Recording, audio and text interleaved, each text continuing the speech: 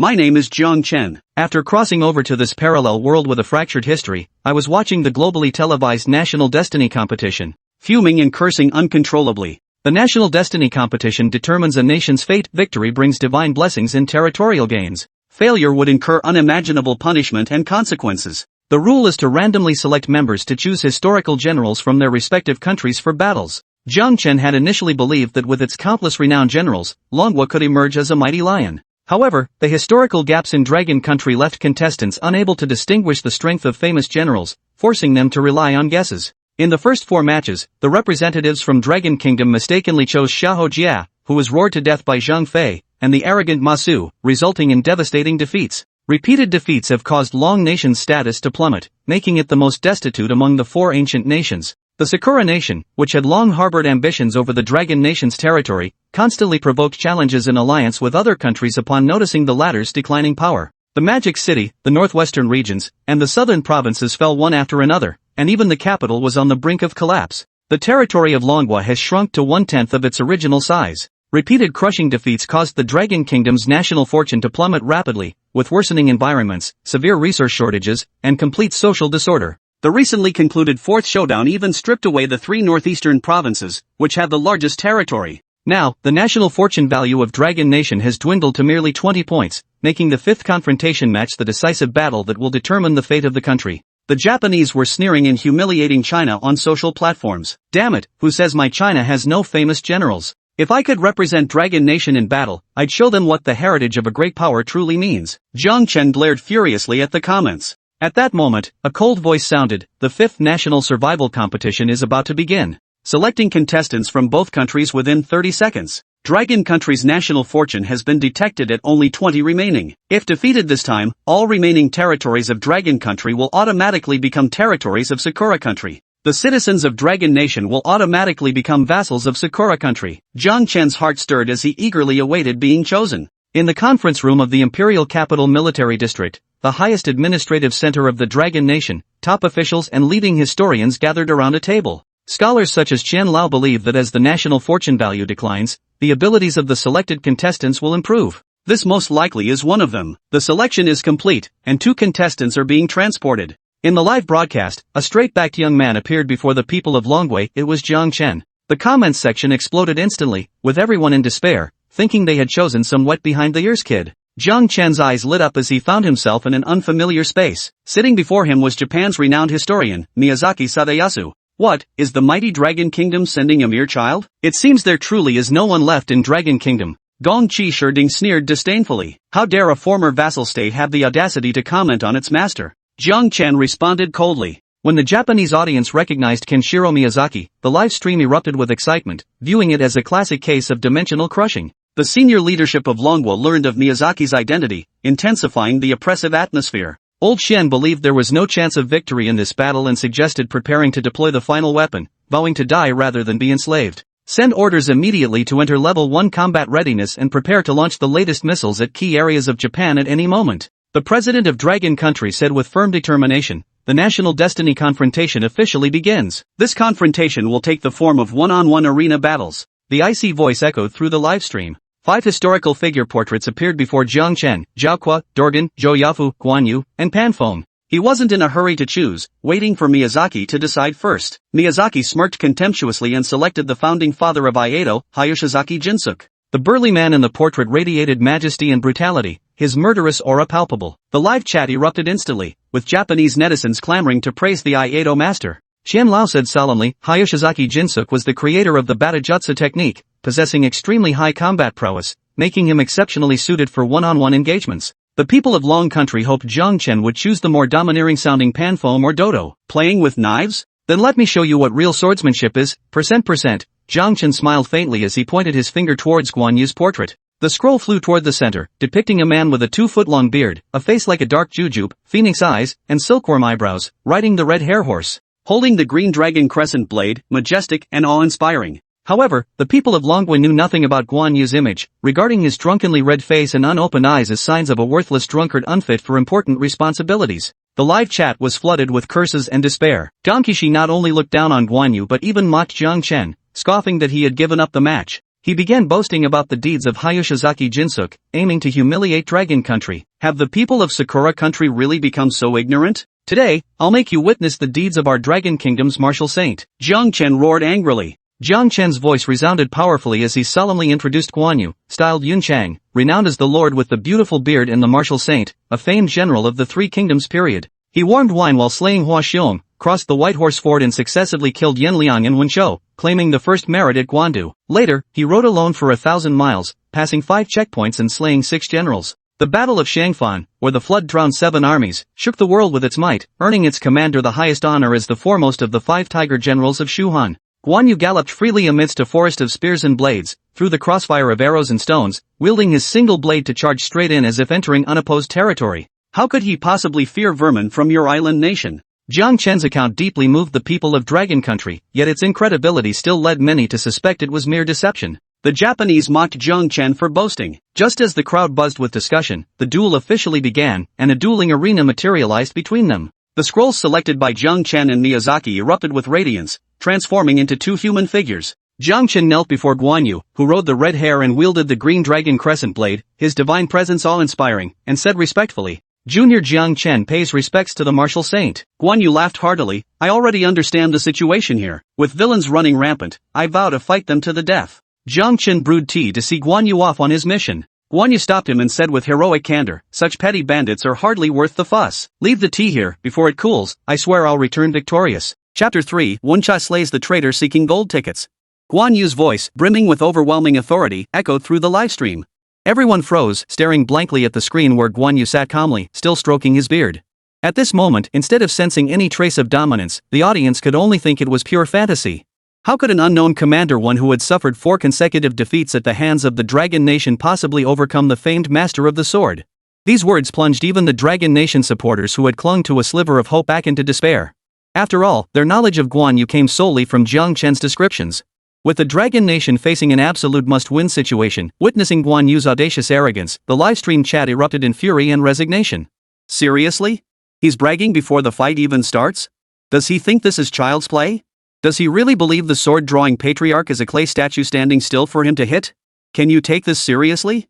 This is a life or death match. Wencha slays the ancestor? Ha, such arrogance, he truly doesn't know his place. His swagger is undeniable, but every word and action screams hollow bravado. Why must these 2 clowns appear at our nation's final hour? Damn it! If I'd known the final battle would be against such losers, I should have left the country. Patriotism. The Cherry Blossom Nation, already convinced Jiang Chen was full of hot air, scoffed at Guan Yu's words and immediately launched into a barrage of criticism in the livestream chat. Frog in a well. Our nation's legendary swordsman will take his head in a single strike. Underestimating your opponent is a grave mistake. This drunkard Guan Yu has already committed the ultimate blunder before the battle even begins. His defeat is certain. Those who disrespect the sword-drawing patriarch will pay with their lives for provoking Senior Lin Qi's wrath. The sword-drawing patriarch must not be dishonored. Trying to provoke Senior Lin Qi? Dragon Nation people only know petty tricks utterly unworthy. In the Imperial Capital's conference room, Elder Qian swiftly retrieved a volume from the mountain of ancient texts piled upon the table, flipping through its pages as if searching for something. The Dragon Nation Association president cautiously inquired. Master Qian, have you found any information on Guan Yu? Old Master Qian rubbed his eyes wearily, a look of resignation in his gaze. Nothing yet. But this Guan Yu, his words and deeds are utterly arrogant. Based on my lifetime of research, commanders like him are either fierce warriors or nothing but boastful cowards. We can only pray Guan Yu isn't a cowardly braggart. Hearing this, the Dragon Nation Association president felt even more uncertain. After all, in his view, how could someone as obscure as Guan Yu possibly be a fierce warrior? Perhaps this was fate. He sighed heavily, his helpless gaze fixed on the screen as a desperate hope surged within him that Guan Yu might just pull off a miracle. In the battle arena, Miyazaki, who had remained silent for a long time, could no longer hide the anger and contempt on his face. He sneered coldly. Well spoken, little brat. Even if what you say is true, so what? Senior Lin Qi is a genuine master. Your Dragon Nation is courting humiliation. Immediately after, Miyazaki Jitsusada respectfully addressed Lin Shizhenju beside him. Senior, I implore you to give it your all and finish off this drunkard in one strike. Lin Shizhenju sat cross-legged on the ground, gazing at Guan Yu with utter contempt. A mere commoner, incapable of making waves. He will kneel before my Cherry Blossom Nation and repent his arrogance. Miyazaki Shizuka roared with laughter at these words, his gaze brimming with provocation as he fixed it upon Guan Yu and Jiang Chen. No sooner had the words left his mouth than two beams of light enveloped Guan Yu and Lin Jinsuk. When they reappeared, the two men stood on opposite sides of the stage. The crowd's tension mounted as they focused intently on the screen. There sat Shingo Hayashi atop a black stallion, a black katana strapped to his waist. His eyes were cold as ice as he stared at Guan Yu, a chilling and cruel smile curling at the corners of his mouth. Begin! The cold voice echoed across the arena. The moment the command ended, Lin Jinshu urged his black steed forward, charging toward Guan Yu. In an instant, he was before Guan Yu. The crowd heard only a sharp whistling sound before they could even discern Lin Jinsuk's movements, a razor-sharp gleam streak toward Guan Yu's throat. The speed was lightning fast, the attack thunderous and fierce, leaving no time to react, let alone block. This was the essence of the sword-drawing technique, a lightning-fast strike that could kill an enemy in a single blow. In Lin Jinsuk's era, countless foes had fallen to this very technique, striking terror into all who heard its name. Poof! Not even enough time? Outside the ring, Miyazaki Shizuka looked down on Guan Yu, who hadn't made a single move, sipping his tea with evident satisfaction. Viewers in the live stream from Sakura country erupted in cheers at Guan Yu's frozen, stunned expression. See that? Sword-drawing technique is all about speed. Is that even humanly possible? What a joke of a martial saint, he can't even dodge in time. He was so full of hot air earlier, and now he's about to be killed with a single strike? He came alone with just a sword? Looks more like he came to get his ass kicked. Seeing Guan Yu seemingly unable to react, the Dragon Nation crowd felt their hearts leap into their throats, panic setting in completely. It's over. That move was too powerful. I couldn't even see how he swung his blade with the naked eye. There's no dodging this blow. Is Guan Yu really this vulnerable? Our nation is doomed. Dragon Nation has become the laughingstock of all nations. So all those tales we heard earlier were just bull? This is ing messing with my head. Was all that swagger earlier just drunken bragging? My Dragon Nation is doomed. Farewell, everyone. Imperial Capital Conference Room. The Dragon Nation president sat frozen in his chair, staring blankly at the screen. His eyes burned with grief and fury as his hands dug into his thighs, desperately clinging to sanity. We can't win this battle. It's too fast. A heavy sigh filled the conference room. An atmosphere of utter despair descended like the Grim Reaper, gripping everyone's throats and choking them. Prepare for battle. The Dragon Nation will never bow. The heavy voice made the atmosphere even more oppressive. The entire Dragon Nation plunged once more into profound despair. Meanwhile, atop the stage, Lin Qixin's katana was now inches from Guan Yu's skin. It seemed as though he would cleave Guan Yu in two at any moment. Some Dragon Nation citizens even covered their eyes, unable to bear witness to the impending carnage. But Guan Yu suddenly snapped his eyes open, unleashing a palpable wave of murderous intent that swept across the arena. A faint smile touched his lips as he looked down on Lin Qixin with disdain. Wogwa, is that all you've got? With a dismissive snort, Guan Yu leaned back slightly, effortlessly evading the seemingly unavoidable strike. The green dragon crescent blade in his hand swung high, striking down toward Lin Jinsuk. Lin Jinsuk's heart jolted in alarm. He urgently tightened the reins, desperate to pull away. After all, as the founder of the sword drawing art, his mastery of sword techniques far surpassed anything the viewers in the livestream could comprehend. The greatest strength of his draw sword technique lay in its lightning-fast execution, catching opponents off guard. If it could be dodged, it could only mean not only had his technique been completely read, but his opponent possessed speed that matched his own. Realizing this, Lin Jinsuk drew his blade once more, hoping to buy himself more time to escape. Clang! Sparks flew as the razor-sharp tachi shattered cleanly in two, the broken blade clattering to the ground. The Qinglong Yenyue Dao's attack showed no sign of stopping, still cutting through the air with a piercing whistle as it swung toward Lin Qixin. Lin Qixin's earlier disdain vanished. His face now bore terror and despair as he frantically pounded the horse's back, desperate to escape. But his desire to flee was too little, too late. Through his horrified eyes, Guan Yu's great blade, carrying the force of a howling wind, came crashing straight down upon him. Blood spattered instantly as a head thudded to the ground. The black horse, startled, galloped away into the distance, carrying Lin Qixin's body with a wild neigh. A legendary master of swordsmanship had fallen. It all happened in the blink of an eye. Before anyone could comprehend what had transpired, a cold voice rang out. Long Guo. The crowd was utterly dumbfounded, staring blankly at the three characters Long Guo appearing on the screen, utterly at a loss. Outside the arena, Jiang Chen fought back his excitement as he looked at the tea brewed for Guan Yu on the stone table. The tea still steamed vigorously. Chapter 4: The Invincible Bearded Hero Seeking Gold Tickets. After a moment of dead silence, the crowd snapped out of their daze, and Long Guo erupted into chaos. The comments section was instantly flooded with countless bullet comments. What just happened? Did I see that right? How did Lord Guan deflect that near-impossible strike? He won? Instantly? Someone tell me I'm not dreaming. At this moment, only Holy can express my feelings. The legendary founder was taken down in one move? Unbelievable. Loyal and valiant Lord Guan, peerless lord with the splendid beard. The Dragon Nation's losing streak has finally broken. Heaven's eyes watch over us, ensuring our nation shall never fall. Those who doubted before, speak now. The Dragon Nation rises. The martial saint is awesome. The martial saint is awesome. +1. As Lin Qixin, once regarded as an insurmountable mountain, was instantly defeated by Guan Yu, the Dragon Nation secured its first victory in the 5th match. The pent-up frustration that had weighed heavily on the hearts of the Dragon Nation's people began to dissipate. In the real world, Dragon Nation citizens rushed to share the news, pouring out their excitement. Some even wept openly. Victory had been too hard-won. With their nation shattered and homes destroyed, they had endured humiliation and hardship for so many days, all of which erupted in this moment. Though merely a single game's triumph, it offered a glimmer of hope to countless Dragon Nation citizens who had long since lost heart. In the capital's conference room, the Dragon Nation's leader's eyes glowed red as he stared intently at the screen, then burst into a triumphant laugh. One victory, our nation still has hope. Beside him, Elder Qian trembled as he clutched a yellowed ancient text, tears streaming down his aged face. His hoarse voice trembled with emotion. Found it! Found it! Though it doesn't directly mention the martial saint, this book confirms that the mighty General Huo Qubing was felled in battle by a single stroke, and the historical context perfectly matches this child's account. Who would have thought my knowledge of Dragon Nation pales beside a mere child's? How shameful! Other Dragon Nation leaders and scholars joined in applause, celebrating this rare triumph. With the first contest concluded in triumph, the entire Dragon Nation erupted in cheers, dispelling the previous gloom.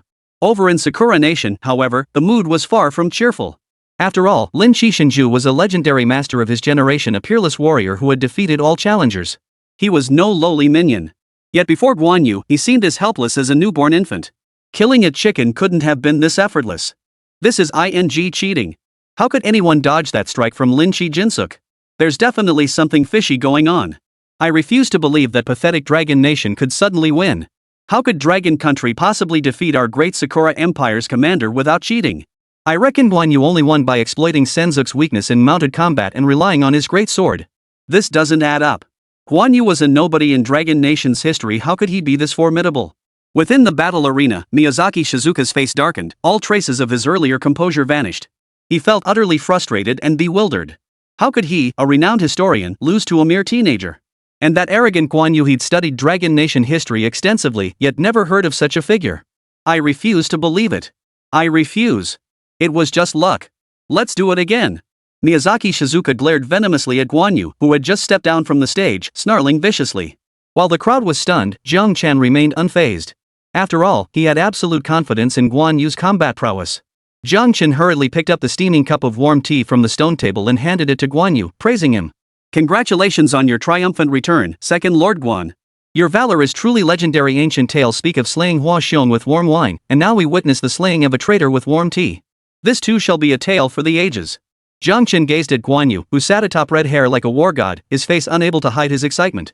Guan Yu withdrew his blood-dripping great blade and accepted the tea with an expression of utter calm, as if he had merely crushed an ant moments before. I, Guan, have fulfilled my duty. Guan Yu paused, glancing at the sullen-faced Miyazaki standing nearby before speaking. What a worthless rat! Not even a fraction of Yen Liang or Wen Chao's worth.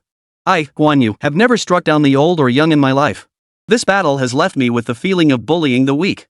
Guan Yu's arrogant words carried profound disappointment and contempt. Such domineering rhetoric once again galvanized the Dragon Nation's people, who cheered in sheer delight. Yet it instantly shattered the resolve of many Sakura Nation soldiers. For the revered founder of their martial arts lineage to be compared to the weak and elderly was utterly humiliating. Don't get too cocky too soon. The rules of this contest are best of 3. Miyazaki Shizuka stood up, his teeth gritted. According to the match rules, the losing side must resummon their commander, while the winning side may choose whether to resummon their legendary general. Will the Dragon Nation replace its legendary general? No. Jiang Chen answered without hesitation. He was confident Guan Yu could easily overpower a single Sakura Nation commander. Meanwhile, 5 scrolls reappeared before Miyazaki Shizuka. After scrutinizing the scrolls, a smug smile curled at the corners of Miyazaki Shizuka's mouth. Young man, one mustn't be too arrogant. No sooner had the words left his mouth than one scroll erupted in blinding light. The first swordsman, Miyamoto Musashi? Jiang Chen narrowed his eyes, studying the figure within the scroll. Upon a towering black steed sat a man of imposing stature, his waist adorned with a blue long sword and a yellow short sword. In the land of cherry blossoms, the long sword is called a ken. Thunder roared, killing intent surged. A moonless, wind-swept night, a time when corpses littered the land for miles. Flocks of crows circled overhead, while below lay a river of blood. A chilling aura swept over him, sending shivers down his spine. The scene was simple, yet its grandeur far surpassed anything Lin Shizhen could hope to match. The world's greatest swordsman, known to all, Miyamoto Musashi, peerless under heaven. Alas, I, General Guan Yu, am unmatched in this world, the foremost general of the three kingdoms. Jiang Chen shook his head. It was clear that Miyazaki was desperately searching for a general capable of countering Guan Yu. Since Lin Shizhenju was weak in mounted combat, he chose the exceptionally skilled horseman Miyamoto Musashi, hoping Musashi's dual sword style could counter Guan Gong's great broadsword. Miyazaki Shizuka looked at Jiang Chen with smug satisfaction, his unwavering confidence evident. He even held the scroll aloft and laughed heartily. After all, Miyamoto Musashi's prowess and stature were legendary in the land of cherry blossoms, his achievements far surpassing anything Sakaki Jinji could hope to match. This time, he would surely strike Guan Yu down from his horse and trample the Dragon Nation's dignity underfoot. This thought made Miyazaki Shizuka grow even more elated. With a broad smile, he began recounting the glorious life of Miyamoto Musashi. Miyamoto Musashi, a swordsman from the early Edo period, truly the world's greatest swordsman, possessing both wisdom and courage. Simultaneously, a flash of light erupted as a black steed radiating fierce battle intent materialized before the crowd.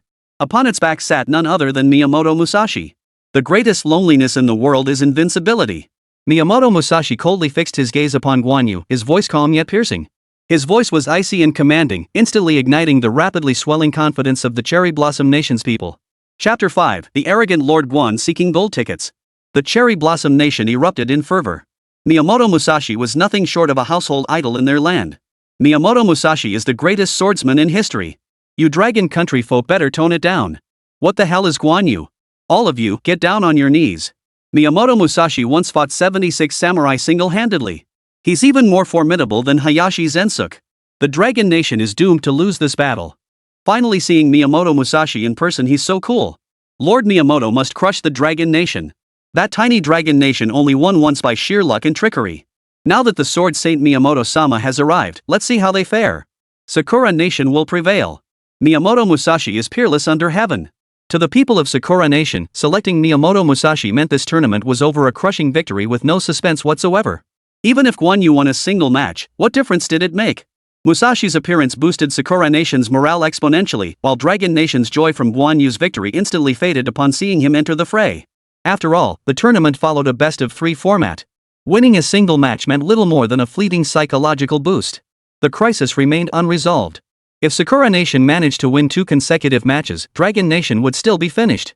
This Miyamoto Musashi was not only a household name in Sakura Nation but also renowned throughout Dragon Nation. His extraordinary combat prowess and formidable track record weighed heavily on everyone, leaving them feeling defeated. Can the martial Saint Guan Yu still win? Hard to say. After all, Miyamoto Musashi is Japan's greatest swordsman in history. He fought over 60 masters in his lifetime and never lost a single duel. He's incredibly formidable. This is tricky. The twin blades in Miyamoto Musashi's hands slice through iron like mud.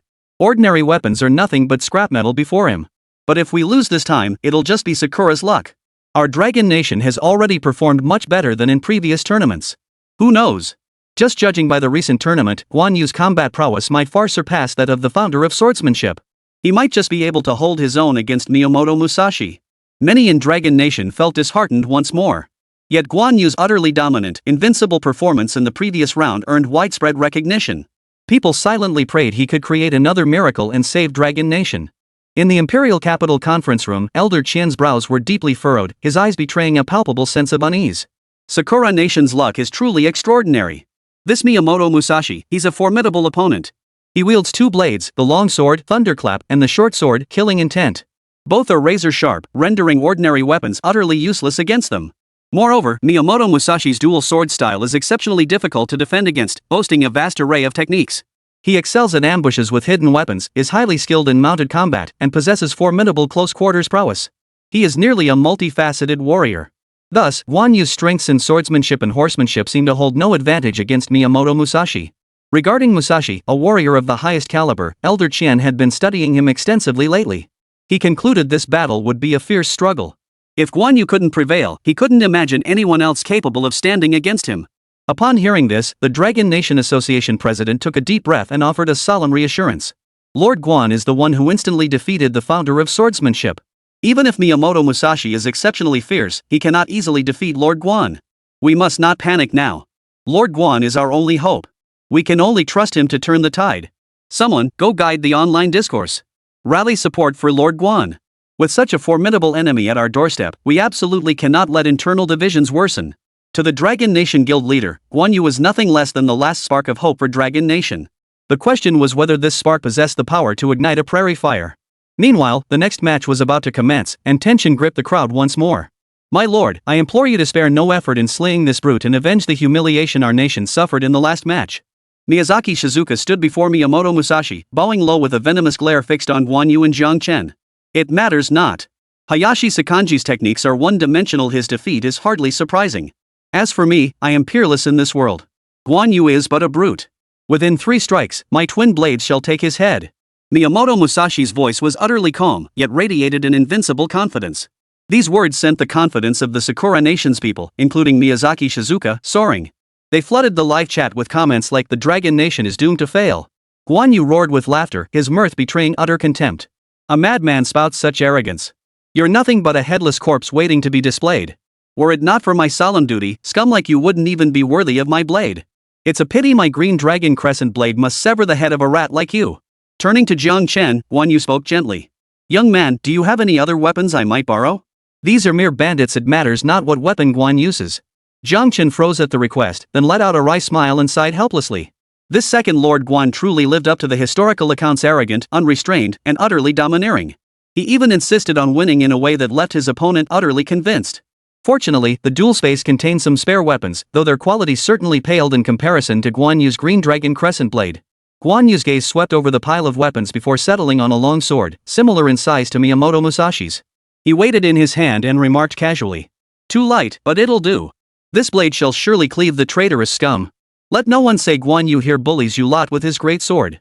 The words had barely left his mouth when everyone stared at Guan Yu in stunned silence. They rubbed their eyes, questioning whether they had seen things wrong. After all, such brazen behavior seemed utterly out of place in this solemn atmosphere. Once the Dragon Nation men snapped out of it, grief and fury overwhelmed them. He's gone off the deep end. Not only is he bragging now, but he's also lost his mind.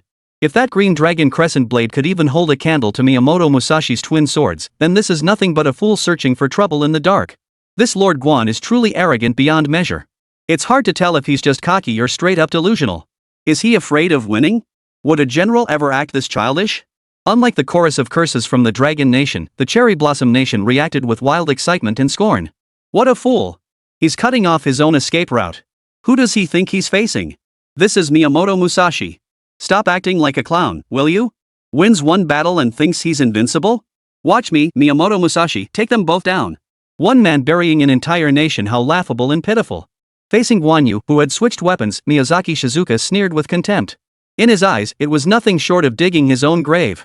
Every commander knew that only with a weapon that fit them perfectly could they unleash their full combat potential. Such weapons were exceedingly rare, and Guan Yu's actions were tantamount to cutting off his own arm. How could he possibly fight Miyamoto Musashi now? Among the crowd, only Jiang Chen remained utterly composed. After all, he understood Guan Yu's strength and character better than anyone. Remember, Guan Yu started out wielding a long sword. And in his view, even if Guan Yu were to let his opponent land 3 strikes first, let alone switch weapons, you still wouldn't stand a chance. This was under special circumstances. Had this been the Three Kingdoms era, Lord Guan would have dismissed his opponent as a rat unworthy of his blows. Then, a cold voice rang out. The format for this match remains a tournament-style contest. The second round of the 5th match begins. Both opponents have entered the arena. Chapter 6, the challenge letter decides life and death against 1,000, I shall go. As 2 beams of light enveloped them, Guan Yu and Miyamoto Musashi reappeared on the stage. Outside the arena, Miyazaki Shizuka glared at Guan Yu with disdain. As if recalling something, a sudden gleam of sharpness flashed in his cloudy eyes. He slowly rose to his feet, a smile spreading across his face as he declared. I hereby challenge you to a duel to the death. A battle that will destroy the Dragon Nation.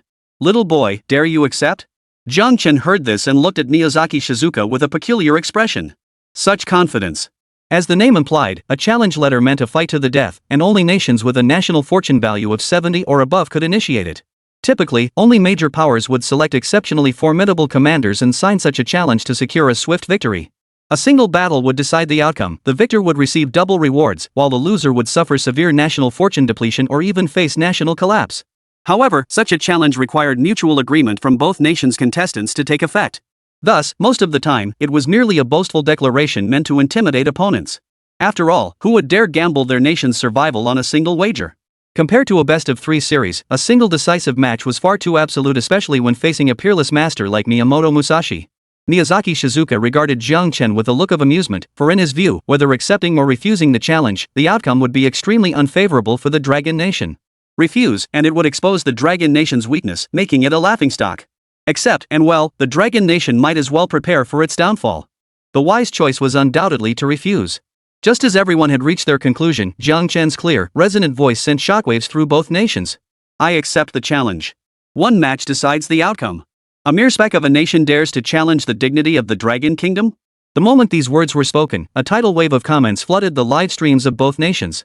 The Dragon Nation's citizens now wanted nothing more than to tear Jiang Chen limb from limb. Furious yet powerless, their last shred of hope shattered. How foolish. They set the trap just waiting for you to walk right in. What are your intentions, you little brat? You're a traitor to the Dragon Nation. Traitor! Traitor! What gives you the audacity to speak for the Dragon Nation? May you rot in hell. Traitor! Why must our Dragon Nation produce such arrogant scoundrels? How pitiful and tragic. Everyone, calm down. At this point, we can only emigrate. Encountering such 1,000 times deserving death scoundrel is simply our Dragon Nation's misfortune. How dare you speak for tens of millions of Dragon Nation citizens? I demand this challenge be revoked. Chaos erupted in the Imperial Capital's conference room. The Dragon Nation's chairman slumped to the floor in despair, staring blankly at Jiang Chen on the screen and muttering to himself. Child's play. Utterly childish. You brat, you deserve to be torn to shreds, torn to shreds. Old Master Qian sat slumped in his chair, his eyes vacant, as if his soul had been stolen. In his view, Guan Yu, having switched weapons, stood no chance against that Miyamoto Musashi.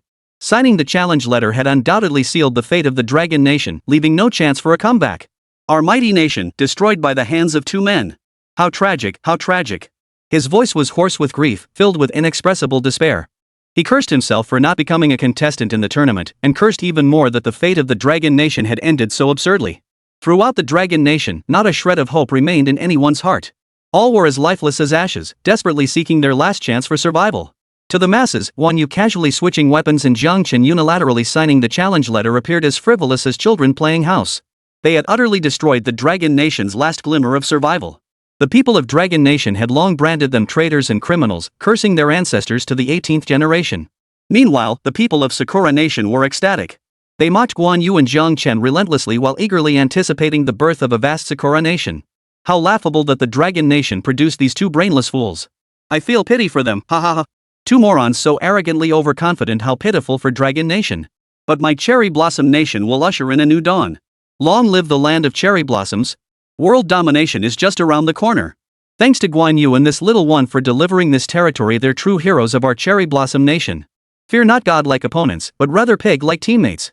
Thankfully, Senior Miyazaki is a god-like ally. Within the Prime Minister's residence of Sakura Nation, laughter and applause filled the air as congratulations were exchanged. The Dragon Nation truly walks the talk, even their boasts are no exception. I'll be damned if I don't see what this weapon-swapped Guan Yu has to offer against Miyamoto Musashi. Our great Sakura Nation will no longer be confined to our island. We shall replace the Dragon Nation and become the new world's supreme power. Miyazaki's contribution this time is immense. He is the great architect of Sakura Nation's rise to world supremacy. The Prime Minister of Sakura Nation, his rotund face beaming with delight, watched the screen, nodding repeatedly, a profound sense of satisfaction welling up within him. At last, Sakura Nation's long-cherished dream of becoming a great power was about to be realized through him. He would become a landmark figure in Sakura Nation's history. Quickly, release a flood of news reports declaring that our Sakura Nation has subjugated the Dragon Nation. We must let the entire world know of our rise and might. This will compel more minor nations to submit, elevating us into the ranks of great powers. Hearing this, the crowd praised the Prime Minister's wisdom and skill in controlling and manipulating public opinion. As the instigator of the challenge, Miyazaki Shizuka felt an overwhelming surge of excitement and joy. He had merely intended to use this to dampen the Dragon Nation's spirit, never expecting the young upstart before him to accept outright. This was earth-shattering news. It would bring revolutionary changes to both his own destiny and that of Sakura Nation. He would become a great man of Sakura Nation, remembered by the world, while Sakura Nation itself would rise to become a colossal power through his challenge. At this thought, Miyazaki Shizuka's face flushed crimson, his eyes brimming with unhidden delight. Boy, when my Sakura Nation rules the world, people won't forget your foolish arrogance. This battle is already decided. You'd be better off surrendering now, before the fighting begins. At least that way, Guan Yu won't have to suffer the agony of having his head severed. Jiang Chen's face twisted with scorn as he spoke coldly. Sometimes, it's best not to jump to conclusions. With that, Jiang Chen turned his gaze toward the stage with an expression of utter calm. He understood the repercussions his actions would bring. To others, Guan Yu and his behavior were indeed baffling. But he would never treat the fate of the Dragon Nation as a game. And now was not the time for explanations. Though despised by all, someone must bear the burden and press forward. So what if they didn't understand? So what if they hurled insults? What he sought was results. He sought the Dragon Nation's strength. He sought to wash away every stain of shame from the Dragon Nation, to raise it once more to the pinnacle of glory. Though millions stand against me, I shall advance. Chapter 7. As the tower crumbles, the martial saint emerges with a single sword. He brings peace to the world. On the arena stage, as the cold voice of the tournament system announced the start, fierce battle intent blazed in the eyes of Guan Yu and Miyamoto Musashi. They knew Dragon Nation and Cherry Blossom Nation had signed a declaration of war. They would fight for the fate of their nations. Without a word, Miyamoto Musashi's black steed charged toward Guan Yu. His twin blades gleamed with a piercing cold light as they slashed toward Guan Yu. The black steed moved like the wind, the twin blades struck like lightning. Guan Yu, too, abandoned his usual casual demeanor. This battle, which held the very survival of the Dragon Kingdom in the balance, demanded his utmost focus. His expression remained serene, yet his gaze burned like torches. A torrent of murderous intent surged from his body as his crimson steed charged straight toward Miyamoto Musashi, brimming with battle fervor. His long sword now resembled a streaking bolt of lightning, its trajectory impossible to discern, as it swung with astonishing force toward Miyamoto Musashi. Miyamoto Musashi's expression changed abruptly. He hadn't anticipated Guan Yu's speed to be this astonishing. He swiftly swung his twin blades, forming a crescent moon shape that kept Guan Yu at bay no matter how fast he charged. With a clang and a shower of sparks, Guan Yu's long sword snapped clean in two. Enmyo Ryu. The legendary Enmyo Ryu style founded by Miyamoto Musashi. Unmatched in both offense and defense. Truly worthy of the title Sword Saint. Had Guan Yu wielded his previous great sword, there might have been a way to counter it. Now, he can only suffer a humiliating defeat. Victory! Victory! Our land of cherry blossoms shall usher in a new dawn. His blade is shattered. What weapon does he have left to fight with? The crowd of Sakura Nation erupted in wild excitement at the sight. The Enmei Ryu was one of Miyamoto Musashi's signature techniques, renowned for its flawless execution. Yet just as the Sakura Nation cheered and celebrated victory prematurely, a piercing scream made everyone gasp, their eyes darting back to the screen. Instantly, every face froze in stunned disbelief. Musashi's short sword shot out suddenly, driving toward Guan Yu's abdomen with astonishing force. The speed was so blindingly fast that no one could react in time.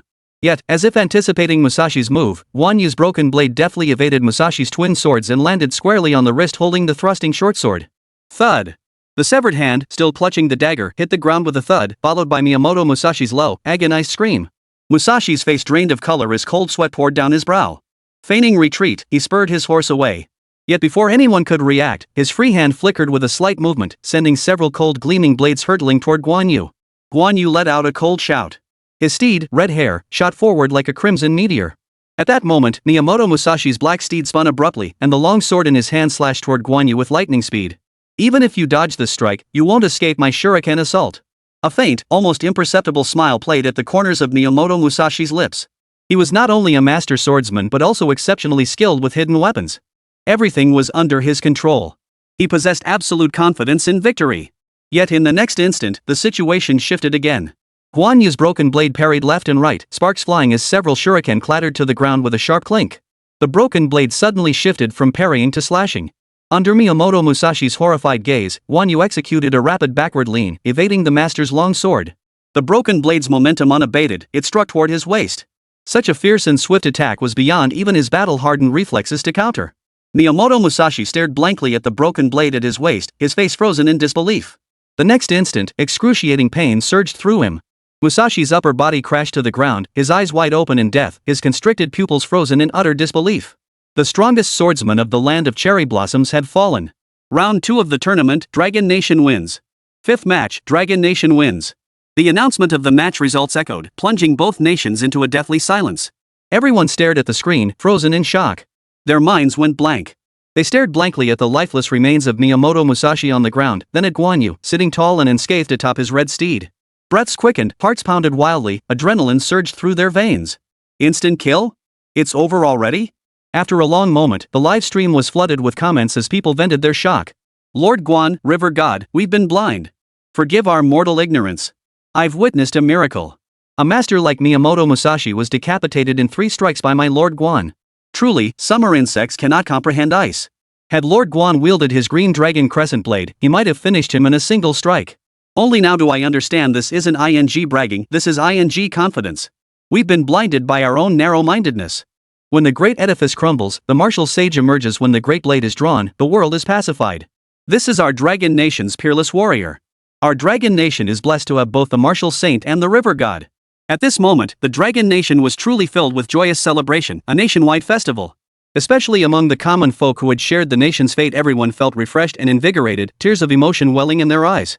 3 months of pent-up frustration and despair now transformed into overwhelming excitement and joy.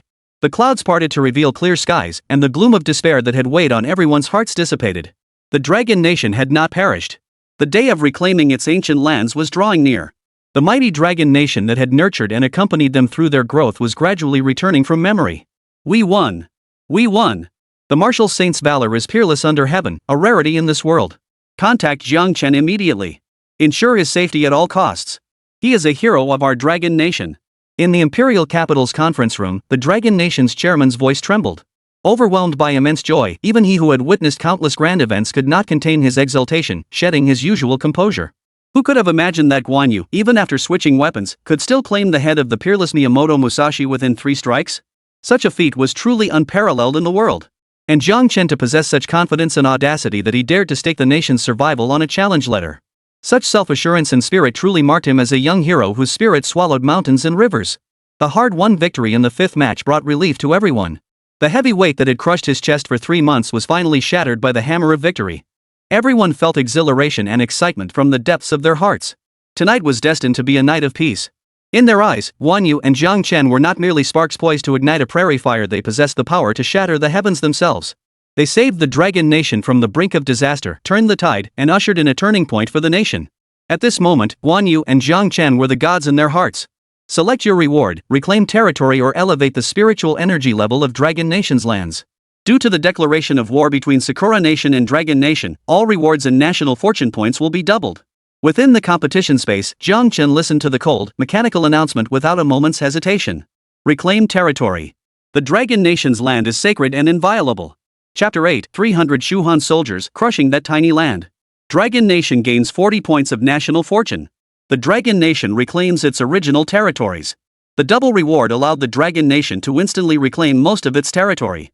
As national fortune points recovered, living conditions within its borders rapidly improved. Though not comparable to its peak, the progress over the past 3 months was already quite remarkable.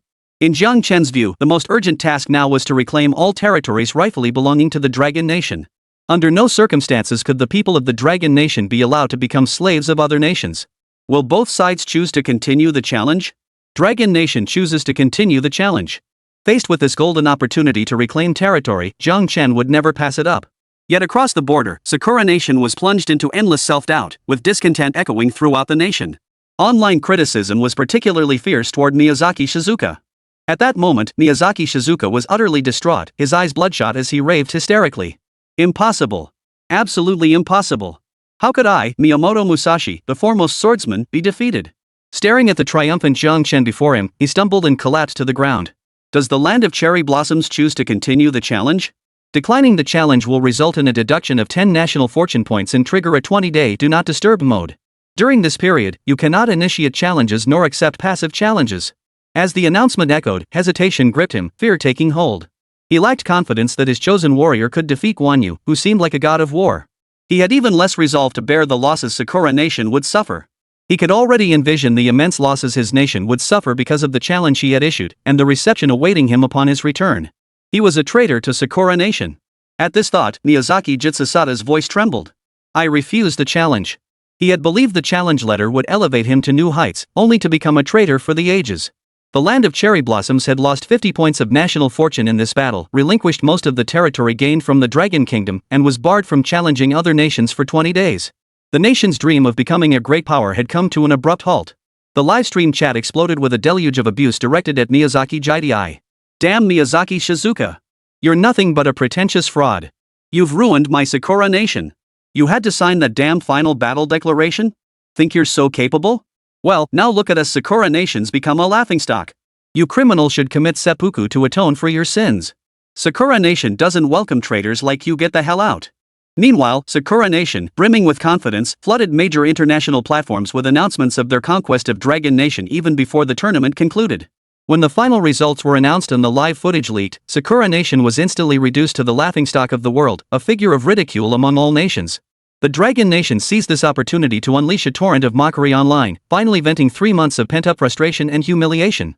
The Sakura Nation, utterly powerless to refute the barrage, could only slink away from the digital realm in disgrace. Damn it! That bastard Miyazaki Shizuka. Give him 2 choices. First, commit seppuku with your entire family to atone. Second, be exiled from Sakura country with your entire family. Dispatch agents immediately to Dragon Nation to assassinate that Jiang Chen brat. Dead silence hung over the Prime Minister's residence as the leader of Sakura Nation roared with fury, grinding his teeth as he issued the orders. Jiang Chen had become a thorn in the side of Japan's high-ranking officials. As long as Jiang Chen lived, the Sakura Nation's elite would find no peace. Upon receiving the news, Miyazaki Shizuka alternated between maniacal laughter and hysterical sobs, as if driven mad. The immense psychological blow made him question his entire existence. The pinnacle of success, within his grasp, had been shattered by a mere youth. All because of that damn brat. He deserved to die. The man, well past 50, glared at Jiang Chen with venom. A surge of strength erupted from within him, propelling him toward Jiang Chen. The next moment, a cold voice rang out. Competitors are forbidden from attacking other participants. Miyazaki EI will be immediately eliminated. With that, a crimson chain, crackling with terrifying power, struck Miyazaki Shizuka, reducing him to a mist of blood. Jiang Chen watched the scene unfold before him, utterly unmoved. In his eyes, this traitor of the land of cherry blossoms deserved such an end. Beside him, Guan Yu, mounted on red hare, gazed at the sky filled with blood mist and sneered with contempt. How laughable. This land of cherry blossoms is full of nothing but treacherous scum. That Miyamoto Musashi is nothing but a cowardly ambusher. In terms of combat prowess, he wouldn't even match a single soldier from my Shuhan. Give Guan Yu 300 Shuhan soldiers, and I'll flatten that tiny speck of land. His voice boomed with unmatched dominance, shaking the very mountains and rivers. A single word echoed in the minds of all present: domineering. It was the unrivaled aura and dominance possessed only by a commander who had weathered countless battles, conquered all before him, and faced no equal. Such an aura overshadowed mountains and seas, and in an instant, the Dragon Nation resounded with cheers of support. Especially among those who had resided in the recently reclaimed territories, praise for Guan Yu and Jiang Chen poured forth without reservation. The martial saint is awesome. Jiang Chen is awesome. Finally home. I'm a man in my 30s and I'm crying my eyes out. I'm gonna build memorial arches for Guan Yu and the god of Jiang. I'll make sure their names live on forever. The peerless, heroic bearded lord. The youthful prodigy Zhang Lang. Without the martial saint and the divine Jiang, who knows how those traitors would have trampled our Dragon Nation. Thank you both for reclaiming our land and restoring our nation's glory. Truly, every generation produces outstanding talents. Jiang Chen, so young yet so knowledgeable about our nation's history, we feel ashamed. Across the nation, the sight of reclaimed territories brought tears to every eye. Having witnessed the homeland that nurtured them for years fall into enemy hands, their pent-up frustration found no outlet. They could only abandon their homes and retreat to the remnants of their territory. And as children of the Dragon Nation, they were powerless to act, forced to watch their homeland crumble before their very eyes. How could they not feel hatred? How could they not feel sorrow? Flowers wept tears at the times, birds startled hearts at partings. Without Guan Yu and Jiang Chen, who knows when they might have returned home or what tragic fate might have befallen the Dragon Kingdom. Within the competition space, the cold, mechanical voice sounded once more. The competition has ended. The battle space will soon vanish. Hearing the icy announcement, Jiang Chen hurriedly knelt before Guan Yu. Thank you, Second Lord Guan, for rescuing Long Guo from the brink of disaster. This junior expresses the boundless gratitude of all Long Guo's people. Guan Yu swiftly dismounted and pulled Jiang Chen to his feet, his crimson face radiating warmth. With rivers shattered and traitors ruling, I, Guan, am honored to fight for my nation. And as children of our Dragon Nation, as my juniors, I, Guan, will not stand idly by. With that, Guan Yu's form began to gradually fade away. Seeing Guan Yu's gaze fixed on the distant horizon, filled with anticipation, Jiang Chen immediately understood. He bowed deeply in reverence. Farewell, Lord Guan. The Dragon Nation shall rise and reign supreme. Seeing this, the other Dragon Nation citizens bowed from afar toward Guan Yu and Jiang Chen on the screen. Farewell, Lord Guan. Goodbye, Jiang Chen. Farewell, Lord Guan. Farewell, God of Jiang. The space dissolved, and Jiang Chen returned home. Staring at the pitch-black screen, a voice suddenly echoed in Jiang Chen's mind. The tournament system has detected that you are the most popular contestant among the Dragon Nation citizens and is about to bind your National Fortune Tournament qualification. Chapter 9, Strike First to ward off 100 blows seeking gold tickets. National Fortune Tournament qualification? Jiang Chan's eyes lit up at the news. He never imagined gaining such an opportunity simply because of excessive attention from Dragon Nation citizens. But that wasn't the crucial point. By binding this qualification, it seemed he could fight for his nation indefinitely, helping Dragon Nation become the world's dominant power sooner? With this question lingering, Jiang Chen listened on. Upon obtaining this qualification, you may freely choose whether to participate in the competition yourself or delegate a trusted competitor to represent you. Note, should your approval rating fall below 60%, you will forfeit this qualification. If you manage to raise your approval rating higher, additional effects will be unlocked. Current approval rating, 65%. Alright then. Jiang Chen narrowed his eyes slightly. Though this qualification sounded utterly useless, it was undoubtedly welcome news for both him and the Dragon Nation. After all, Jiang Chen was confident that no one else in the Dragon Kingdom today understood its history better than he did. And he couldn't possibly list every famous general of the Dragon Nation to promote them to the people. With 5,000 years of history, Dragon Nation would likely be, before he could even begin to promote a few. Still, he was utterly stunned by his 65% approval rating. After all, the victory in the tournament ultimately relied on the valiant efforts of Lord Guan. As Jiang Chen pondered, soldiers dispatched by the Dragon Nation Association had already arrived at his residence. After confirming their identities and purpose, Jiang Chen followed them without hesitation. After all, Jiang Chen knew full well the tactics of Sakura Nation and certain neighboring petty states.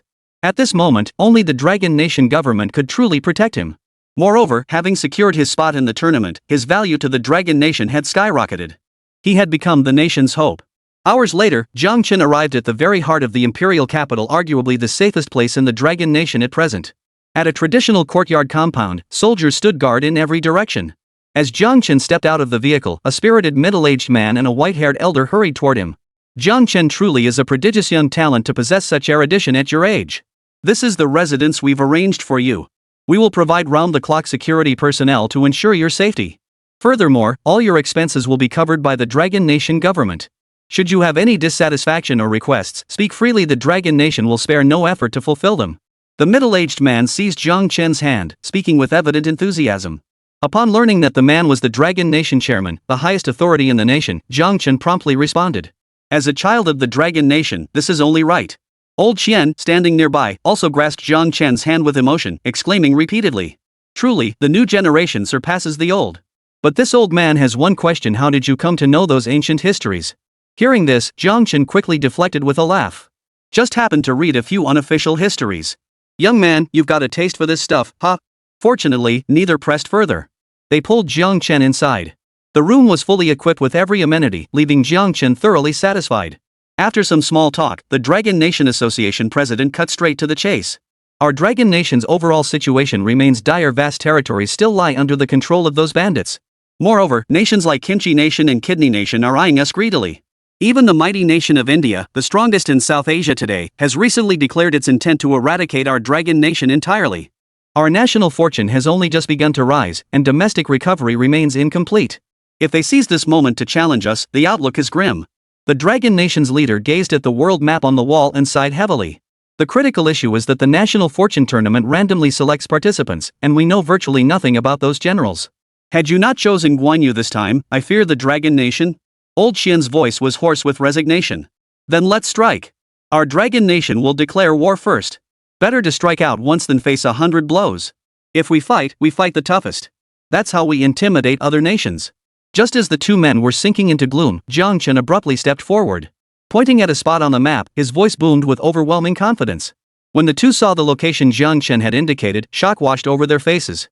They stared at him in disbelief, as if they had heard something utterly horrifying. India? Jiang Chen, you're not joking, are you? Old Qian's voice trembled, doubt creeping into his mind whether this young man had chosen Guan Yu by sheer luck. After all, Tianzhu was the colossus of modern South Asia, a power even the land of cherry blossoms dared not provoke. Smaller nations in the region had long been swallowed up. Had it not been preoccupied with competing with the great powers of Western Europe and North Africa for treasures and sacred lands, it would likely have already devoured the nations of East Asia. Though Tianzhu had coveted Dragon Nation's territory for years, now they'd seized its highlands and were humiliating and torturing the garrison troops stationed there. Yet the Dragon Nation can only grit its teeth and swallow its anger. The reason is simple: the present-day Tianzhu is no longer a nation the Dragon Kingdom can bully. You're still too young, your words and actions are far too immature. The Dragon Nation's leader shook his head, feeling a deep sense of regret. He had believed the Dragon Nation had truly produced a brilliant young talent, but now it seemed his joy had been premature, for he had failed to understand Jiang Chen deeply. This courtyard residence shall remain his dwelling. After all, he has rendered service to the Dragon Nation and this serves as his reward. But judging by this, Jiang Chen's usefulness to the Dragon Nation was limited. The nation's predicament would require other solutions. At this thought, a trace of sincere smile flitted across the Dragon Nation chairman's face. Young Jiang, the national fortune competition isn't a game. We all need to temper ourselves. Jiang Chen smiled at the remark. How could he fail to discern the hidden meaning behind those words? Just as the Dragon Nation president was helping Elder Qian toward the door, a voice from behind sent shivers down the spines of these two seasoned northern men who had weathered countless storms. What if I were to say that every time Dragon Nation competes, I could be the one representing them? How would you two gentlemen handle that? After a long pause, the two men slowly turned around, staring at Jiang Chen with peculiar expressions. Is that truly your intention? Jiang Chen didn't answer, instead revealing more information that gave the two men a glimmer of confidence in him. And I guarantee it, I'm 90% confident I can win against India. If you don't believe me, let's test the waters against that kimchi nation. See if I have what it takes. Jiang Chen couldn't guarantee 100% victory over India. After all, as one of the four great ancient nations, India's strength was not to be underestimated. If luck deserted him and he faced incompetents like Zhao Kuo or Lu Shan, he'd be completely in the dark. The Dragon Nation guild leader and Elder Qian exchanged glances, unsure whether Jiang Chen spoke truth or falsehood. Yet they withdrew their feet poised across the threshold and sank back into the sofa. Those bastards from Kimchi Nation, with their historical legacy, have snatched a piece of territory right from under our Dragon Nation. Old Master Qian suppressed his curiosity, his voice boiling with rage. That's exactly who we're targeting. After this battle, whether to engage India or not, I implore both elders to consider this carefully. Jiang Chen waved his hand grandly, pleading with the two skeptical figures. In his view, Tianju must be attacked, and the sooner the better. After all, in today's international arena, if the Dragon Nation couldn't produce military achievements capable of deterring other nations, it would only face endless harassment, leaving its people suffering and its national conditions deteriorating. Chapter 10, Taking the Initiative. Seeking gold tickets. Moreover, the Kimchi Nation maintains deep ties with the Pretty Nation. Despite its minuscule territory, no one dares to touch it. Before the Dragon Nation chairman could finish, Jiang Chen's eyes flashed with sharpness as he urgently inquired. Are you suggesting that if we defeat North Korea, the Kimchi Nation will collapse immediately? The Dragon Nation chairman paused, then shook his head and explained. The losing side in the competition must cede no less than 100,000 square kilometers of territory. However, Kimchi Nation currently occupies a portion of our Dragon Nation's land, totaling 210,000 square kilometers. Therefore, we must win twice to bring about its demise. Jiang Chen smiled coldly upon hearing this. Then draft another challenge letter. I'll make these ambitious wolves understand that Dragon Nation isn't some pushover to be challenged by just anyone. Thanks to the Dragon Nation's victory over the Cherry Blossom Nation in their last contest, its current national fortune points now precisely met the requirements to initiate a challenge. However, the Dragon Nation's leader frowned.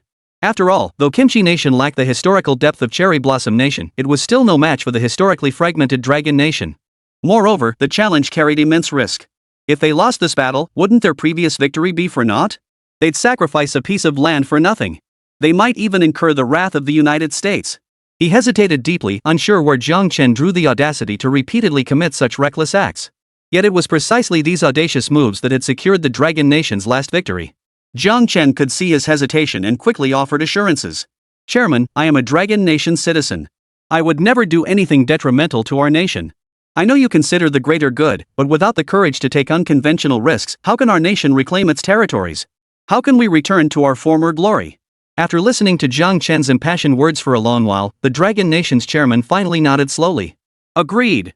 Moments later, a massive broadcast announcement echoed across both nations. Dragon Nation declares war on Kimchi Nation and issues a challenge. Does Kimchi Nation accept? Refusal to accept the challenge will result in a deduction of 10 national fortune points. Please enter a 20-day no disturbance mode. Upon hearing Dragon Nation's initiative to launch a national fortune contest, reactions varied across both nations. Dragon Nation citizens now felt less resistance, even anticipating the contest's immediate commencement. After all, Dragon Nation never acts without certainty. Since the nation had proactively declared war and even issued a challenge letter, it signaled absolute confidence in this contest. It's here. The contest is finally here. This is the first time our Dragon Nation has ever declared war on another country so cool. Hey, Kimchi Nation's little bastards, put down your kimchi. I've got premium pig feed ready for you.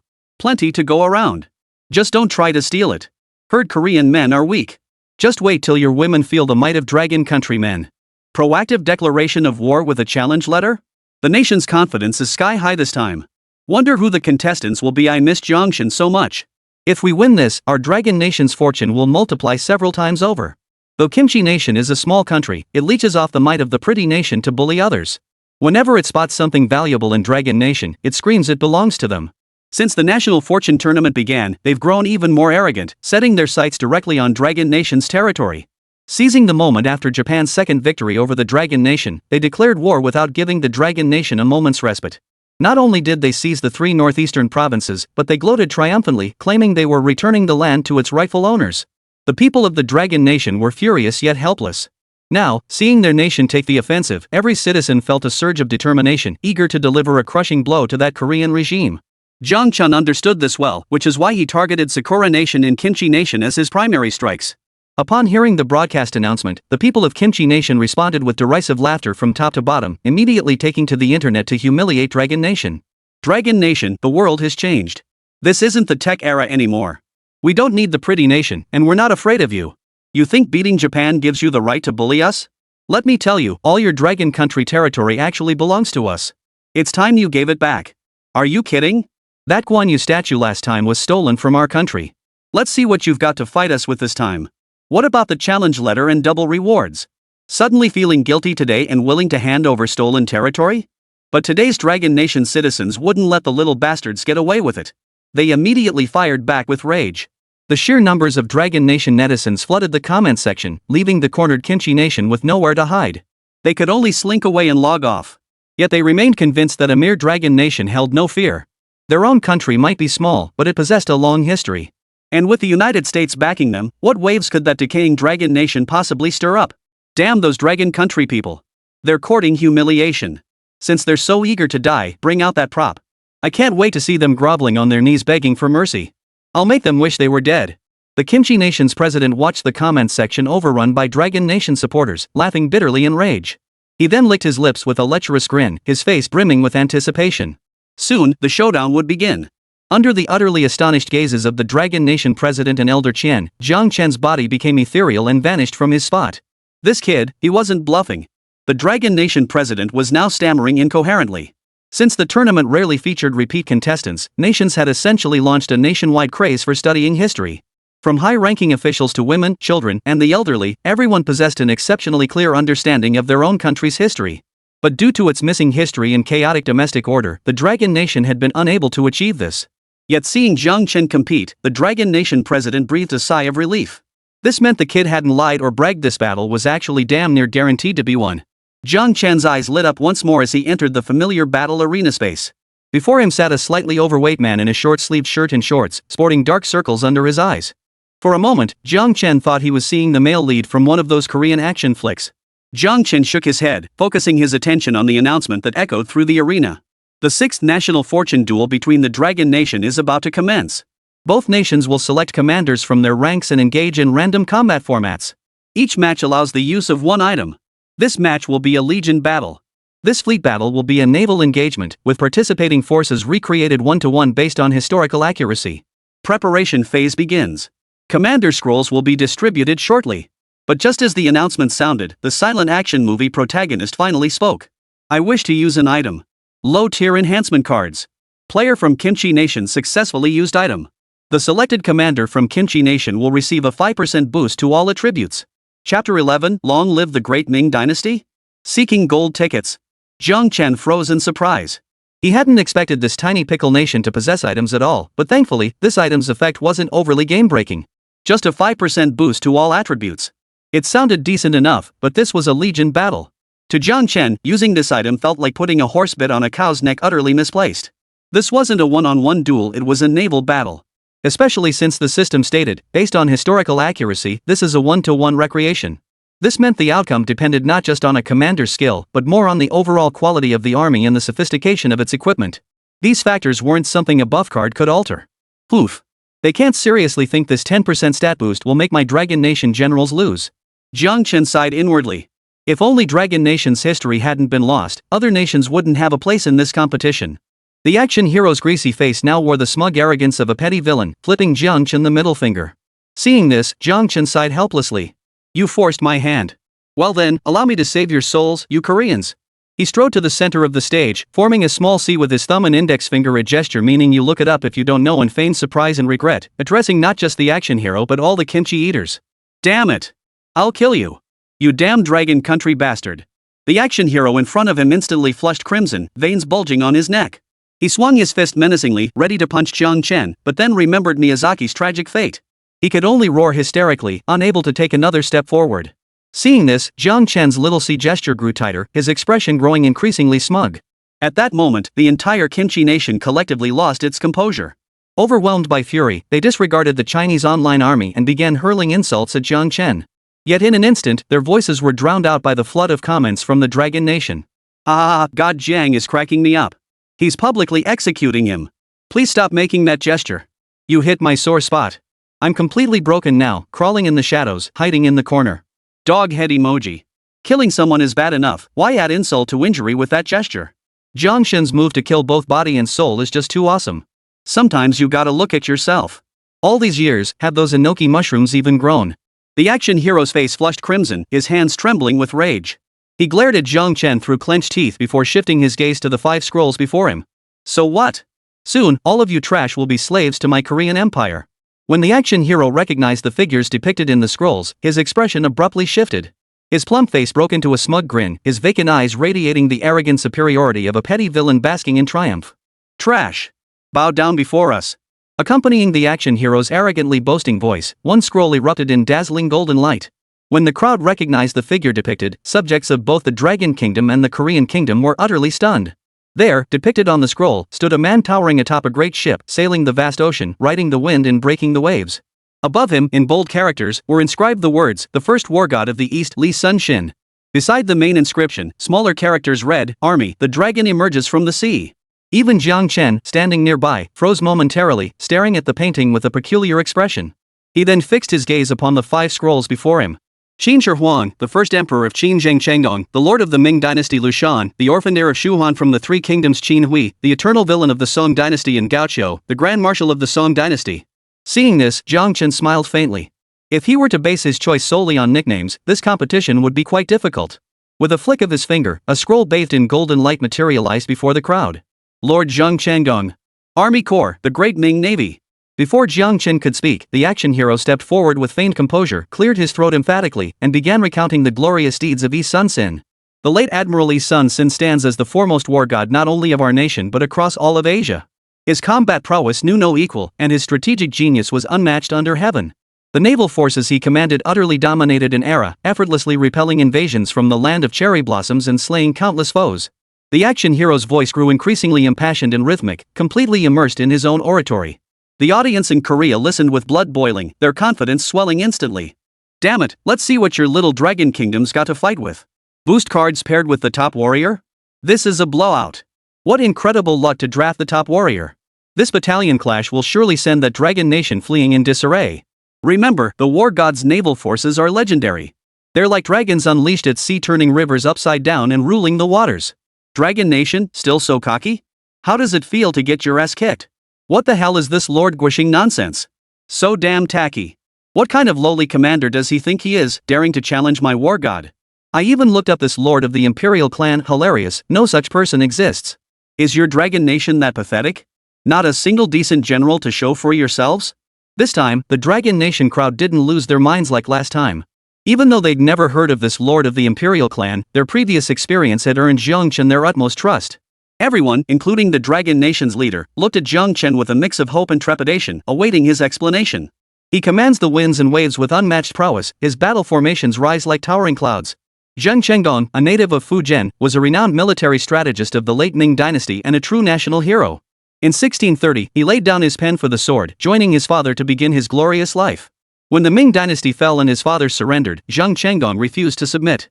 He chose to part ways with his father rather than live as a slave of a fallen nation. Subsequently, Zheng Chenggong seized control. The army he built was exceptionally formidable, striking fear into the coastal regions. He shattered foreign trade monopolies over our island, expelled the Dutch, the world's dominant power at the time, and implemented measures to develop our island's economy. In short, his greatness defies description. His armies were invincible, and he fought tirelessly for his nation his entire life. Jiang Chen paused, glancing at the still smug action hero beside him, and sighed helplessly. Also, as far as I know, this so-called Eastern War God title is something you guys just gave yourselves. Li Sun Sin was once utterly routed by the land of cherry blossoms, running for his life in utter disarray. It was only after seeking aid from our dragon nation's Ming dynasty that he gained the strength to stand toe-to-toe with the land of cherry blossoms. If not for the Ming dynasty in that battle, there wouldn't even be a kimchi nation today. So, you kimchi country folks just can't cut it. Jiang Chen finished speaking, then spread his hands helplessly toward the action hero, radiating the exasperated resignation of an old father whose heart aches for his child's shortcomings. The action hero's face flushed crimson as he retorted furiously. With your dragon nation's fragmented history, what nonsense are you spouting? Jiang Chen's words struck a nerve with the sensitive kimchi nation crowd, setting off a firestorm that instantly sent the entire group into a rage. You clown from dragon country. Your mouth spews nothing but filth. Your own country is a mess, yet you come here to slander us. All you can do is bark like a mad dog? Nothing but slander. Can't get it, so you destroy it? What a bunch of despicable people.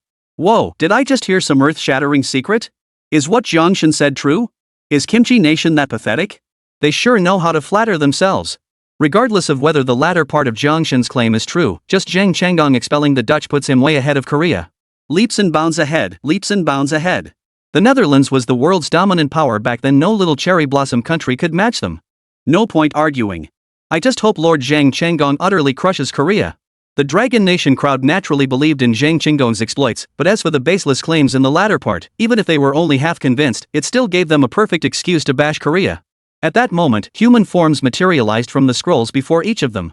Zhang Chenggong stood resplendent in gleaming silver armor, his left hand gripping a piercing bow while his right held a crimson banner emblazoned with the character Ming. The battle banner roared in the wind, the silver bow poised for action. His stature was imposing, radiating righteous indignation. What a truly heroic presence! Before the action hero, a stocky, compact warrior materialized. Yet in the very next instant, under the stunned and horrified gazes of all present, he bowed deeply toward Zhang Chenggong. Li Sun Sin, subject of a small nation, pays homage to the commander of the Great Ming. Long live the Great Ming! Long live the Great Ming! Long live the Great Ming! Chapter 12, I sacrificed my life for the nation's fate, yet could not turn the heavens. An eerie atmosphere permeated the air. No one had anticipated this scene. Even Jiang Chen hadn't anticipated this turn of events. He stared at Li Sun Sin in stunned silence, but the next moment, a wave of relief washed over him. He had planned to wait until victory in this battle to humiliate the Kimchi nation, but unexpectedly, their charming ancestor had defied the heavens and humiliated the Kimchi nation ahead of schedule. My country's younger generation is ignorant and has offended the Dragon Nation. I apologize on their behalf and hope you will not hold it against them. Li Sun Xin adopted a groveling posture, his words dripping with flattery. Zhang Chenggong waved his hand, cutting him off. Times have changed, and besides, we've never met. So let bygones be bygones. But I, Zhang, detest invaders who trespass upon our nation's territory above all else. Your juniors were ignorant, let me teach them a lesson. Say no more. Everything shall proceed according to the rules. The forceful words turned Li Sun Xin's face ashen, extinguishing any hope of reconciliation. Yet the great Ming dynasty was the colossus of his era, a sacred realm untouchable in his heart. It was a forbidden land beyond reach. Even though he knew full well the Ming dynasty no longer existed, the lingering shadow in his heart left him utterly devoid of fighting spirit. Seeing this, the Korean side was filled with people beating their chests and cursing incessantly. Who could have imagined that such a cunning descendant would have such a foolish ancestor? Though they knew historical records mentioned it, they'd assumed that as long as they denied it, the Dragon Nation would lack proof. Furious, the Kimchi Nation fired directly at Li Sun Sin. Was this damn ancestor mentally challenged or something? Your fame was built by us, the descendants. How could you be so ungrateful? If we can't defeat the Dragon Kingdom, you'll be our criminal. What a curse to have such a pathetic ancestor. Even the Dragon Nation folks, who were used to keyboard warriors, couldn't help but shake their heads at how crazy the Kimchi Nation was going. Holy, this is hilarious. Who'd have thought trying to act tough would backfire so hard? Got called out by your own ancestors. Clowns are common, but a whole nation of clowns? That's a first. Classic Kimchi country style. Let's see how you explain this one. With this ironclad proof, the outcome of this battle is now a foregone conclusion. This is inhuman. Why should something cursed by our ancestors even exist in this world? Talk about filial piety.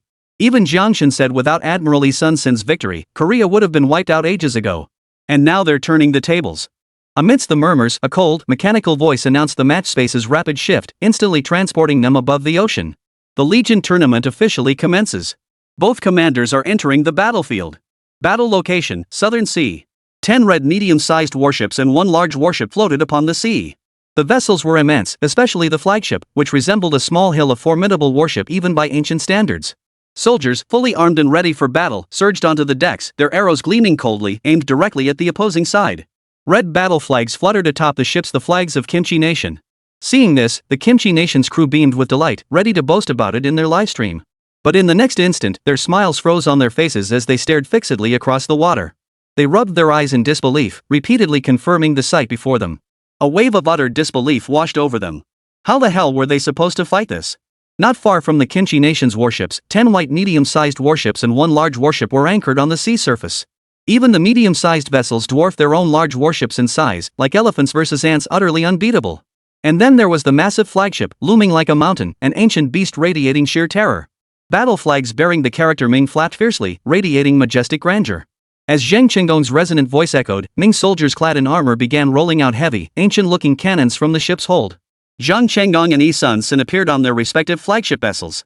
Zhang Chenggong's eyes blazed with battle intent, filled with boundless hatred and killing intent. As for Yi Sun-sin, his eyes were filled with anguish, his heart consumed by utter despair. It's over. Our nation is doomed. Now, everyone understood that neither in terms of combat conditions nor weaponry were the two sides evenly matched. Though Yi Sun-sin, may not be as valiant as the younger generation claims, I am no coward who fears death. Let us, the forebears, fight one last time to secure a glimmer of hope for our descendants. Li Sun-shin's gaze grew resolute as he stared at the Ming warships looming like colossal beasts on the horizon.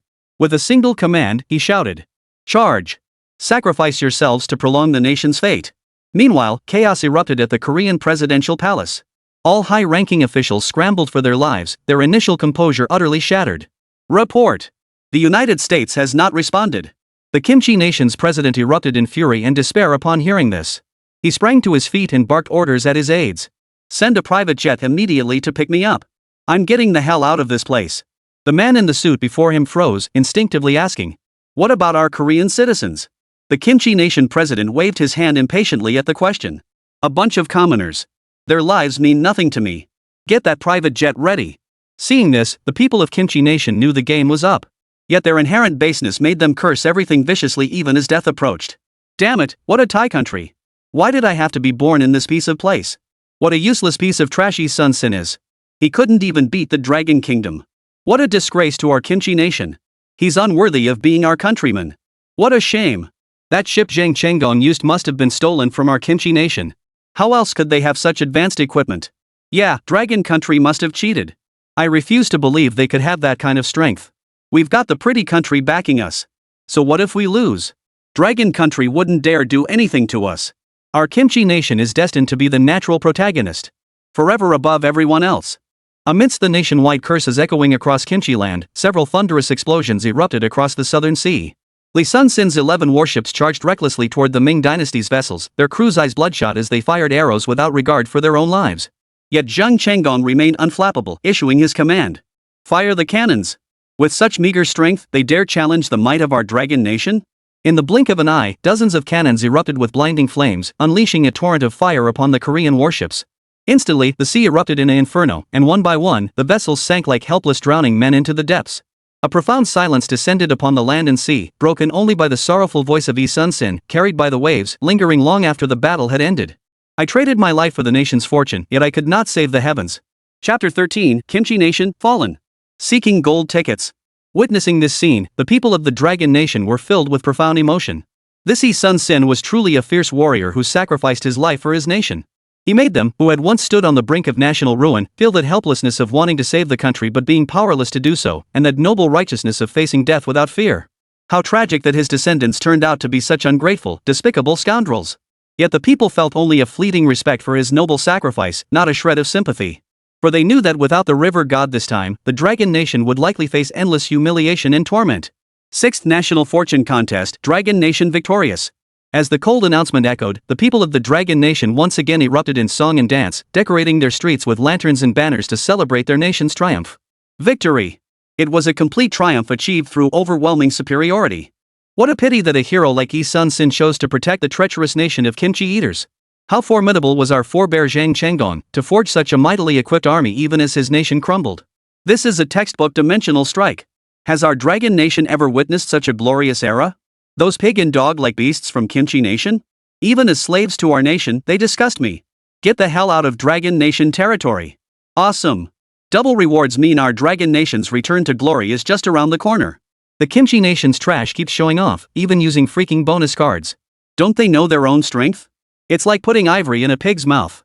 Online, Dragon Nation citizens expressed their glee and disgust toward Qinchi Nation without restraint, while Qinchi Nation's people could only helplessly endure the Dragon Nation's condemnation. After all, the match they thought was a sure win had been crushed by Jiang Chen's overwhelming forces, meaning Korea's downfall. They didn't even have time to flee, left only to sit in despair, waiting for fate's decree. Congratulations to the esteemed Jiang Chen for your resounding victory. We, your juniors, are profoundly grateful. Within the contest space, Jiang Chen reappeared before Jiang Chen. How could we allow foreign vermin to set foot on our nation's soil? This was simply our duty, nothing to boast about.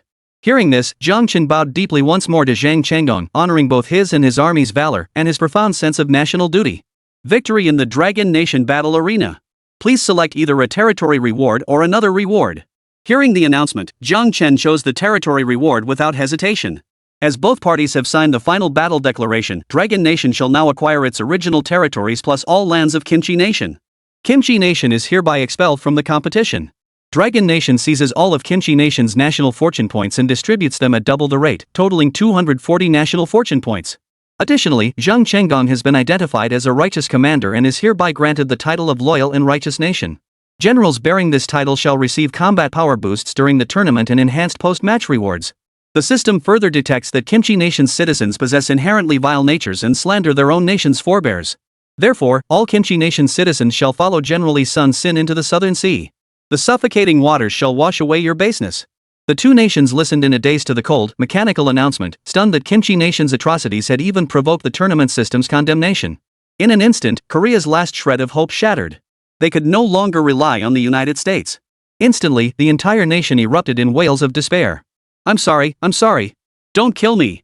Li Sun's sin was just some ancient dude, he died and that was that. We're different. Where is the pretty country? Come destroy the dragon country. That useless Li Sun Shin, he's dragged us all down. I'm still young. Give me another chance. But no matter how much they cursed and begged, it was all useless before the system. Meanwhile, aboard the private jet, the Qinchi Nation's president and his entourage of high-ranking officials fleeing other countries watched in horror as their aircraft veered out of control, hurtling straight toward the southern seas. What the hell is going on? Before they could comprehend the situation, a tremendous force violently ripped them from the aircraft, tearing them apart on the spot and ending their lives instantly. They were hurled into a mass of flesh composed entirely of Koreans. Commence execution. The cold, mechanical voice echoed once more, and the Dragon Nation's people witnessed the most horrifying spectacle of their lives. Countless Qinchi Nation citizens, like rotten fish and shrimp, were churned together by an inexplicable force. Like dumplings being tossed into boiling water, they were dumped headlong into the southern sea. A mysterious force enveloped the sea, trapping them. No matter how hard they struggled, they couldn't swim even half a meter. Detected, Qinchi Nation citizens remain unrepentant. This sea area has summoned countless carnivorous fish. Those who betray their teachers and destroy their ancestors deserve to be cut into 1,000 pieces.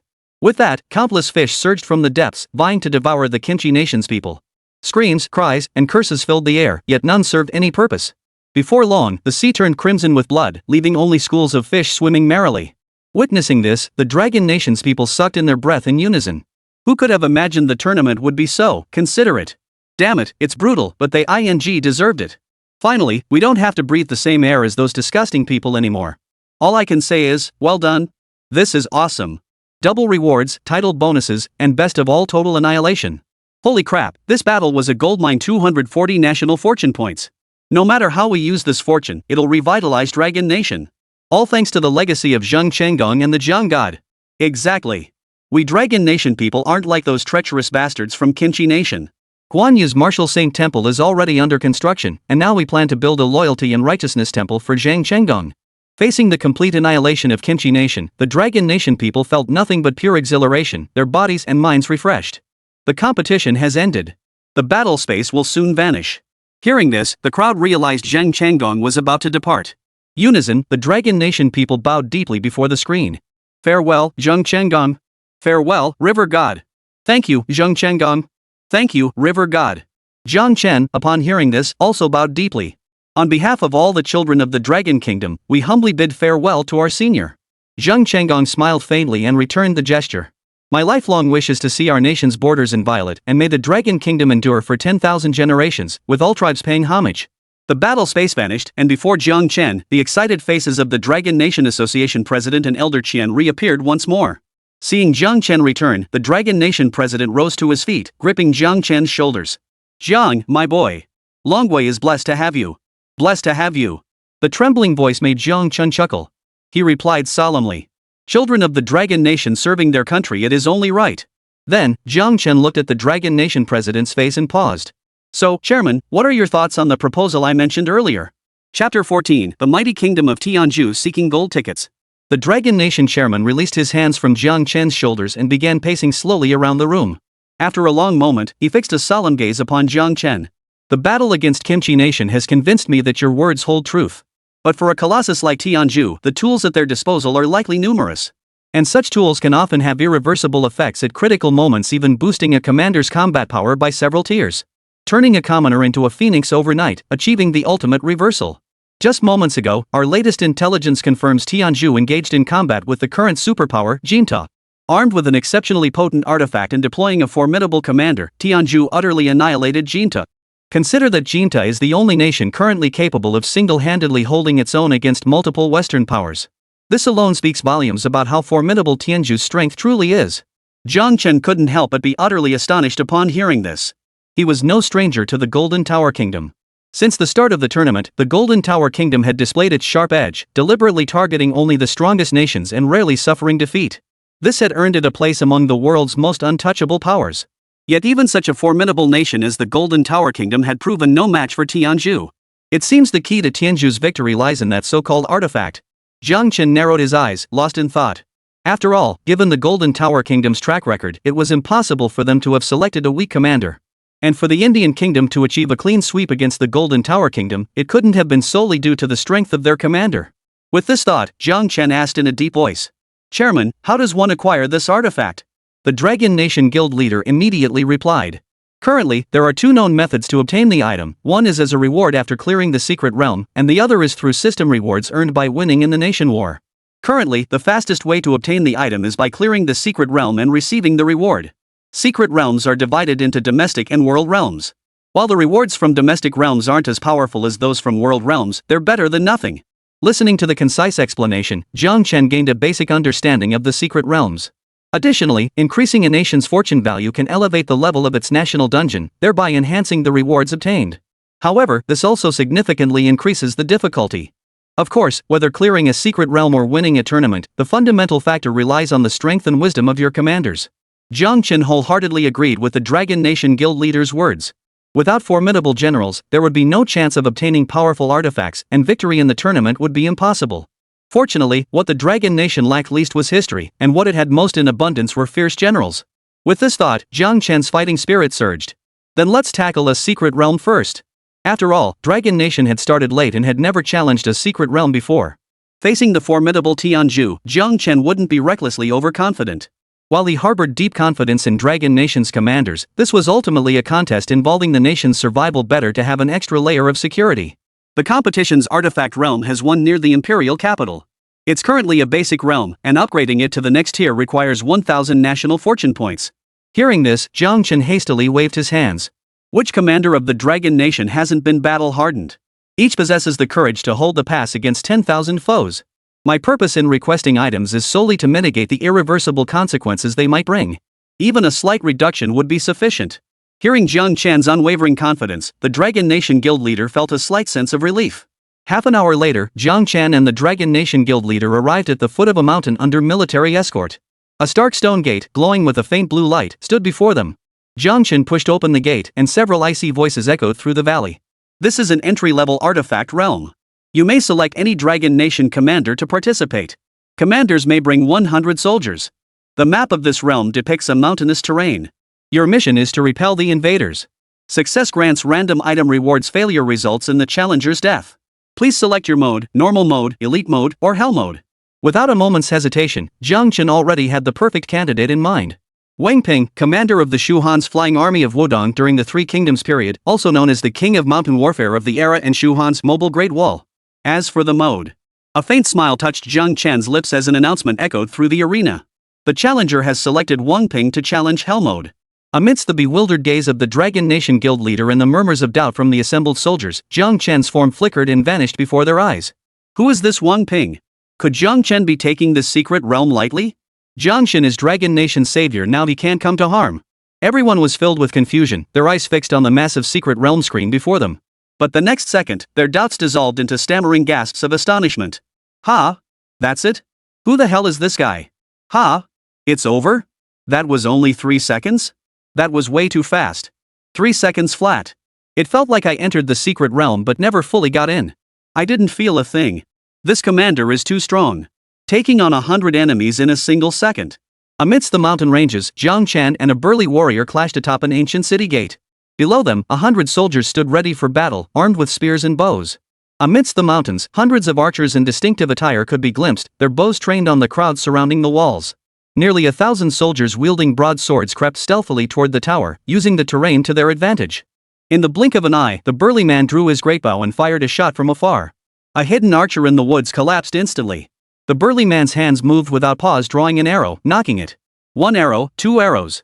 The arrows struck like deadly serpents, striking the hidden archers' heads with deadly precision. Seeing the burly man's actions, the 100 soldiers below drew their bows and fired in unison. Within a single second, hundreds of archers met their end. Wang Ping is here.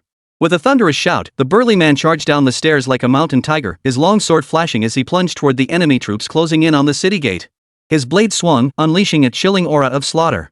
In a single second, one man and one blade cut down nearly 100 enemy soldiers. Wang Ping's momentum showed no sign of waning as he continued to fight like a god of war. With the addition of those 100 soldiers, the battle turned into a one-sided slaughter, a veritable feast of carnage belonging entirely to Wang Ping. Those outside the secret realm were utterly stunned. This is easier than playing house. The crowd swallowed hard, watching Wang Ping and Jiang Chen emerge before the secret realm, their eyes brimming with unmistakable awe and admiration.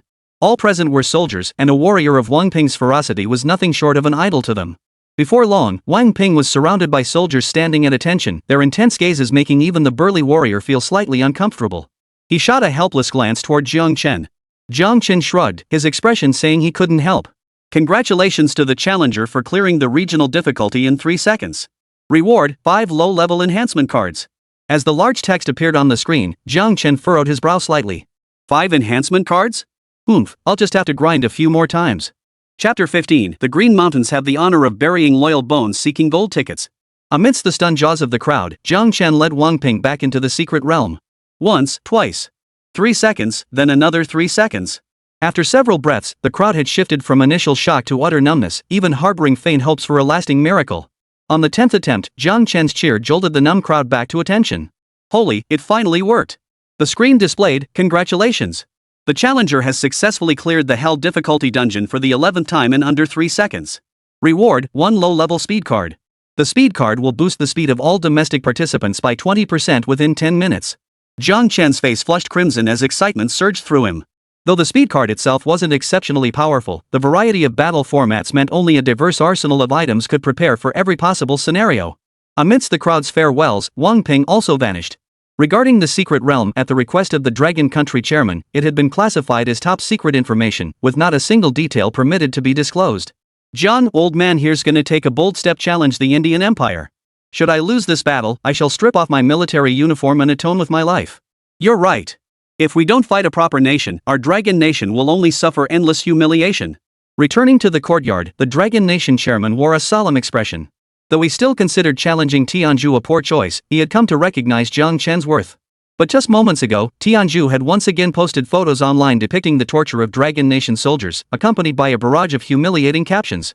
This provoked other nations to mock and humiliate them relentlessly, their words treating the Dragon Nation's soldiers as less than human. The Dragon Nation president had believed he would never avenge those children who sacrificed their lives for their country. But Jiang Chen had reignited a glimmer of hope within him. Dragon Nation cannot remain passive forever, doing so would only lead to more of its children being sacrificed in vain. Dragon Nation has endured too much humiliation. I am so sorry to the children of Dragon Nation. The Dragon Nation leader's eyes reddened, filled with self-reproach and shame. Jiang, you are Dragon Nation's only hope now. I beg you, old man here, to avenge those children as much as you possibly can. Even knowing this won't be an easy fight, even if we lose, this old man hopes it might bring some comfort to those children's spirits in heaven. I want to tell them that the people of Dragon Nation have never forgotten them. Dragon Nation has always been proud of them. Watching the Dragon Nation chairman weep like an old father, Jiang Chen felt a complex mix of emotions. A burning rage, a deep hatred, and a profound sorrow welled up within him. Calm down, sir. I will give my all. I will make the entire world know that the soldiers of the Dragon Nation cannot be disgraced, and the Dragon Nation itself cannot be disgraced. I will make those beasts who dishonored the soldiers of the Dragon Nation pay with their blood. His voice rang out with unwavering resolve, his spirit soaring like a rainbow. Moments later, the Dragon Nation president announced this decision to the nation's people, instantly resonating with the entire country. So what if we lose?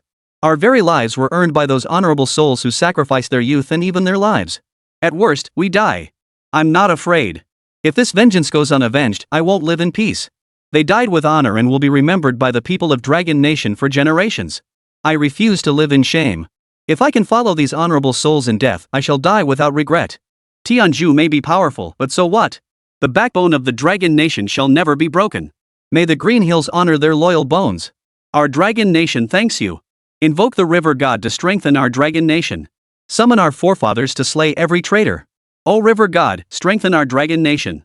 O sages of old, slay every traitor. Jiang Chen read the comments one by one, tears welling up in his eyes. His resolve to win this battle grew even stronger. The Dragon Nation declares a vengeance war against the Indian nation to avenge its martyrs. Does the Indian nation accept this challenge? Should the Dragon Nation prevail in this battle of vengeance, the system shall grant two related requests. Should they fail, the initiator and participants of this contest shall face death. Declining the challenge will deduct 10 points from national fortune. Please enter 20 days of undisturbed mode. As the cold announcement echoed across the Tianju kingdom, its citizens reacted as if hearing the most absurd thing imaginable, flooding the internet with scorn and skepticism. A revenge battle? The Dragon Nation's initiator and contestants are asking for death.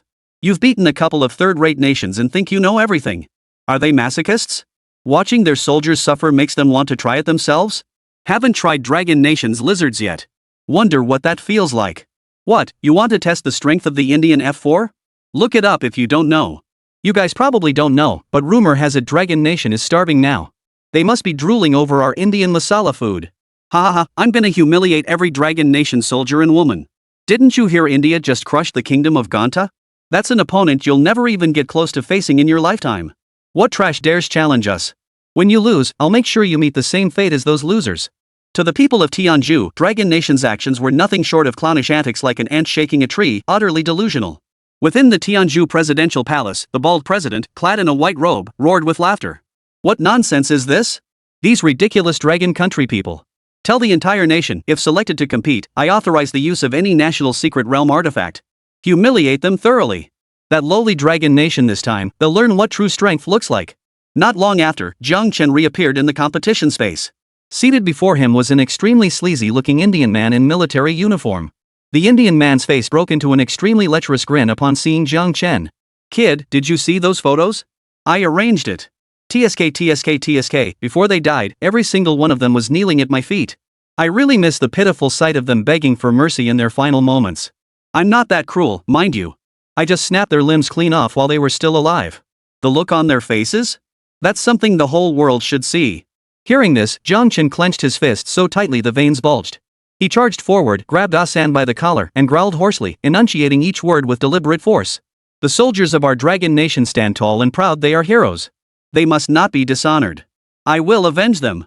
Your words must stem from their unyielding spirit in the face of death, which has enraged your filthy, inferior heart. Asan erupted in fury, yet found no words to counter. For it was true those Dragon Nation soldiers had endured his inhuman torture without uttering a single word of surrender. So what? Hit me then? Your expression now mirrors theirs back then. Jiang Chen drew a deep breath, struggling to quell the rage boiling within him. He knew there was nothing he could do to this villain who deserved to be torn limb from limb at this moment. Only after winning the competition would it be the perfect time to give him a taste of his own medicine. At that very moment, a cold voice echoed through the livestream. The National Fortune Tournament officially begins. Each nation must participate in at least one tournament within a month. Nations receive one challenge opportunity per month. The victor gains an additional challenge opportunity, while the loser loses one. Items may be used during matches, limited to one per match. This match will be a 2v2 tournament format. This match will restrict each commander to using only one weapon. Preparation phase begins. Commander scrolls will be distributed shortly. Chapter 16, Bonds of Protection seeking gold tickets. I will use the intermediate selection card, setting the selection era to the primordial age of Tianju, the age of the gods. Intermediate selection card sets a fixed selection era, making it easier for participants to choose their preferred commander. Asan crossed his legs, his sharp voice slowly echoing as his smug grin widened. Hearing this, the Chinese viewers watching the livestream including Jiang Chen instantly furrowed their brows, their expressions turning grave. The age of the gods? It actually exists? Damn! This is tough. That Indian guy's got some serious skills. This doesn't feel right. If he's really summoning gods, what nation's mighty generals could possibly stand against that? Exactly. Gods and humans are beings from two entirely different dimensions. Meanwhile, the Indian side was filled with overwhelming excitement. Dragon Nation warriors, you shall witness the descent of the gods. It is your honor to be granted death by our divine beings. Surrender peacefully. How can mortal strength possibly match divine power? Jiang Chen remained silent, his mind racing through every possible scenario. The only certainty he held was that the so-called Age of the Gods could not possibly be as literal as it sounded. Such an interpretation would violate the rules of the tournament. Sure enough, Asan shook his head smugly, shot Jiang Chen a triumphant glance, and continued speaking to himself. Before the tournament began, we all thought it was a mythical era. But now we realize that the Age of the Gods truly existed, though not as fantastical as legend portrays it. It was the era when every warrior in our land of India possessed the greatest combat prowess. Each man could single-handedly take on 100 foes, let alone the extraordinary valor of the elite among them. As he finished speaking, 5 faintly glowing scrolls appeared before him. A mere glance was enough to send Asan gesturing wildly, his face glowing with excitement and the confident certainty of victory. Young man, today you shall witness a different kind of contest. As his fingers touched them, 2 scrolls erupted with pitch-black light. To everyone's astonished gaze, the 2 scrolls slowly merged, forming a single, colossal image. Upon the scroll, the crowd witnessed a scene reminiscent of hell-chilling, oppressive, and nauseating, filling every heart with dread. Beneath a gloomy sky, before a ruined city gate, countless corpses lay strewn haphazardly across the land. Rivers of blood stained the earth crimson, dimming the fading glow of the setting sun. Above the corpses, 2 figures stood back to back atop the pile of bodies, resembling demonic deities. The overwhelming stench of death sent a shiver down every spine. Indra, god of war. Namu, son of the demon. As the 2 scrolls merged, the cold, mechanical voice sounded once more. The contestant from the kingdom of Tianju has selected twin generals, triggering the bloodline bond. Both gain a 10% attack power bonus. Jiang Chen and the Dragon Nation delegation witnessed this phenomenon for the first time. Could their relationship truly grant them a power boost? Meanwhile, far away in the courtyard, the Dragon Nation's chairman and elder Qian watched with mounting anxiety. The Dragon Nation president felt utterly flustered. He never imagined the already formidable Tianju kingdom could gain such a power boost. It was like adding icing on the cake, making things even more unfavorable for Dragon Nation. This is bad. The Indian contestant understands the competition far better than we do. Jiang, you must choose your moves carefully. Meanwhile, in Tianju Kingdom, frenzy, excitement, conviction. A whirlwind of intense emotions surged through the hearts of the Tianju Kingdom's people. It wasn't merely the immense boost from bloodline bonds, it was because everyone understood what these 2 names truly represented. These were the deities of Tianju Kingdom, who made heavy burdens seem light, mythical beings of unmatched combat prowess. Instantly, countless Tianju citizens flooded the internet, voicing their overwhelming excitement. O merciful deity, please unleash divine punishment to destroy the Dragon Nation. Honored deity, with a mere flick of your finger, you could crush those ants of the Dragon Nation. Tremble, you scum of the Dragon Nation. This is our god of war. The bond of blood, the descent of the divine. We Tianju are heaven's chosen ones. Indra, god of war, can annihilate an entire nation's army with a mere wave of his hand. His strength shatters mountains and rocks, his valor can single-handedly withstand 10,000 foes. The demon-born Nama, hailed as an invincible warrior, paired with Indra, it's like adding wings to a tiger, slaughtering all in its path. The might of the gods defies description. Setting aside Indra's countless slain foes, the mere title destroyer of fortresses is enough to make your Dragon Kingdom generals themselves in terror. Asan's words were venomous. Even as he introduced the life story of his commander to the world, he couldn't resist insulting the Dragon Nation. Jiang Chen scoffed at this. As one of the 4 great ancient nations, the Dragon Kingdom certainly lacked no deities. Moreover, it seemed that so-called gods were likely just mighty generals elevated to divine status. Still, they deserved respect. Any figure worthy of deification possessed power that could not be underestimated. Then let my Dragon Nation's generals, in mortal form, stand shoulder to shoulder with the gods, and we shall slay them. Jiang Chen's resolute voice startled Asan, who then burst into laughter. Kid, you've been watching too many anime, haven't you? In an era where deification occurs, you don't seriously think those shrimp soldiers and crab generals from Kimchi Land and Cherry Blossom Land can compare, do you? Jiang Chen paid no heed, his gaze fixed on the scroll before him. Li Jing, the tower supporting heavenly king of the Tang dynasty Yufei, the loyal and valiant marquis of the Song dynasty Han Shizhong, the loyal martial marquis of the Song dynasty Huo Qubing, the conqueror of Wulang Juxu of the Han dynasty Genghis Khan, the heavenly Khan of the Yuan dynasty. These scrolls are seriously that impressive? Jiang Chen was taken aback. Normally, selecting any one of these 5 scrolls would guarantee victory. After all, these were truly the most valiant warriors in history. But today's dual combat placed greater emphasis on teamwork between partners. As if struck by an idea, a sharp gleam flashed in Jiang Chen's eyes. The 2 scrolls erupted in golden light, revealing themselves before the crowd. The next moment, the people of both nations, including the Indian representative and the Dragon Nation's guild leader, all gaped in astonishment at the scene before them. The two scrolls merged together, coalescing into an even more dazzling golden light. As the crowd discerned the patterns within the scrolls, they were overwhelmed by a sense of majestic grandeur and boundless power, utterly captivated by the spectacle. This was far beyond anything the scroll depicting the dead bodies in the Indian nation could compare to. Upon the scroll, a golden-winged giant phoenix soared through the heavens, while a black tiger prowled through the mountains and forests below. Upon the giant eagle's back sat a figure, standing proudly with flowing robes, resembling a celestial being. Upon the black tiger's back sat another figure of extraordinary martial prowess, clad in armor like a celestial warrior. What a magnificent scene! The great phoenix spreading its wings, the black tiger roaming the mountains. Yet both wore sorrowful expressions, their gazes fixed upon a ruined city gate bearing the character song. The sunset bled crimson, and the autumn wind howled, adding a touch of melancholy to this grand scene. Beside the scene, two lines of calligraphy in sweeping strokes declared: "The loyal and valiant Marquis, Yu Fei. The loyal Marshal Marquis Han Shizhong." Just as everyone was immersed in the scene, an announcement echoed through the air. The Dragon Nation contestant has selected two loyal and valiant generals from the same dynasty, triggering the Guardian Bond. This boosts attack power by 30% and increases all attributes by 50% when on the brink of death. Chapter 17, The Past Seeking Gold Tickets. Holy, that's insane. Jiang Chen is so knowledgeable he actually unlocked this bond. Why does our scroll feel like it belongs to the gods? That Indian scroll is way too vulgar. What kind of honorable generals could possibly come from a filthy country like India? Truly befitting our Dragon Nation's generals, their aura is as vast and majestic as the blue sky. But why do they look so sorrowful? In stark contrast to the Dragon Nation's excitement, the Indian scroll was met with a chorus of skepticism. Fake. Definitely fake. How could such a weak country unlock this kind of bond? The tournament system must be glitching. What difference does a bond bonus make? Facing generals from the Age of Gods, the Dragon Nation's commander will meet the same fate, only with a more picturesque death. Those Dragon Country people are such masters of deception. They even got me hooked on that painting. Damn it all. Not only were spectators from both nations stunned, but even someone as composed as Jiang Chen couldn't help but curse upon hearing this. What the hell? It actually unlocks bond attributes? And they're this damn strong? He'd only tried it on a whim, never expecting to unlock such god-tier bond bonuses equivalent to several low-tier enhancement cards. This incident gave Jiang Chen a glimpse into the true nature of bond bonuses. Looks like the hidden rules of the tournament are far from exhausted. I'll need to keep digging deeper.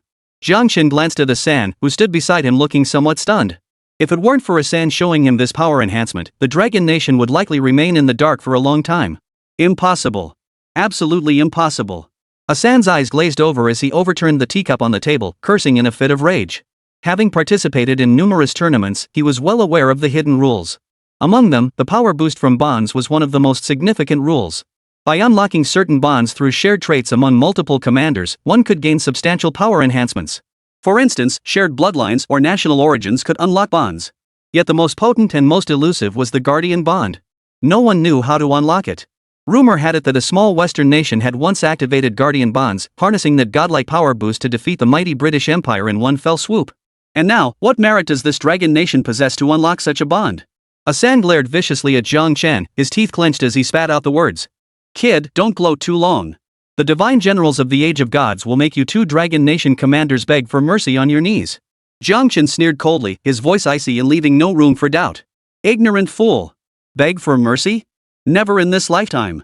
Do you know that Yu Fei and Han Shizhong were both renowned generals of the Southern Song dynasty who resisted the Jin, holding up the heavens for the weak Southern Song? They possessed unyielding pride, righteous hearts, and unmatched valor, truly generals sent by heaven. In his first battle against the Western Xia, Han Shizhong single-handedly charged into enemy lines on horseback, slaying their commander and beheading the imperial envoy all before his 20th birthday. A youth who commanded the armies with awe-inspiring authority. Later, amid court turmoil, he executed the rebel envoy in anger, burned the imperial edict in fury, and led his troops to quell the unrest. Emperor Gaozong personally bestowed upon him the honorific Loyal and Valiant. His fame spread far and wide after the Battle of Huangtandang, where he besieged 100,000 Jin troops with just 8,000 men for 48 days. As for Yu Fei, he was truly a man of loyalty and valor. His mother carved the words "devoted loyalty to the nation" on his back, and he truly dedicated his entire life to the Song dynasty. In just over 30 years, he participated in hundreds of battles defending the Southern Song. At 19, he enlisted to serve his country. Emperor Gaozong of Song praised him as possessing wisdom, courage, and talent surpassing even the finest generals of antiquity. With just a few thousand soldiers defending the city walls, the Jin army of tens of thousands found themselves utterly helpless. General Yu devoted his life to reclaiming southern Song territories, personally leading campaigns against the Jins. At the Battle of Juxian Town, his 500 Yu family army troops routed the Jin's elite cavalry 10,000 crutch-mounted horsemen and iron pagodas in a decisive victory. Simply put, the iron pagodas were the tanks of their era. Paired with the Scythe cavalry's devastating charge, the Jin forces became an invincible force on the battlefield. Yet even such formidable foes could not withstand the might of the elite Yu family army.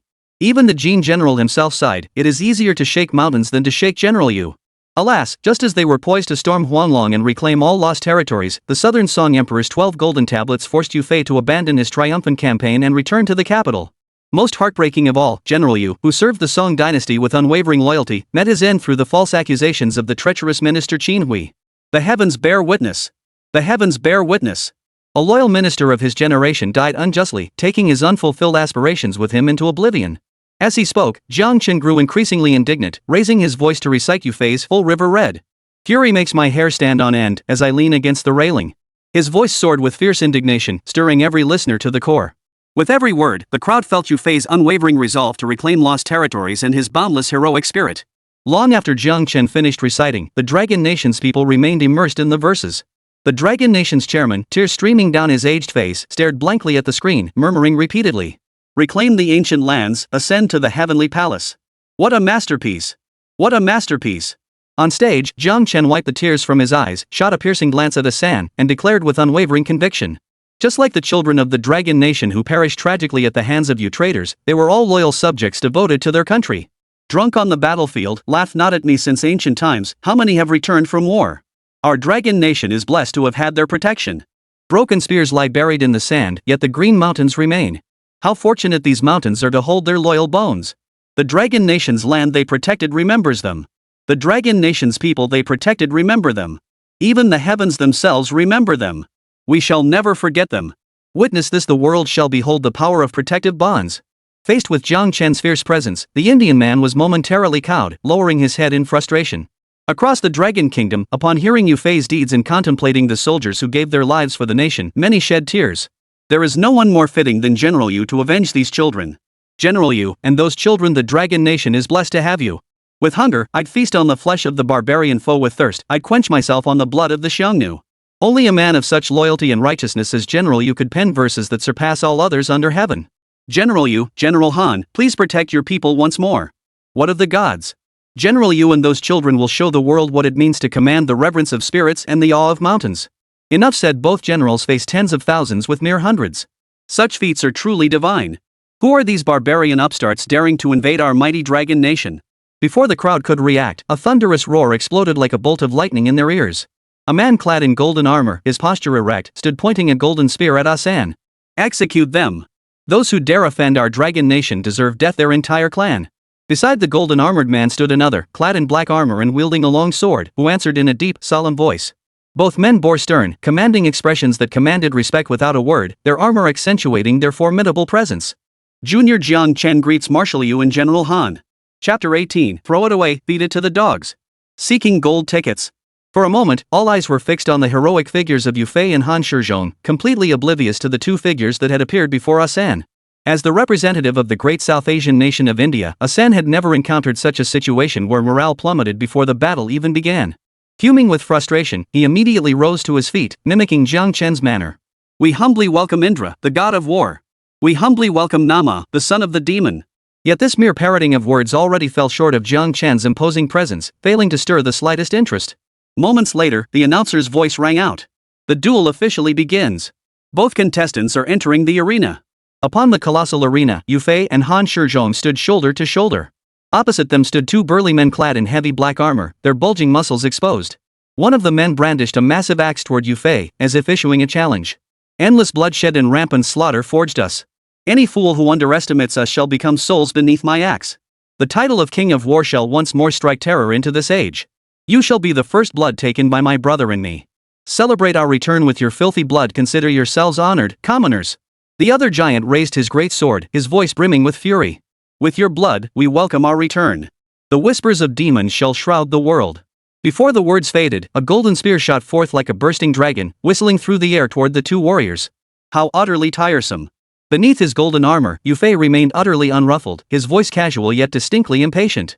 If you want to fight, fight. Enough of this nonsense. Han Shizhong, standing nearby, sneered with disdain, charging at the two men with his long sword drawn. Indra and his companion scrambled to dodge, but the golden spear's momentum remained unabated, plunging forcefully into the stage itself.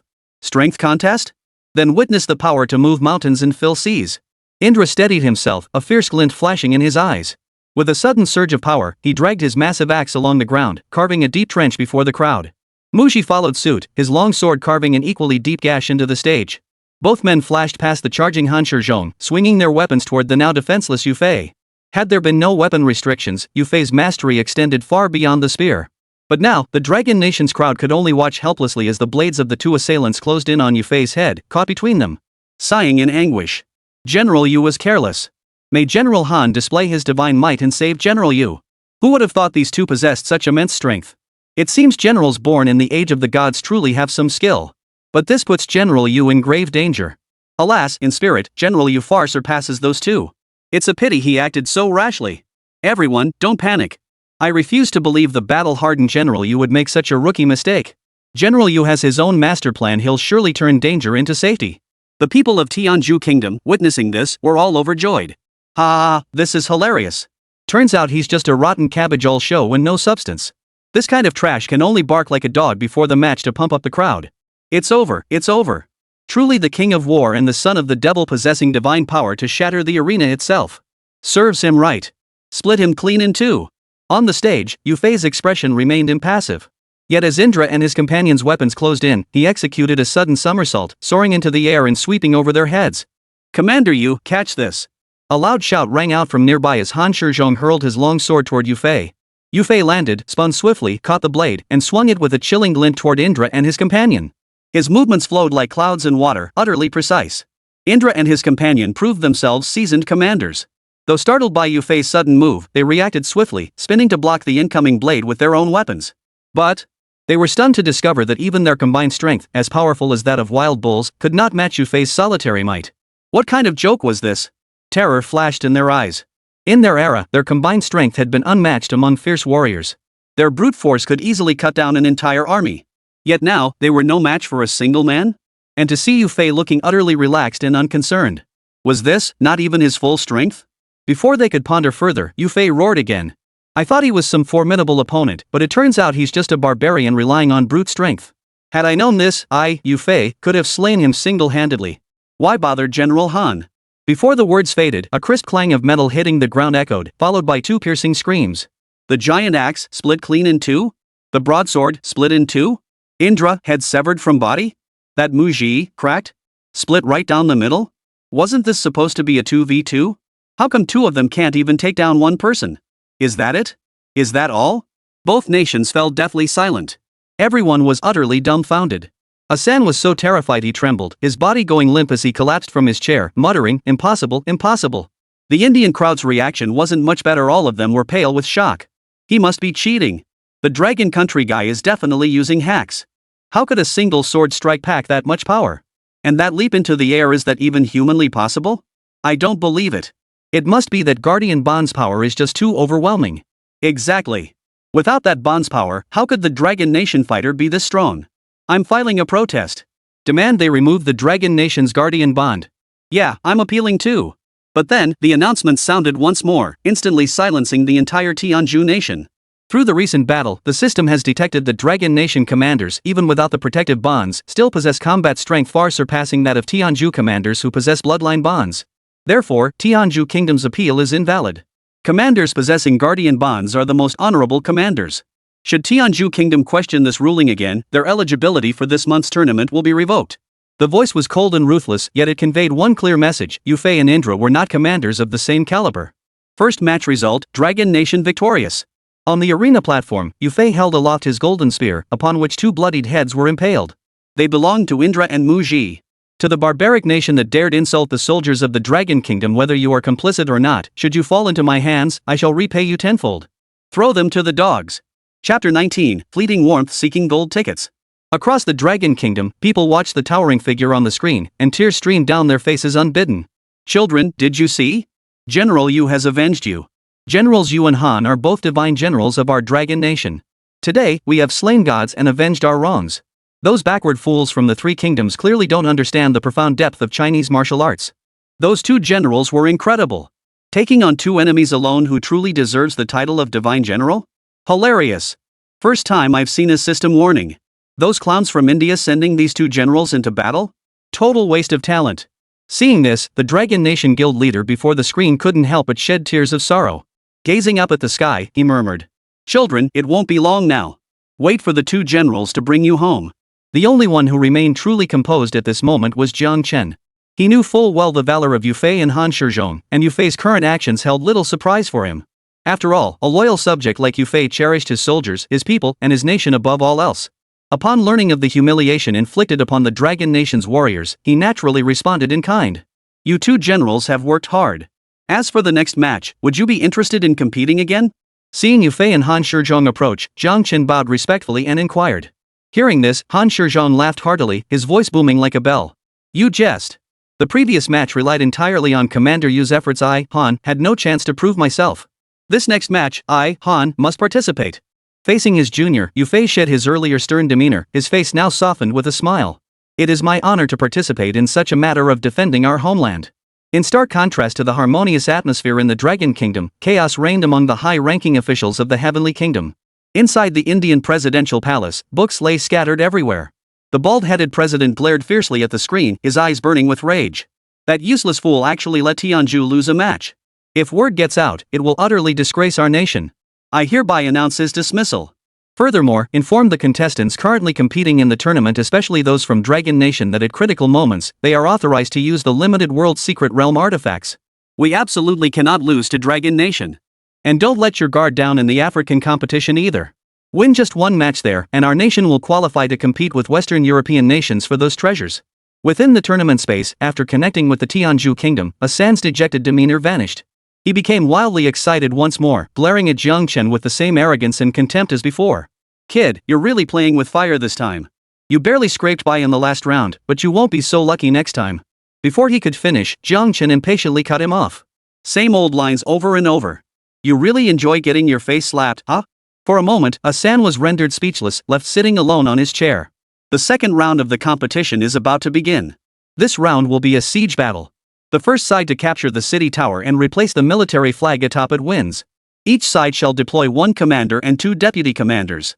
The commander will distribute scrolls for the deputy commanders and command an army of 10,000 troops. Only cold weapons are permitted. The map will be an alternate dimension. Distributing commander scrolls. The announcement weighed heavily on everyone's hearts. Based on the announcement's description, this match would not resemble previous arena battles.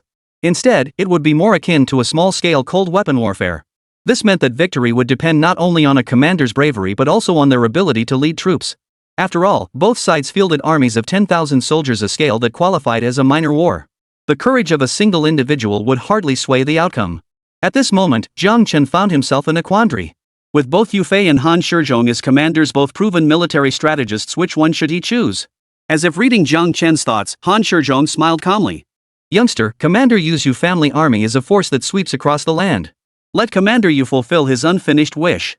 Hearing this, Jiang Chen felt renewed respect for this brave and magnanimous commander before him. He bowed and said, "Thank you for your understanding, General Han. This junior bids you farewell." Yu Fei also clasped his hands together in salute. "Thank you for your kindness, Brother Han.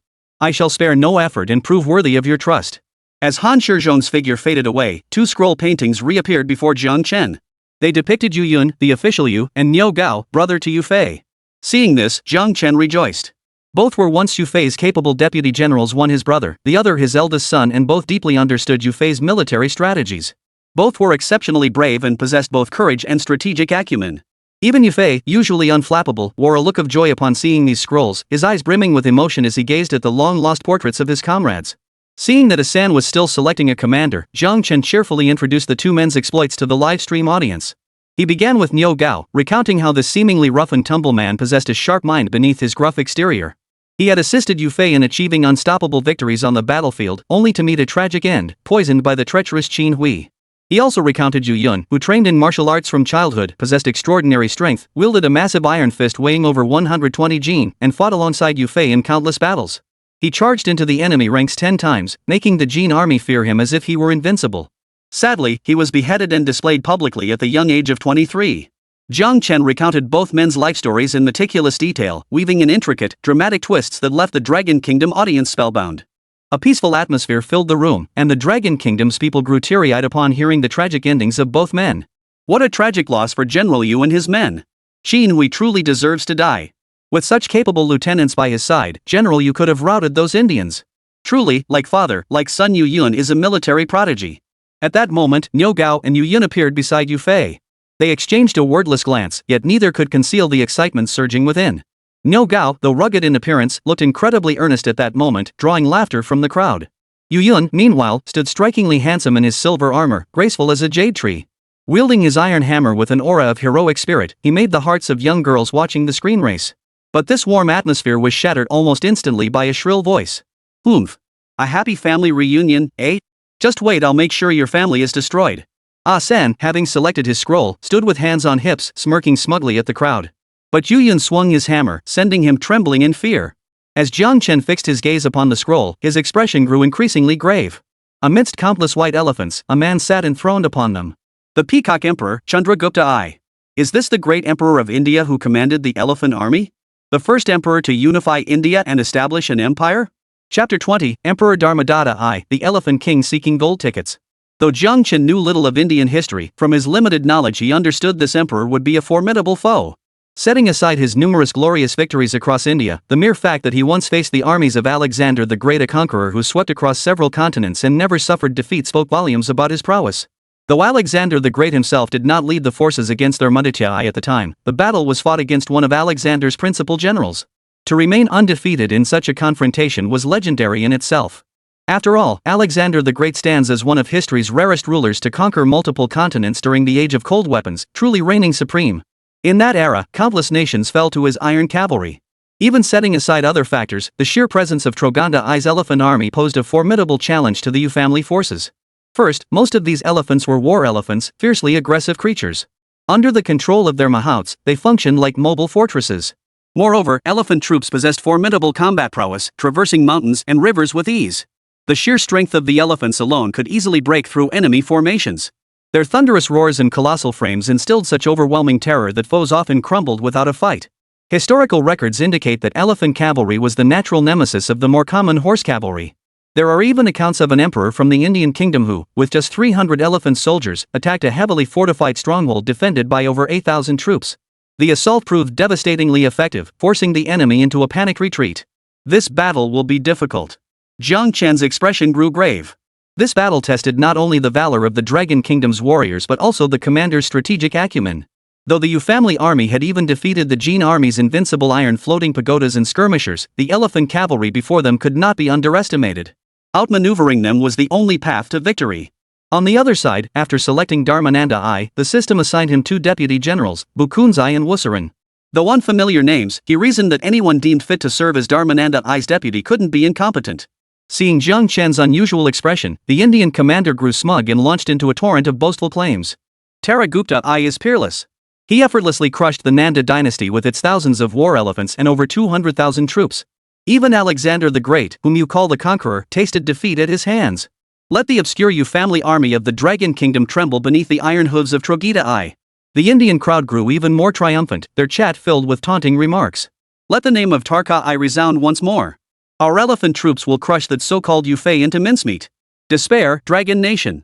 The emperor whom even Alexander the Great could not defeat will surely conquer you all. Don't wet your pants facing our mighty elephant army. Jiang Chen snorted in derision at these words.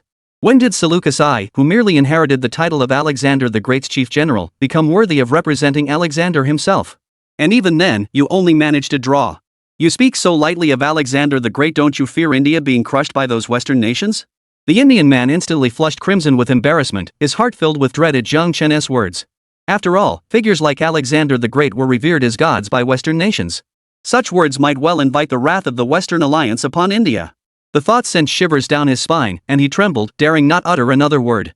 At that moment, Jiang Chen paid no heed to what Ah San was thinking. He turned his gaze to Yu Fei before him and repeated his instructions earnestly. Commander Yu, this adversary will be exceptionally formidable. Exercise utmost caution. Yu Fei's expression remained serene as he spoke calmly. We'll meet force with force and block water with earth. My Yu family army will capture the enemy city and take their heads. These bold words eased Jiang Chen's mind somewhat. After all, the Yu family army was a battle-hardened, invincible elite force. Soon, the contest commenced. Yu Fei and his men vanished, reappearing in an unfamiliar space.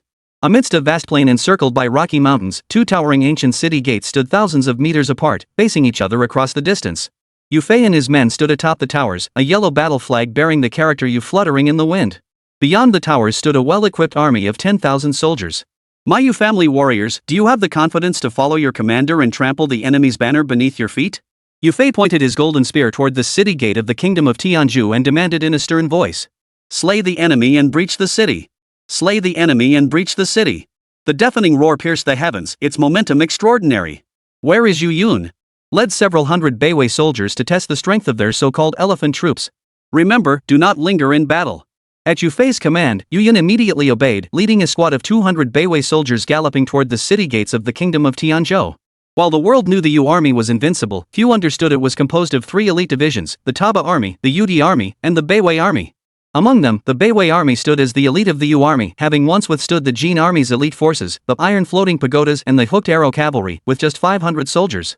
In terms of equipment, experience, and combat prowess, they were truly first-rate. Not only were they equipped with sharp spears and bows, along with swift and resilient warhorses, but their armor was also exceptionally suited for combat. Inspired by the Jin's iron floating pagodas, the armor worn by the Yu family army was reinforced in vulnerable areas, significantly enhancing their combat effectiveness. Despite covering the entire body, the armor remained remarkably lightweight, causing no hindrance to combat speed. In the blink of an eye, Yu Yun and his men arrived before the city gates of the kingdom of Tianzhu. From the ramparts, King Toroji I observed merely a few hundred Yu troops advancing. With a dismissive sneer, he immediately commanded, "Send out 100 vanguard soldiers to annihilate the enemy." Yet one of the greatest weaknesses of elephant troops was their sluggish movement. Before they could react, hundreds of arrows rained down from the sky, killing dozens of cavalrymen without warning. The remaining cavalrymen were instantly seized by fear. They hastily raised their shields before them, too terrified to engage in battle. Even though they had fought countless battles alongside Toroji I, they had never encountered an army with such a fierce offensive. In an instant, their momentum had fallen into disarray. Close ranks. Form ranks. The battle-hardened Dharmadada I instantly recognized the formidable strength of the incoming force and swiftly issued his command. Hearing this, the remaining elephant troops outside the city gates swiftly herded their beasts together, raising their shields high to form a protective wall.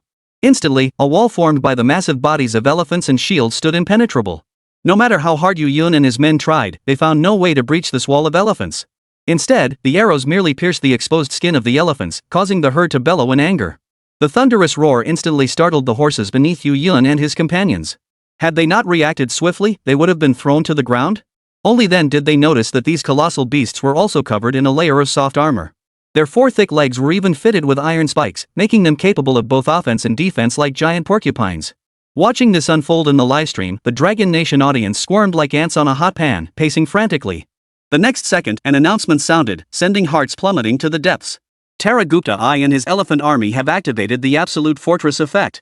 Defense gains a 50% bonus, and attack gains a 20% bonus. Chapter 21, The Terrified People of India Seeking Gold Tickets. Holy! This is insane. How the hell are we supposed to fight this? Even if they can't beat us head-on, they can just hide like turtles and wear us down. And this absolute fortress? Can it actually trigger effects? And be this powerful? Last round we had the Guardian Bond, but now we've lost all our power bonuses. If I were in command, I wouldn't say we have no way to deal with these Indians, I'd say we have absolutely no way. How will General Yu break this stalemate? General Yu can break through the iron floating fortress and the lancers, but these elephant troops are far more formidable than heavy cavalry. This is going to be tough. Jiang Chen's brow was deeply furrowed. So far, he'd only identified one weakness of the elephant troops: their movement was considerably slower than that of warhorses. But once horses were startled, they became nearly impossible to control. Jiang Chen took a deep breath. As an outsider, he certainly couldn't devise a solution. For now, he could only hope General Yu would find a way to break the stalemate.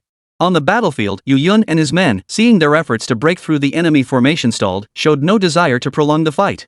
They turned their horses and prepared to withdraw. Tarajita I watched this unfold, a smug smile spreading across his face. Warriors of India, charge! Their horses are no match for our sacred elephants. Let us trample them into the dust. Hearing their king's command, the elephant troops outside the city gates immediately lowered their shields. Wielding spears and bows, they launched a fierce assault upon Yu Yun and his men. Now!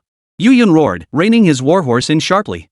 His bow drew taut like a full moon, and an arrow streaked across the sky like a meteor, striking an elephant handler who had no time to react. The other soldiers reacted instantly, drawing their bows and firing arrows. Each shot pierced the heart, and one by one, bodies fell to the ground. Without their handler's control, the unmanned elephants went berserk, charging wildly in all directions, plunging the battlefield into chaos. The remaining elephant handlers scrambled desperately to regain control, leaving them no time to attend to Yu Yun and his men. As for the arrows fired by the elephant handlers of the Indian kingdom, regardless of their accuracy, even if they had struck their mark, the armor worn by the men rendered them harmless. Let's go back to the city. Seeing this, Yu Yun bellowed once more, showing no desire to linger in battle. He spurred his horse forward, leading the men away at full gallop. What did you discover? Yu Fei asked in a solemn voice. After Yu Yun reported every detail of the recent events, Yu Fei pondered for a moment before forming a rough understanding of the enemy's tactics. If we strike, it must be by surprise. We absolutely cannot let them form their battle array. Also, aim your arrows at the men atop those giant beasts. It seems these creatures cannot function without their control. When engaging them, break their forces in waves. Maintain distance. Use your spears and bows effectively. Never fight them at close quarters. Yu Fei's powerful voice echoed in the ears of every soldier of the Yu family army. The disciplined troops committed his words to memory. Niu Gao, come here. I have a task for you. Yu Fei surveyed the surroundings, issuing instructions to Niu Gao as he approached. Meanwhile, Tathagata was also analyzing the Yu family army's situation. Cowardly vermin, only daring to shoot arrows from afar. Next time we engage, every elephant handler must protect himself. And make our sacred elephants roar to their fullest. Their horses fear our sacred elephants. Do this, and victory is ours. Their only advantage is slightly better marksmanship. They hold no other edge. Tarajita's face darkened as he tried his best to rally his troops. The recent battle had made him realize he was already at a disadvantage. Yet he blamed the elephants themselves. Most war elephants were males, and their fierce nature was a double-edged sword. Without proper control, they would charge indiscriminately, friend and foe alike, a fatal flaw in elephant warfare. As for the Yu family army, he paid them little heed. After all, even the Nanda dynasty, which also fielded elephant troops, had fallen to him. How could a mere cavalry general like you possibly withstand the charge of colossal beasts? With this thought, Tragedai's confidence soared, and he declared loudly, "Yu Kunzai, my second in command. I suspect they will attack us again.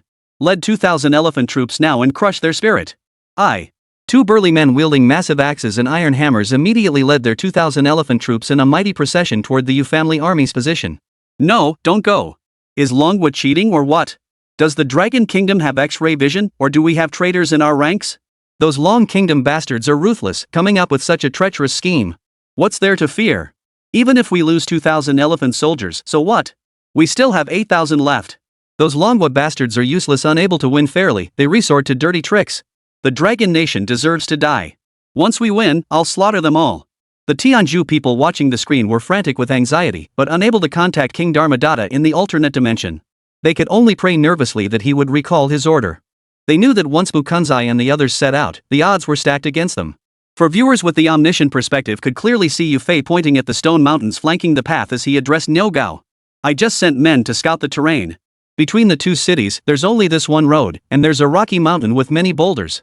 While the others were utterly baffled, the seemingly simple-minded Niu Gao instantly grasped Yu Fei's meaning. Repeatedly praising it as brilliant, he then led 5,000 soldiers of the Yu family army toward those rocky hills. At the base of the rocky hills, scattered among sparse trees, lay a vast expanse of enormous boulders. Amidst the bewildered stares of the others, the 5,000 soldiers of the Yu family army worked together in perfect unison. Some carried the boulders on their backs, others hoisted them onto their shoulders, and still others lifted them by hand, transporting each massive stone up the rocky mountain. Wardfa? What on earth are they doing? Are they exercising because they're bored? The next moment, when the crowd suddenly saw King Dharmadada issuing orders to march against the Yu army, shock filled their hearts. Did he anticipate Tragedai's anticipation? Brilliant. Absolutely brilliant. Damn that cunning move. What kind of war is it if you don't play some tricks on the battlefield? Is this some child's play? Yu Fei truly lives up to his reputation, cunning and resourceful. With all those boulders raining down, forget elephants, even Iron Man would take a couple of whacks. A general who can't scheme isn't a good general, got that, India? This move is pure IQ crushing. Forgive my lack of education, but right now, only one word expresses my feelings: damn impressive. The Dragon Kingdom's people were in high spirits, fiercely mocking the people of the Heavenly Kingdom. Niu Gao and his men did not disappoint. Soon, the rocky hillside was piled high with massive boulders. Seeing the sparse trees on the rocky hill, Niu Gao's eyes darted about like a fox. He immediately commanded, "Leave 1,000 soldiers here. The rest return to the city immediately and report to Marshal Yu that we've completed our mission. The rest of you, hide yourselves immediately. The moment you see those bastards emerge, smash them mercilessly. With that, the disciplined Yu army crouched silently behind the trees. Though panting heavily, they made not a sound. Stone Mountain fell silent once more, showing no sign of impending danger. Chapter 22, Singing While Fighting? Seeking Gold Tickets. Meanwhile, Bukanzai and his entourage, mounted on elephants, swayed slowly as they emerged from the city gates. Brothers, when we approach the city gate, keep 1,000 men at a distance to shoot arrows. The other 1,000 will charge with me to break through the gate. Though Bukanzai and Wuxiren were mere generals, their extensive battlefield experience taught them how to maximize their army's effectiveness. The troops were in high spirits, for both Bukanzai and Wuxiren were trusted lieutenants of King Terojia. Fighting under their command meant certain victory. At this thought, some elephant handlers even began humming tunes lazily, utterly content. To this, the two generals merely reminded them, "Do not let your guard down in battle," and said nothing more. After all, how could a mere cavalry force possibly match their elephant herd? Soon, the entire force arrived at the rocky hills where Yu's army lay in ambush. The little tune continued to hum, and more joined in. Even the two deputy generals Bukanzai and Bukanzai were about to join the chorus. Suddenly, a thunderous roar split the air, sending a chill through the entire group. "You big guys, roll up your sleeves and beat the hell out of these bastards." "Ha? Bastards? Where?"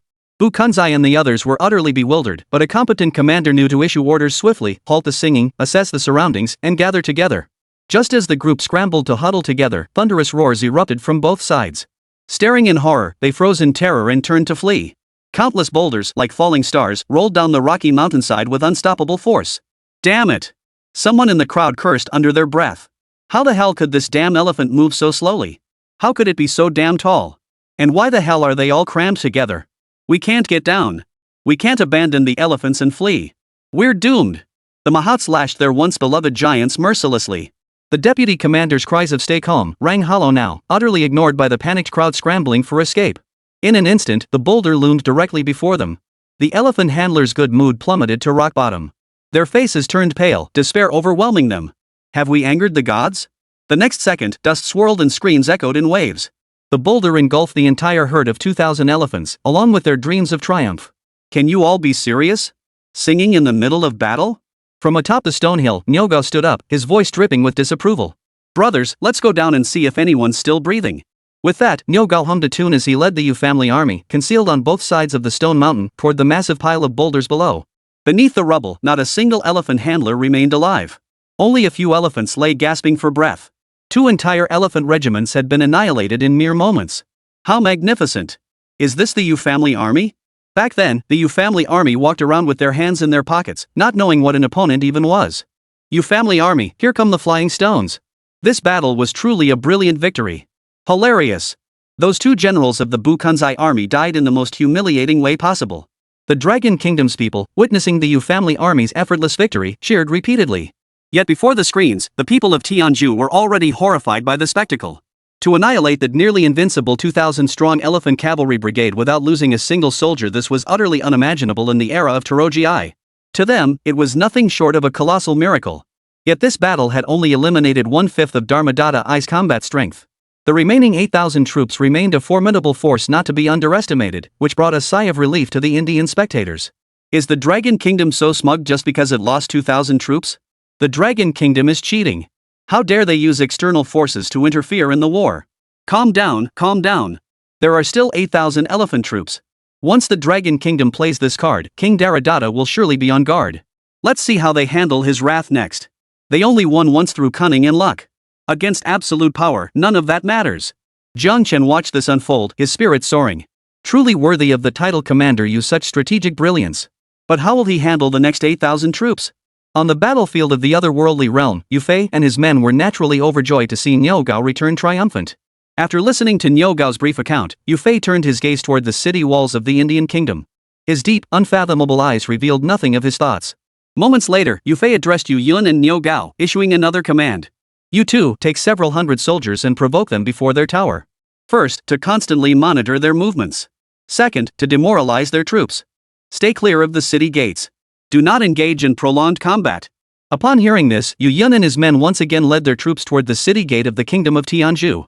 Meanwhile, seeing that Bukanzai and his men had not returned for an extended period, King Daradidya I sensed something was amiss and immediately dispatched scouts to investigate. Upon hearing the devastating news, the once invincible Toroji collapsed into his chair, his face suddenly aged by years. Bu Kunzai, my second in command. The thought that the two generals who had once fought alongside him in the conquest of India had fallen brought overwhelming grief. After a long while, Troganda finally regained his composure, yet his heart was consumed by an endless rage for vengeance. His voice hoarse, he issued his command. Soldiers of India, do you wish to avenge our two generals? Hearing the deafening roar of battle cries, Dharmadada nodded with satisfaction. All 8,000 elephant troops advance. Crush the treacherous Dragon Kingdom's city walls. But at that moment, a sudden clamor erupted outside the city walls. You cowards scared stiff by your old bull grandpa? Come out and face this old bull if you've got the guts. From atop the ramparts, Toroji could clearly see a burly man and a fair-faced youth leading several hundred soldiers, cursing furiously from 500 or 600 meters away from the elephant army. Their position was chosen with exquisite subtlety just beyond the range of arrows. Enemies meeting face to face, both flushed with anger. Toroji instinctively ordered his commanders to eliminate the group, but the memory of their recent devastating losses sent a chill through him, heightening his vigilance. Could it be that these Dragon Country men are plotting another treacherous scheme? If there were another ambush on the rocky hills, even 8,000 elephant troops might not escape death. After all, elephant troops moved slowly, the Yu family army excelled at archery, and there were also the threats of falling boulders. This mission might well be a one-way trip. Soon, Tathagata roared out. Form ranks. Hold the city gates at all costs. Wear them down. Seeing Toroji unmoved, Nyogao cursed even more fiercely. Bunch of cowards, hiding behind your iron shells. You look human, but you're nothing but a turtle reincarnated. Is your whole country of India just a bunch of beasts reborn? Hearing the relentless torrent of crude curses from outside the walls, Emperor Dharmadada as sovereign of his stature had never endured such humiliation. Clenching his fists, he vowed silently to have these vulgar men torn limb from limb. You'll tire of cursing eventually. You'll let your guard down eventually. Tejiyadeva glared at the crowd outside the city walls, grinding his teeth as he waited for the perfect moment to strike. Outside the walls, seeing that King Dharmananda remained unmoved despite Nyogao's prolonged tirade, the soldiers began jostling to take the front line. Me. Chapter 23, The excitement of the final battle seeking gold tickets. After an unknown span of time, the spectators before the screens noticed the sky over this otherworldly battlefield gradually darkening. Night falls here too? If so, the dead of night would be the perfect time to catch them off guard. Jiang Chen mused as he watched the screen. After all, if the Yu family army engaged the elephant troops head-on, their chances of victory were slim against the overwhelming might of the elephant herd. Yu Fei understood this well, which was why he had repeatedly avoided direct confrontation, attempting to outwit them with strategy rather than brute force. As the sky grew darker, Toroji felt an overwhelming sense of regret. His years of combat experience told him nightfall presented an ideal opportunity for an ambush, yet now that chance was lost. The seemingly provocative squad outside the city gates was merely a pair of eyes and ears, monitoring his every move for the Yu family army. The moment he made a move, the men outside would swiftly return to report. And if he insisted on deploying his troops, he would inevitably encounter an ambush by the Yu family army en route. It could only be said that Yu Fei now held complete control over the course of the battle. The only course left was to defend the city walls to the death, waiting for the Yu army's arrival. By relying on the inherent advantage of the elephant herd, he might seize a sliver of opportunity. How laughable that my mountain-moving, sea-filling elephant troops should ever find themselves in such a wretched state. Had we launched a full-scale assault from the outset, perhaps things would not have unfolded as they have. Toroji sighed helplessly before ordering his 8,000 soldiers to rally their spirits, taking turns resting to endure the night. Outside the city gates, Nyogao and his men were full of vigor. Their curses grew increasingly vile as they took turns bombarding the elephant troops with relentless abuse. At first, the elephant handlers had the energy to shout back, even gaining the upper hand thanks to their numerical superiority. But as time wore on, their voices grew hoarse and weary. As night deepened, a hazy drowsiness began to overtake them. Yet the incessant chatter of the Yu army, like a swarm of mosquitoes, made sleep utterly impossible, let alone taking turns resting. Helpless, they could only cover their ears with their hands, hoping for a moment's respite. Soon, the dead of night arrived, the hour when sleepiness peaked and the irritating voices seemed to vanish. Silence enveloped the surroundings. Bathed in moonlight, the elephant handlers all drifted into slumber. Unbeknownst to them, a 1,000-strong force composed entirely of Beiwei soldiers, led by Yu Fei, was silently approaching under cover of the moonlight in the sparse trees of the rocky hills. To ensure absolute silence, they advanced on foot. Though the hazy moonlight offered less visibility than daylight, Yu's army was now a mere 200 meters from the elephant herd, close enough to discern the position of every elephant handler. The next moment, piercing screams jolted the sleeping elephant soldiers awake, shattering the night's silence. Enemy attack! Enemy attack! Form ranks! Chaos erupted before the city gates of the Indian kingdom as Toroji frantically issued orders. But the formation had already been shattered. Countless elephant handlers perished in the hail of arrows. The war elephants, now uncontrolled, went berserk, charging indiscriminately through friend and foe alike. Screams grew louder, some pierced by arrows, others crushed to death after falling from their mounts.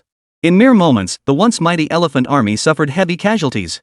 Yet under the command of Dharmananda I, the situation quickly stabilized. The remaining elephant handlers swiftly reformed their ranks, creating an impenetrable wall. Full charge. Front ranks shield the advance. Rear ranks fire arrows. They have no mounts, crush them. From atop the city walls, under the dim moonlight, Trogada I spotted Yu Fei and his men. His heart surged with joy as he shouted his commands. This tactic, improvised in the heat of battle, severely weakened the precision archery of Yu's army. At this moment, the elephant troops resembled true mobile fortresses. Moreover, the absolute fortress effect reached its peak. The front row inherited 50% of the defense, while the rear row gained 20% of the attack power. Under the Mahout's control, the elephant herd advanced swiftly. Shields provided cover at the front, while Mahouts in the rear drew their bows and arrows, cold projectiles aimed squarely at the departing Yu family troops. Though Yu Fei and his men had begun their retreat as the formation closed in, 2 legs could never outpace 4. Moreover, the sparse trees on the rocky hillside offered no cover for every soldier under General Yu's command. The elephant handlers' arrows whistled through the air. A hail of arrows filled the sky like the embrace of death, threatening to engulf them all in the next instant. The hearts of the spectators before the screen clenched in that moment. Both nations watched with tense faces, utterly focused on the screen. They knew the true decisive battle was about to begin. For they saw that General Yu had mobilized his entire force, leaving only a handful of soldiers to guard the city gates. At the very front, 1,000 steeds galloped at breakneck speed, among them a white horse streaking like lightning into the distance. In the battle arena, San, who had been silent for a long time, suddenly roared. I'm activating the basic world secret realm item, Battle's Exaltation. I will shatter the Dragon Nation's generals to smithereens. At that moment, everyone froze in shock.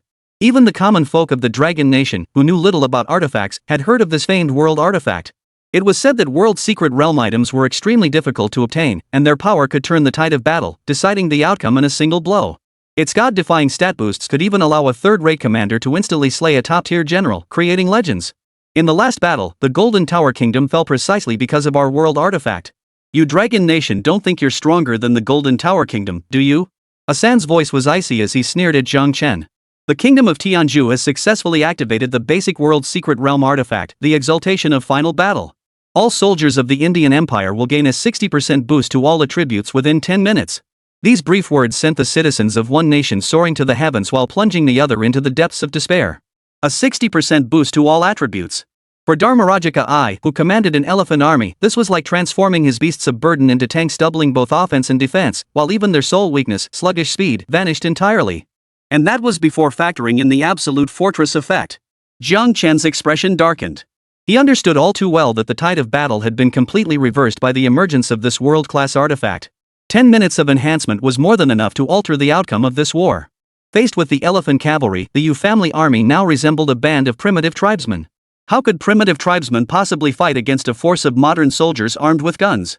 Without a moment's hesitation, Jiang Chen declared in a deep voice. I'm activating the primary national secret realm item, Speed Boost card. Compared to the paltry 5% all attribute boost from the enhancement card, it was far better to drastically amplify their sole advantage. How pathetic. A lowly national secret realm item? Where did he find the nerve to pull that out? You think a lowly national artifact can turn the tables? You're just as foolish as those Dragon Nation soldiers. A smirk of contempt curled at Asan's lips as he looked down on Jiang Chen seated in the chair. Chapter 24, Crushing Superiority Seeking Gold Tickets. Aren't you ashamed, Dragon Nation? What a trashy national secret realm artifact. Is this Dragon Nation contestant brain dead? Does he really think using a national secret realm artifact can defy fate? Is this the clown's last desperate struggle? It's laughable. Just wait till we see that so-called Yu family army from Dragon Country get crushed into mincemeat. I'm getting excited just thinking about it. To the eyes of the Tianzhu people, Jiang Chen's actions resembled those of a reckless clown, instantly becoming a target for their attacks. Witnessing this spectacle, the Dragon Nation's people felt their confidence crumble further. Their tiny national secret realm artifact was utterly insignificant compared to the world's secret realm artifact, like a minor sorcerer meeting a grand wizard. Are we going to lose this round? The world-class artifact is too powerful. Alas, even Commander Yu's prowess can't turn the tide. We can only hope for the next round. Thankfully, we won the previous one. This is hopeless now, the power gap is just too vast. Jiang Chen remained silent, his gaze fixed intently on the screen. The instant Asan unleashed Battle's Exaltation, the elephant cavalry of Tathagata I erupted with staggering momentum. The terrifying force of the elephants pounded the ground, leaving deep craters in their wake. Their previously slow pace now matched that of warhorses. The arrows fired now surpassed previous ones in both precision and lethality. Sensing the elephant's collective transformation, Dharmarajika I issued repeated commands, driving his forces at breakneck speed toward the Yu family army's city walls. Near the stone hill, Yu Fei and his soldiers watched the torrent of arrows approaching and scrambled for cover behind trees. Yet the elephant's sudden counterattack still caught them off guard. There simply weren't enough trees for everyone to take cover behind. Yu Fei grabbed two panicked soldiers, pulling them behind his own tree. Amidst their startled cries, he plunged toward a nearby boulder. Several arrows, gleaming with sharp, cold light, shot straight toward Yu Fei. At the critical moment, a horse's neigh pierced the sky. A pure white steed, bathed in moonlight, streaked across the sky like a flash of lightning, piercing the gloom of death. With unstoppable momentum, it galloped to Yu Fei's side. It was none other than Yu Fei's steed, the white dragon horse. Yu Fei reacted with lightning speed, snatching the reins and leaping onto the horse.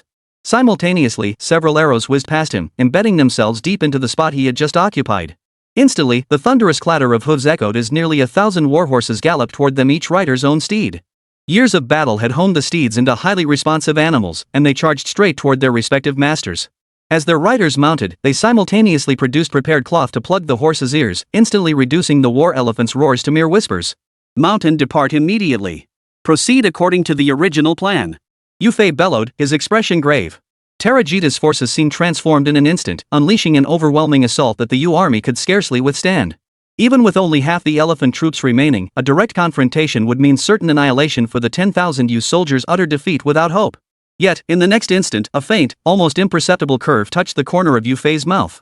I never intended to clash with you head-on. Nightfall presents a perfect opportunity to conceal our true intentions.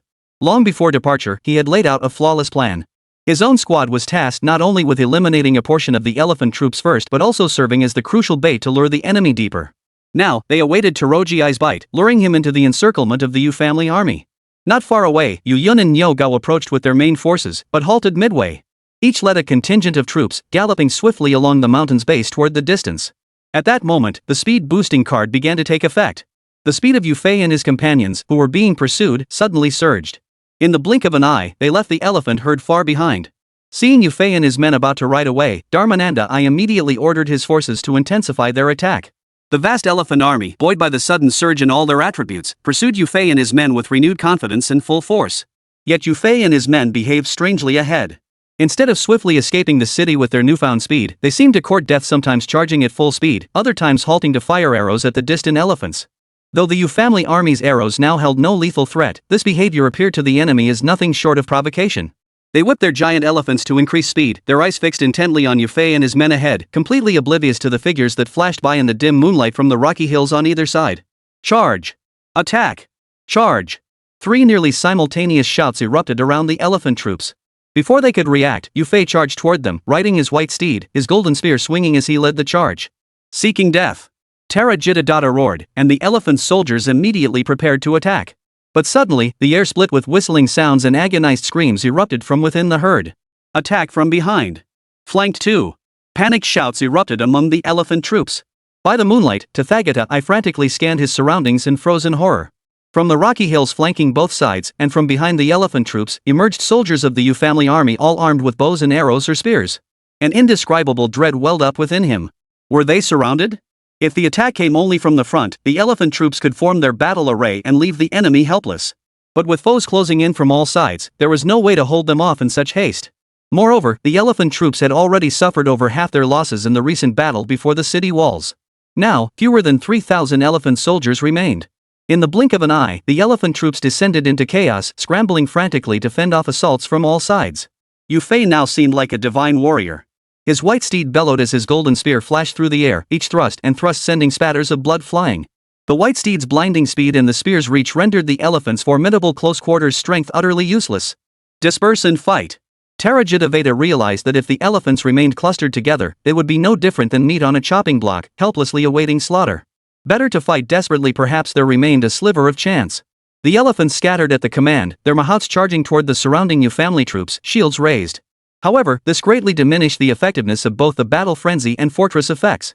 With their overwhelming numerical superiority, the Yu army could easily disregard the high strength and defense of individual elephant soldiers. Charge! 10 men to surround and eliminate 1 man and 1 beast. Yu Yun and Niu Gao roared in unison, charging into the fray first. Long Guo wielded twin maces, striking with such ferocity that several elephant handlers fell in the first exchange, his bravery unmatched. Yu Yin wielded twin hammers with immense strength, sending elephant handlers flying with each swing. Even the massive beasts themselves took heavy blows from his hammer. Charge! The Yu army roared in unison, forming squads of about 10 men to encircle the elephant soldiers one by one. Their spears glinted eerily in the moonlight, while hot blood spurted everywhere. Though the elephants possessed immense strength, they were rendered helpless against the barrage of spears. Their brute force could not prevail. Moreover, the Yu army, sensing danger, would swiftly retreat on horseback, their speed far surpassing that of the beasts. Within mere minutes, the battlefield was strewn with the corpses of elephants and their handlers. Where do you think you're going? Yu Fei roared at the fleeing Tarojii, snatching a great bow and launching an arrow that pierced the emperor's body. I have fought countless battles in my life, but never have I been so utterly defeated. The Yu army, truly divine warriors. Tarojii spat a mouthful of blood, uttering his final words before death. He never imagined that his elephant cavalry, with their inherent advantages, could be utterly annihilated by the overwhelming force of horseback warriors. The entire battle unfolded before his mind's eye. Only in death did he grasp the meaning of advancing cautiously, step by step. From the initial reconnaissance and terrain assessment, to the taunts before the battle, and finally the recent tactic of using himself as bait to lure the enemy deeper, every move had been under the Yu army's control. His elephant troops were indeed unmatched, but warfare was not merely about head-on clashes. True warfare lies in the mastery of both strategy and strength. Chapter 25: The Protection of the Green Mountains Seeking Gold Tickets. The spectators watching this unforeseen turn of events felt their minds go blank. Could such meticulous orchestration of every strategic move truly be the work of mortal hands? The Indian forces were utterly dumbfounded and shocked. Some couldn't even comprehend how Yu Fei had won, watching helplessly as he tore down the Indian battle flag from the city tower. Round 2: Victory for the Dragon Kingdom. As the banner fell, the cold, mechanical voice of the announcer felt like a giant hand clamping down on the Indian spectators' throats, a suffocating sensation rising in their hearts. Impossible. This can't be. The Indian, stripped of his earlier arrogance, rose in terror, screaming incessantly. I clearly used battle's triumph. How could this happen? This battle cry was Tianju's trump card against Western nations. They'd believed it would deal a devastating blow to Long Guo. Who could have imagined that this seemingly unbeatable world-class artifact would crumble like scrap metal before Yu Fei? Only now did he grasp that from the very beginning, Yu Fei had understood the futility of clashing head-on with the Indian Empire. All the enhancements had been wasted effort. It turned out warfare wasn't merely a contest of brute strength. By leveraging the elements, terrain, and supreme cunning, miracles could indeed be wrought. For a fleeting moment, even the Indian, who had always looked down on the Dragon Nation, felt a twinge of admiration for Yu Fei. But the next moment, he realized that the Tianju Kingdom, which had been undefeated in the competition, had now lost 2 consecutive matches to the Dragon Kingdom. In this contest, the Indian nation had lost. Dragon Nation wins this match. Please select either the recovery of territory or other rewards. Additionally, 2 related demands from the Dragon Kingdom may be fulfilled. Upon hearing this, Jiang Chen immediately replied with excitement. We choose to reclaim Dragon Nation's territory. I demand that the Kingdom of Tianju return the remains of Dragon Nation's martyrs. We absolutely will not allow their bodies to remain in foreign lands. I demand that all individuals involved in insulting our Dragon Nation's martyrs be handed over to our country. Let them face punishment by our Dragon Nation's people. Your demands are reasonable. The system will fulfill the Dragon Nation's requests within 1 hour. Additionally, congratulations to Dragon Nation upon the martyrs' remains returning home. The blessing of the Green Mountains effect will be unlocked. All citizens of Dragon Nation shall receive the martyrs' protection. Hearing this, the people of Dragon Nation were overcome with emotion, tears welling in their eyes. Welcome home, martyrs. See? Jiang Chen and General Yu Fei have avenged you. The blessing of the Green Mountains. Are your spirits still watching over us from above? Those beasts from Tianju have finally fallen into our hands. They must be torn limb from limb. General Yu is truly formidable. I thought this battle was lost for sure. It's nothing short of a miracle. With casualties under 100, we annihilated 10,000 elephant troops. True courage and strategy. Unparalleled. At this moment, the Dragon Nation's chairman and other high-ranking officials wept tears of joy. This day had finally arrived. The long unavenged blood debt had finally been settled with blood, and those brave children who had sacrificed their lives could finally return to their homeland. Just as the Dragon Nation mourned their fallen heroes, a piercing scream from the arena captured everyone's attention. There lay Ah-san, limp as a dead fish, bound head to toe by a heavy chain, utterly immobilized. I'm sorry. I'm sorry. Fear filled Ah-san's pupils, his body shaking uncontrollably from sheer terror. He knew exactly what fate awaited him in Dragon Nation. Yet the system cared only for the victor's demands. No matter how desperately Ah-san pleaded, it showed no hesitation, flinging him toward Dragon Nation like discarded trash. Meanwhile, cries of despair echoed across every corner of the Indian subcontinent, as if the apocalypse had arrived. From high-ranking officials to commoners, countless souls were bound by an inexplicable force, propelled toward the Dragon Kingdom. In an instant, the once densely populated Tianzhu Kingdom became desolate and sparsely populated, resembling a ghost town. Anyone who had ever shown disrespect to the Dragon Nation's martyrs met their end without exception. Meanwhile, a report was spreading like wildfire across the globe. Tianzhu contestant openly disparages Alexander the Great. All Western Alliance nations unanimously resolved to challenge Tianzhu one by one, restoring Alexander the Great's honor. The Indian president's face turned pale as sweat poured down his brow upon reading the report. He knew these Western nations had come prepared. Not only was Tianzhu now no match for the Dragon Nation once considered mere ants, but it had been severely weakened by the conflict. Having lost its last remaining artifact from the world's hidden realm, it had forfeited its chance to compete with the Western nations for treasures. Now, the very fate of Tianzhu hung in the balance. At this thought, the Indian president felt an overwhelming sense of dread toward the Dragon Nation. The Dragon Nation of today was no longer the nation of mere months past. It had become a terrifying beast that had fully awakened, baring its fangs to the world. Within the competition space, Jiang Chen gazed at Yu Fei and the others before him with profound admiration. Thank you, venerable predecessors, for avenging the martyrs of the Dragon Nation. We, the younger generation, are profoundly grateful on behalf of the people of the Dragon Nation. We are also deeply impressed by your mastery of the situation. Yu Fei responded with a hearty laugh. The Dragon Nation's territory is no playground for mere clowns to meddle in. As for this bunch of brutes, they're insignificant, nowhere near as formidable as even 0.1% of the Jin army commander Wan Yanwuzhu. Amidst the crowd's respectful farewells, the 7th Dragon Nation showdown concluded with a resounding victory. Upon returning to the courtyard, Jiang Chen joined the Dragon Nation's chairman in a memorial service for the fallen heroes. All present mourned deeply for these martyrs who had sacrificed their lives for their country. Congratulations to Dragon Nation for securing the blessing of the Green Mountains. All Dragon Nation citizens will gain an additional 30 years of life under this blessing. Furthermore, the physical constitution of every Dragon Nation citizen, along with their innate talent for sensing spiritual energy in the future, will be greatly enhanced. In an instant, every citizen of Dragon Nation felt their bodies undergo earth-shattering transformations. In major hospitals across the nation, patients once terminally ill began recovering simultaneously. Overnight, Dragon Nation was free of incurable diseases. An 80-year-old bedridden elder miraculously discovered he could not only get out of bed and bounce around, but also wield a gun like a young man, fighting through the night.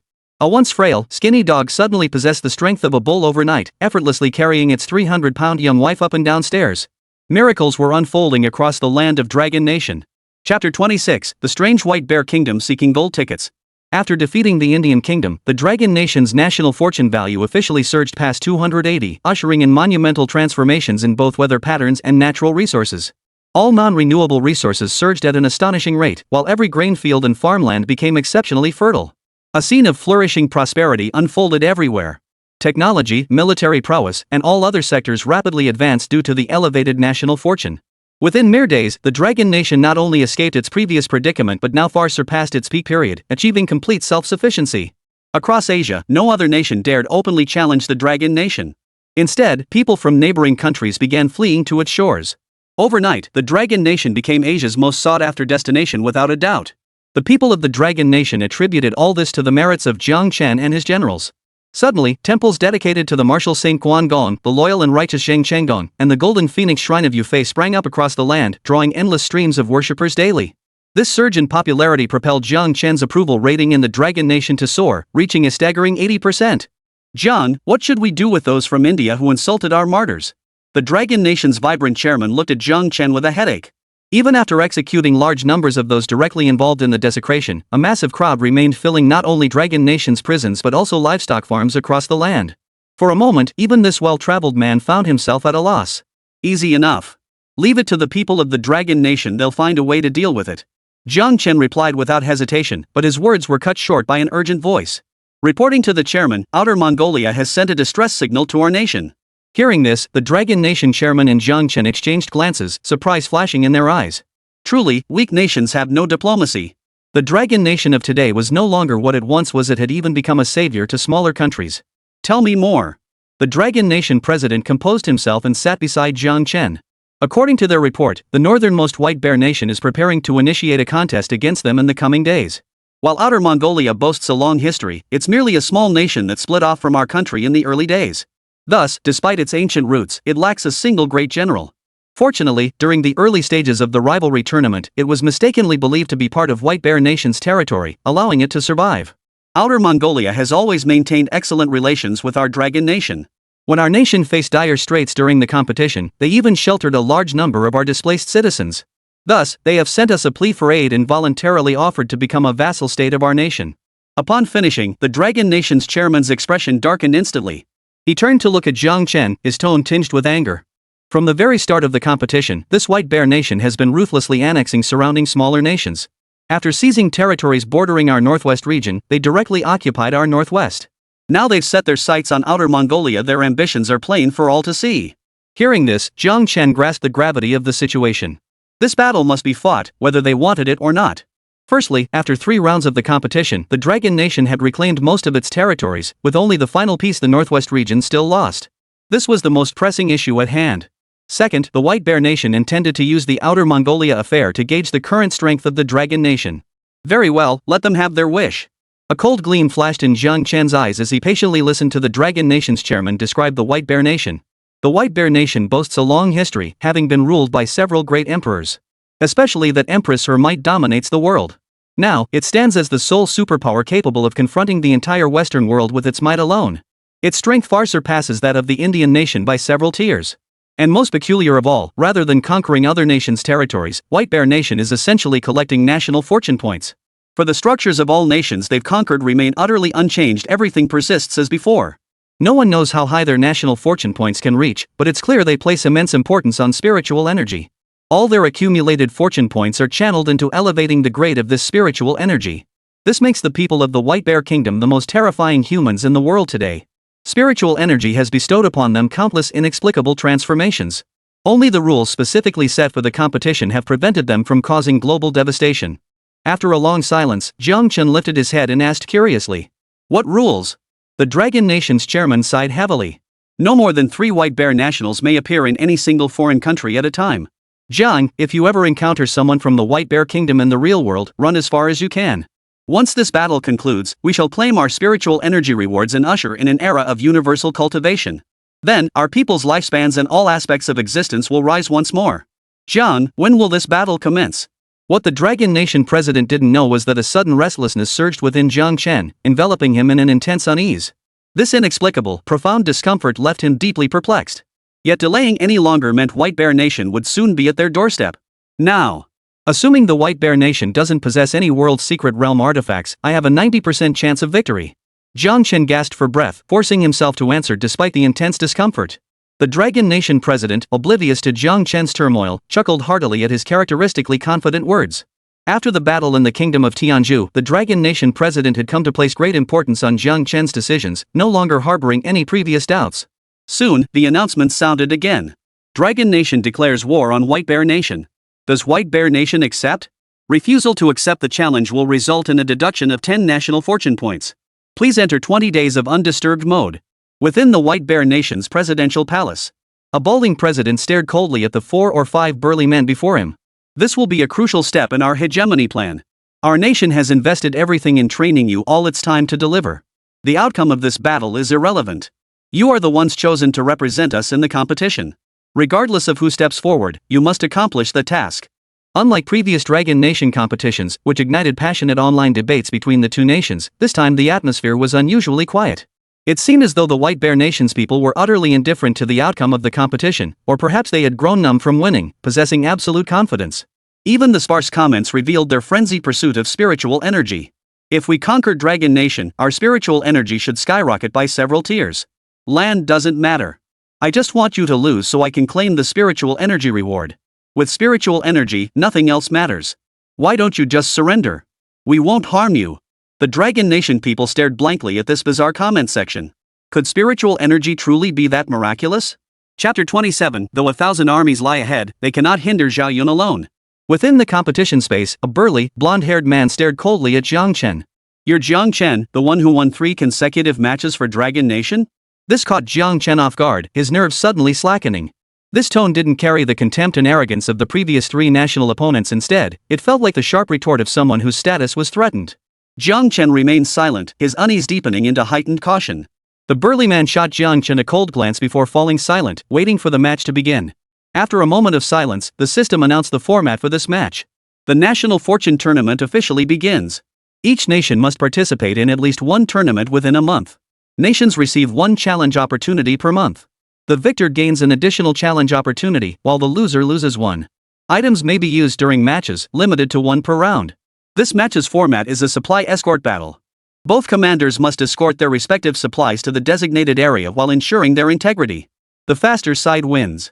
If both commanders reach the destination simultaneously, they will contest the supplies within 1 minute. The side possessing more supplies wins. Pre-match preparations underway. Legendary General Scrolls being distributed. The announcement left everyone stunned. This contest format differed from previous ones, featuring 2 restrictions this time. However, this would undoubtedly make the contest far more challenging. Especially the mission to escort the supplies. It was bound to be fraught with difficulties. This led to a rapid surge in the live stream's viewership, quickly surpassing 300 million. It wasn't just the novelty of the format, but the global anticipation of witnessing the clash between the world's superpower, White Bear Nation, and the newly rising Dragon Nation to see which would prove stronger. Under the curious gazes of the crowd, 5 scrolls appeared before Jiang Chen and the burly man. Jiang Chen merely glanced at the 5 scrolls before him, and the unease in his heart dissipated considerably. For within one scroll was a figure exceptionally suited for this escort mission. That person was none other than Zhao Yun, the White Horse and Silver Spear. Meanwhile, the White Bear Nation's giant swiftly made his choice. Saint Alexander Nevsky. The live stream audience, having gained meticulous knowledge of other nations' histories through the tournament, erupted in cheers upon seeing the name Saint Nevsky appear. Even the Dragon Nation's people deeply understood this general's achievements. A man of both flexibility and resolve, he not only repelled invasions from major powers surrounding the White Bear Kingdom during his era but was also an exceptionally skilled military commander.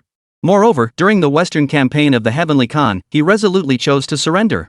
Though branded a traitor by the world at the time, it was only later that people realized his act had directly enabled the White Bear Kingdom to survive under the Khan's iron cavalry.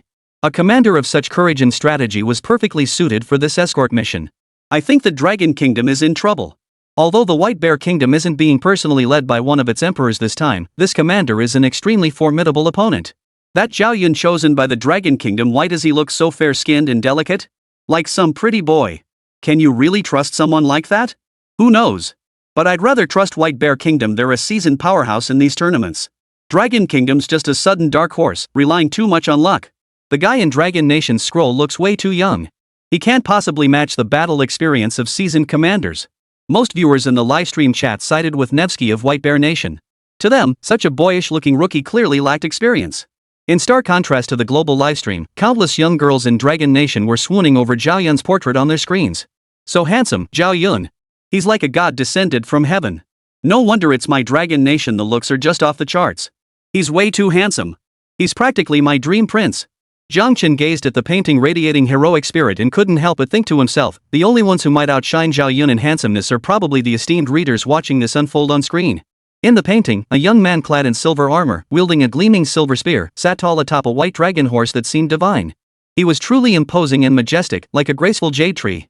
Jiang Chen glanced at the strikingly handsome painting of Zhao Yun, then cast a somewhat helpless look at Nevsky of the White Bear Kingdom.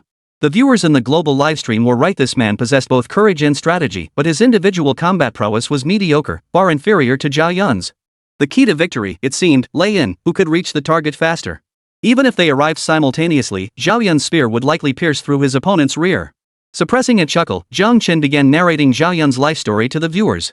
Zhao Zilong, Silver Lance and White Steed, a man of unyielding courage, a foe to 10,000. A fierce warrior under Shu's Emperor Liu Bei, driven solely by the quest to quell the chaos of the realm. At the Battle of Baoang Slope, he captured Wei General Xiaoholan alive and seized the blue-hilted sword. At Changban Slope, to rescue Liu Bei's wife and children, Zhao Yun fearlessly charged alone into the encirclement of over 5,000 elite Chao troops. He plunged deep into Chao's ranks, charging in and out 7 times, slaying over 10 of Chao's generals. As for the common soldiers, countless fell beneath his blade. He moved through their ranks as if entering an empty field, emerging unscathed.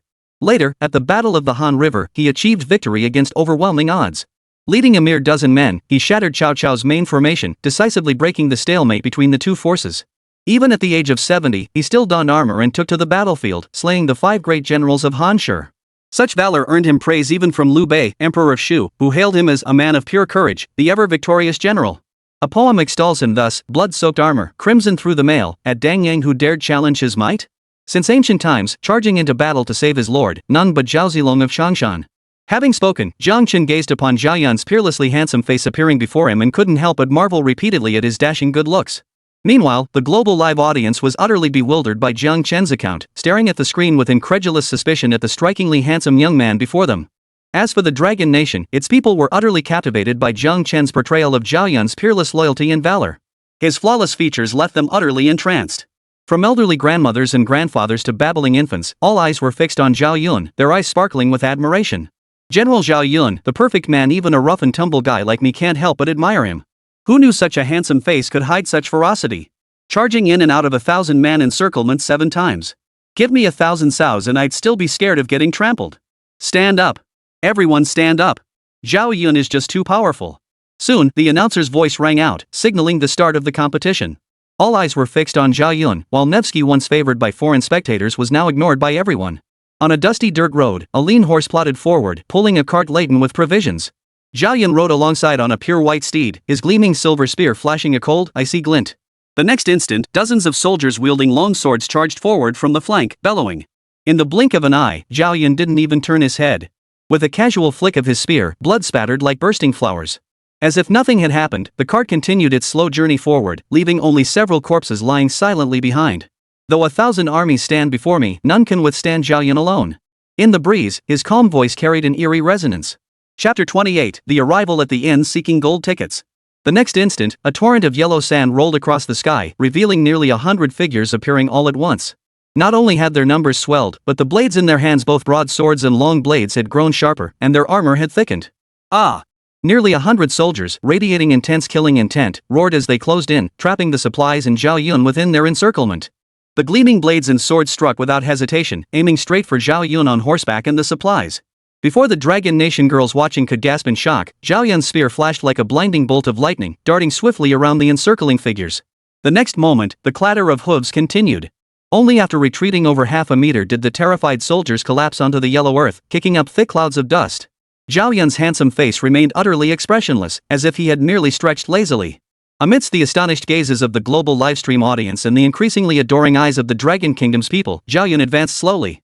Meanwhile, Nevsky sat high atop an enormous black stallion, its frame towering a full size larger than ordinary horses. Unlike Zhao Yun's calm composure, years of experience had forged Nevsky's expression into one of intense solemnity. The moment the first wave of soldiers charged, he reacted with lightning speed. Only after nearly a minute did he wipe away a cold sweat.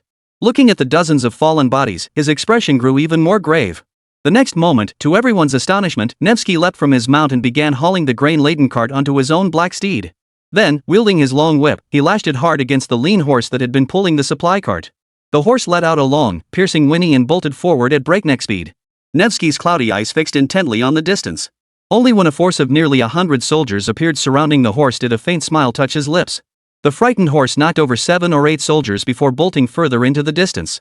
Seeing this, Nevsky swiftly mounted his horse. With a crack of his whip, the black steed beneath him broke into a wild gallop. To everyone's astonishment, even laden with a cart of provisions, Nevsky's steed showed no sign of strain. Instead, it accelerated, soon catching up to the gaunt horse. With another fierce crack of his whip, Nevsky slightly slowed his steed, waiting for the next wave of soldiers to appear. This time, nearly 500 soldiers charged forth.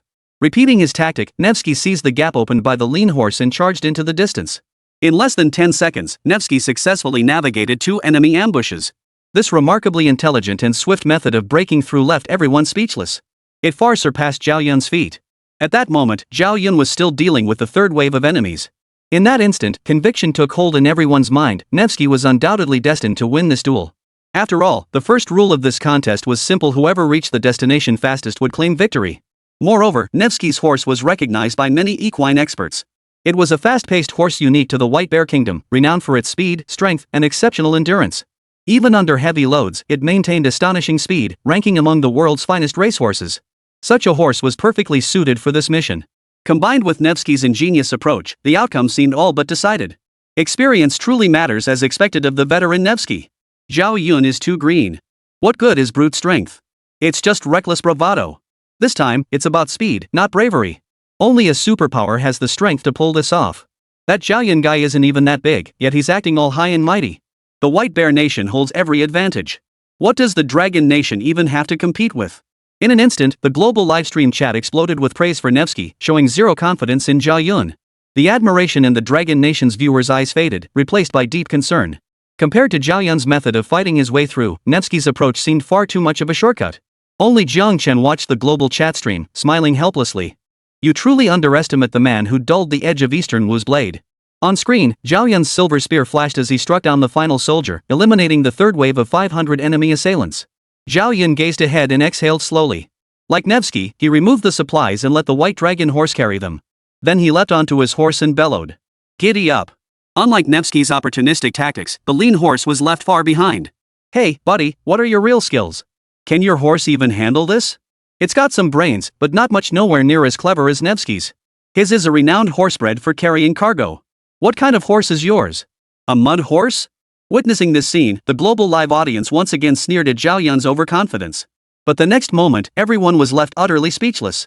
The white steed leapt into the wind, galloping through the air. In the blink of an eye, it surged forward dozens of meters. Zhao Yun's spear transformed into 1,000 bolts of thunder. A flash of white light erupted, and blossoms of blood suddenly bloomed across the yellow earth. Countless soldiers fell in unison, as if paying their respects to a departing king. In mere moments, the entire enemy assault was annihilated. And this speed was in no way inferior to Nevsky's shortcut. Zhao Yun remained as calm as ever atop his horse, his heroic bearing as he galloped forward etched deeply into everyone's memory. At that moment, all eyes were utterly stunned and captivated by Zhao Yun's sudden burst of speed. Zhao Yun's fluid, silky smooth spear movements paired with his incredibly handsome face made everyone feel as though they weren't watching a contest, but rather admiring a peerless masterpiece, instantly captivating them, leaving them utterly spellbound. After an unknown span of time, a banner finally appeared ahead, signaling the arrival of the finish line. Roar! Just as the crowd felt a pang of disappointment at Zhao Yun's impending exit, 3 2-meter-tall generals, clad in heavy armor and wielding great swords, roared as they blocked his path. On the other side, Nevsky was also blocked by these three.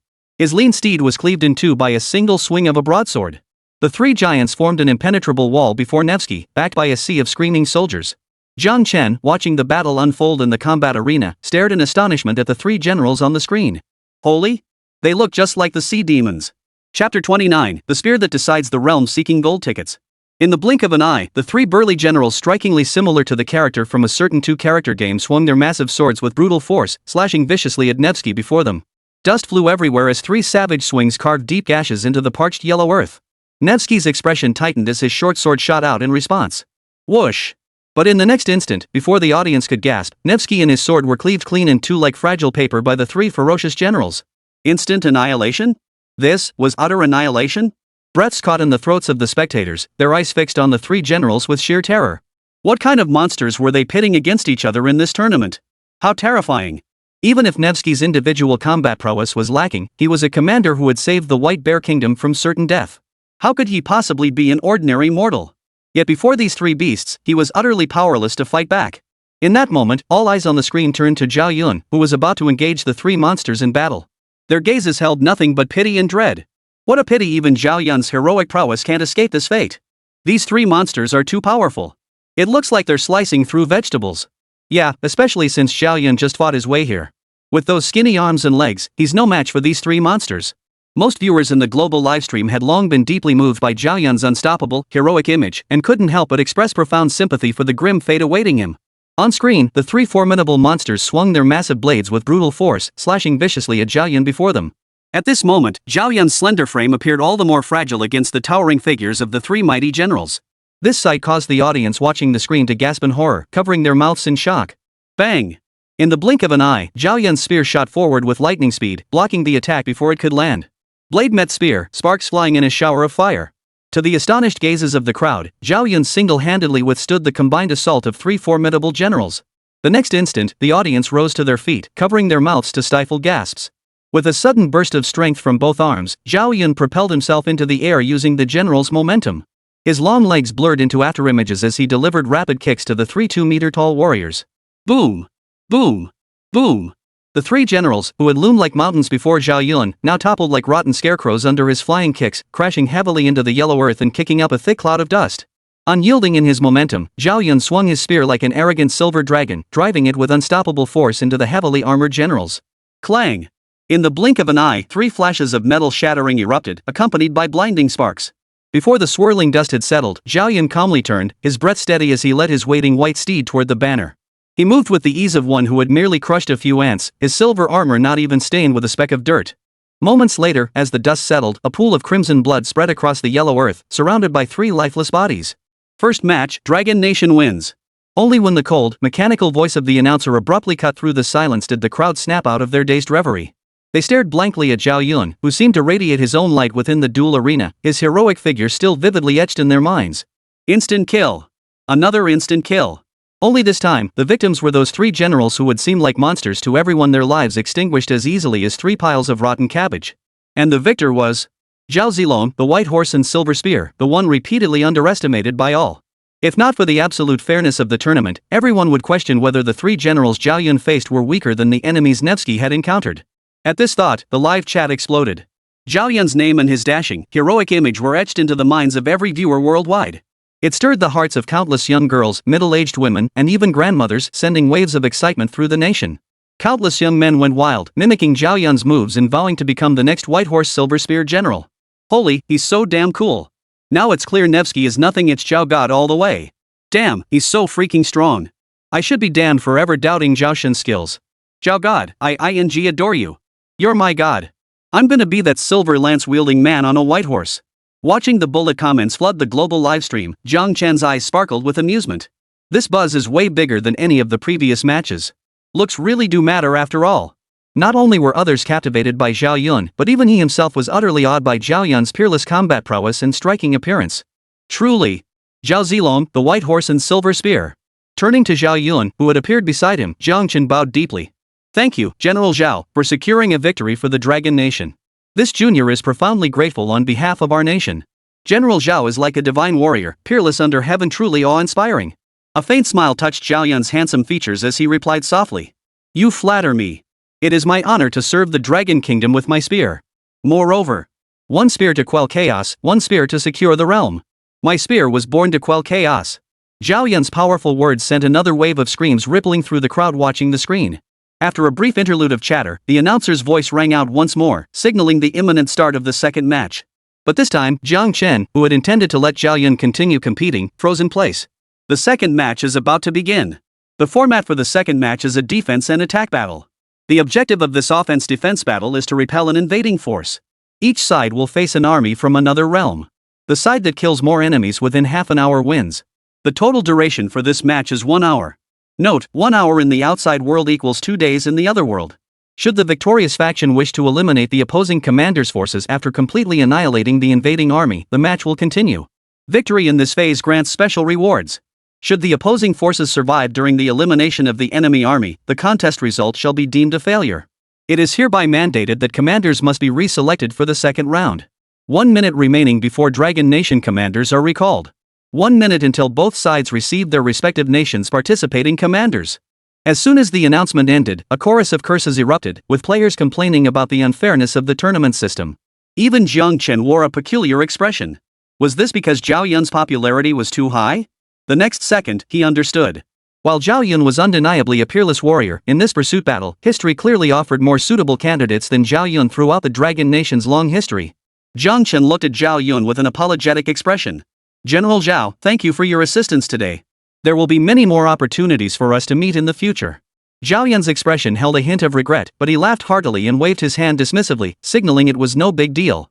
Amidst the lingering reluctance of the crowd, Zhao Yun vanished, and in that instant, 5 scroll paintings appeared. The moment he saw them, Jiang Chen's expression was completely replaced by joy. Chapter 30, The Mighty White Bear Kingdom Seeking Gold Tickets. For upon one scroll, several bold, sweeping characters formed a name deeply familiar to Jiang Chen, instantly filling him with absolute confidence for the next battle. That name was none other than Huo Qubing, the conqueror of Wulongjiaxu. This was the young general whose combat prowess and achievements in official history surpassed even Zhao Yun. Jiang Chen drew a sharp breath, suppressing the surging emotions within him, and turned his gaze to the man from the White Bear Kingdom standing beside him. But, oddly enough, the man remained uncharacteristically calm, as if it wasn't the White Bear Kingdom that had just lost. Strange. Did he draw the Empress? Or is it some artifact from a secret realm that makes him so utterly fearless?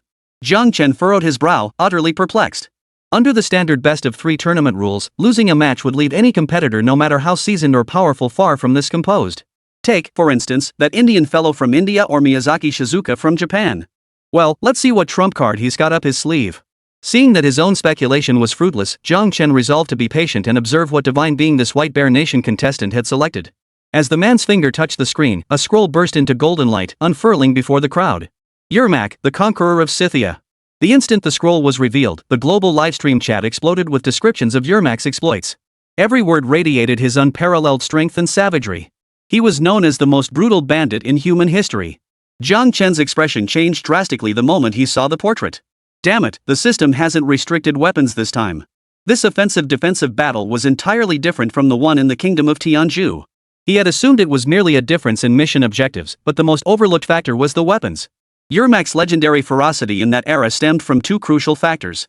First, he commanded the fearsome Cossack cavalry. Second, firearms and artillery were already in use during his era.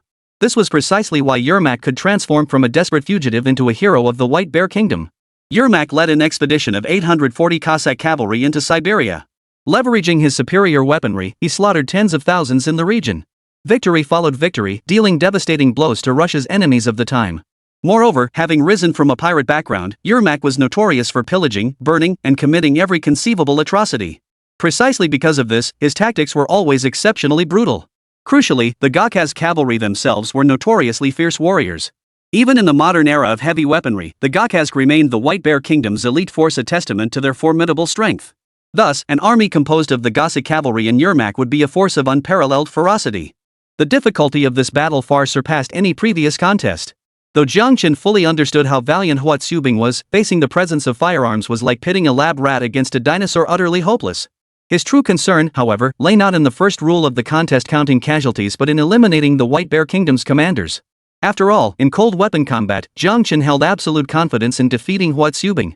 For Huo Qubing was the unrivaled warrior who had sent the Xiang Yu fleeing in utter terror. Huff. At this thought, Jiang Chen took another deep breath, steadying his emotions after the rollercoaster of highs and lows. His expression turned stern as he glanced at the man who remained utterly unfazed. So that was the reason for his calm demeanor. Meanwhile, viewers in the global livestream chat were overwhelmingly pessimistic about the Dragon Nation's chances in this match. After all, anyone with eyes could see which weapon held the advantage: muskets versus broadswords. It's not that we look down on Dragon Nation, it's just that they stand no chance. Sigh, it's not about who Dragon Nation sends this time. Even if Zhao Yun himself came, I doubt he'd survive a hail of musket fire. Forget Zhao Yun, even a dinosaur couldn't withstand those muskets. Just surrender early. Holding out any longer is just inviting humiliation.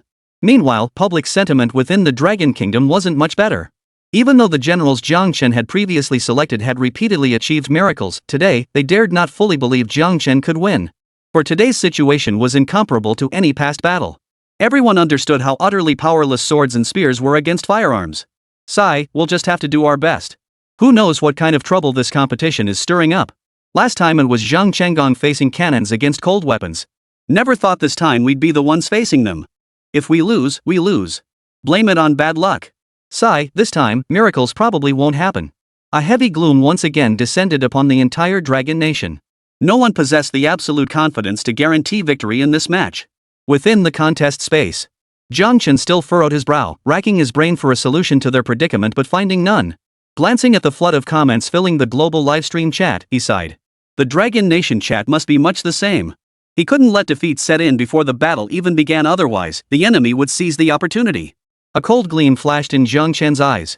If Dragon Nation's public opinion fell under the control of ill-intentioned individuals, he might lose his eligibility for the competition. That would be a situation spiraling out of control. In that case, let the deeds of the young general resound across the land once more. With a light tap of his finger, Jiang Chen displayed a scroll painting of Huo Qubing before the audience. Simultaneously, his clear voice echoed in every ear. Huo Qubing, the iron-blooded hero, his mighty spirit endures through the ages. Huo Qubing, the young general of the Western Han dynasty. At just 18, he became the commander of the Piaoyao cavalry, leading 800 horsemen deep into the desert alone. He decisively defeated the Xiang Yu, who had long troubled the rulers of the time. His two great victories earned him the title of Champion Marquis. At 20, his illustrious military achievements earned him the title of General of the Flying Cavalry. Yet this was not his pinnacle. He commanded two decisive battles in the Heshi Corridor, capturing the Xiang Yu's golden sacrificial statue and advancing directly to the Qilian Mountains. This campaign annihilated nearly 100,000 Xiang Yu, dealing a crushing blow to their right wing. It enabled the Han dynasty to establish direct external relations and even benefited subsequent dynasties. Who could have imagined such feats and merits were achieved by a mere 20-year-old youth? In the Battle of the Northern Desert, he led his forces to annihilate over 70,000 of the Xiang Yu left division's main force. He pursued the once arrogant Xiang Yu until they fled in disarray to the Langjutsu Mountains and Gaian Mountains, where he performed separate sacrifices to heaven and earth before returning to the vast sea. Consider this, the Xiang Yu driven back by the Han dynasty were so formidable in their retreat that they conquered parts of Europe along the way, earning the moniker Scourge of God. Yet to Huo Qubing, they were nothing but a rabble. A poem extols him thus: the vast Chilean mountains pierce the heavens, their majestic presence commands awe. Later, he led his isolated forces deep into the heart of Xiang Yu territory, striking directly at the Xiang Yu court. He captured over 2,000 Xiang Yu nobles, kings, chancellors, and other high-ranking officials so numerous that even the kings of vassal states were mere minor figures among these prisoners. After crushing the Xiang Yu, he built an altar atop Mount Langjutsu to sacrifice to heaven, celebrating his triumph. This is the consecration at Langjutsu, the highest honor countless generals aspire to but can never attain in their lifetimes. We beseech you, General of the Flying Cavalry, to drive out the Tartars for the Dragon Kingdom and reclaim the western regions. Jiang Chen's voice rang out with unwavering resolve as he bowed deeply toward the towering figure before him. Chapter 31: The Young Generals Regret Seeking Gold Tickets. The figure was rather gaunt, clad in black armor scarred by countless blades and spears. In his hand, a simple spear radiated an intimidating chill. His exceptionally handsome face bore the weathered marks of hardship, his deep eyes quietly observing Jiang Chen. Judging by your appearance, you should be about my age. After a long moment, Huo Qubing withdrew his gaze and spoke these words, filled with regret yet undeniable envy. Hearing this, a wave of pain surged through Jiang Chen's heart. His mind flooded with historical accounts of Huo Qubing. After a long pause, he murmured the final entry about Huo Qubing from the records of the Grand Historian, his voice dull and numb.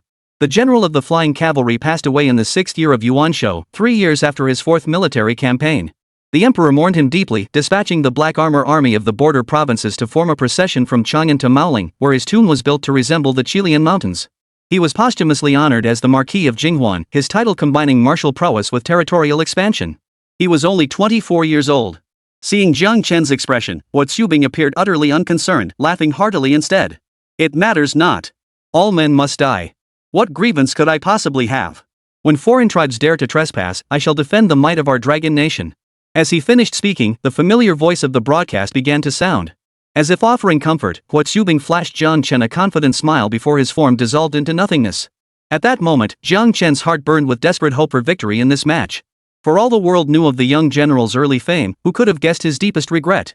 For Huo Qubing, this duel was merely a chance to resolve the regret he had carried for 1,000 years. A sense of melancholy instantly permeated the scene, resonating with the audience watching the screen. Truly a prodigious young military genius, yet this opponent will surely thwart his ambitions. Truly, heaven envies talent. Just as he could fight for his country, he encounters such an opponent. If this were a clash of cold steel, perhaps he could have achieved his heart's desire. Sympathy flowed freely, yet few held out hope. But Jiang Chen had no heart to dwell on such thoughts now, his gaze fixed intently on the screen. In the alternate dimension. Unlike the previous offensive-defensive battle against the kingdom of Tianzhu, this time the location was a vast and desolate desert. Perched atop a broad, elevated ridge, a 5,000-strong army was encamped. The battle flag fluttered in the wind, flapping loudly. Thousands of barracks stood tightly packed together. Fully armed squads patrolled the encampment at regular intervals, while cold, gleaming blades watched the distance from hidden vantage points. Before the barracks, a contingent of nearly 1,000 Han soldiers stood before Huo Qubing, fully equipped and ready for action. If we wish to utterly annihilate the foreign forces swiftly, we must take the initiative. We must uncover the enemy's encampment and strike directly at their heart. Do you have the confidence to follow me in shattering their camp? To display the might of our dragon nation? Huo Qubing's voice was calm yet carried the authority honed by years of command, leaving no room for dissent. In the next instant, 1,000 voices roared in unison, their shouts shaking the heavens. We shall not return until we have breached their city walls. Witnessing this, Huo Qubing barked his command. All troops, heed my command. We shall return swiftly. Hold the camp securely and stand ready for battle at any moment. Furthermore, the entire army must remain vigilant against enemy incursions at all times. The advantage of this encampment is its open terrain, which facilitates spotting enemy movements. Should an attack occur, light your load, flank the enemy, and defeat them one by one. If outmatched, do not linger in battle. Avoid casualties at all costs.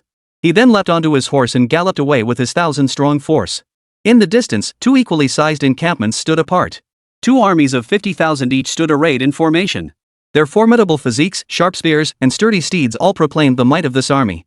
Their general stood tall and imposing, radiating an intimidating aura. The 4 great generals left, right, front, and rear each lead a contingent. Attack the enemy encampment 1,000 miles away from all 4 directions. Should enemy traces be detected en route, the bugle call shall signal a joint encirclement and annihilation. Before long, four massive armies surged forth from both positions, marching in great numbers toward the distant camps of the Han army and the White Bear Kingdom. Meanwhile, on a flat expanse of land, 5,000 Gosak soldiers stood encamped. Tall and imposing, they wielded muskets and wore long swords at their waists. At their head stood a burly man with a menacing glint in his eyes, Yermak himself. Hurrah! Our weapons far surpass theirs. Kill every last one who dares to come. Once we've utterly annihilated the enemy, we'll go and thoroughly humiliate the Dragon Nation commander. Hurrah! Moments later, thunderous gunfire echoed across the desert sky. Gosak soldiers sat high atop their steeds, grinning with reckless disdain as they swung their muskets wildly, spewing dazzling tongues of fire. Surrounding them were dense waves of invading foreign troops. Yet before they could even charge, bodies began tumbling from horseback. Outgunned by vastly superior weaponry, the foreign hordes proved utterly helpless, like infants stumbling over their first words. The thunderous crack of gunfire sent shivers down their spines, crushing any will to fight. In mere moments, nearly 10,000 invaders were decimated. The remaining stragglers were treated like playthings, hunted down and slaughtered at the whim of the Gosak soldiers. Whoosh! Those watching the screen collectively gasped in awe at the spectacle, their shock palpable. The superiority of their weaponry was indeed terrifying. This was nothing short of a crushing massacre feast for the White Bear Kingdom. Cold weapons were utterly useless against such overwhelming might. How could the Dragon Nation possibly fight back? They couldn't fight at all. The match had barely begun, yet the White Bear Nation had already annihilated so many foreign troops. How could the Dragon Nation possibly match that pace? For the Dragon Nation to win this contest is nothing short of a fairy tale. Such thoughts inevitably surfaced in everyone's minds, their confidence in the Dragon Nation steadily waning. The only one who remained truly composed at this moment was Jiang Chen. The location is the Great Desert? That's Huo Qubing's home turf. This battle isn't necessarily unwinnable. Remember, Huo Qubing excels at blitzkrieg and flanking maneuvers. This thought sparked a glimmer of hope in Jiang Chen's heart as he fixed his gaze intently on the screen. At Huo Qubing's encampment, four alien armies were closing in from all directions. Enemy attack. Taking advantage of the terrain, the Han forces spotted the otherworldly armies from a great distance. Proceed as the general instructed. Several deputy commanders remained utterly composed, barking out orders at the top of their lungs. 4,000 Han soldiers immediately sprang into orderly action. The next moment, the crowd watching the screen stared in disbelief as the Han soldiers abandoned everything, taking only their weapons as they rode off into the distance. Damn, that's some serious light-footedness. The advantage of light equipment was blazing speed and greater maneuverability in battle. Moreover, the Han cavalry rode carefully selected Daiyuan horses, hand-picked by Emperor Wu himself, capable of covering 1,000 li in a single day. In the blink of an eye, they vanished behind a small hill's blind spot, leaving only an empty barracks behind. Chapter 32, Complete Victory over the Foreign Army Seeking Gold Tickets. What? You're leaving all this behind? Are you out of your mind? If logistics like supplies and provisions falter during a campaign, it's a dead end. That's 2 whole days. You'll either be slaughtered by Gosa's cavalry or starve to death. Unbelievable. Absolutely unbelievable. I've never seen warfare like this. Abandoning camp and fleeing such an absurd act instantly left the global livestream audience utterly baffled. And with 2 whole days to spare? Did the Han army seriously believe they could annihilate the foreign forces in such a short time? What a joke! Everyone dismissed this absurd notion with a laugh, but the scales of victory had already tipped in favor of the White Bear Kingdom. Having the mighty Han army deal with this bunch of otherworldly troops? It's like testing a sharp knife on a piece of paper, a waste of talent. Jiang Chen watched the unfolding scene without much surprise. After all, Huo Qubing was a commander renowned for his distinctive combat style. Ancient histories recorded that when Huo Qubing led his troops into battle, he never carried provisions or baggage trains. Why carry supplies when the enemy's territory was right there? Yet this wasn't even his most distinctive tactic. His lightning-fast maneuvers in guerrilla warfare were perfected to an art form. By deploying light cavalry to strike swiftly, he exploited their exceptional mobility and lethality to become the Xiang Yu's worst nightmare. While such tactics were not uncommon during the Han dynasty, none mastered them to the terrifying degree that Huo Qubing did. He alone achieved such perfection. I suspect General Huon intends to deploy precisely such tactics on this campaign. Jiang Chen's thoughts raced as he watched Huo Qubing's rapid advance on the screen. Halt! Huo Qubing abruptly seized the reins, his piercing gaze fixed coldly upon a massive military encampment ahead. This must be their lair. To catch the bandits, first capture their leader. We'll strike at their home. All soldiers, heed my command, charge. With that, Huo Qubing, spear in hand, charged forward on his sweat-blood steed. The horse surged like a crimson meteor toward the enemy's main camp. Behind him, the Han soldiers, witnessing their general's fierce courage, strained every muscle and charged toward the encampment with desperate abandon. At that moment, an announcement suddenly blared. Congratulations to the Dragon Nation commander for unlocking the lone soldier's deep advance effect. During the charge and surprise attack, Great Han soldiers will gain a 50% attack power bonus and a 30% movement speed increase. Before the words faded, every soldier felt their warhorses surge forward with explosive speed. Huo Qubing's legendary Ekeltique steed reached a terrifying velocity that left everyone speechless. Scarlet after scarlet blur streaked through the enemy encampment like the Grim Reaper itself, weaving in and out of the foreign army's barracks. Wherever the spears struck, wails of agony erupted, sending chills down the spines of those watching the screen. The unsuspecting foreign soldiers were gripped by utter terror. This sudden attack and the eerily swift speed threw even these battle-hardened warriors into complete disarray. In mere moments, countless foreign soldiers had fallen victim to the spears. Enemy attack! Enemy attack! Several panicked cries finally rose. But it was already too late. Huo Qubing's army, bolstered by the effect of deep penetration, fought with renewed vigor. Their combat effectiveness doubled. They moved like Grim Reapers harvesting souls, leaving only cold corpses in the wake of their merciless blades and spears.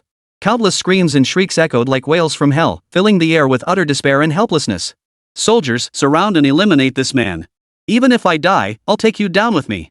A hysterical roar, choked with boundless fury and terror, pierced the heavens. The formidable foreign general, wielding a massive iron hammer, charged toward Huo Qubing on horseback. The hammer was enormous, swinging with terrifying force straight toward Huo Qubing's forehead. Meanwhile, dozens of spear-wielding soldiers charged at full speed toward Huo Qubing from all sides. The Han soldiers had no time to react to this sudden turn of events, crying out in alarm as they rushed to provide support. You lot, deal with these remaining stragglers first. A mere dozen men, what gives you the nerve to challenge me, Huo Qubing? Huo Qubing remained utterly composed as he bellowed the command. With a sudden burst of strength, his hands flicked the spear into a graceful flourish, thrusting it forward with unstoppable force toward the foreign general before him. His sweat-blood steed let out a piercing cry to the heavens, executing a sudden, lightning-fast turn mid-gallop. The spear, now bearing the alien general's corpse like a massive pendulum, swung violently, sending over a dozen men and horses tumbling in all directions. Report! After thorough investigation, no remaining soldiers or deserters are present here. At that moment, a soldier arrived with a message. Move out. With so few soldiers here, an enemy force must be preparing to ambush our encampment. We must rush to reinforce them. Huo Qubing hesitated not a moment, leading his Han soldiers once more toward the distant horizon. Hearing Huo Qubing's dismissive words, the live stream audience went absolutely wild. Too few? This is 10,000 soldiers. 1,000 men taking on 10,000 without a single casualty? That's legendary even by cold weapon standards. Cold weapon combat? This Huo Qubing is seriously fierce. Now it's anyone's guess who'll wipe out more of the otherworldly forces. After all, their homeland's been stolen. All that's left is to eliminate the remnants outside. There's no way they can win. After all, the White Bear Kingdom has firearms, and the Dragon Kingdom still has a significant number of otherworldly troops left. In the space near the encampment of the Great Han soldiers, battle cries shook the heavens. Across the vast desert, a force of thousands charged forward at full gallop. Not far off to either flank, dense waves of soldiers closed in, pincering their advance. Don't panic. The general will surely return victorious and help us overcome this crisis. Just hold on a little longer. Several blood-soaked leaders shouted encouragement to the soldiers behind them. These were the remaining soldiers of Huo Qubing. Thanks to Huo Qubing's strategy of light-mounted assault, flanking the enemy, and defeating them one by one, they had easily annihilated two large armies without suffering a single casualty. But the remaining alien forces soon discovered them, pincering them from both sides. Had it not been for Huo Qubing's strategy of light equipment and deep penetration, allowing them to move at breakneck speed, they would likely have been wiped out long ago. Now, their warhorses, exhausted from the long gallop, were gradually losing strength. It wouldn't be long before they were caught. Yet not a single soldier of the Great Han army succumbed to despair or panic. For they firmly believed their invincible, ever-victorious young general would descend from the heavens to turn the tide of battle. Suddenly, the pursuing forces on the left halted abruptly, turning their attention backward, no longer concerned with the Han troops. Upon a proud, sweating steed stood a handsome youth, gazing coldly at them. In his hand, a spear casually impaled a soldier, dripping with crimson blood. Chapter 33, Are you playing hard to get? It's General Huo. It's General Huo. He's come to rescue us. Brothers, charge. The moment they caught sight of Huo Qubing, the weary Han soldiers were suddenly energized as if injected with adrenaline. Their earlier sluggishness vanished as they roared and charged toward the alien forces on the right flank. In an instant, blades clashed and armor rang out, plunging the battlefield into chaos. But these foreign troops were no match for the Han soldiers, whose effectiveness had been amplified by their deep, isolated advance. Before long, the foreign forces were caught off guard and slaughtered. Particularly devastating was the Han soldiers' seamless mutual support. Just as the invaders closed in on their targets, reinforcements would suddenly appear from behind. Their assault was ferocious now, as if fueled by some potent stimulant. Eyes blazing, they charged like starving tigers pouncing on their prey. Damn it! What the hell just happened? Why weren't they this fierce earlier? Tens of thousands of otherworldly soldiers struggled to hold their ground against the vastly outnumbered Han forces, utterly baffled. But hungry tigers never give their prey time to think. The Han soldiers grew increasingly frenzied in battle, thrusting their spears back and forth countless times. By the end, some grew impatient, shoving aside fellow soldiers to face multiple foreign warriors alone. The foreign soldiers watched in utter frustration as the Han troops treated them like playthings, powerless to stop the spears thrusting in and out of their comrades' corpses. Some cowardly foreign soldiers attempted to flee on horseback, only to draw raucous laughter from the Han troops. Are you playing hard to get with me? As the audience stared in stunned silence before the screen, the Han forces annihilated the entire otherworldly army in less than half an hour in real time. Below the screen, a message flashed: Dragon Nation has utterly annihilated the foreign forces and secured victory. If Dragon Nation's commander chooses not to continue, the match result will be declared in 1 minute. The moment the text came into view, everyone struggled to contain the surge of excitement threatening to erupt. Holy, we actually won? Damn awesome.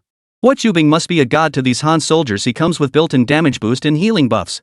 How come this feels even easier than fighting the White Bear Kingdom? A gentleman forgives a petty man's transgressions. I now admit that going in lightly was indeed the right move. Huo Qubing is a smart commander. He must realize how tricky the White Bear Kingdom is and will probably drop the challenge now. He definitely won't keep challenging us. Huo Qubing's not stupid, he's smart. But while everyone was marveling, Jiang Chen turned his gaze to the Yermak and Goksar cavalry on the screen, troops he hadn't paid attention to until now. Old habits die hard, after all. Jiang Chen sighed with a hint of resignation. On the screen, the White Bear Kingdom's troops gripped their muskets, utterly dismissive of the foreign army.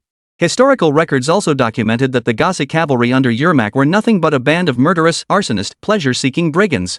After eliminating the first wave of the otherworldly forces, they danced and sang under the leadership of the pirate-born Yermak, waiting for the rest of the invaders to arrive. Trouble's coming. Jiang Chen glanced at the White Bear Kingdom contestant, who remained utterly unmoved, and shook his head. He knew full well that Huo Qubing, whether driven by the pride born of youthful fame, his hatred for any foreign invasion of his homeland, or the lingering regret from 1,000 years ago, would never stop here.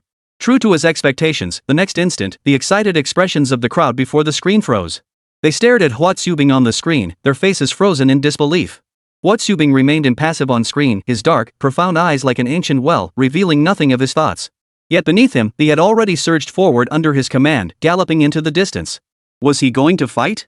Against those fierce warriors of the White Bear Kingdom armed with firearms? Was this blind ignorance of the musket's power, or reckless stupidity fueled by mere bravado?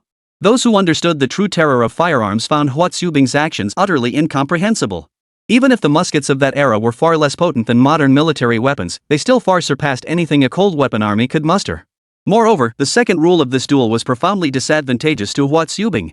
Instantly, the global livestream was flooded with incomprehension and abuse. Even the Dragon Nation supporters who had been cheering for Huo Qubing felt resentment toward his stubborn insistence. Ever heard of the word luck? If Yermak hadn't attacked first, you wouldn't even be in this fight. Utterly foolish. Dragon Nation has been brought down by him this time. He's biting off more than he can chew. White Bear Nation, sigh, this damn fortune is impossible to escape. Resolve complete. He's a clown who brought this humiliation upon himself. The rules of this match state that if Dragon Nation's generals fail to eliminate White Bear Nation's commanders, they lose. Even if Yermak avoids fighting you altogether, you still can't win. Utterly short-sighted. In the alternate dimension, Yermak seethed with frustration upon learning the mission to eliminate the foreign forces had been thwarted by the Dragon Nation's commander. The savage glint in his eyes grew more intense, sending a chill down one's spine. Hurrah! Men! Dispatch a 1,000-man patrol to scout the vicinity. Report immediately if anything occurs. Additionally, send 2,000 men out to track down those Dragon Kingdom soldiers. Once you find the enemy, lead them by the nose, treat them like dogs, and drag them around aimlessly. As for the rest of the soldiers, keep the music playing and the dancing going. After all, we hold the initiative now. Let them tire themselves out searching for us. Yermak watched the swiftly moving Gossip cavalry, a sneer curling his lips. Want to fight? Then we'll play you to death. He turned around, savoring every moment as he twisted his muscular frame. The audience watching on screen found Yermak's arrangement harmless yet deeply humiliating, both laughable and heartbreaking. Dragon Nation was about to suffer a colossal embarrassment. This was practically being paraded around like a dog on a leash. Witnessing this scene, the Dragon Nation's people couldn't help but harbor resentment toward Huo Qubing for his showboating. After all, a match that could have ended in victory now risked being tarnished by the title of clown and the fate of being toyed with, all because of Huo Qubing.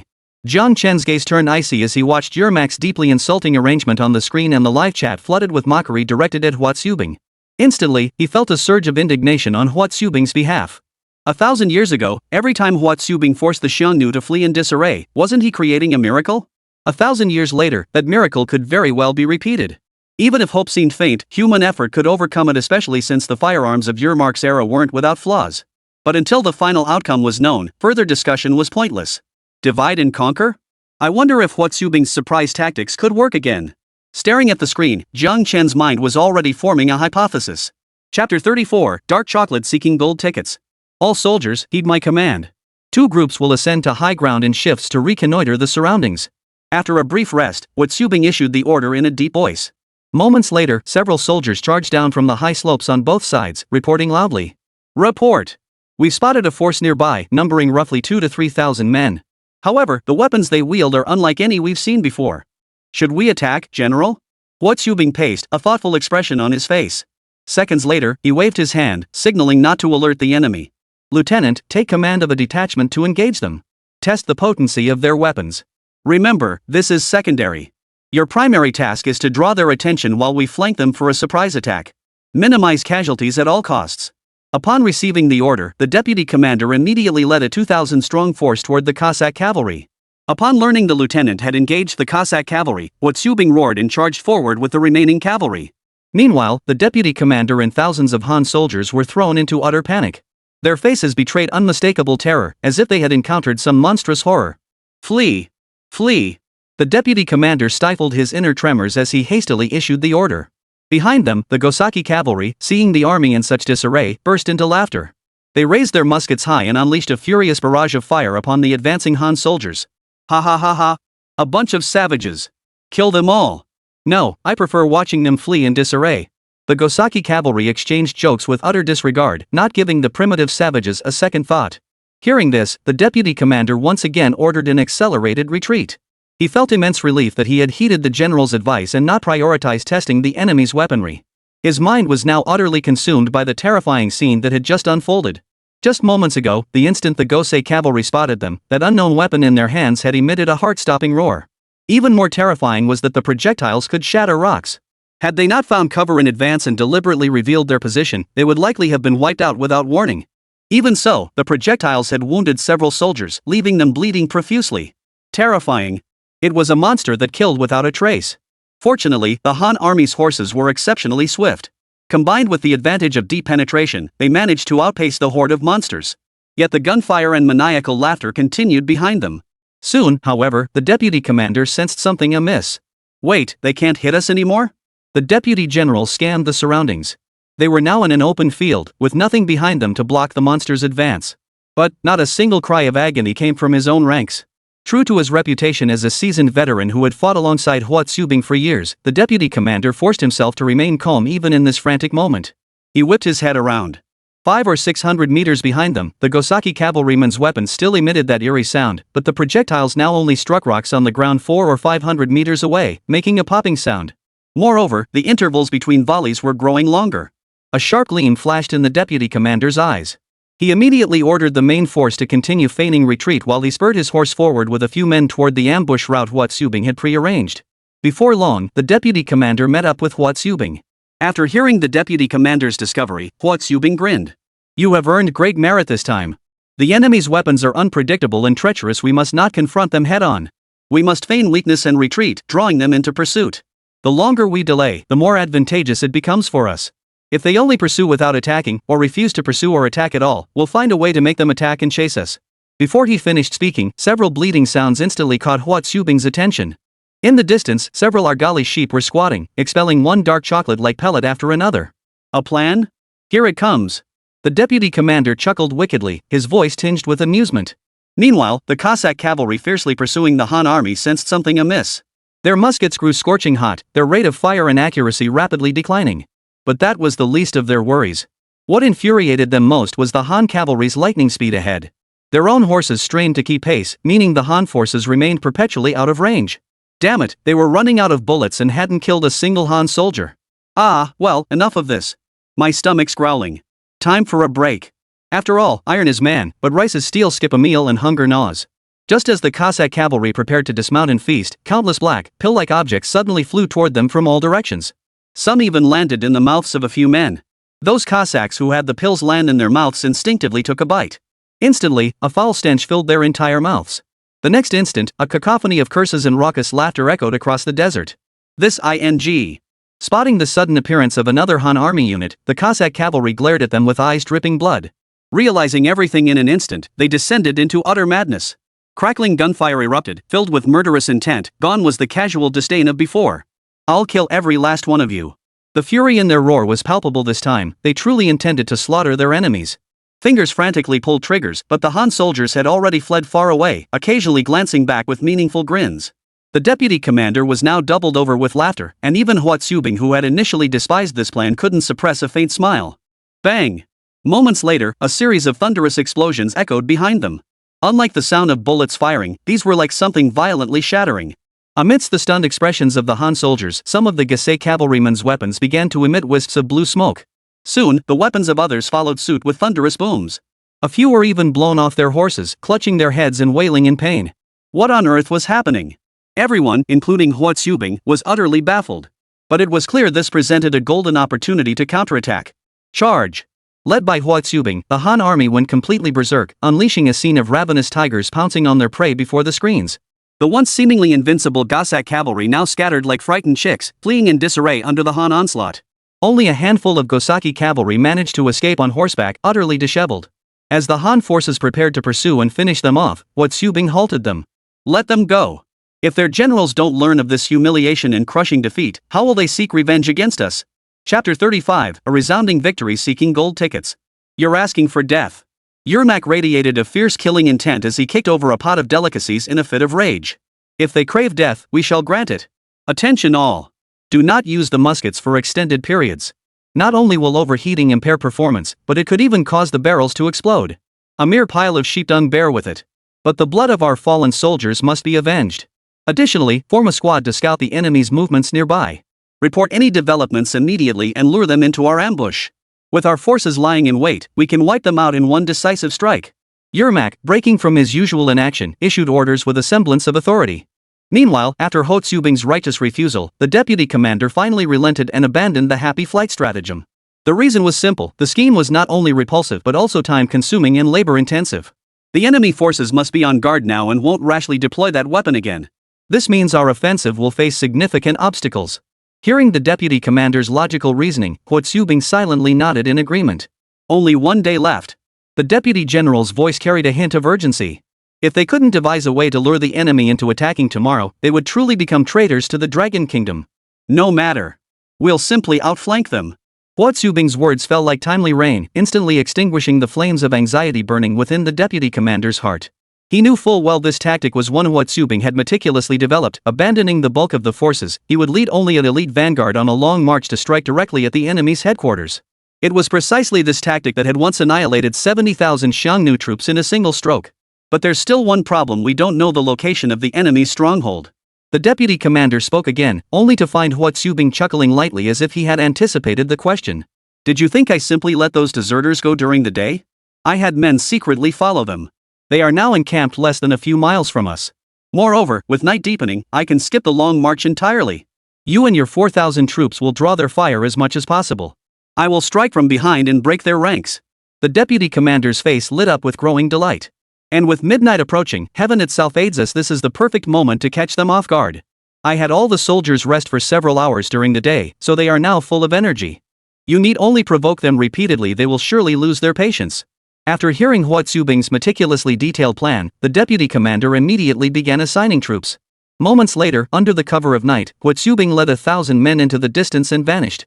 Meanwhile, the deputy commander led the remaining Han forces in a grand procession toward the Yermak camp. The melodious cadence of Chinese speech carried far and wide through the night air. The patrolling Cossack cavalry spotted their presence and hurried back to camp to report. Damn it, in the middle of the night! Yermak cursed as he rose to his feet. The other Cossack cavalrymen, listless and weary, prepared for ambush under Yermak's orders. Strangely, however, after waiting for a long time, no one attacked. The prolonged wait, combined with the exhaustion from the day's singing and dancing, had the Cossack cavalry nodding off. Sensing something was amiss, Yermak immediately sent men out to scout the enemy's position. This time, however, not a single soul could be detected in the vicinity. Though furious upon receiving the news, Yermak sensed that the enemy would make a major move that night. After ordering increased night patrols, he returned to camp to sleep. A short while later, another urgent cry shattered Yermak's slumber. Yet, just like before, Yermak's resolve to annihilate the Han forces had reached its peak. Yet under the cover of night, the limited light from torches made it impossible to see clearly into the distance, forcing him to abandon the plan. Once, twice, 3 times. Finally, after enduring this farce repeatedly, Yermak and his entire contingent of Gostak cavalry snapped. Full charge. Tonight we must slaughter every last one of these vile troublemakers who dare disturb our sleep. The heavy clatter of spears shattered the night silence as 3,000 Cossack cavalrymen vented their fury with frenzied abandon. However, the Han forces had long since extinguished their torches. The Han forces now operated in darkness while the Cossack cavalry remained exposed. Their already inaccurate muskets could only serve as a deterrent, for the Han soldiers had long since vanished into the night. We must take the initiative. If we continue like this, it will only become increasingly disadvantageous for us. Yermak's mind raced, desperately searching for any means to annihilate this detestable Han force. With that, all the Gossack cavalry charged into the distance on their sturdy steeds, torches blazing. All troops, heed my command. Light your torches. The deputy commander saw the desired effect achieved. Now, revealing their position would invite the enemy's frenzied assault. But this alone wasn't enough to make them unleash their weapons without restraint. The deputy commander grinned, signaling dozens of soldiers to hurl out small sugar pills they had secretly prepared. One by one, the tiny candies drifted through the night air, carried by the wind toward the Cossack cavalry. The Cossack cavalry, already yawning from exhaustion, suddenly felt an itch in their throats. A strange taste surged up their throats, reaching the top of their heads. This time, even the skeptical Yermak fell victim. Truly, one cannot preach virtue to others without having tasted suffering oneself. Yermak's musket fired first, followed by a deafening crackle of gunfire that engulfed the desert. You traitor, die!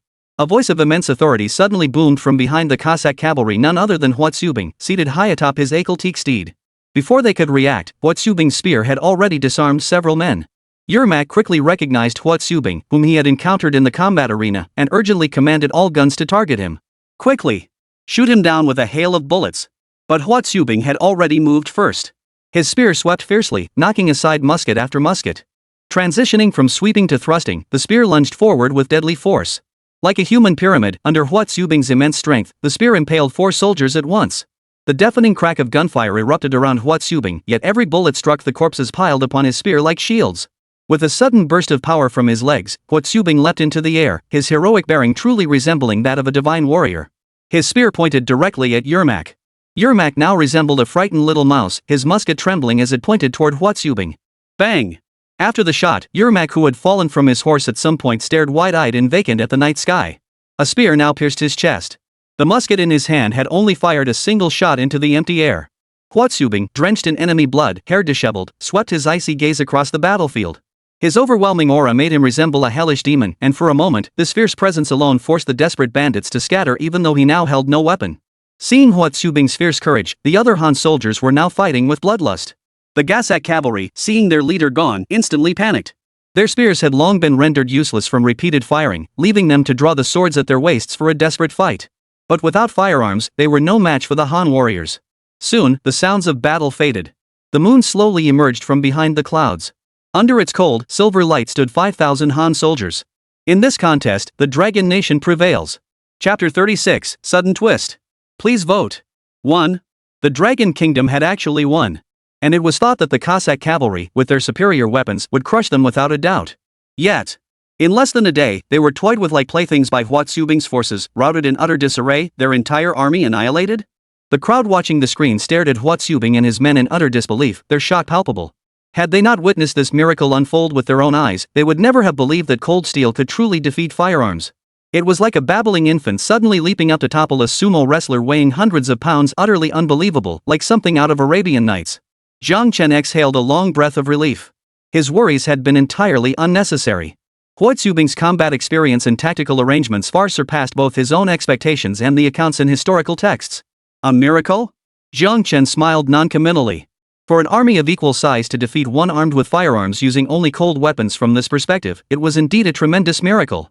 Yet when viewed from the broader perspective, the outcome revealed itself to be entirely logical. For every decision Huo Qubing made was a masterstroke, exploiting his own advantages to infinitely magnify the weaknesses of firearms. It was precisely through his meticulously planned, interlocking maneuvers that he lured the Gossack cavalry into a death trap. To orchestrate tactics with such exquisite precision truly worthy of the general of flying cavalry, Huo Qubing, whose very name struck terror into the hearts of the Xiang Yu.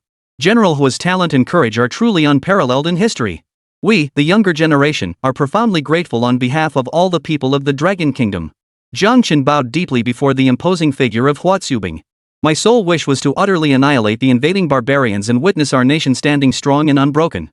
This battle has fulfilled my dream. Huo Qubing grinned, radiating boundless youthful vigor, looking every inch the true young man he was. Jiang Chen smiled too, knowing that this young general's regret from 1,000 years ago had finally vanished. A miracle. I've witnessed a miracle. You can actually defeat muskets with cold steel. Who dares claim invincibility? Who dares speak of undefeated? They've clearly never seen God Hua.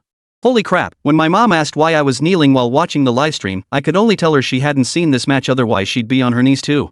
We've been blind to the mountain before us. God Hua, accept my kneeling homage. Damn me for trying to fathom the divine with mortal minds. He's maxed out. God Hua is just too damn skilled. Young general, handsome, fierce, and loaded. I'm head over heels. The screen erupted with comments, everyone frantically apologizing for their earlier remarks and expressing utter adoration for Huo Qubing.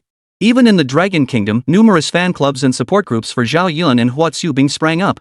In other nations that had witnessed this showdown, topics related to Zhao Yun and Huo Qubing surged to the top of their trending lists.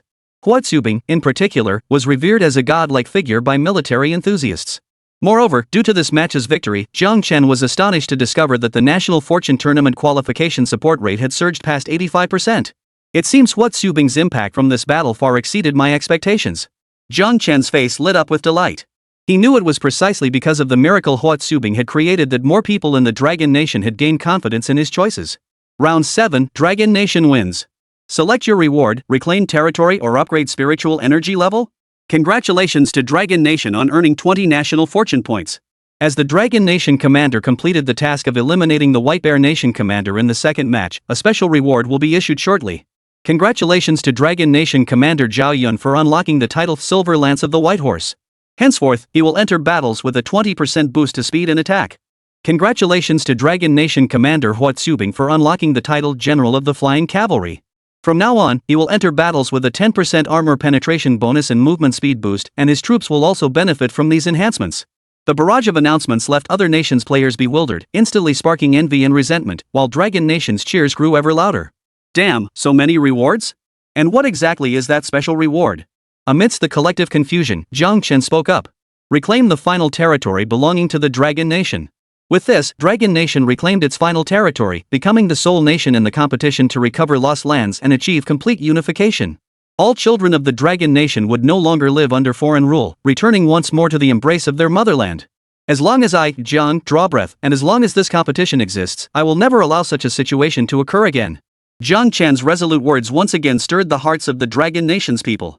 Had Jiang Chen not intervened at the critical moment, choosing to wield the martial saint's power to turn the tide and completely reverse the situation, the Dragon Nation would likely have fallen into the hands of those rogues long ago. And it was only through Jiang Chen's subsequent choices in the competition that the Dragon Nation could now witness this scene of reunion. In that moment, the entire Dragon Nation once again expressed heartfelt gratitude to Jiang Chen and the generals who had fought valiantly for the nation. This surge of appreciation caused Jiang Chen's approval rating for the National Fortune Tournament qualification to soar past 90%.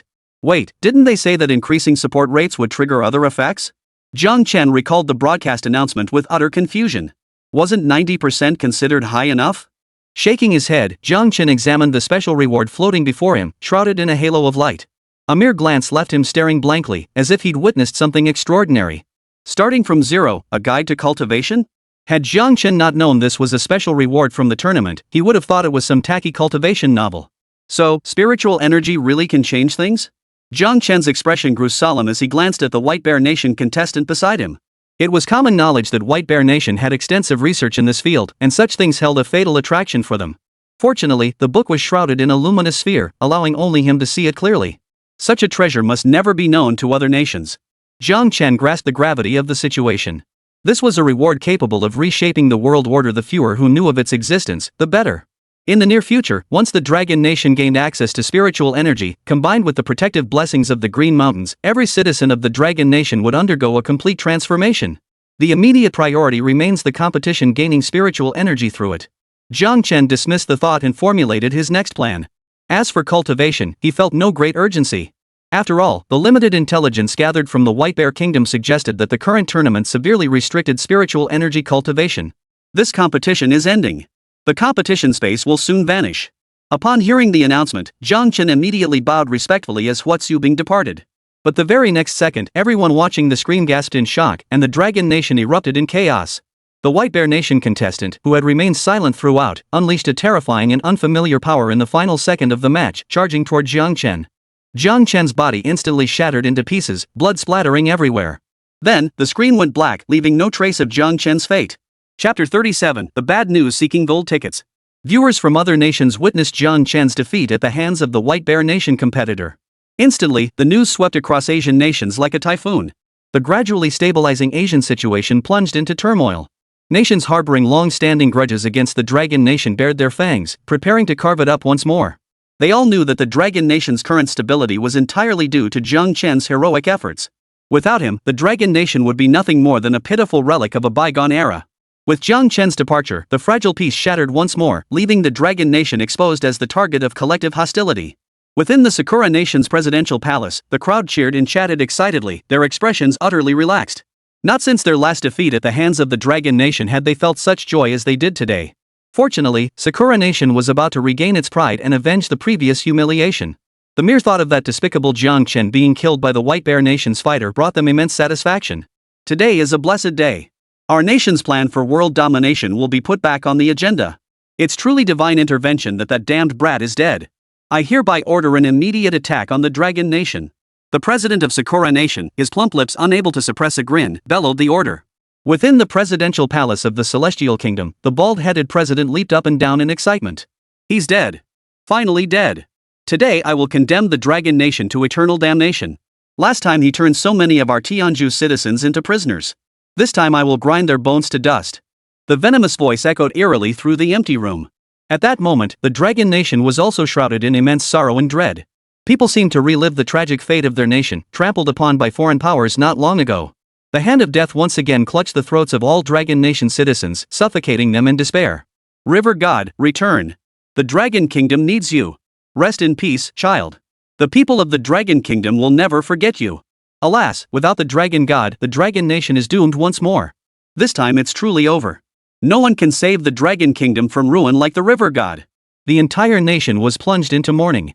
They all understood that without Jiang Chen, the Dragon Nation was like a house without its main pillar doomed to crumble into ruins. Everyone clung to the hope that it was all a lie, everyone cried out for Jiang Chen to appear, longing to see him standing before them, unharmed. Yet they knew it was impossible. After all, they had witnessed it with their own eyes, Jiang Chen's body torn apart by the godlike power of the White Bear Nation. Within the courtyard, the Dragon Nation's leader appeared aged beyond his years, his eyes slightly reddened. No one felt more pain or helplessness than he did now. Though he had spent little time with Jiang Chen, their bond was as close as that between grandfather and grandson. Jiang Chen had made tremendous sacrifices for the Dragon Nation, reclaiming lost territories, avenging fallen heroes, and completely turning the nation's fortunes around. And all this he hadn't even figured out how to reward the young man properly. Now he was burying his own child. What was even more devastating was that no one in the Dragon Nation could now take on Jiang Chen's mission. Was everything destined to revert to how it had been before? The Dragon Nation's leader gazed at the sky with weary resignation. Two sudden broadcast announcements echoed in his ears, plunging his heart into utter despair. Tianju Nation has issued a final challenge to Dragon Nation. Accept? Tianju Kingdom has forfeited its right to use items in the two-round contest and invoked the mandatory card. Dragon Nation is compelled to accept Tianju Kingdom's challenge. Sakura Nation has declared a national war against Dragon Nation. Accept the challenge? Refusal will result in deduction of 2/3 of national fortune points and be deemed a lack of confidence in one's own history, forcing passive acceptance of 3 additional challenges from other nations in alternative formats. Bandits. The Dragon Nation's chairman, whose body had been rigidly upright, suddenly trembled violently. He knew the Dragon Nation now had nowhere left to retreat.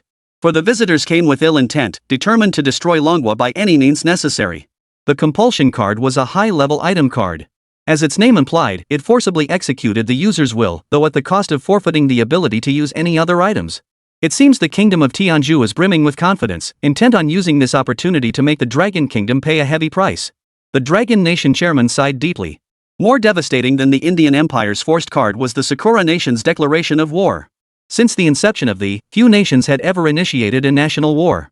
To wage a national war with the full might of a nation meant that the losing side would utterly forfeit its sovereignty, becoming a slave to another country. Staking a nation's very survival as collateral, which country possessed the audacity to shoulder such an immense gamble? What gave Sakura Nation such audacity was the death of Jiang Chen. Now, Dragon Nation had no commander left who could match them in battle. Sakura Nation aims to plunge the Dragon Nation into utter ruin, leaving it no chance of recovery. Even if they refuse the national war, they face severe punishment. 3 consecutive passive acceptances of challenges, 3 consecutive defeats. The outcome would be scarcely better than losing the national war itself. Whichever path they choose, the Dragon Nation will pay a heavy price, and its people will once again face a tragic fate. This cherry blossom nation truly harbors malicious intent, determined to bleed my Dragon Nation dry. A dilemma with no easy solution. The Dragon Nation's leader sighed wearily. After agonizing deliberation, he ultimately chose the national war. There was no other choice. Compared to regular matches, the national war offered more options, meaning the Dragon Nation had a sliver more chance. This is truly my last resort. I beg the people of the Dragon Nation to forgive this sinner. The Dragon Nation leader gave a bitter laugh as he issued orders to the soldiers before him. The nation enters level 1 combat readiness. We would rather perish together than become slaves of a conquered nation. Additionally, ensure the safety of Elder Qian and the others. The participants for this competition will most likely be selected from among them. Simultaneously, the broadcast echoed across the Dragon Nation once more. Dragon Nation accepts Sakura Nation's national challenge. As the Indian Empire initiated the challenge first, the Sakura Empire's challenge will commence after the conclusion of the Indian Empire vs. Dragon Empire contest. Selection of participants from both nations is underway. Hearing this, the people of Dragon Nation were filled with rage yet powerless to act. Everything had changed. Without Jiang Chen, they had lost all confidence. This is utterly treacherous. They're trying to wipe us out completely. Without Jiang Chen, how can we possibly fight them? No one can change the Dragon Nation now. We're truly finished this time. The only commanders we know are those Jiang Chen selected earlier. What if we don't encounter any of them? What then? Amidst waves of despair, the tournament officially commenced. Eyes widened as all gazed at the screen, fixated on the figure who would decide their fate. Chapter 38, I don't know? Seeking gold tickets. The moment the crowd recognized the Dragon Nation's contestant, it felt like a thunderclap from a clear sky. One by one, they rubbed their eyes in disbelief, their expressions shifting from fear to utter despair. There, in the battle arena, a little girl with twin ponytails bounced around, a lollipop dangling from her mouth. Her childish appearance and utterly harmless expression made it impossible for anyone to believe this was the contestant who would decide the fate of Dragon Nation. This blow was 10,000 times heavier than the shock they felt when Jiang Chen entered the competition. At least Jiang Chen looked like an adult. But this little girl, she hadn't even graduated kindergarten yet. In an instant, this scene, like adding insult to injury, made the Dragon Nation crowd feel as if the sky had fallen and the earth had collapsed. Utterly crushed, not a shred of hope remained in their hearts. After all, how could anyone expect a girl this young who probably couldn't even add 1 + 1 to alter the fate of the Dragon Nation? Damn it! Why must this tournament toy with the fate of our Dragon Nation time and again? Why not just use an adult? Why treat our Dragon Nation like this? I should have emigrated sooner. Now we're just waiting to die. Even the Dragon Nation's chairman and Elder Qian were slapping their thighs in frustration, their faces clouded with despair yet utterly helpless. No one could have imagined the tournament would field a naive little girl. At this moment, the fate of the Dragon Nation seemed sealed, with no chance of reversal. Dragon Nation was truly doomed. Tianju Nation's contestant this time was a burly man with a terrifyingly fierce appearance. A single vicious glare was enough to send the little girl wailing in terror. Fortunately, after the assassination attempt on Jiang Chen by the White Bear Kingdom last time, the competition space had implemented new protective rules and measures, ensuring the little girl would be safe. Where did this brat come from, wailing like that? Wait until the Dragon Kingdom falls, then you can cry your heart out. Remember this, you are Dragon Nation's traitor. You deserve to be torn limb from limb. The burly man roared impatiently. His vitriolic words not only infuriated and humiliated the Dragon Nation crowd but also made the little girl's sobs grow louder and louder. Watching the girl's plight, the global live audience joined in with mockery, lamentations, and curses. Without Jiang Chen, Dragon Nation is nothing but a nation of useless trash. Disappear from this world already. What a trash Dragon Nation, even a little brat gets to compete. Surrender already. Your death throes won't change the outcome, you're just making yourselves look like clowns. This little girl is truly Dragon Nation through and through, annoying from the get-go. What a bummer to share a world with you lot. As he stared at the screen filled with insults toward the Dragon Nation, the burly man's expression grew increasingly vicious. See? I told you to die sooner. Bunch of useless trash. Last time you displaced so many of my Indian subjects. This time, I'll destroy your entire Dragon Nation. No sooner had the words left his mouth than the announcer's voice echoed through the arena. The match is about to begin. This round will be a one-on-one arena battle. Commander scrolls will be distributed shortly. The words had barely left the announcer's mouth when 5 scrolls materialized before each of the 2 combatants. The Dragon Nation's people, clinging to their last shred of hope, gazed at the scroll before the little girl. What they saw was no small matter. It instantly reignited a glimmer of hope within these already despairing souls. The 5 scrolls depicted Zhao Zilong on his white steed wielding a silver spear, Lu Bu the flying general, Guan Yu the bearded lord, Yu Fei the loyal marquis, and Huo Qubing the wolf subduing general. All 5 generals, except Lu Bu, had been personally selected by Jiang Chen. Their combat prowess was undeniable, each capable of striking fear into enemy ranks and sending them fleeing in panic. But this flying general Lu Bu? The scroll depicted him wearing a purple gold crown with 3-pronged hairpins, clad in a red cotton robe embroidered with 100 flowers from western shu, armored in beast-face chain mail with interlocking links, and cinched at the waist with an intricately patterned lion skin belt. A stage actor? Could Lu Bu be some wire-suspended actor playing the role of a general, dubbed the Flying General? Unanimously, the assembly deemed Lu Bu the least suitable commander to select. After all, neither his outlandish attire nor his unfamiliar title befitted a commander. Moreover, the other 4 generals had long been idolized by the people of Dragon Nation, standing as their unquestionable choices. They still clung to a sliver of hope. After all. In this era, even 3-year-olds in Dragon Nation recognized the generals who had brought glory to their homeland, like Zhao Yun. Therefore, the odds of the little girl making the right choice were still quite high. You absolutely must not choose Lu Bu. Little girl, listen to uncle. The choice you make next will determine the survival of our Dragon Nation. Don't make a mistake. Why did Lu Bu have to be included? Why couldn't it be General Han Shizhong instead? Amidst the Dragon Nation's fervent anticipation, the little girl's finger darted back and forth across the 5 scrolls, sending everyone's emotions on a rollercoaster ride of highs and lows. Finally, the little girl made her choice, seemingly understanding yet not quite grasping its weight. But that choice sent the hearts of the Dragon Nation's people plummeting to freezing depths. The flying general Lu Bu. Why choose him? This was practically a choice between 2 evils, and we still ended up with Lu Bu. Heaven itself is conspiring against our Dragon Nation. Has the Dragon Kingdom missed its last shred of luck? The entire Dragon Nation was suffocated by an oppressive gloom. People sat in numb despair, accepting this absurd fate with hearts as cold as ashes. It was as if heaven had played a cruel joke on the Dragon Nation, offering them hope only to snatch it away, plunging them into utter despair. Seeing the little girl make her choice, the tense expression on the Indian warrior's face gradually relaxed. He admitted he had panicked the moment he glimpsed the Dragon Nation scroll. After all, the commanders of the Dragon Nations tournament were now the subject of global military analysis, and he was well aware of their formidable combat prowess. Had they been chosen, India's battle would have been incredibly difficult. But this blind little girl chose Lu Bu, the flying general? Truly, heaven is aiding me. If you must blame someone, blame your Dragon Nation's bad luck. A cruel smile spread across the burly man's fierce face as he made his choice. King Ashoka the worry-free. Gazing at the painting, the burly man's face betrayed unmistakable excitement and reverence. This was the man hailed by the world as the greatest emperor and general of the Indian Empire. He ruled Tianzhu for 8 years. He was a man of extreme bloodlust, slaughtering 99 of his royal brothers for the throne. In the early years of his reign, he created scenes of horror that were truly hell on earth. He even slaughtered over 100,000 men on the battlefield. This signified a fierce commander who embodied both wisdom and combat prowess. The weapon in his hand was a 2.6-meter-long flexible sword, known to the world as the Demon Sword of the King. Unparalleled in sharpness yet remarkably flexible, it held a decisive advantage over most weapons. Ashoka himself possessed combat prowess unmatched in the world, once single-handedly taking on an entire army of hundreds without suffering a scratch. Such a commander, in one-on-one combat, would be a headache for any general to face. The burly man boasted about Ashoka to the crowd, his expression brimming with arrogance and contempt. When it came time to introduce the Dragon Nation's commander, all eyes turned to the little girl. She looked utterly dejected, and after a long pause, finally managed to choke out a single sentence. I don't know. Chapter 39, The Devastating Blow Seeking Gold Tickets. That's hilarious. They just picked someone at random. I don't think she doesn't know, it's probably just not recorded anywhere. This Lu Bu is nothing but a stage actor. What a colossal joke. Looks like the Dragon Kingdom has no one else worth fighting besides those few generals. For Ashoka to be his opponent, Lu Bu must have accumulated blessings over several lifetimes. Hope Lu Bu doesn't wet his pants when he sees Ashoka.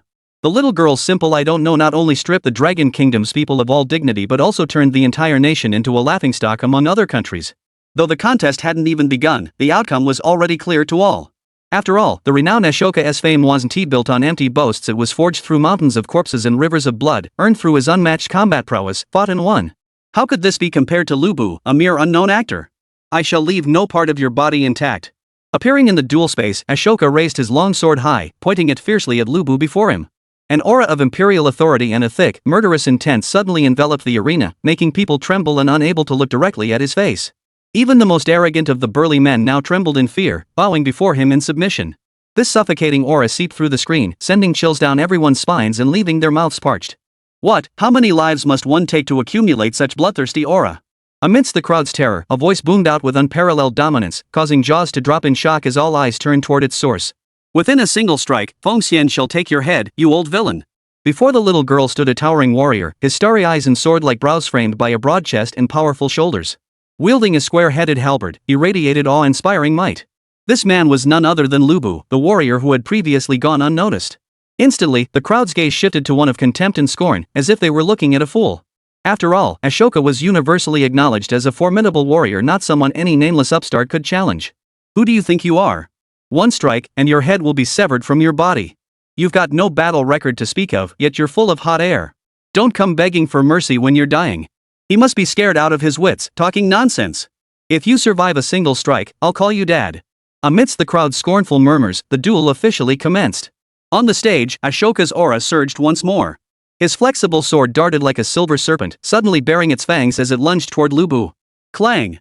The flexible blade coiled like a supple rope, suddenly wrapping around Lu Bu's raised Fall Tian Huaji halberd.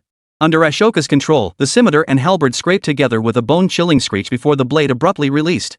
Now gleaming with a sharp, icy glint, it lunged toward Lu Bu's chest. And Lu Bu truly seemed as if he had been struck dumb with fear, standing motionless as if in a daze, allowing the approaching soft sword to draw ever closer. Witnessing this, the Dragon Kingdom's men sighed helplessly. After all, not everyone was a fierce warrior like Xiao Yun or Huo Qubing, let alone this obscure Lu Bu. The global livestream exploded with reactions at the sight of Lu Bu's reaction. Is that it? Is that all? I thought he was supposed to be so strong. What a clown. Dragon Nation generals are shameless scoundrels, aren't they? Scared out of his wits, better get down on your knees and beg for mercy. Just as everyone was jumping to conclusions, an unexpected turn of events unfolded on the battlefield. With your half-baked skills, you dare claim the throne of India? Lu Bu, whom all had assumed was cowed into submission, suddenly glared with eyes wide with fury. His expression toward Emperor Ashoka turned utterly contemptuous. The Fangtian halberd in his grasp seemed capable of cleaving the entire world asunder, striking abruptly toward Ashoka. Boom! A deafening roar erupted through the livestream, dust billowing into a hazy blur. Moments later, the smoke and dust cleared. A scene like a miracle unfolded before everyone's eyes. There stood Lu Bu, spear in hand, standing proudly atop the arena. Such a lowly lackey dares challenge Lu Fengxian? You lot, if any of you still wish to challenge the Dragon Nation, you'll have to step over my dead body. His voice boomed like a declaration of dominance, tinged with utter contempt, as if crushing a few ants beneath his heel required no effort at all. Beside him, a massive crater gaped in the rock-hard arena floor. Within the pit lay a mangled corpse, reduced to a pile of pulp. From the tangled remnants of clothing, one could barely make out the body of Ashoka. Thud! A series of faint, rolling sounds drew the crowd's attention. With indescribable horror, they watched as Ashoka's once arrogant head, now contorted with terror, rolled like a ball. Gurgle! People instinctively swallowed hard, their eyes fixed in horror upon the towering figure on the field, who seemed like a demon god descended from the heavens. Ashoka had truly been defeated in a single strike. The entire sequence had taken less than half a minute. Was this a demon god? Could such power truly belong to a human? To instantly defeat the nearly invincible Ashoka with a single strike and inflict such devastating destruction upon the arena. Such power is beyond mortal opposition. How could this obscure Lu Bu possess such terrifying power? Who on earth is he? Did this little girl truly choose him at random? For a moment, the crowd was utterly baffled, yet the shock already coursing through them drove them to vent their emotions in the comment section. A celestial being has descended. The might of the gods. Father, I was wrong. I didn't recognize your worth before. I'll kowtow to you. Who's got the guts to take a piss on me? This can't be a dream, right? A true one-hit kill, she took down both Ashoka and the stage itself. Are Dragon Nation's generals this terrifying? After that strike, how many commanders could possibly survive? This little girl isn't simple either. After all, those 4 Dragon Nation generals are household names, she couldn't possibly not know them. Yet she deliberately chose Lu Bu? Exactly. Now it seems she deliberately chose Lu Bu. There's definitely something fishy going on. That little girl must know something. The Dragon Nation's people breathed a collective sigh of relief. The euphoria of surviving the ordeal brought tears to their eyes. Who would have thought this obscure Lu Bu possessed such formidable combat prowess? Yet they were also puzzled, why would the little girl choose Lu Bu without knowing anything about his deeds? But that question was of little consequence now, for the more complex national war of Sakura country loomed ahead. Victory over the kingdom of Tenjiku did not fundamentally alter the fate of the Dragon Kingdom. In such a complex war, could the little girl still rely on luck to select suitable commanders? As the group's spirits sank under this new uncertainty, two voices echoed through the tournament space. The cheerful voice of the little girl and the utterly terrified voice of the Indian contestant. When the crowd grasped the situation, they were filled with both surprise and delight. Chapter 40, The Ultimate Warrior Lu Bu Seeking Gold Tickets. The little girl pouted as she threw herself into a young man's arms, playfully pounding his chest like a spoiled child. The burly Indian man beside her, upon seeing the young man, froze like a mouse encountering a cat, his face drained of all arrogance, replaced only by fear and confusion. Meanwhile, the audience watching the screen froze in utter shock at the sight of that youthful figure, panicking as if they'd seen a ghost. Poor little one, big brother will buy you candy later, okay? Only when the young man's clear voice reached their ears did they reluctantly accept the reality before them. This young man was none other than Jiang Chen, the very one killed by the White Bear Nation's contestant. Wasn't he dead? How could he reappear? And how was he even present within the battle arena? What on earth was going on? In an instant, their minds were flooded with questions. Yet they knew only Jiang Chen himself could provide answers. After exchanging a few light-hearted words with the little girl, Jiang Chen shot a cold glance at the burly man from the Kingdom of India before striding purposefully toward Lu Bu. Your valor, senior, truly lives up to your reputation as the foremost warrior of the Three Kingdoms era. To witness you today fills this junior with profound admiration. Lu Bu roared with laughter, thrusting his Feng Tian Huaji spear toward the burly man from India. Truth be told, it's not that Feng Xian is formidable, it's simply that his opponent is utterly incompetent. How could a mere lackey of such caliber become an emperor? Hearing Lu Bu's utterly perplexed words, Jiang Chen felt a wave of embarrassment wash over him, inwardly muttering to himself. You're being far too modest, sir. If you weren't formidable, who else in the Three Kingdoms era would dare claim supremacy? Witnessing this scene, everyone realized the little girl's choice of Lu Bu must be connected to Jiang Chen. The burly man from Tianzhu Kingdom heard these deeply insulting words but dared not speak up. After all, his once invincible ancestor had been reduced to mincemeat. Dragon Nation wins this contest. Since the challenge was initiated by the Kingdom of Tianzhu, the Dragon Kingdom receives double rewards. Choose to occupy a portion of Tianzhu territory or claim spiritual energy? Hearing the announcement, the burly man from the Kingdom of Tenjiku exhaled in relief. This demon like Lu Bu, this resurrected Jiang Chen, was finally leaving his reach. But the next moment, a cold gaze fell upon him, sending a chill down his spine. He stiffly turned his head to meet Jiang Chen's gaze, which held a hint of amusement. You all believed me dead, so I granted your wish and didn't participate in the tournament. I deliberately let her enter the tournament to make you think the Dragon Nation had no one left. I thought I might reel in some big fish, but it turns out only you two small fry took the bait. Jiang Chen affectionately ruffled the hair of the girl who had once been his neighbor's little girl, asking softly, "Did someone just bully you?" The little girl timidly pointed her finger toward the burly man from India. A cold gleam flashed in Jiang Chen's smile as he stretched lazily, speaking with evident satisfaction. "Then let's kill him. Tournament rules." As soon as he finished speaking, the hearts of the audience watching the screen were once again filled with shock.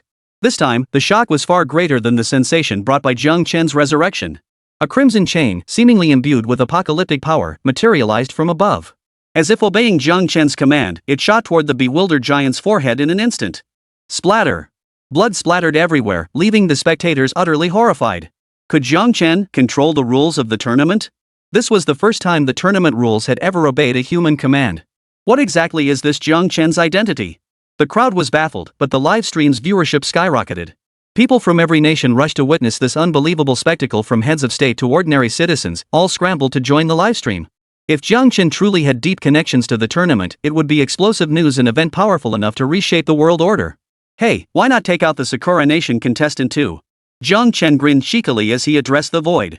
Amidst the eager stares of the crowd, the Sakura Nation contestants felt a sudden heat between their legs as the tournament decisively rejected Jiang Chen's request. Phew! Everyone breathed a sigh of relief.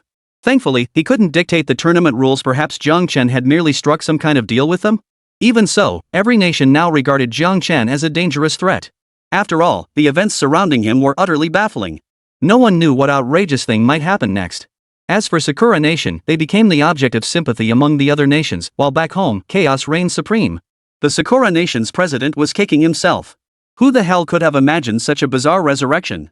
Even though they were utterly baffled, they had no heart left to investigate the cause. After all, damn it, Jiang Chen was back. The man regarded by other nations as the sole authority on Dragon Nation's history. Whenever he took action, hadn't he always triumphed? Damn it! A national war? I deserve to die. The Sakura Nation's president slapped himself hard across the face. Brother, I want to hear the story of Lu Bu. In the battle arena, the little girl pointed at Lu Bu, even though she'd heard his story countless times before. Jiang Chen smiled helplessly, then glanced at the viewership count in the global livestream and smiled with satisfaction. Quite a crowd. The effect is achieved. He then began narrating Lu Bu's tale to the world. After all, everything he was doing this time, whether lurking behind the scenes to reel in big fish or blatantly allowing the tournament rules to claim lives, was meant to make the world fear the Dragon Nation once more, to let its might once again cast its shadow over the world. Lu Bu, the peerless warrior of the Three Kingdoms era. Among the warlords of that age, his combat prowess knew no equal. In single combat, none could stand against him. As the saying goes, among horses, there is red hair, among men, there is Lu Bu. Who in the realm could match Lu Bu's valor? In his early days under Dong Zhuo, he treated the 18 coalition forces as mere weeds, single-handedly battling multiple generals and forcing their retreat. At the Battle of Hulao Pass, he stood alone against the martial Saint Guan Yu, the Shu Emperor Liu Bei, and the peerless warrior Zhang Fei. Outnumbered 3-1, he held his ground without faltering. This is the legendary Three Heroes versus Lu Bu. At Puyang, he single-handedly fought 6 of Lord Chao's generals. These were no mere foot soldiers, they were all fearsome warriors with fearsome reputations. At the time, Lu Bu's ferocity was so overwhelming that he was the only warrior deemed fair game for a gang up. After all, one-on-one, no one could match him. Only by outnumbering him could they barely keep him in check. Amidst 1,000 horses and 10,000 soldiers, a single general stands how easy it is to pluck something from a sack. Who do you think you're facing? You're facing the former pinnacle of combat prowess. Jiang Chen's voice soared as he looked down with utter contempt at Ashoka, now reduced to a pulp on the arena floor. Chapter 41, The Domineering Declaration Seeking Gold Tickets. Hearing Jiang Chen's meticulous description, the crowd finally understood. They turned to look at Lu Bu, their eyes filled with both fear and a hint of fanatical admiration. The pinnacle of combat prowess, truly terrifying. No wonder Ashoka crumbled like a little chick under his blows. Once again, the livestream chat was flooded with praise and astonished exclamations. What kind of nation is Dragon Country? How can it produce so many formidable generals? With Lu Bu's spear thrust, which commander in this world could possibly withstand it head-on? This is terrifying. Could there be generals in the Dragon Kingdom even stronger than Lu Bu? How are other nations supposed to fight against this? Not only is Lu Bu terrifyingly powerful, but Jiang Chen seems even more unnervingly formidable than him. This is going to be a spectacle. Sakura Nation is utterly humiliated this time. Amidst the clamor, the broadcast announcement that rang out next sent this farce into its climax. Sakura Nation has chosen to forfeit the national war. Since a national war is a contest of national fortune between two nations, requiring mutual consent to take effect, does Dragon Nation agree? Attention, this war was initiated by Sakura Nation. Accepting this request will grant Dragon Nation half of Sakura Nation's territory and 2/3 of its national fortune value. Additionally, the Land of Cherry Blossoms has conveyed that should the Dragon Nation accept their request, they will voluntarily become a vassal state of the Dragon Nation. Upon hearing this, Jiang Chen's head suddenly grew hot, and a raging inferno ignited within his heart. He immediately snapped coldly. This Cherry Blossom Nation really is spoiled by arrogance? They challenge the Dragon Nation whenever they please, then abandon it whenever they feel like it? Do they think the Dragon Nation is their backyard? Think a little compensation lets them off the hook? Never mind whether the Dragon Nation cares about your barren land. If we win, it's all ours. What right does a slave have to negotiate with its master? And you still want to climb the social ladder by becoming a Dragon Nation vassal state? How utterly shameless. Since you've come, don't even think about escaping. I won't just fight, I'll fight until you submit, until you despair, until your nation falls. Until no one in this world dares covet my Dragon Nation. As he spoke, Jiang Chen's gaze grew colder and colder. Then, with unwavering resolve, he replied. Sakura Nation can vanish from this world. The Dragon Nation firmly rejects any demands from the Land of Cherry Blossoms. We refuse any form of compensation from them. In an instant, Jiang Chen's domineering words, tinged with ambition, sent shockwaves through the world. No one had anticipated such a fierce reaction or such an unyielding stance from Jiang Chen. Had this been any other nation, 9 times out of 10 they would have agreed. After all, no one could be certain of a decisive victory in that national war. No one possessed such confidence or conviction. But what exactly gave Jiang Chen such unwavering assurance? Jiang Chen's face remained icy and silent, yet his heart brimmed with absolute confidence in this battle. He knew that with the 5,000 years of history behind the Dragon Nation, he feared no nation's challenge. That was the source of his confidence and resolve. And this was merely a tiny speck of land? Before the screens, the Dragon Nation's high-ranking officials watched Jiang Chen's response with intense excitement. For the Sakura Nation and the Dragon Nation were sworn enemies. Whether it was the Sakura Nation inflicting a crushing humiliation upon the Dragon Nation decades ago, or the Sakura Nation once again shaming the Dragon Nation during this competition, these deep-seated grudges had long fueled their desire for blood vengeance. They had long been tormented by the lack of a suitable opportunity. But today, the scepter of destiny was firmly in their hands. You young man, you never cease to amaze me. The Dragon Nation's chairman was so overcome with emotion he could barely contain himself. He had believed Jiang Chen had sacrificed himself for the nation, yet not only had he returned unscathed, but he had also brought such extraordinary good news. Double good fortune indeed. This only fueled their confidence in the upcoming battle. As the people of Dragon Nation heard Jiang Chen's words that ignited their blood, the resentment that had built up over so long vanished completely in that moment. Their hearts were filled only with boundless exhilaration and surging excitement. They had waited far too long for this battle. From the tragedy decades ago to the relentless provocations of today, it wasn't just the living who yearned for the downfall of the land of cherry blossoms. Countless souls of martyrs who sacrificed themselves to quell that dark era yearned for it. Countless souls of the people of the Dragon Nation, whose families were torn apart and whose homes destroyed by the atrocities of the land of cherry blossoms, yearned for it. They had waited far too long. They could wait no longer. It has long been necessary for someone to step forward and honor their spirits with the very existence of the land of cherry blossoms. Fortunately, that person has emerged.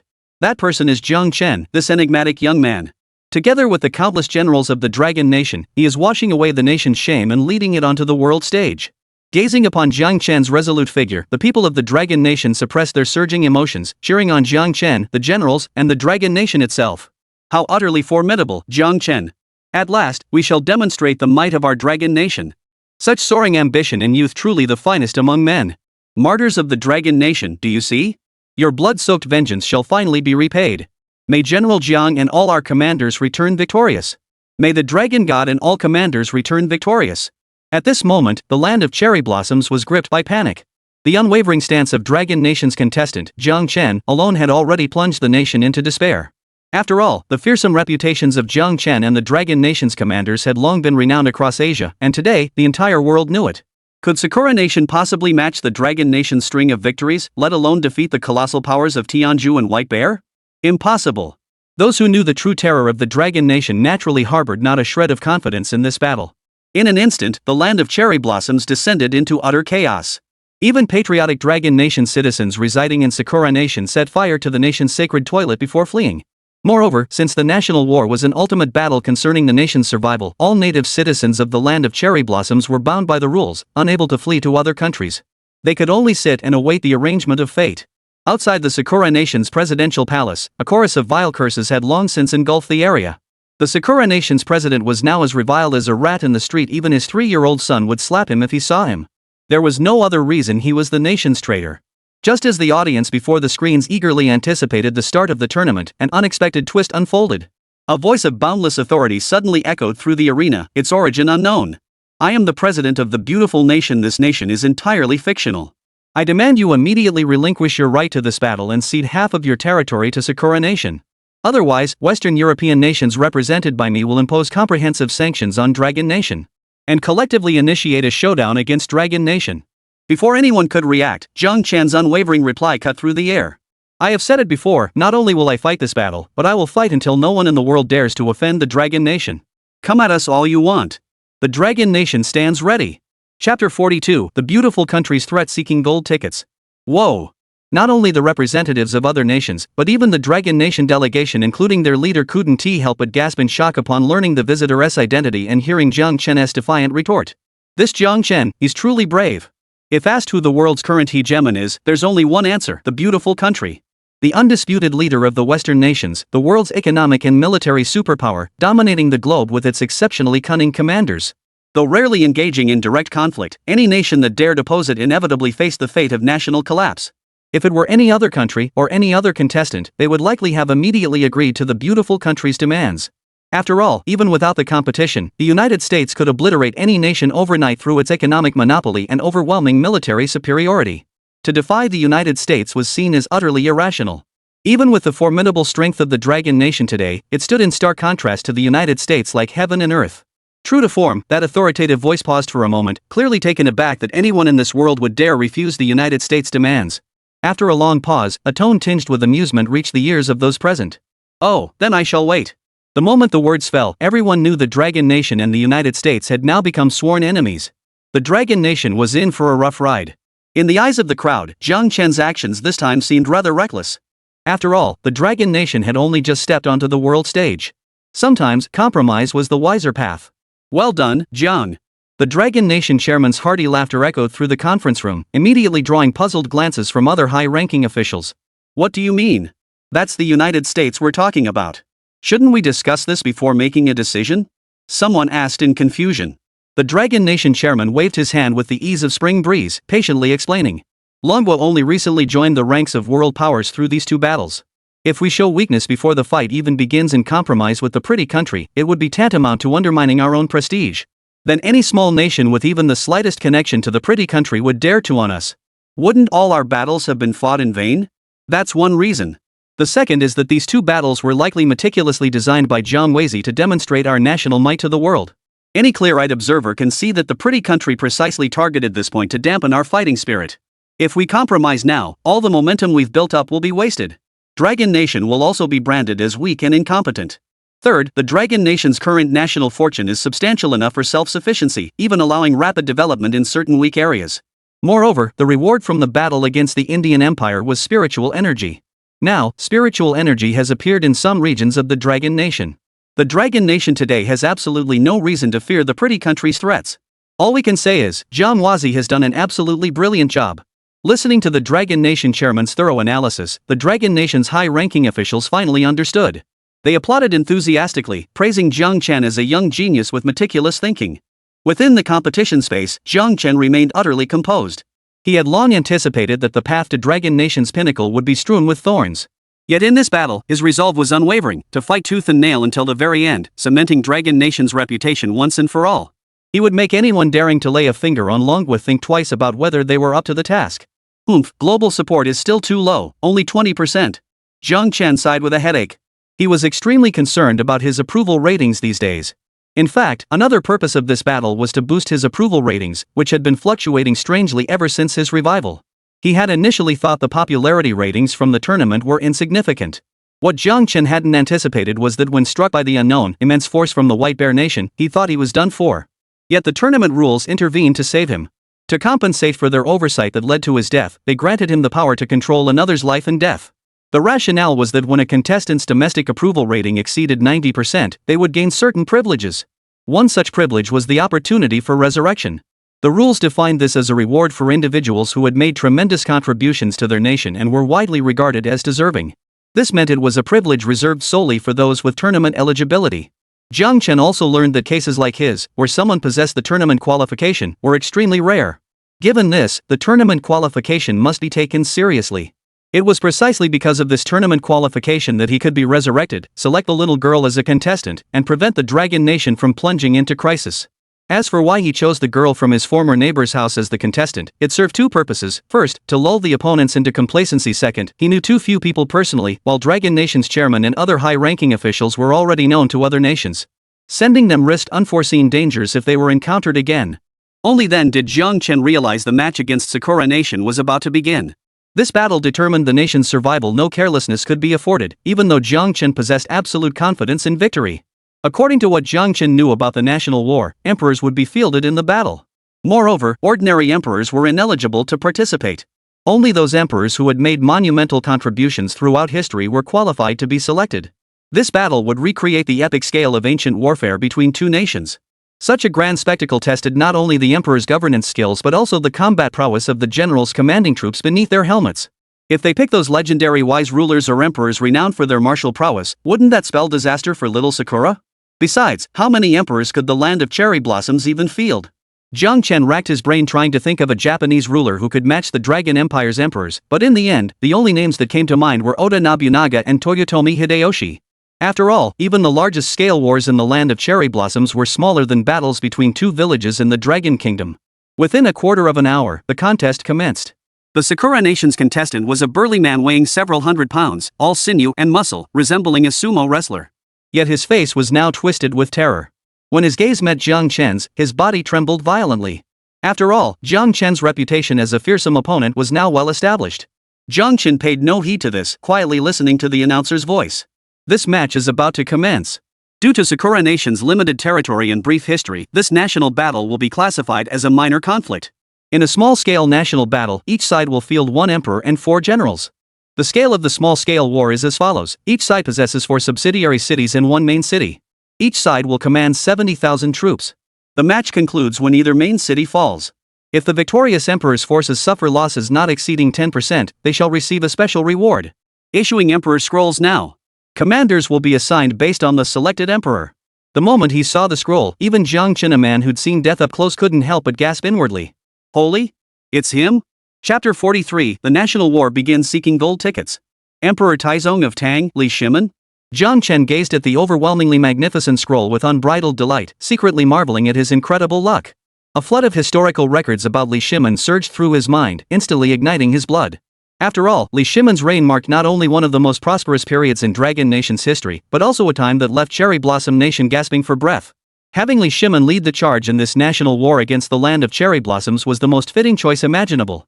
Without a moment's hesitation, Li Shimen's scroll erupted in dazzling golden light, appearing before everyone. Within the scroll, a man dressed in simple attire gazed down at the city below with a warm smile, like an ordinary father looking upon his child. The moment the scroll appeared, the livestream exploded with excitement. If it weren't for Jiang Chen selecting this emperor, I'd never believe someone like this could become ruler. Maybe Jiang Chen misjudged him? Such an ordinary appearance wears the unmatched imperial presence? He's definitely a useless emperor. What ruler dresses in such rags, looking like a beggar?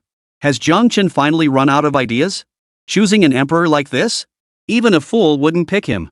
Jiang Chen watched the comments in the global livestream without surprise. After all, in the world's perception, an emperor should radiate an overbearing aura that towers above all, adorned in opulent splendor. The Li Shimen in the painting bore no resemblance to this ideal, only his naturally imposing countenance hinted at his extraordinary nature. But Jiang Chen felt no urgency to explain these things now. Li Shimen would soon demonstrate to the world through his actions the true majesty and dominance befitting an emperor. At this moment, he found himself somewhat curious about what kind of emperor the land of cherry blossoms would select. As a sumo wrestler let out a startled cry, Jiang Chen merely glanced over. His expression instantly turned peculiar. For the contestant chosen by the land of cherry blossoms was none other than Oda Nobunaga, revered by his people as the sixth heavenly demon king, and he had guessed correctly. In the scroll, Oda Nobunaga gazed down upon the world with an undeniably tyrannical aura that had been universally acknowledged. This sight alone stirred the spirits of the people of the land of cherry blossoms, who had been as lifeless as ashes. After all, Oda Nobunaga was arguably one of Japan's most accomplished rulers, and his reign marked the nation's most prosperous era in history. He could be called Japan's strongest monarch. Suddenly, as if remembering something, Jiang Chen's expression abruptly changed. Damn it! I don't know if all 6 of Oda Nobunaga's legions are participating or just 5. Oda Nobunaga earned the moniker Six Great Fiends precisely because he commanded 6 armies that were virtually unbeatable during Japan's Warring States period. While Jiang Chen wasn't overly concerned about the other legions, the ace unit, the matchlock troops, was another matter entirely. This musket corps, led by Nobunaga himself, was the most notorious among the 6 armies. Their weapon of choice was none other than the matchlock musket. In the famous Battle of Okahazama, Nobunaga's forces, with only a handful of matchlock-wielding musketeers, utterly crushed the tens of thousands of troops commanded by the powerful warlord Imagawa Yoshimoto. This is a bit tricky. True to form, the burly man selected Nobunaga's forces without hesitation as his first choice in the commander scroll. Jiang Chen smiled wryly. Matchlock guns were indeed formidable, but they were only one military force. Moreover, matchlock guns were far from invincible, especially against the formidable military technology of Emperor Taizong's era. Yet the moment the Sakura Nation contestants selected Nobunaga's forces, the crowd, utterly ignorant of Dragon Nation's history, instantly reversed their outlook on this battle. Even though the Dragon Nation had a decisive victory over the White Bear Nation's musketeers, that battle had garnered little international attention at the time. Moreover, other nations viewed it as somewhat opportunistic. Thus, that single victory couldn't alter their current perceptions. After all, it was said that the national war would be fought on open plains, offering no geographical advantages to exploit. It would be a contest of the bravery of the soldiers from both nations, the commander's allocation of forces, and the emperor's grasp and analysis of the situation. And what emperorly bearing did Li Shimen possess? Suddenly confronted with this reversal of fate, the land of cherry blossoms erupted like a man resurrected from the dead, ecstatic, utterly arrogant. They had completely forgotten their earlier pitiful, wretched state. So what if Jiang Chen has returned? It won't change the outcome. Matchlock guns against cold steel? We'll beat them senseless. Where did this beggarly Shimen crawl out from? So pitifully poor. Look at our Oda Nobunaga now, that's a true sovereign. Is Jiang Chen even capable? Are you blind? How dare you field this ragtag scrap collector in a national war? And this is supposed to be an emperor? Go back to tilling your measly plot of land. Stop embarrassing yourself. Dragon Nation only has a handful of decent generals. Without them, they're useless trash. Pretentious Dragon Nation. Serving as slaves to my great Sakura Empire is your honor. Jiang Chen watched the Sakura Empire, now utterly transformed from moments ago, with a cold smile, offering not a shred of explanation. So you like to bark, huh? Well, I won't just shatter your hopes, I'll plunge you into despair. Besides, explaining too much now would be pointless. The belief that cold weapons couldn't stand against hot weapons was already deeply ingrained. Explaining it now would be like preaching to the choir. He composed himself and selected 4 commanders from the hundreds of renowned generals granted by the system. All of Lingyun Pavilion's 24 meritorious generals, door gods Yu Qigong and Qin Xiong, the Tang dynasty's military deity Li Jing, the demon king of chaos Chen Yaojin. I reckon just one of these armies could crush any legion except those armed with matchlock guns.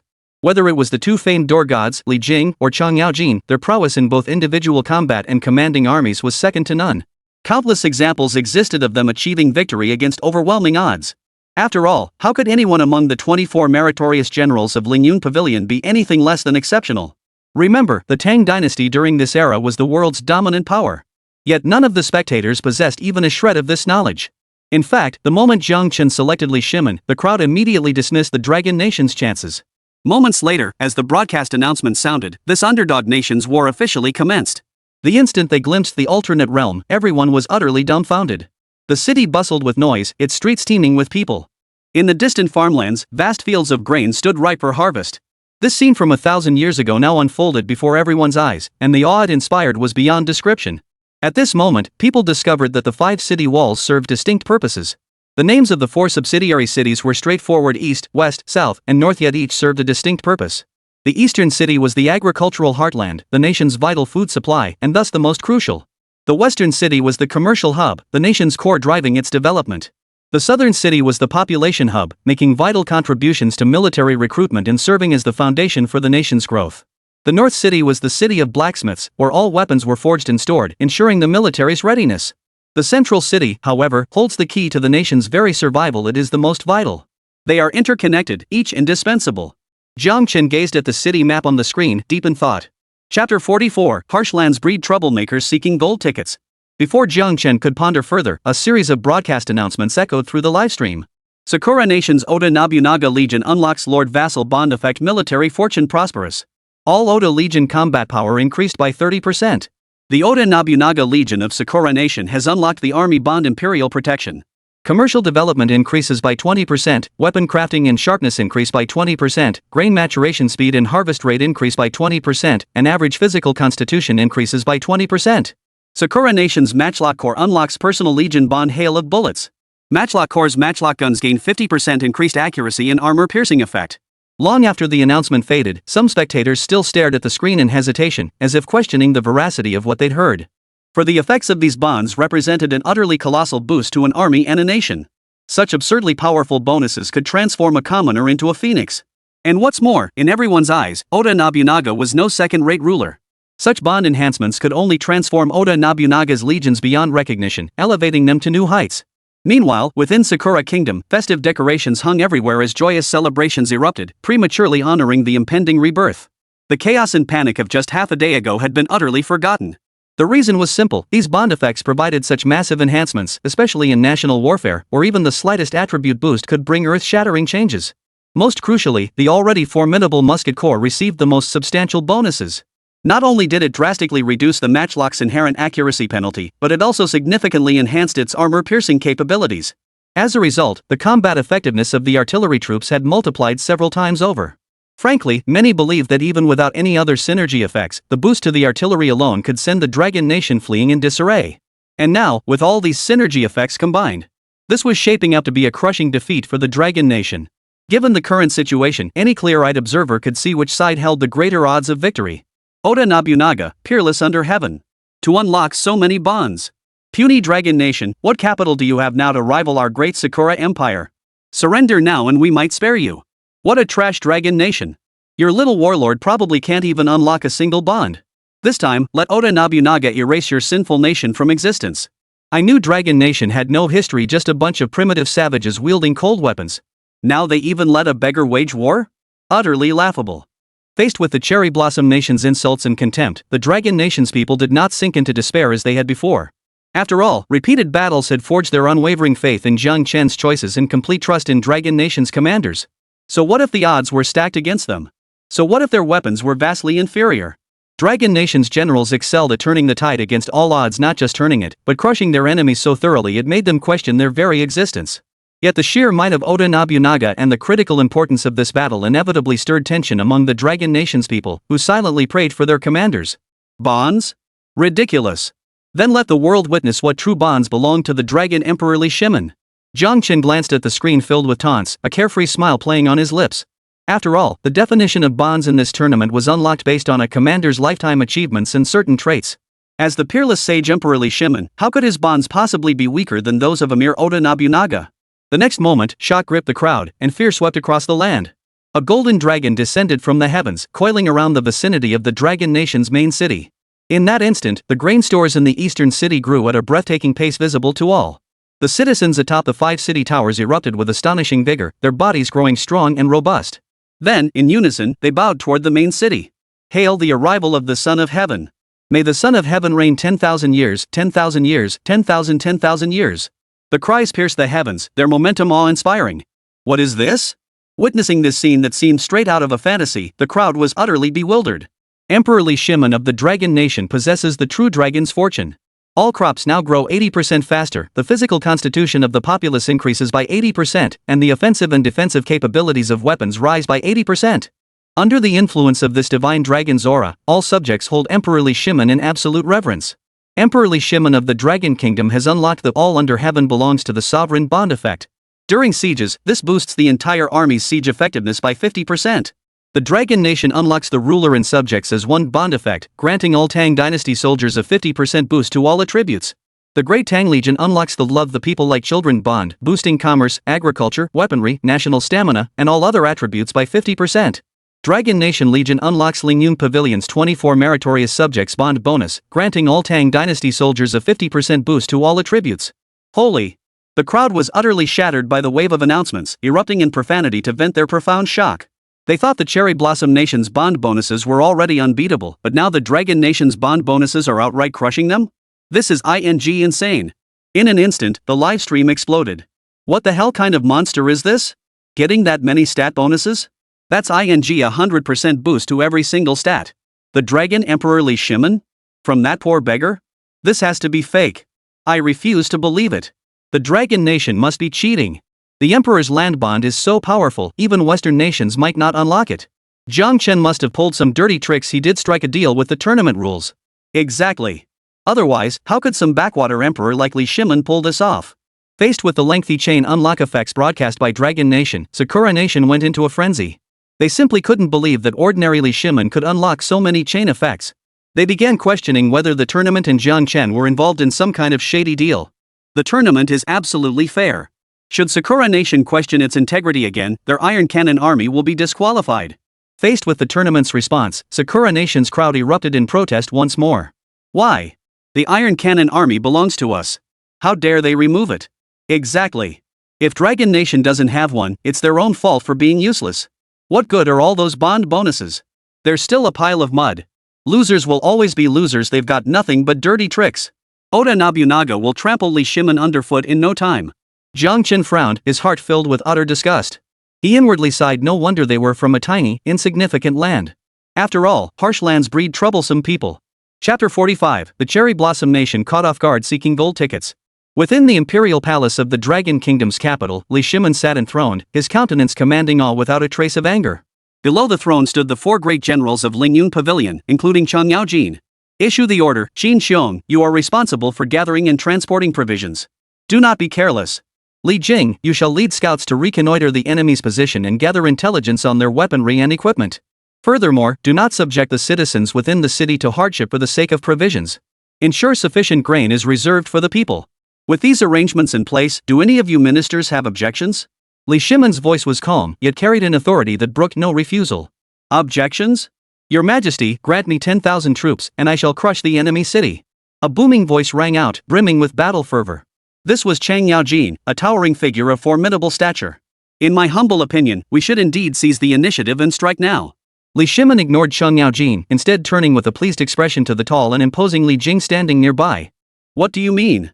Li Jing hurriedly clasped his hands and spoke again. When two armies clash, provisions are essential logistical resources. As we gather supplies now, the enemy must be gathering theirs as well. If we lead our forces to strike first, at the very least we can disrupt their gathering pace, thereby securing an advantage for our army. Moreover, such an operation will undoubtedly reveal the enemy's combat strength. Your Majesty, please reconsider. As soon as Li Jing spoke these words, the 4 men, including Cheng Yaojin, nodded in agreement one after another. Brilliant. Absolutely brilliant. 2 birds with 1 stone. Then you shall lead this assault and catch the enemy off guard. Li Shimen waved his hand decisively, issuing the order without hesitation. Truly worthy of being called the greatest military strategist of the Tang dynasty, your foresight is impeccable. Emperor Taizong truly lives up to his historical reputation as a wise ruler who embraces counsel and cherishes his people like his own children. Before the screen, Jiang Chen couldn't help but praise the scene. His gaze then shifted toward the eastern city of Sakura Nation. Sure enough, large numbers of Sakura Nation soldiers, weapons in hand, were methodically herding civilians to collect provisions, utterly unaware of the impending danger. In the distance, a 10,000-strong iron cavalry of the Great Tang Empire kicked up rolling clouds of dust as they charged majestically toward the eastern city of Sakura Nation. Tang cavalry, follow me to breach the city gates. Leave not a single soldier alive within the walls. Li Jing raised his trident high and bellowed the order. 10,000 Tang cavalrymen, each armed with razor-sharp spears or bows and arrows, rode upon exceptionally sturdy steeds. At Li Jing's command, the cavalry surged forward with renewed fury, archers drawing their bows to rain arrows upon the panicked Sakura soldiers on the ramparts. Arrows rained down like a storm. The soldiers on the ramparts never imagined they would face an enemy assault in less than half a day. The garrison soldiers scrambled to the upper levels to fight back, only to find their path blocked by panicked civilians fleeing for their lives. Bastards! We're doomed! A cacophony of frantic cries erupted as enraged Sakura Kingdom soldiers drew their weapons and stabbed at the civilians. However, against the elite Tang forces launching a surprise attack, even a moment's delay cost them the prime opportunity to counterattack. They could only watch helplessly as the eastern city gate crashed to the ground. Kill! The battle cry echoed, the Tang soldiers brimming with fighting spirit, each displaying the courage to take on 10 foes. In no time, the Japanese soldiers in this area were slaughtered without a single survivor. Gather provisions, destroy the rice fields, move fast. Burn what you can't carry. Li Jing surveyed the neatly bundled provisions on the ground, fully aware of their critical importance in wartime. He immediately barked his orders.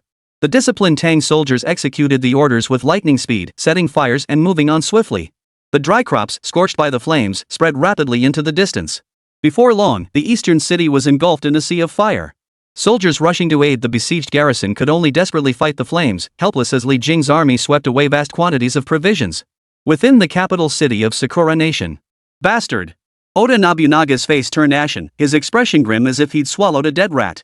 He never imagined that in less than half a day, the enemy without knowing anything about his forces would dare to launch an attack, smash through the city gates, seize the supplies, and destroy the farmlands.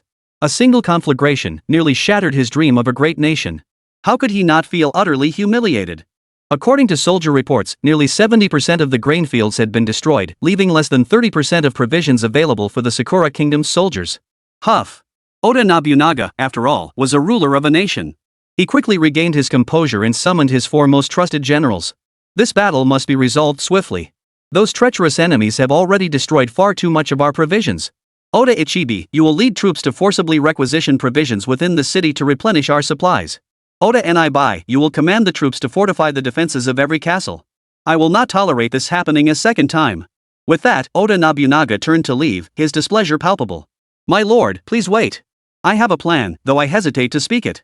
A hoarse voice cut through the air, belonging to a man with a sharp, monkey-like face, none other than one of Nobunaga's generals. Among the 4 generals, he possessed the most battle experience and immediately realized the Sakura Nation's army could not sit idly by and await destruction. My lord, I believe we should take the offensive. But they attacked our supply city. We absolutely cannot strike their eastern city. Such cowardice means they've surely laid heavy ambushes there. Therefore, I propose we strike their southern gate. If they dare plunder our supplies, we shall slaughter every soul within their city walls. Without civilians, their army will lose all means of replenishment. Second, we shall attack in waves. One force assaults the southern gate while another seizes the northern gate. The northern assault is a feint to draw their fire. After all, the safety of our troops matters far more than the lives of common folk. With that, Nobunaga's forces exchanged knowing smiles, certain of victory. At that very moment, an unexpected announcement echoed through the air. Sakura Nation's Nobunaga faction has unlocked the first blood bond, increasing personal combat power by 30% and boosting weapon damage for all troops under his command by 20%. Not bad, Nobunaga's forces, but not great. Jiang Chen smiled faintly and continued watching the screen. Given the brutal, merciless nature of the Sakura Nation's beasts, they'd never care about their citizens' lives. But this was Emperor Taizong of Tang, a sage ruler for the ages. Within the imperial palace of the Dragon Nation's capital, the enemy has suffered a setback and will surely seek to reassert their dominance. Only the eastern and southern gates remain viable options. If it were me, I would choose the southern gate. Cheng Yaojin, lead your 20,000 troops to defend the southern gate at all costs. Immediately arrange for the civilians to evacuate to the other gates. The people are like water, the ruler like a boat. Water can carry the boat, but it can also overturn it. Additionally, station heavy forces at every gate to guard against further enemy maneuvers. Defending is easier than attacking.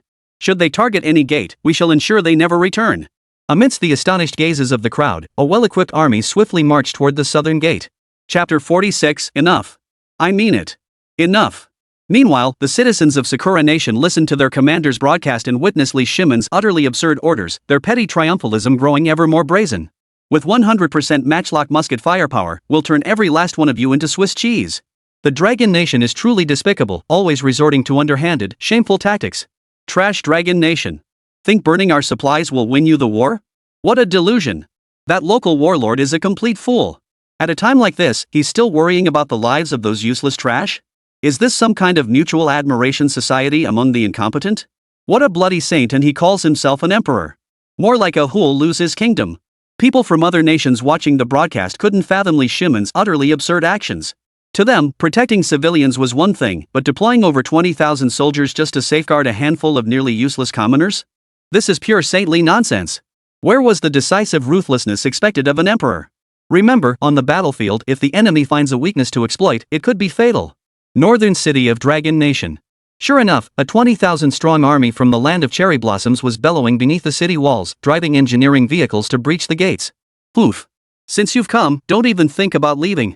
From the ramparts, Yuqigong surveyed the vastly outnumbering Sakura Nation forces below, showing no fear. As Yuqigong brought down his command whip, Tang soldiers on the ramparts drew their bows and arrows, heavy crossbows primed and ready. Fire! With Yuqigong's thunderous command, a veritable hail of arrows descended like a storm, engulfing the 20,000 soldiers below the city walls. The Tang soldiers worked in perfect coordination, launching wave after wave of attacks without a moment's pause. Though seemingly fired haphazardly, every arrow struck its mark, leaving casualties in its wake.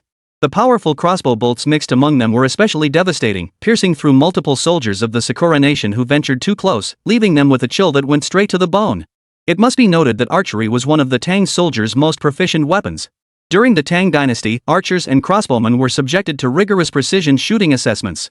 Their heavy crossbows were particularly formidable, boasting both long range and exceptional penetrating power.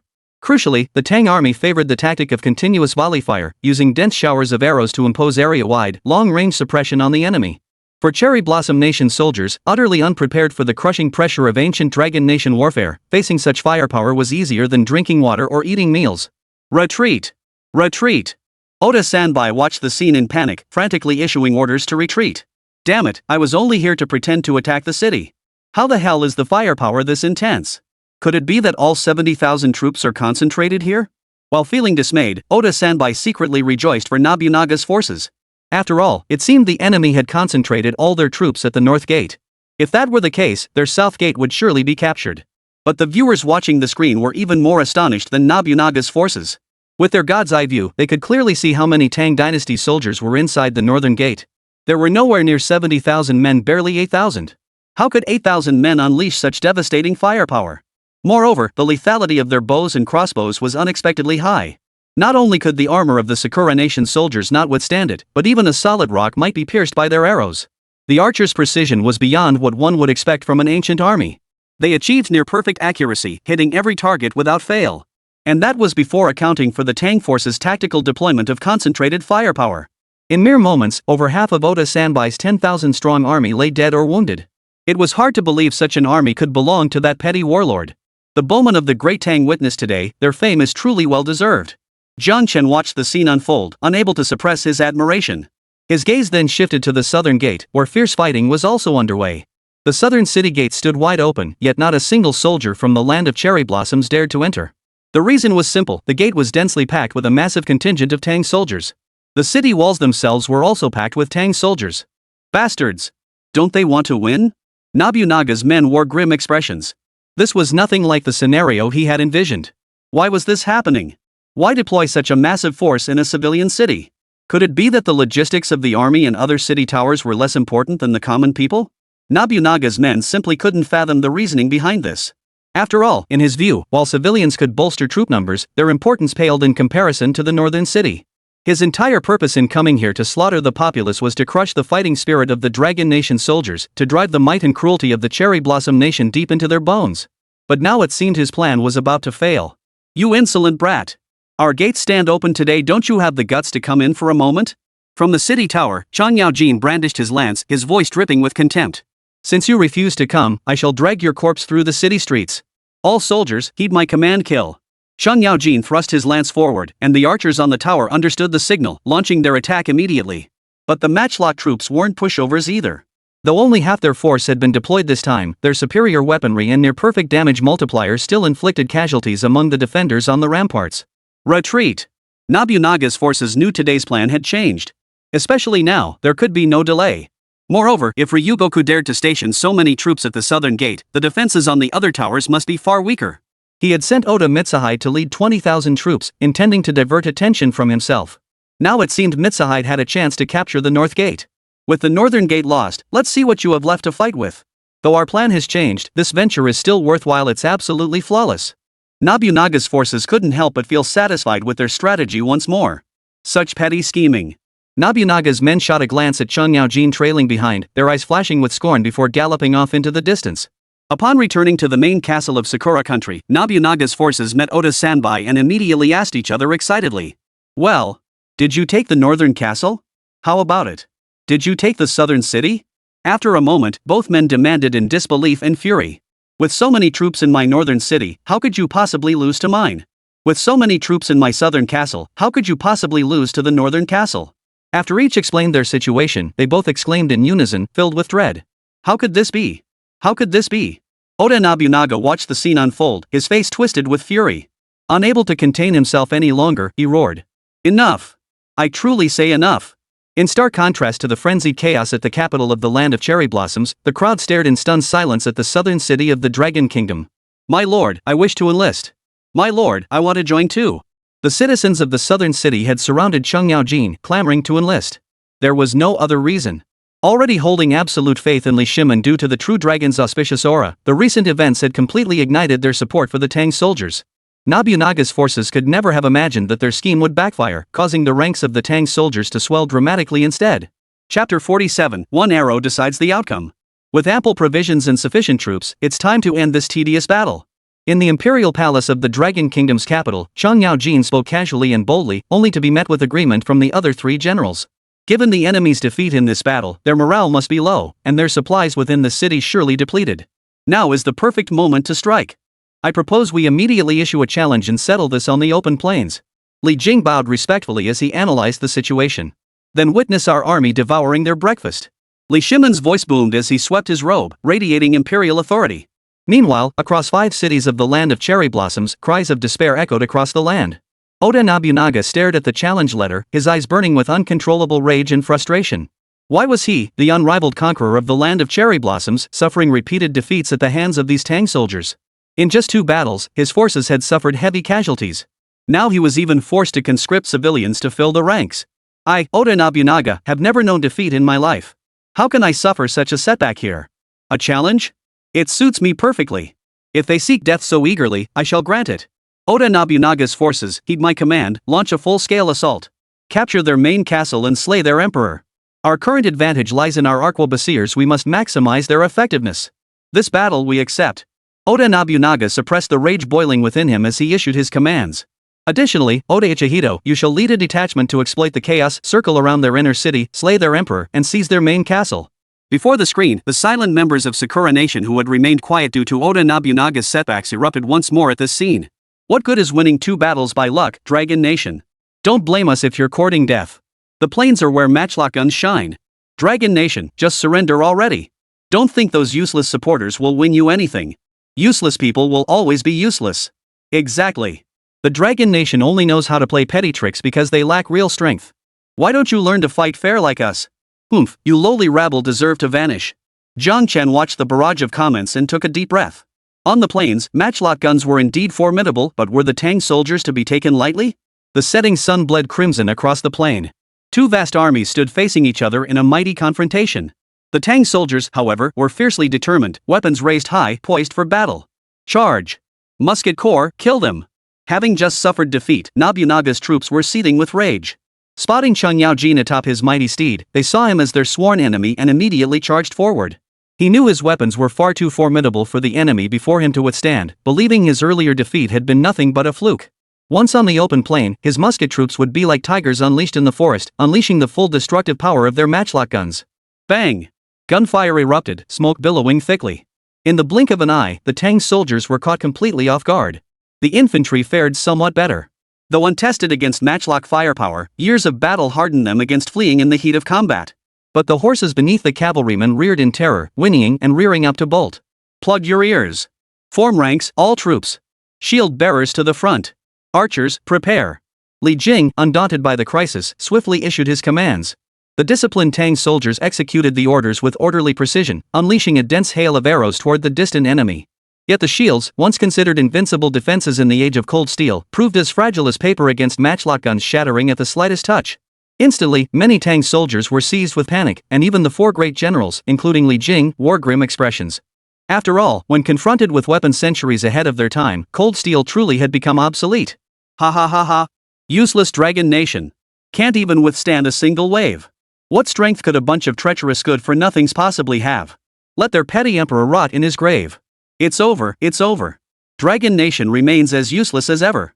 Just as Sakura Nation believed it was all over, the battle suddenly took an unexpected turn. Whoosh! Amidst the stalemate between the two armies, a razor-sharp arrow suddenly streaked across the sky. Fired from behind the Tang soldiers, it aimed directly for the head of Nobunaga's forces. Nobunaga's men had no time to react. Moreover, the arrow carried immense force. Its razor-sharp wind alone left deep, bloody gashes upon skin. Damn it! Nobunaga's men cursed, desperately struggling to escape the arrow's path. But no matter how hard they fought, it was all for naught. In the end, they could only watch helplessly as their bodies became drenched in blood. In that instant, the leaderless troops panicked. Even the arquebusiers lost their composure, galloping away while their matchlock guns spewed fire in a desperate attempt to annihilate the advancing army. Yet as the distance grew, the matchlock's lethality diminished. After all, its effectiveness peaked at close range. Beyond that, even a bow proved deadlier. Everyone hurriedly looked toward the sound. There stood a man whose brow radiated an innate authority, clad in golden armor and holding a Zhemu bow, gazing down at the scene before him. This man was none other than Emperor Taizong of Tang, Li Shimen. Soldiers of the Tang dynasty, form your battle lines. Avoid their sharp edge. Suppress them with arrows. Light cavalry, stand by for deployment at any moment. Clear, methodical orders echoed through the ranks of the Tang army. Instantly, the soldiers' morale soared. They sprang into action, following the commands to the letter, no longer fearing the matchlock guns in the slightest. Truly worthy of being ranked among the top 3 emperors of the Dragon Kingdom in military prowess, Emperor Taizong of Tang. His archery skills are simply extraordinary. Before the screen, Jiang Chen marveled at the arrow's precision. Meanwhile, spectators from other nations watching the screen had their eyes whitened by the arrow's devastating impact, their prejudices instantly shattered. Whoa! An emperor leading his troops in battle doubles morale. The tide of battle, which had been against them, was completely turned by Li Shimen's single arrow, tipping the scales of advantage squarely in the Dragon Kingdom's favor. But how could Li Shimen possess such extraordinary archery skills? He surpassed even the most valiant generals. And now, Li Shimen hardly resembles a mere local warlord. He clearly embodies the aura of a peerless sovereign, commanding the world with unparalleled grandeur. But with the emperor leading the charge himself, wasn't he afraid of a sudden enemy assault on the city? With these doubts lingering, the crowd continued watching the unfolding events. Meanwhile, on the side of the land of cherry blossoms, not only had they lost a great general at the outset of battle, but over half their troops were common citizens conscripted from the city. Already discontent, their morale plummeted further upon witnessing the Tang soldiers' soaring spirit. Charge! Soldiers of the Tang, charge with me! Archers, provide rear cover! Li Jing and the other 2 generals roared the command. Seeing the Sakura Nation soldiers so demoralized, they swiftly led their light cavalry into battle. The cold gleam of their maces flashed as their steeds charged forward. A torrential hail of arrows blanketed the enemy forces, overwhelming them to the point of helplessness. They could only flee in panic. As for the matchlock guns, their power was only truly demonstrated in the initial volley. The rest of the time, they were as useless as firewood sticks. There was simply no time to fire. As for the other Sakura Nation regiments, they were no match for the Tang soldiers, scattering like birds and beasts in their flight. For any delay meant certain death by arrow. Meanwhile, Oda Ichi was secretly leading a detachment of Sakura Nation soldiers, sneaking toward the Dragon Nation's main city. Emperor Taizong Li Shimen raised his hand to halt Xiang Yu, who was about to intervene, pointing his sword toward the Sakura Kingdom's capital. The enemy city lies before us. Follow me to breach its walls. Then, accompanied by tens of thousands of Tang soldiers, he marched majestically toward the already deserted towers of Sakura Kingdom. Chapter 48. Who dares claim kingship? Oomph. Utterly arrogant. Oda Ichi, seeing no one following him, sneered coldly. Yet he was astonished to find all 5 city gates wide open, seemingly unconcerned about enemy forces breaching their defenses. Excellent. This saves me the trouble. Oda Ichibi's delight grew ever more intense as he led his soldiers straight toward the main castle. Fire your arrows. Wipe out these brainless fools. A sudden, thunderous shout startled Oda Kazuhide and his men into a collective shudder. The next instant, countless soldiers wielding sharp weapons burst forth from every nook and cranny of the streets and alleys. Though their equipment was extremely rudimentary, each radiated an intense fighting spirit. The spectators watching the screen were astonished to recognize these men as the very commoners who had earlier rushed to enlist in the Tang army. It turned out Li Shimen had planned this all along. Once again, the world was conquered by Li Shimen's flawless plan. Oda Ichibi, seeing only a rabble of hastily assembled Tang soldiers, burst into maniacal laughter. And you think this is enough to take on my mighty Sakura army? The next moment, Oda Ichibi let out a piercing scream as he was thrown from his horse. Who do you think you're looking down on? From a hidden corner, a soldier swung a massive hammer with blinding speed, striking Oda Ichibi and leaving him bloodied and bruised. In the distance, a formidable warrior slowly emerged, none other than Qin Xiong, who had remained hidden until now. What about these? As he finished speaking, a vast wave of genuine Tang dynasty soldiers surged forth behind Qin Xiong. Meanwhile, the vast Tang army, led by Li Shimen, pressed forward relentlessly, swiftly closing in on the capital city of the Land of Cherry Blossoms. The Sakura Kingdom's garrison, long confined to their tiny territory, had never witnessed such an overwhelming force. They immediately panicked and fled in disarray.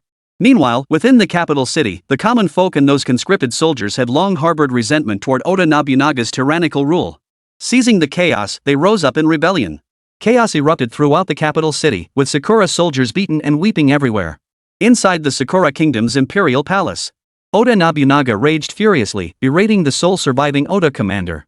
He racked his brain but couldn't fathom why his once invincible army, which had slaughtered countless foes in Sakura Kingdom, now crumbled like fragile ants before the great Tang forces.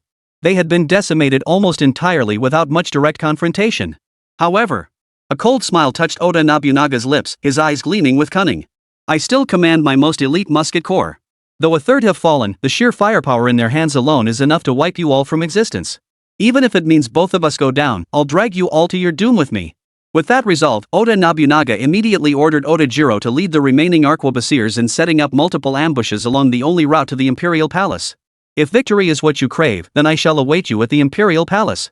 The moment you set foot within the main castle grounds, I shall reduce you to ashes. Oda Nobunaga wore a look of smug satisfaction, thoroughly pleased with his plan. This time, even the audience watching the screen unanimously approved of the plan. After all, Oda Nobunaga had precisely exploited the Tang soldiers' desire for victory by setting an ambush along the path to the main castle. Unless you don't want to win, you're bound to fall into the ambush. Even with the Tang army's vast combat experience, such an ambush with matchlock guns would inflict devastating losses, ultimately robbing them of victory. Emperor Li Shimen of Tang, in the end, had fallen just short of success. One by one, spectators from other nations watching the battle couldn't help but feel a pang of regret for Li Shimen. After all, his strategic brilliance and valor over the past half-day had already changed many people's perceptions. Meanwhile, the ugly true colors of the Sakura nation's people were fully exposed. Gone was the silence that had accompanied Oda Nobunaga's army's hasty retreat earlier. Oda Nobunaga is truly formidable. What a master strategist. That local warlord probably couldn't have dreamed up such an ingenious plan even in death. We won. We won. Oomph. Oda Nobunaga has been letting you Dragon Nation off easy all along. Otherwise, you Dragon Nation would have been finished long ago. To think such petty tricks could subdue Li Shimen, who conquered his empire through his own might, utterly delusional. Jiang Chen watched the screen with absolute confidence, not the slightest bit flustered. After all, Li Shimen, the military genius who orchestrated the Xuanwu Gate incident, falling to such trivial tricks would be nothing short of a fairy tale. True to form, the next moment, Li Shimen's calm and composed words sent the crowd watching the screen into a stunned silence, their voices frozen in shock. The Sakura nation's boastful faces froze instantly. Li Shimen abruptly halted the advancing Tang army just as it was about to enter the capital city of the Land of Cherry Blossoms. Not a single enemy force has dared to block our path thus far. Now only the main city remains. How could there be no ambush within? I believe they are waiting for our army to walk straight into their trap. Li Jing, standing beside him, couldn't help but praise, Your Majesty is truly wise. This is insane. He anticipated Oda Nobunaga's anticipation? Damn impressive. I'm giving him a solid 666. Tang Taizong Li Shimen is literally slapping us in the face with his sheer power, step by step. Oda Nobunaga's scheme has been exposed. How will we enter the city now? This is the only path to the Imperial Palace. Seeing a plan that could have annihilated the Tang forces effortlessly anticipated and thwarted by Li Shimen, the audience before the screen was speechless with shock. Even the viewers from the land of cherry blossoms were utterly dumbfounded, watching the unfolding events on screen in stunned silence. For a moment, the crowd could only vent their pent-up excitement without restraint, eagerly anticipating how Li Shimen would now proceed to enter the city. Then, as your majesty suggests, how shall we enter the city? Li Jing inquired once more. The ruler of Hua once had to kneel to receive my imperial edict. How dare he refuse to bow before me today?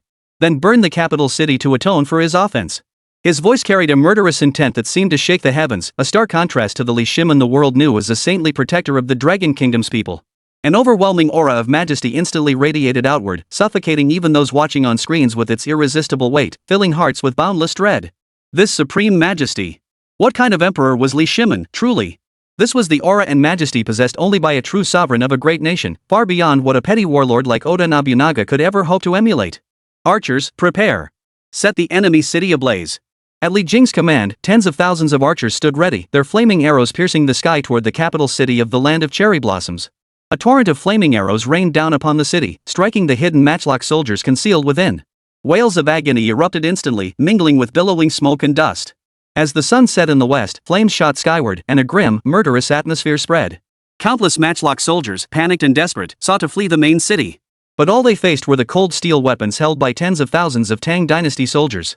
After a moment, a figure clad in regal attire emerged from the capital city of the land of cherry blossoms, escorted by nearly 100 matchlock soldiers. This man was none other than Oda Nobunaga. Gazing upon the overwhelming mass of Tang soldiers, Oda Nobunaga's face twisted with disbelief and fury as he shouted at Li Shimen. How did you foresee this king's plan? How could I possibly lose to you? His voice was hoarse, yet tinged with despair. Yet Li Shimen sat composed within his carriage, leisurely polishing his sword as he cast a casual glance at the disheveled Oda Nobunaga. Before this emperor, who dares claim kingship? Chapter 49, Super Special Reward. To stand before this emperor without kneeling is already a capital offense.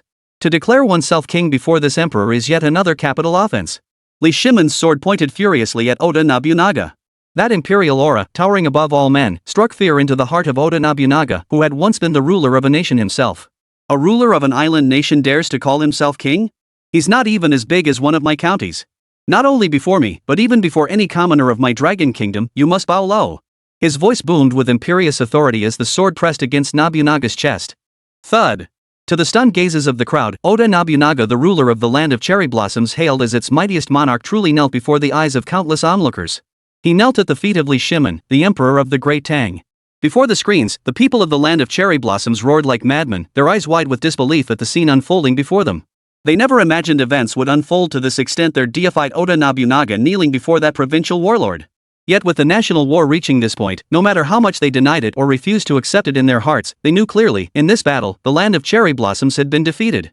Defeated utterly, defeated in disgrace. Stripped of every shred of dignity. A truly tragic fate awaited them. As Li Shimen swung his sword, severing Oda Nobunaga's head from his body, the national war finally reached its conclusion. Dragon Nation emerged victorious. The crowd before the screens watched with bated breath as the once arrogant Emperor Li Shimen of the Tang Dynasty stood triumphant. In that moment, his stature in their eyes reached its zenith. This was no mere provincial warlord. This was a true, peerless emperor who looked down upon the world with contempt, possessing a mind as vast as the heavens. Every development in this contest unfolded under his command. From the moment he launched the offensive against Sakura Nation, the latter had been led by the nose by the Tang Emperor and his commanders, rendering their matchlock guns utterly useless. Moreover, the seamless offensive coordination of the Tang soldiers was clearly beyond comparison with the Sakura Nation's troops. Were it not for the superior weaponry of the Iron Cannon army, many believe the Sakura Nation's soldiers would not have lasted even half a day under the crushing pressure of the Tang forces. This was the true might of an imperial army seasoned by countless battles, hardened by the battlefield. In an instant, the live stream audience transformed into devoted admirers of Emperor Taizong Li Shimen, the four generals of Lingyun Pavilion, and the Tang soldiers. Everyone, stand up. This is awesome. If this is what it means to be a man, I'd die happy. To beat the Cherry Blossom Nation, armed with matchlock guns, using cold steel alone? All I can say is holy crap. This is what an emperor should be, unpretentious yet commanding respect without raising a finger. Nothing like that half-baked emperor of the land of cherry blossoms. The highest card in the deck, the pillar among jokers, the land of cherry blossoms truly deserves its name. The Dragon Nation's people, who had remained silent throughout, cheering only Shimon and his men, finally erupted with pent-up joy and excitement at this sight. Today was a day to witness history. A day to prove the might of the Dragon Nation to the world. The land of cherry blossoms would finally face its long-overdue punishment, and they could finally bring solace to the countless souls sacrificed by those beasts. Dragon Nation, vengeance achieved. That humiliating chapter of history, those martyrs who died unjustly, those countless sons and daughters of the Dragon Nation who sacrificed themselves for their homeland today, all would be thoroughly avenged. And the land of cherry blossoms, which has brought endless shame upon the Dragon Nation, is about to be ended by the Dragon Nation, becoming the stepping stone for the Dragon Nation to ascend to the world stage. The sleeping lion of the Dragon Nation has finally bared its fangs, tearing apart all humiliation to ascend once more to the pinnacle of the world. The Dragon Nation has risen. All the children of the Dragon Nation erupted in cheers, tears streaming down their faces as they embraced and wept, sharing the overwhelming emotion within their hearts. The green mountains regain their vitality, the blue skies clear once more. A historic day dawns for the Dragon Nation. That damned cherry blossom nation will finally join our martyrs in the grave. The countless heroes of our Dragon Nation have lived to see this day. Justice may be delayed, but it never fails to arrive. Little cherry blossom ghost, keep barking. Think you can keep yapping? Useless trash only knows impotent rage. The Emperor of Tang has beaten thee out of you. What kind of trash nation, what kind of status, what kind of standing, dares to share this planet with my Dragon Nation? We're ridding the world of a cancer. Our Dragon Nation is doing the world a favor. Moments later, the thrilling announcement echoed. The national war between Sakura Nation and Dragon Nation victorious. Sakura Nation forfeits all national sovereignty. All Sakura Nation assets, territory, population, resources, and everything else now belong to Dragon Nation. Dragon Nation holds absolute authority over all uses and the power of life and death. The Dragon Nation's Great Tang Legion suffered less than 1% casualties in this war, far exceeding the requirements for special rewards. Therefore, a super special reward is being dispatched. Upon hearing the broadcast, not only were the people of the Dragon Nation thrilled, but citizens of other nations, marveling at the might of the Great Tang soldiers, found their eyes lighting up with excitement. They knew that even the lowest tier special rewards from the tournament were treasures on par with world-class secret realm artifacts. And now, this Dragon Nation had actually secured a super special reward? This was the rhythm of ascending to the heavens in one step. Everyone's breath caught in their throats. They understood that the Dragon Nation was about to receive a treasure capable of transforming them beyond recognition. This was a treasure that would instantly make every nation green with envy and draw countless covetous eyes. At the very least, this was the first time any nation had ever received a super special reward. Everyone wanted to know what this treasure truly was, and everyone desired to possess it. This is bad. Jiang Chen and the Dragon Nation's high-ranking officials all frowned deeply. Though the outcome of this battle and the reward brought them joy. But the man is innocent, but the treasure brings guilt. The United States already viewed the Dragon Nation as a thorn in its side. This development would undoubtedly harden their resolve to target the Dragon Nation. And as Jiang Chen understood it, the nations of Asia were worlds apart from those in the West. Even the mighty Indian Empire, which ruled supreme in Asia, barely registered on the Western world's radar. As for the land of the rising sun, it ranked lower than one of their own vassal states. This posed a significant challenge for the Dragon Nation, which had only just begun to find its footing. Oomph, bring it on. Jiang Chen steeled his resolve. The feud with Western nations was already set in stone, and he firmly believed that Dragon Nation's generals would ultimately push beyond their limits and create miracle after miracle. With a surge of excitement, Jiang Chen examined the so-called super special reward. 2 Xian grade caverns and an invincibility card? The moment he opened the description, the last shred of skepticism vanished from his heart. Mystic grade caverns, the national spiritual energy level will upgrade to mystic grade quality. Citizens' cultivation speed gains a 10% boost, while cultivators entering the cavern will see their cultivation speed triple. The invincibility card, a non-secret realm item, grants 3 invincibility opportunities. It allows the user to ignore all damage and refuse or force any demand from opponents. Holy? Jiang Chen couldn't help but curse under his breath, his eyes fixated on the invincibility card with intense hunger. Chapter 50, World Secret Realm opens. Even from its description alone, it was clear that using this invincibility card would grant true invincibility. It was essentially 3 guaranteed victories in the tournament. Such a game-changing treasure being classified as a super special item by the tournament organizers was entirely justified.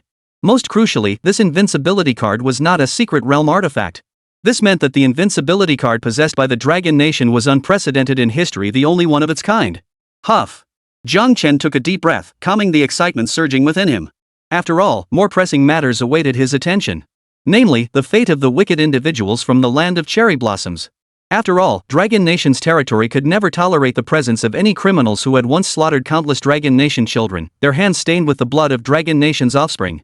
Even the tiny enclave where the Sakura Nation's people resided, now that it had become part of the Dragon Nation's territory, its rules must be changed. With time pressing and the task weighty, Jiang Chen immediately sought the Dragon Nation's people's opinion on the Sakura Nation's fate. Instantly, it stirred up a storm, resonating with every Dragon Nation citizen. Unsurprisingly, every Dragon Nation citizen agreed that the people of Sakura Nation should vanish from this world. The reasoning was simple: they showed no mercy when slaughtering the children of the Dragon Nation, so why should we show them any? The Sakura Nation shed its former arrogance, now reduced to utterly groveling pleas. Lord Jiang, brothers and sisters of the Dragon Nation, I beg you, spare my life. Fathers of the Dragon Nation, I'll be your slave forever. Please spare me. It's all our president's fault. He's the one who started this war against your Dragon Nation. We had nothing to do with it. Kill him instead. Exactly. The Dragon Nation's generals are peerless under heaven. Starting this war was never our wish. Jiang Chen stared coldly at the stream chat, feeling not a shred of sympathy for the pleas of the people of Sakura Nation. After all, their attitude had been quite different just moments ago. If he spared these Sakura Nation people now, given their treacherous, two-faced nature, who knew when they might stab him in the back? Without a trace of emotion, Jiang Chen addressed the tournament rules. I demand the lives of all Sakura Nation citizens be taken. The words sent a collective gasp of shock rippling through the viewers from other nations watching the screen, each inwardly marveling at Jiang Chen's ruthlessness. Several surrounding nations even classified Jiang Chen as a terrorist figure, banning any citizens from uttering disrespectful words or committing acts against Dragon Nation's territory or people. Upon hearing this news, the Cherry Blossom Nation's people instantly changed their tune, unleashing a torrent of unrestrained curses and vicious condemnations against Jiang Chen and the Dragon Nation. Yet Jiang Chen remained utterly unmoved. He had seen through the Cherry Blossom Nation's fickle nature all too clearly in his previous life, and after these recent confrontations, his disgust for them had only deepened. Curses? What good would that do? Nothing more than death throes. The next instant, a deathly aura enveloped the skies above Sakura Nation, plunging its people into utter terror. They began muttering prayers and supplications. Yet before the cold, unforgiving rules of the tournament, their desperate pleas held no sway whatsoever. In the blink of an eye, the land of cherry blossoms was utterly transformed into a realm of the damned, devoid of any sign of life. Witnessing this horrific scene, the Dragon Nation's people clapped their hands in delight. The decades-old grudges and national grievances were finally avenged today. This spine-chilling spectacle sent a chill through the hearts of viewers in several neighboring nations. Just as they were about to exit the livestream, their respective presidents issued orders. They forcibly required all citizens watching the livestream to express support for the Dragon Nation's actions and offer congratulations. Even if they were unwilling, witnessing the fate of the land of cherry blossoms, they were forced to send various insincere blessings. In an instant, the Dragon Nation's audience stared dumbfounded at the screen filled with jarringly incongruous comments. Why don't you see what you're saying? Yet the Dragon Nation's people understood clearly. Since the rivalry began, they hadn't received such treatment in ages. Today's honors were earned through Jiang Chen's profound knowledge and the valiant courage of the Dragon Nation's commanders. Once again, gratitude surged in their hearts for the Dragon God and the Dragon Nation's commanders. Every historical general Jiang Chen had selected became the hottest topic of conversation. Their respective shrines were completed across the Dragon Nation, receiving worship from thousands. Meanwhile, all information regarding the super special rewards for this competition had been tightly sealed by the Dragon Nation authorities. The only thing baffling the Dragon Nation populace was why their bodies were growing increasingly robust, and why a mysterious, unknown power seemed to be stirring within them. Only Jiang Chen and certain high-ranking officials of the Dragon Nation understood the truth behind it all. Under their arrangements, numerous exceptionally talented soldiers within the military had already broken through to the first realm described in the Immortal Cultivation Manual. After more than 10 days of undisturbed peace in Dragon Nation, a new piece of news prompted the Dragon Nation guild leader to summon Jiang Chen once more. Jiang, according to reliable sources, that one and only world-class secret realm is set to open within days. Upon hearing this, Jiang Chen's expression abruptly changed. This news might have been insignificant to the former Dragon Nation, as it lacked the capability to participate in such high-level competitions back then. But now, Dragon Nation possessed the capital to compete head-to-head with those great powers. Not only did Jiang Chen possess unwavering confidence in Dragon Nation's commanders, but that trump card alone was enough to let Dragon Nation trample the United States and punch Russia. What are your thoughts? When the Dragon Nation's leader posed this question, Jiang Chen naturally agreed without hesitation. After all, a game-changing treasure like the invincibility card would be most effective if saved for a critical moment. While the artifacts in this world's secret realm couldn't compare to the invincibility card, they were still invaluable treasures in the tournament. Take, for instance, the jubilation of the final battle, once used by the Indian nation. Had Yufei not already secured control of the situation, any commander from another nation facing it would likely have suffered a crushing defeat. Especially now that Dragon Nation had temporarily resolved its Asian predicament, the Western powers led by the United States still eyed Dragon Nation with hungry eyes. According to our intelligence, Western hegemons like the United States, Golden Tower Kingdom, White Bear Kingdom, and numerous other great powers will join the fray. Even some smaller nations possessing a few legendary historical generals will attempt to seize their fortune. Each time the world's secret realm opens, the global landscape undergoes subtle shifts, including instances where minor nations transform into major powers. Should the Dragon Nation enter the fray, it will likely become the target of everyone's hostility. Upon hearing this, Jiang Chen understood that securing the artifact from the world's secret realm would be no easy feat. Chapter 51, Rules of the World's Secret Realm. Go! Dragon Nation's influence is currently confined to Asia. We must project its power onto the global stage. We will ensure no one in the world dares to disrespect the Dragon Nation again. After a moment, Jiang Chen declared with unwavering resolve. The future of the Dragon Nation could not be confined to Asia alone. The future of the Dragon Nation belonged to this vast world. In 7 days, the world's secret realm will open on a small island in the southern hemisphere. Seeing Jiang Chen's resolute stance, the Dragon Nation's chairman wasted no time. The rules for this world's secret realm are as follows. Only one commander may be selected from the 2 historical generals provided to participate in the realm, where they will compete against renowned commanders from all participating nations. Each commander possesses 1 opportunity to summon their lifetime army, with each army limited to 1,000 soldiers. Once soldiers are killed, their vacancies cannot be replenished. In other words, these 1,000 soldiers are each commander's trump card. And there are only 3 ultimate rewards. As for the specific rules of this world's secret realm, they have not yet been announced. Upon hearing this, Jiang Chen gained a general understanding of the world's secret realm. This was a grand tournament featuring countless legendary generals from ancient times. Whether it was emperors who once ruled with an iron fist or commanders who had slain millions on the battlefield, they all had the chance to appear within this world's secret realm. Among them were even renowned generals like Oda Nobunaga, who wielded firearms. Yet even emperors who once commanded the winds of war might find themselves reduced to supporting roles for other nations in this contest, forever denied the ultimate reward. After all, in a sense, this was a contest among the absolute elite of legendary generals. As for the pick 1 out of 2 selection rule, it means the world's secret realm doesn't just judge the combat strength of each nation's historical generals, it also tests your luck. If one's luck is poor and they draw 2 generals with lackluster combat prowess, it's like swallowing bitter gall, a suffering that cannot be voiced. And the competition? Jiang Chen suddenly realized a critical issue. If a nation initiated a confrontation match after his departure, the Dragon Nation would be in a tough spot. The Dragon Nation's leader seemed to read Jiang Chen's thoughts, replying calmly. Rest assured, no nation can initiate a counterattack during the world's secret realm period. So go ahead, Jiang, go boldly. Soon, the 7 days passed in the blink of an eye. Escorted by the Dragon Nation, Jiang Chen arrived at the island where the world's secret realm was opening. The island, surrounded by sea on all sides, was already teeming with people. The island was filled with renowned historians, figures of great prestige and rarity, conversing under the watchful eyes of their respective nations' military escorts. Amidst the sea of gray-haired elders, a young man like Jiang Chen stood out like a sore thumb. Seems like claiming the ultimate reward from that world's secret realm won't be easy at all. Jiang Chen sighed as he surveyed the sea of white hair. It was clear that the competing nations had come prepared. After all, if this were merely a friendly competition, they wouldn't have mobilized such a large contingent of high-ranking dignitaries. After all, aside from the Dragon Nation, citizens of other countries were now well versed in both their own and other nations' histories. Participating in a simple competition wouldn't be a problem. But ultimately, amateurs watch for the spectacle, while experts grasp the essence. Scholars, after all, make their living in this field. They have only a few gaps in their knowledge, a level of expertise unattainable by amateurs. Thus, when selecting a renowned general from the world's secret second tier, they could choose the most suitable candidate based on concrete historical records. And in the eyes of these scholars, age is undoubtedly the greatest bias. After all, the longer one lives, the more one understands. Soon, an elderly man dressed in a suit and leaning on a cane, supported by a group of people, approached Jiang Chen. Where did this brat come from?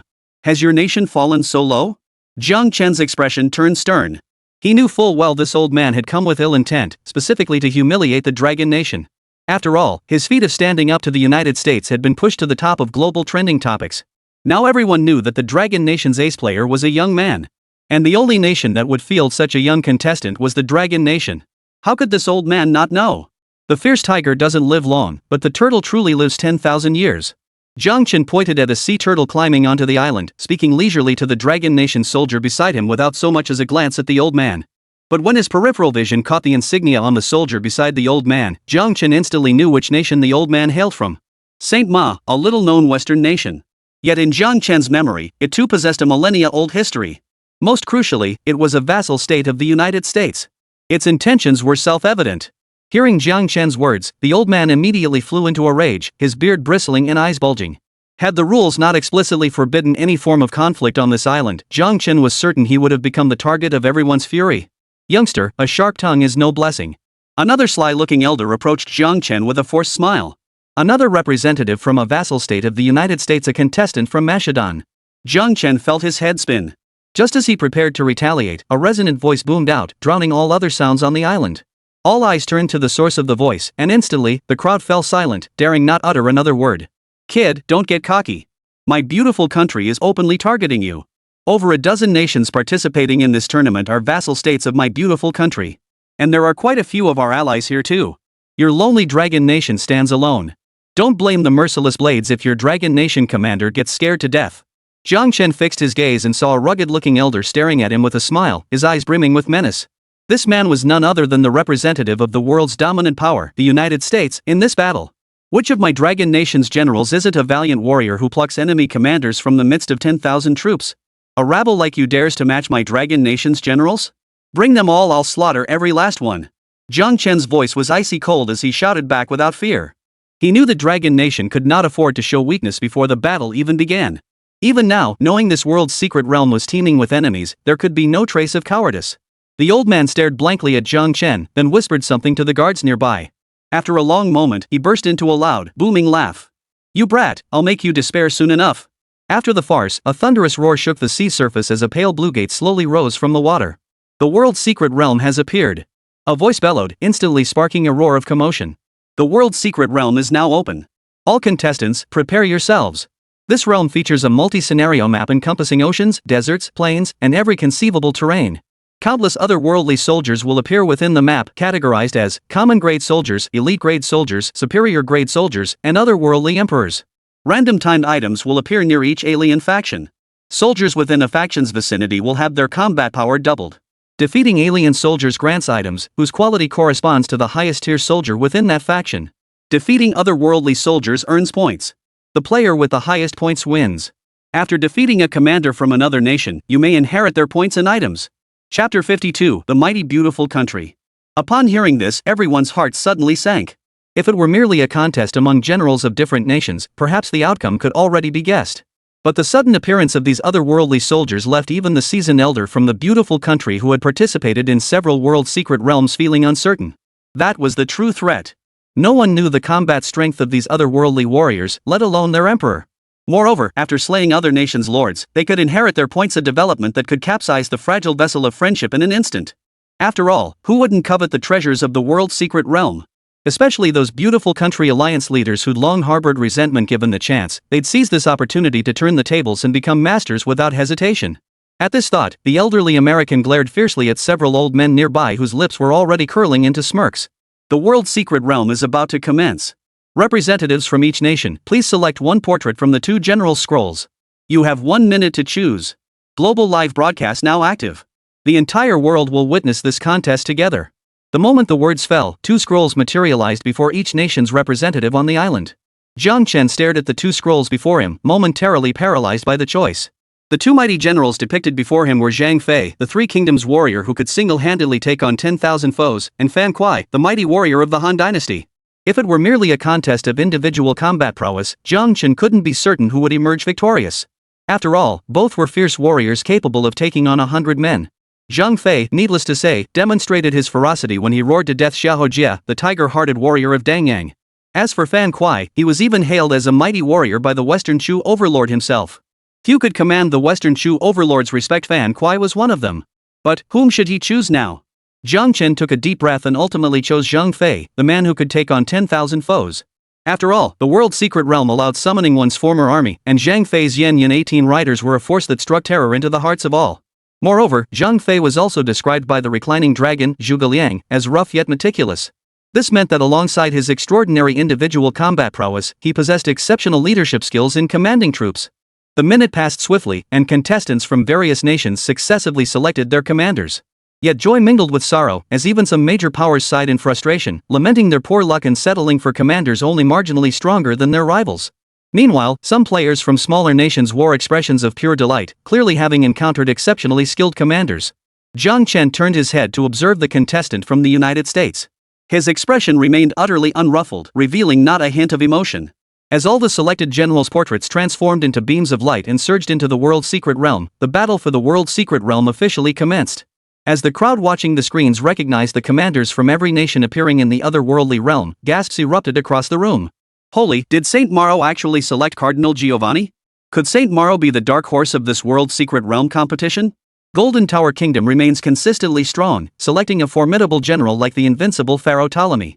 They'll likely be among the top contenders for the world's sanctuary. March Shield, Great Britain, and the famous generals chosen by those other nations are pretty impressive too. Looks like this world's secret realm is going to be a wild ride. What about the United States? Who did they select? The moment the camera cut to the United States, everyone held their breath, staring blankly at the screen. There stood a commander with golden hair and blue eyes, radiating an air of utter arrogance. Holy? That's the Grim Reaper General Michel? The one who slaughtered hundreds of thousands on some continent and defeated Great Britain with a single punch? It's a sure thing. Looks like the pretty country will take first place in the world's secret realm again. Sigh, other nations' commanders are decent, but compared to this Grim Reaper general, they're practically second-rate. At that moment, Jiang Chen stared coldly at the screen, fixated on the figure dubbed the Death General Michel. For when he discovered that only the Dragon Nation differed significantly from the world of his past life, he was astonished to find another nation that also diverged greatly, the beautiful country. As the second nation in this world that differed greatly from his previous life, he knew very little about this world's United States. Yet from what he had gathered, the beautiful country was one of the few nations in this world whose history could rival that of the Dragon Nation, utterly unlike its fleeting past in his previous life. This beautiful country, possessing a history nearly as ancient as the Dragon Kingdom, boasted commanders even more enigmatic than those of the Dragon Kingdom. It was also the only nation in the present era shrouded in greater mystery than the White Bear Kingdom. Unlike the Dragon Nation's historical gaps, though the beautiful nation was widely acknowledged as ancient, its records in every nation's historical texts remained extremely vague and unclear, containing only scattered, fragmentary accounts of certain legendary generals.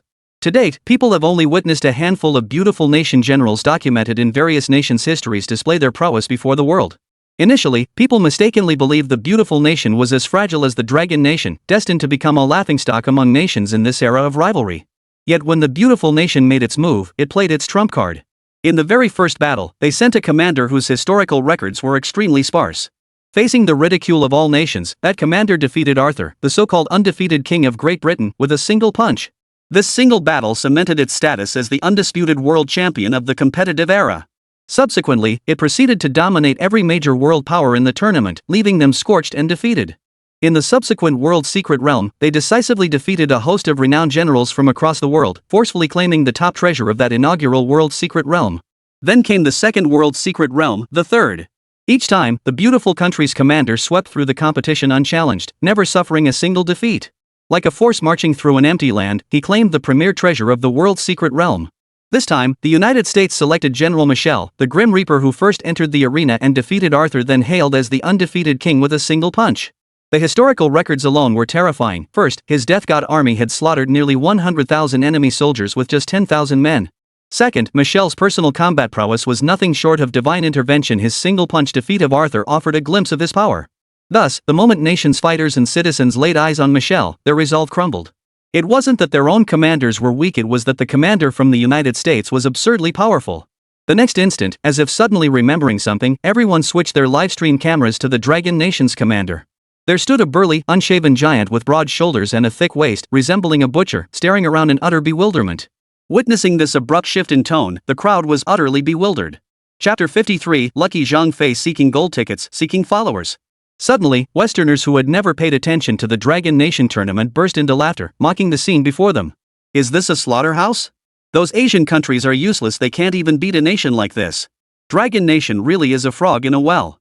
Why not just be a local big shot in Asia?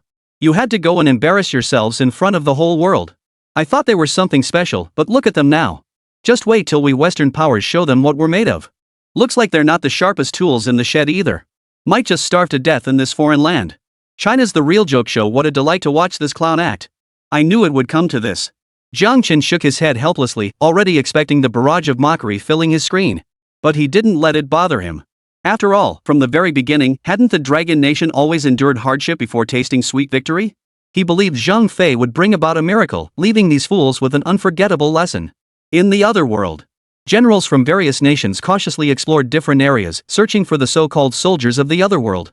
Suddenly, a scholar from a small nation let out a heart-wrenching wail. Everyone immediately turned their gaze toward him. Before them, their nation's commander lay dead on the screen, slain by soldiers clad in black armor wielding black spears. SSSSH. They're otherworldly soldiers. The crowd gasped in unison. Even these historians, nearing a century in age and having weathered countless storms, could scarcely contain their horror.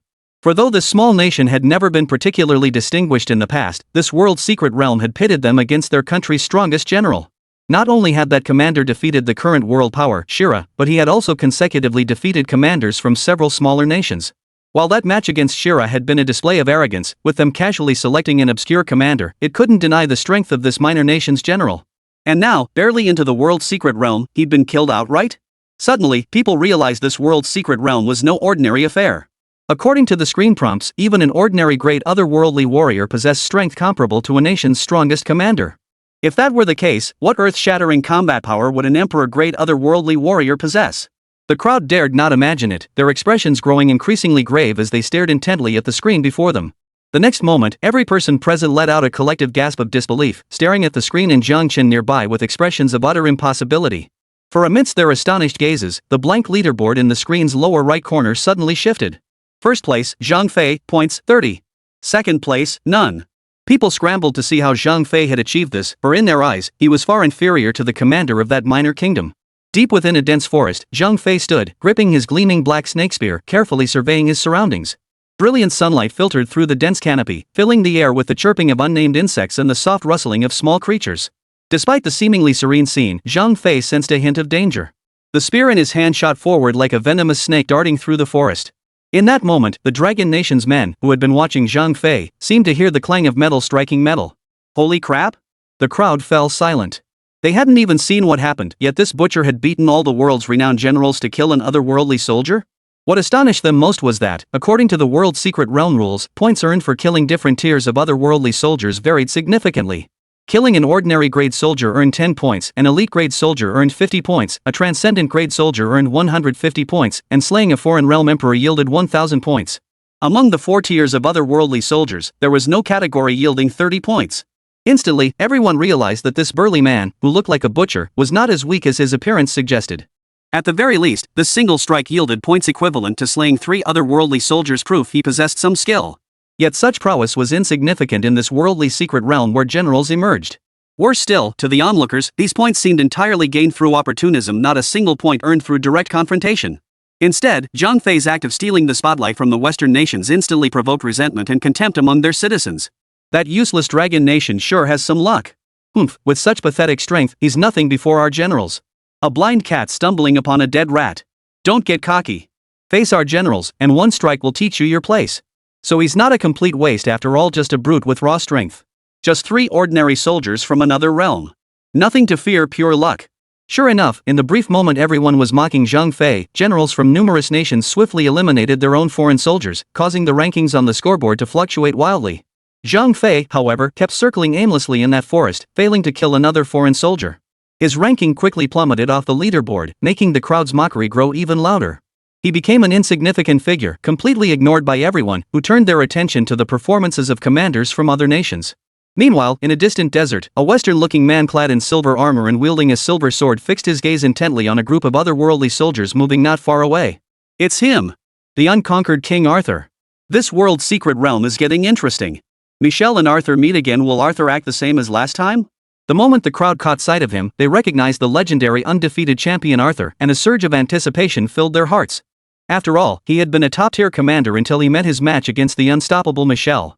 Now, as the two clashed once more within the world's secret realm, who would emerge victorious? Under the watchful eyes of the crowd, Arthur suddenly burst forward. Amidst the flashes of blades and swords, nearly 30 otherworldly soldiers were decapitated, including 1 elite-grade soldier. With elegant grace, the man drew a pristine white handkerchief to wipe the blood from his silver blade. Gazing calmly at the sky, he declared, "Michelle, my defeat last time was due to carelessness. This time, I, Arthur, will not repeat that mistake." Somewhere within the snow-capped mountains, a colossal figure, as massive as a small mountain, swung a giant hammer, smashing it down with brutal force onto the foreign soldiers before him. Crash! Amidst a spray of snow and blood, a row of soldiers from another realm were hammered into the snow like paper dolls. The immense force even shattered the ancient ice beside them. "Commander of the Dragon Nation, entrusted by future generations, I shall grind your bones to dust." Battles erupted across the foreign lands, varying in scale. The points leaderboard gradually took shape, largely matching expectations. The top 10 spots were occupied by the favored commanders, while Zhang Fei, as anticipated, had fallen off the rankings. What puzzled everyone, however, was the persistent absence of Michelle from the leaderboard. When curious viewers switched to Michelle's live feed, shock and dread gripped them. There, the blonde-haired, blue-eyed Michelle was seen slowly approaching a military camp. Chapter 54, Superb Quality Item Seeking Gold Tickets. The barracks housed roughly several hundred soldiers. And near the barracks, a dazzlingly bright flower was actually glowing. Is this an alien soldier tribe? And that flower is an item? On the small island, a historian couldn't help but exclaim in astonishment. Is he going solo? The eyes of every historian present instantly burned with intensity as they fixed their gaze on Michelle on the screen. It was common knowledge that every other worldly tribe had at least 3 elite-grade soldiers stationed within it, and those soldiers doubled their combat power when within their tribe. Before anyone could react, Michelle sprang into action. In an instant, he transformed into a streak of lightning, darting between the barracks. All that could be heard was the thunderous clash of power, and all that could be seen were the other worldly warriors before Michelle, now reduced to mere scarecrows. Suddenly, the crowd witnessed the rankings on the scoreboard shift again. Michelle's name shot up like a meteor, surging to the top position. But what truly sent everyone into a frenzy was the next second, a name long dismissed by all surged past Michelle at a speed several times faster, instantly pushing him down to second place. Whoosh! A deathly silence fell. Hearts pounded wildly as everyone stared in stunned disbelief at the impossible name. First place, Zhang Fei of the Dragon Nation. Points, 300. Impossible. This must be fake. The crowd gasped at the surreal spectacle unfolding before them, swiftly switching the live stream camera to Zhang Fei's perspective to review the replay. There he was, strolling leisurely through the woods for nearly half an hour before finally emerging. The moment he emerged, the crowd's expressions turned even more stunned. A military camp several times larger than the one Michelle had destroyed stretched around the forest like a belt. Not far from the forest, a golden stone shimmered with dazzling brilliance. A camp this massive, it must be commanded by at least one extraordinary great otherworldly warrior. The others murmured in awe, their eyes burning with desire as they stared at the golden stone. Who wouldn't want a transcendent great artifact? But seeing it doesn't guarantee you'll live to claim it. Judging by Zhang Fei's dim-witted demeanor, he seemed little more than a crude brute relying solely on brute strength. Could he truly have earned all those points through his own efforts? Just as the crowd was lost in wonder and doubt, Zhang Fei suddenly roared. The sound was like a teacher's sudden, thunderous rebuke during a sleepy class filled with endless killing intent that struck fear into hearts, yet boomed like a bolt from the blue. The roar pierced the heavens, its overwhelming, murderous aura causing even the spectators watching the screen to involuntarily shudder. Nearby soldiers from the other realm crumbled like fragile infants, their 7 orifices bleeding as they collapsed dead on the spot. Had they not witnessed these soldiers' terrifying combat prowess earlier, the crowd might have momentarily believed these otherworldly warriors were nothing but paper-thin trash. But before their gaping mouths could close, Zhang Fei's next action sent their jaws dropping to the floor. After his roar, Zhang Fei seemed possessed by a god of slaughter. The sheer aura of menace radiating from him alone made the hairs on everyone's neck stand on end, let alone his already fearsome, demonic face and imposing physique. With this overwhelming aura of ferocity, Zhang Fei bore not a trace of his former butcher's crudeness.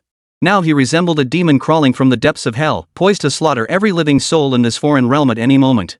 The sheer oppressive pressure left viewers gasping for breath, their hearts pounding with terror. They feared he might burst through the screen at any moment to spear them. Yet Zhang Fei remained utterly oblivious to the shift in perception, his spear still raised as he bellowed relentlessly. Facing the swarming alien soldiers, Zhang Fei's seemingly bulky frame moved with the grace of a butterfly, deftly evading the barrage of cold steel weapons. His spear no longer resembled a slender weapon but rather a thick, sturdy tree trunk. As Zhang Fei swung his spear, all notions of conventional spear techniques vanished from the crowd's minds. Not only was his style utterly unique, but the sheer power and grace of his sweeping, open-handed movements were a feast for the eyes. It was like watching a majestic butterfly perform an exquisitely graceful dance, drawing everyone into the mesmerizing rhythm of Zhang Fei's movements. When Zhang Fei wielded his spear, the crowd saw none of the intricate complexity they observed in other generals using their war spears.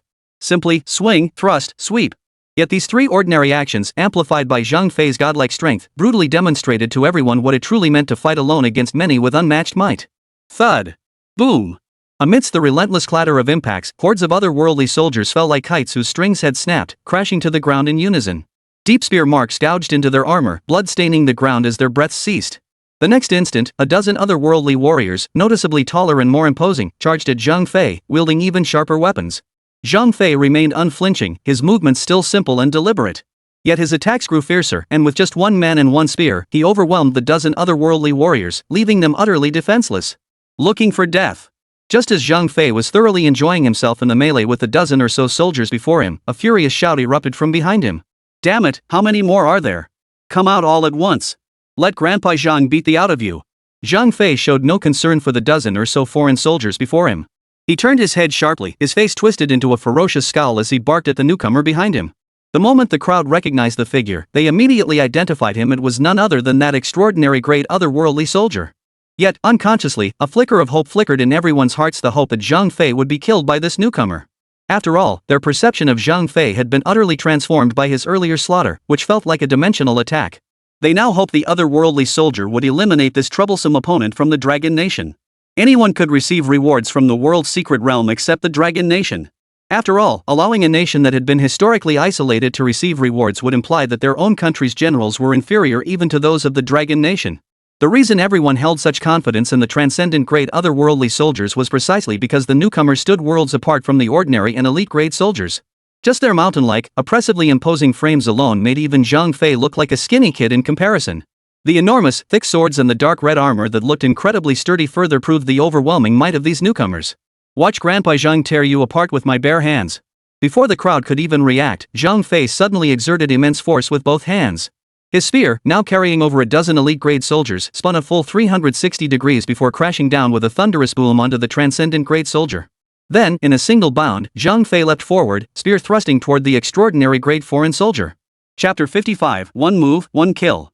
Clang! A thunderous metallic clang reverberated through the air. Everyone could clearly see Zhang Fei's spear had driven halfway through the extraordinary great soldier's armor. For a moment, the crowd was bewildered, unsure whether to marvel at the extraordinary soldier's strength or fear Zhang Fei's terrifying power. "You thick-shelled bastard! I'll peel that shell right off you today!" Zhang Fei roared again, thrusting his spear forward with renewed force. But the extraordinary quality otherworldly soldier was no sitting duck. How could it tolerate Zhang Fei's assault? To everyone's astonishment, despite its cumbersome armor, the soldier's speed showed no sign of slowing. The colossal sword in the otherworldly soldier's grasp swung down with devastating force toward Zhang Fei below. The sheer force of the strike caused the surrounding trees to sway violently, a testament to its terrifying strength, as if it could uproot mountains. Could any mortal truly withstand such a blow? Historians from all nations fell into stunned silence, each inwardly calculating whether their own commanders possessed the strength to slay such terrifying foreign warriors. But Zhang Fei gave them little time to ponder. He proved his might through action alone, demonstrating that the Dragon Nation could indeed prevail. Thud! All they heard was the dull thud of flesh pierced, and all they saw was Zhang Fei's face, mere inches below the giant sword, twisted into a savage grin. The world seemed to fall silent, broken only by the heavy thud as the otherworldly soldier collapsed. Zhang Fei, however, stood calmly to the side, not even breaking a sweat, as if he'd merely stretched lazily moments before. The crowd never even got a chance to feel the lethal power one would expect from an extraordinary quality otherworldly soldier. Perhaps extraordinary great otherworldly soldiers are just that fragile. I reckon these otherworldly soldiers are nothing but flashy iron shells. If that worthless commander from Dragon Nation can take down an otherworldly soldier, we have nothing to worry about. The world's secret realm has only just begun. Dragon Nation, don't get too excited too soon. Faced with Zhang Fei's unexpected combat prowess and those terrifying high-grade otherworldly soldiers, the crowd could only find solace by belittling Zhang Fei in every way possible. But when they saw Zhang Fei pick up that golden stone, envy burned fiercely within them, shattering their defenses. God-smashing stone core, a limited time, extraordinary great item. It can fuse with any stone, transforming it into an incredibly hard god-smashing stone. It strikes humans and gods alike. Let's see if a deity's skull is harder than the god-smashing stone's cost-effectiveness. God-slaying stone? Though lacking flashy stat bonuses, the sheer absurdity of its description alone convinced everyone this stone was ridiculously overpowered. Zhang Fei held the golden stone embryo, roaring with laughter. He casually picked up a stone the size of a bull's mouth. The two swiftly fused together. The once ordinary stone now glowed with a thread of golden light, perfectly rounded, instantly shedding its mundane appearance. Let your Grandpa Jiang show you its power. With a mighty swing of his arm, Zhang Fei hurled the divine slaying stone with all his might at the freshly slain extraordinary soldier from another realm. Boom! A deafening explosion echoed as the extraordinary great soldier was utterly obliterated, leaving a deep crater in the ground. Even more astonishing, after delivering its strike, the divine slaying stone returned along its original trajectory, landing back in Jiang Chen's hand. Witnessing this, the crowd fell into another moment of bewilderment. They didn't know whether to tremble at Zhang Fei's terrifying strength or to covet the god-slaying stone, such a heaven-defying treasure. Yet they understood that ultimately, the power of any artifact depended on the combat prowess of its wielder. Just as the crowd was marveling at this, a thunderous human voice suddenly boomed out. Found him! The Dragon Nation's commander! Eyes snapped to the source. A towering, heavily armored warrior wielding a massive hammer stood towering over Zhang Fei. His imposing presence and oppressive aura were no less formidable than those extraordinary soldiers from another realm, perhaps even surpassing them. The blood covering his entire body added a sinister aura to his presence. The moment he appeared, the air seemed to freeze over. That's Ashapiro, the giant commander of the Makishan kingdom. Someone gasped before the screen. This was Ashapiro, ranked 10th on the leaderboard. The invincible commander revered as a god by the people of Saint Ma Kingdom. Beneath his colossal frame lay terrifying, earth-shattering strength and formidable defense. His giant hammer wielded world-shattering destructive power. And to date, Ashapiro had suffered only one defeat at the hands of Arthur, the undefeated king of Great Britain. Even Arthur himself, after that battle, repeatedly praised Ashapiro as a formidable opponent worthy of respect. Just moments ago, Ashapiro obliterated an entire camp of otherworldly soldiers possessing the same black, transcendent quality with merely 5 hammer blows. The crowd erupted in cheers, praying that Ashapiro would strike down the despicable Zhang Fei. "I won't kill you, I'll make you my slave. Kneel at my feet and let the dragon nation be utterly disgraced before the world."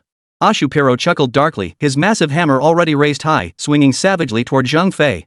Dust swirled in the hammer's wake. "Kill him! Kill him! How dare this puny dragon nation defy its superiors?" Exactly. Who gave him the nerve to act so brazenly? Does Dragon Nation really think it can claim the final reward?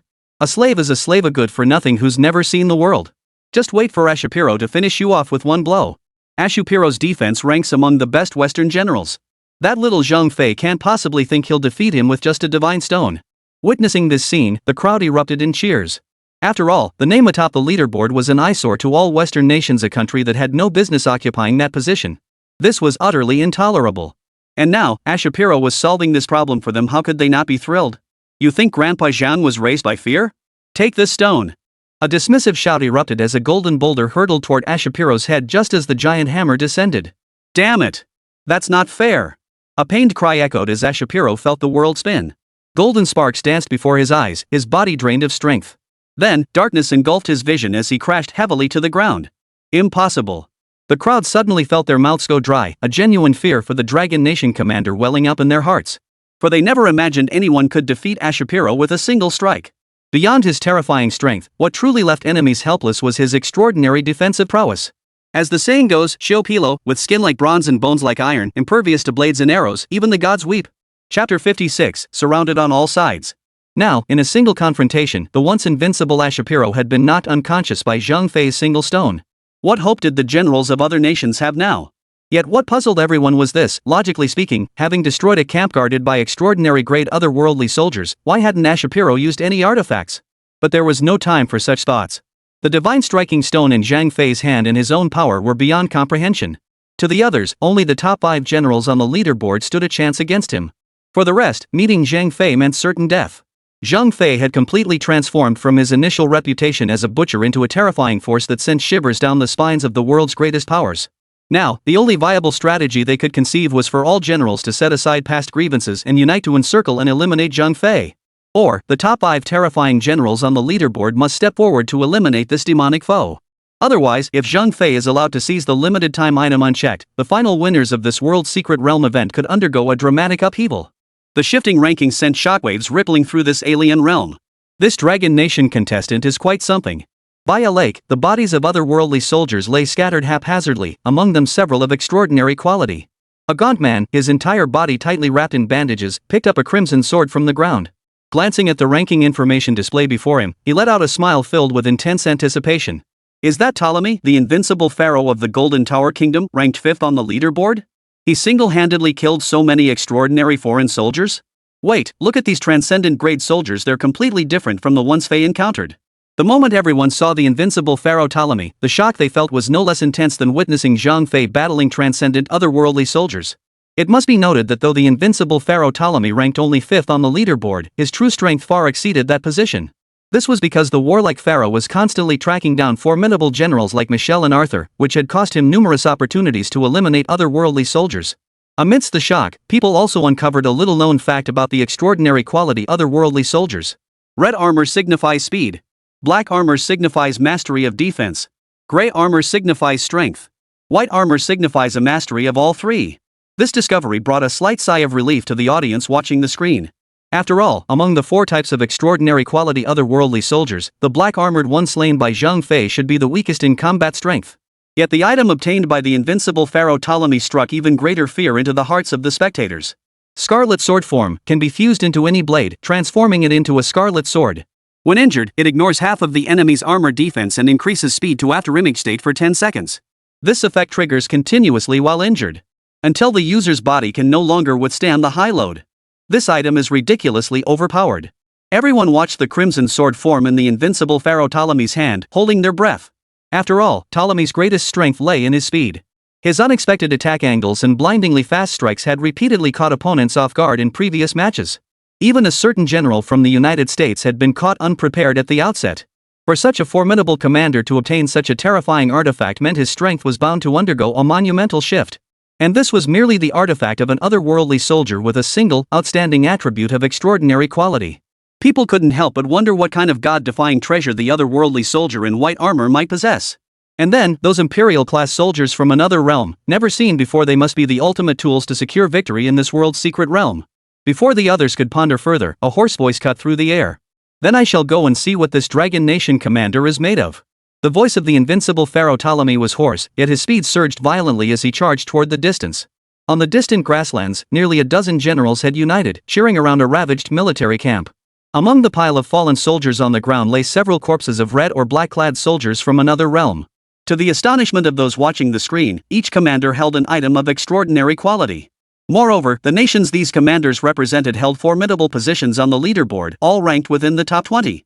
Per Lord Michel's orders, the moment any Dragon Nation commander appears on the leaderboard, we are to eliminate them immediately. Though we don't know what power propelled this Dragon Nation commander to the top, I believe our combined strength of over a dozen will surely match his. After the kill, we'll split the Dragon Nation commander's points evenly. With that, the leading commander swiftly led the remaining generals away at full speed. From all corners of the commanders converged toward Zhang Fei's location. Some were driven by curiosity about Zhang Fei's strength, seeking to test their mettle against him. Others were from vassal states of the beautiful country, fulfilling its orders. But the overwhelming majority of commanders pursued him solely to eliminate Zhang Fei and secure points.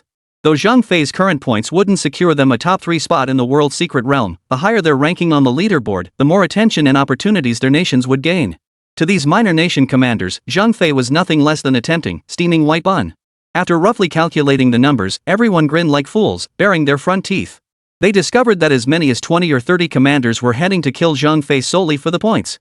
This number represented the combined total of all commanders excluding those slain by otherworldly soldiers and the top 10 on the leaderboard.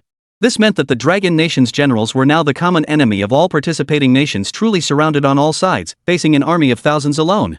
And don't forget, each commander possesses one chance to summon reinforcements. Instantly, all the Western-leaning nations were in high spirits, humming a Dragon Nation song called Good Times, thoroughly enjoying themselves. Many Asian nations also bloated, celebrating the Dragon Nation's utter disgrace upon its first appearance on the world stage. Dragon Nation, don't get too cocky, karma's a. This is blatant targeting. What does a trash Dragon Nation like you have to oppose us? Don't you dare overestimate your worth. Know your place. Trash should know its place. Don't you actually think everyone is the United States? Dragon Nation, times have changed. You're nothing but trash trampled underfoot by us, the United States.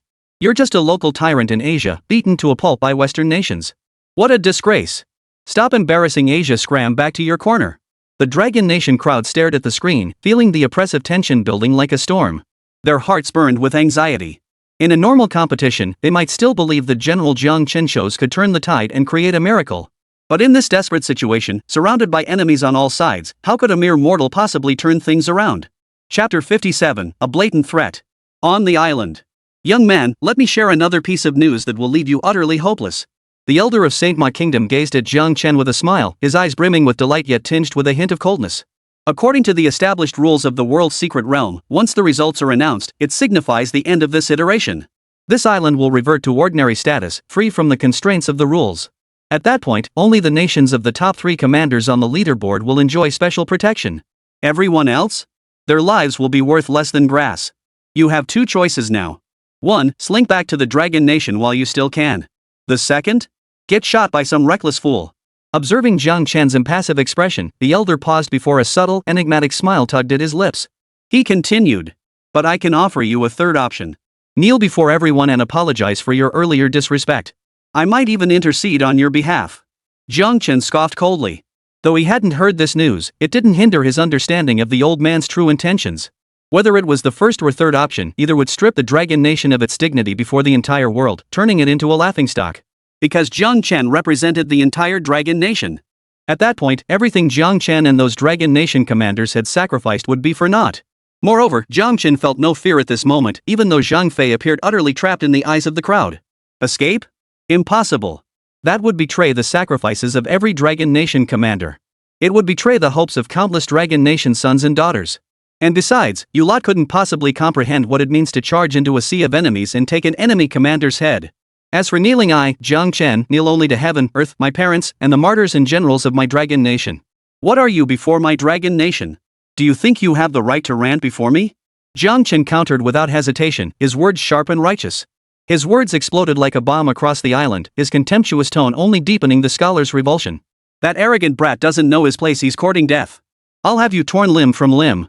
You claim to uphold the Dragon Nation's honor? I'll see what you can do when your generals lie on the ground like dead pigs. The elder from Saint Horse Nation was rendered speechless, resorting only to vicious curses. But when his gaze returned to the screen, his expression changed dramatically. From the unconscious body of Ashapiro, knocked down by Zhang Fei, a small red flower glowed with a crimson aura. Manipulation flower, superb quality timed item. Its infinitely amplified fragrance will enslave living beings as your servants. Can only be used on enemies you have defeated. Control lasts 10 minutes. During this period, all items and points acquired by your slave become the user's property. After 10 minutes, defeating the slave again automatically reactivates this effect. Everyone now understood why Ashapiro hadn't used the item. Why Azayuparo had been bragging about making Zhang Fei his slave. It turned out he had obtained an item with such bizarre capabilities. And now, this flower imbued with mysterious power had changed hands. Pinched between Zhang Fei's massive fingers, it was being examined with curiosity. Ha. Here's a little red flower for you. Zhang Fei gave an eerie grin. The petals emitted faint red glows, which Azayuparo, lying on the ground, inhaled deeply through his nose. Suddenly, Ashapiro leapt to his feet and knelt straight before Zhang Fei. Master. The heartfelt address caused the scholar from the Maki Shield Kingdom to see stars and faint instantly. Go. Attack the otherworldly soldiers for me. Don't come back until you've killed 10,000 of them. After a moment's thought, Zhang Fei waved his hand and commanded Ashapiro. The crowd fell silent, inwardly exclaiming, "Holy crap! Who could have imagined that such an unparalleled warrior would one day become a slave to a foreign commander, reduced to a lowly, unpaid tool?" What sent chills down their spines was the thought, if Zhang Fei used this bizarre, magical flower to control commanders endlessly, then, who in this world's secret realm could possibly surpass him? Unless Zhang Fei was killed outright, not even Michelle from the United States could single-handedly oppose his army of enslaved generals. As generals from all nations rushed toward Zhang Fei's location, viewers watching the broadcast felt an overwhelming sense of dread welling up from deep within. Commander of the Dragon Nation, come and meet your end. A commander from a minor nation was the first to locate Zhang Fei, brandishing his spear menacingly at the Dragon Nation general. True to his cautious nature, he immediately summoned his 1,000-strong troop. The 1,000 soldiers radiated a chilling aura, clearly veterans of countless life and death battles. Soldiers, follow me. Slay this Dragon Nation commander and bring glory to our nation. The small nation's commander's confidence soared. With a loud shout, he led his troops charging fiercely toward Zhang Fei. Viewers watching the screen collectively held their breath for the small nation's commander, silently cheering him on in their hearts. Not a single soul wished for their own nation's commander to be the one to defeat Zhang Fei.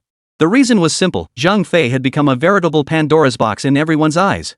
If he gained the upper hand, there would be no chance left for anyone looking for a beating. Watch me smash the divine stone targeting foreign devils from other nations. Facing the advancing army, Zhang Fei showed no sign of panic. In his left hand, he held the gleaming golden divine slaying stone, in his right, the 8-foot-long serpent spear. He stood imposing and formidable. The divine smashing stone, radiating golden light, crashed violently toward the advancing troops. No aiming was needed, a single toss could send 1,000 soldiers reeling, leaving foreign soldiers seeing stars. I'll strike! I'll strike! Amidst waves of jubilant shouts and Zhang Fei's remarkably nimble dodges, one soldier after another fell, just as expected. The divine stone, with its remarkable ability to swiftly return to Zhang Fei's grasp, greatly conserved his strength. Soon, the 1,000-strong army was reduced to a mere handful of scattered soldiers. The commander of the small nation stared at Zhang Fei with terror in his eyes, as if witnessing a monstrous phenomenon. Though his situation was dire, the arrow was already on the bowstring. He had no choice but to fire. Moreover, he knew reinforcements from allied states were already on their way. Fleeing now would mean losing both his men and his honor. If he could hold out until reinforcements arrived, he might still claim a share of the spoils. Thus, the commander soon found his soldiers falling like leaves across the battlefield. Not far away, Zhang Fei, seemingly emboldened by the dwindling numbers, was carefully taking aim. Damn it! This is a world-secret realm, not a shooting range. The commander of the small nation muttered in frustration, only to suddenly see a golden stone hurtling toward him in a daze. Chapter 58, The Power of the Manipulation Flower. With the minor kingdom's commander knocked out, the remaining soldiers posed no threat to Zhang Fei. In mere moments, he swiftly dispatched every last one of them. Witnessing Zhang Fei's battle against the small nation's army, the onlookers were utterly dumbfounded. 1,000 soldiers, all knocked out by a single stone? Unbelievable. Unbelievable. Forget 1,000 soldiers, even 1,000 sows would trample me to death. Terrifying. How could a commander from Dragon Nation possess such monstrous combat prowess? Only those freakish top 5 generals on the leaderboard could possibly defeat him. Stop feeding him. Stop feeding him. It's like they're afraid Zhang Fei can't win. For a moment, Zhang Fei's image in everyone's minds grew even more terrifying. What followed sent shivers down their spines, filling their eyes with dread and murderous intent. Zhang Fei once again produced the dreaded manipulation flower. The pink blossom emitted faint rays of light, enveloping all the soldiers on the ground, over 1,000 of them. The crowd was dumbfounded. Had he completely controlled an entire 1,000-strong army? How could this seemingly harmless little flower possess such terrifying power? Instantly, the crowd gained a new understanding of the manipulation flower's power, and the murderous intent directed at Zhang Fei in that moment grew ever more intense. These Western overlords had never imagined they would one day feel such profound dread toward a mere general from the seemingly insignificant Dragon Nation. Moreover, the situation was growing increasingly unfavorable for them. If Zhang Fei merely controlled a single renowned general, it might be manageable. But if that general summoned an army, that would be their true nightmare. At that point, even Michelle might not be able to secure more points than Zhang Fei. No, there's a flaw. On the island, a scholar from a small nation spoke slowly after a moment of deep thought. Exactly. We need only wait 10 minutes for the power of the manipulation flower to dissipate. Then Zhang Fei will be a sitting duck. No one will be able to save him. My thoughts exactly. And once a Shopiro awakens, the secrets of the manipulation flower will inevitably be uncovered by those generals. The generals who've survived this long are all formidable warriors. Once they learn the true functions of the manipulation flower and the divine slaying stone, they'll be wary. By then, Zhang Fei, you won't escape even with wings. The more arrogant you are now, the more pitiful you'll be then. Zhang Fei, you're playing with fire. Kai Sai, the island's contestant, proved himself a top-tier historian by swiftly devising a countermeasure and predicting the unfolding battle. Instantly, the crowd breathed a sigh of relief, their hearts lightening considerably. Yet, man proposes, but heaven disposes, especially when Zhang Fei was never one to play by the rules. 10 minutes of effective time. Zhang Fei clutched his head with both hands, seemingly realizing the problem himself. This gesture drew a wave of scorn from the viewers watching the screen. So what if he'd grasped the problem? With your burly build and simple-minded nature, what kind of solution could you possibly come up with? Yet the next moment, the crowd stared in stunned silence at Zhang Fei, muttering to himself before the screen. Then I'll follow behind them and time it perfectly to hit them with a rock. Ha! A bit crude, but it's actually a good idea. The moment they caught on, the group couldn't hold back any longer and burst out laughing. They never imagined that Zhang Fei, who looked like he was all brawn and no brains, could come up with a solution so quickly. They'd miscalculated once again. They'd lost count of how many times this man had shattered their defenses. Damn it! The audience in front of the screen pointed at Zhang Fei on the screen, feeling helpless and ready to cry. Having devised his plan, Zhang Fei was about to put his theory to the test. He swiftly led his small nation's army toward the location of Ashapiro. At that moment, Ashapiro was like a diligent worker, swinging his hammer with all his might, taking down one little kid after another. But from his half-dazed, half-awake gaze, everyone realized the effect of the manipulation flower was about to wear off.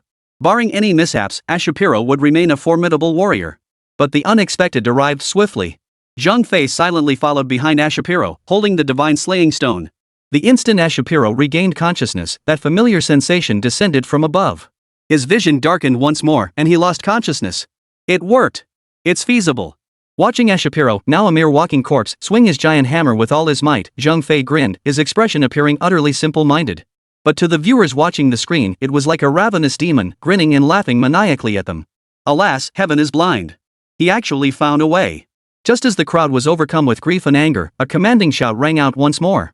When they recognized yet another minor kingdom's commander coming to challenge Zhang Fei, their initial excitement vanished. Instead, they watched this reckless commander with utter frustration. Stop coming. Please, stop offering yourselves up to pad his battle record. Just go. I've never begged anyone in my life, but I'm begging you now, okay? I know you mean well, but could you hold back on the kindness for now? The small nation's commander stared in bewilderment at Zhang Fei, whose eyes gleamed at the sight of him, and at the obsequious Axiupolo standing beside him. He too sensed something was terribly wrong.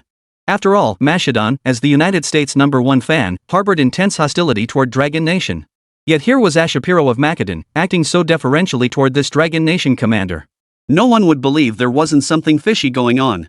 True to his reputation as a battle-hardened commander, the small nation's general recognized the danger and immediately took off running for the hills. Where do you think you're going? Zhang Fei, seeing his prey slipping through his fingers, refused to let this opportunity slip away. He immediately ordered Ashapiro to pursue. He ran, he chased, he couldn't escape even if he had wings. And so, Zhang Fei claimed his third slave.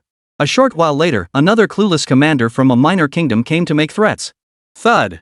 Amidst the pained expressions of the onlookers, Zhang Fei swung his divine smashing stone once more, striking down another minor commander. As more and more minor kingdom commanders came forward to provoke Zhang Fei, his ranks of slaves grew ever larger. Scholars from those kingdoms who had previously rejoiced that their commanders had escaped his wrath now wore grim expressions. Please, no more. I'm begging you on my knees. Watching the endless stream of commanders preparing to charge at Zhang Fei, the spectators before the screen felt like dying. Gone was the excitement they'd felt earlier when Zhang Fei seemed surrounded on all sides.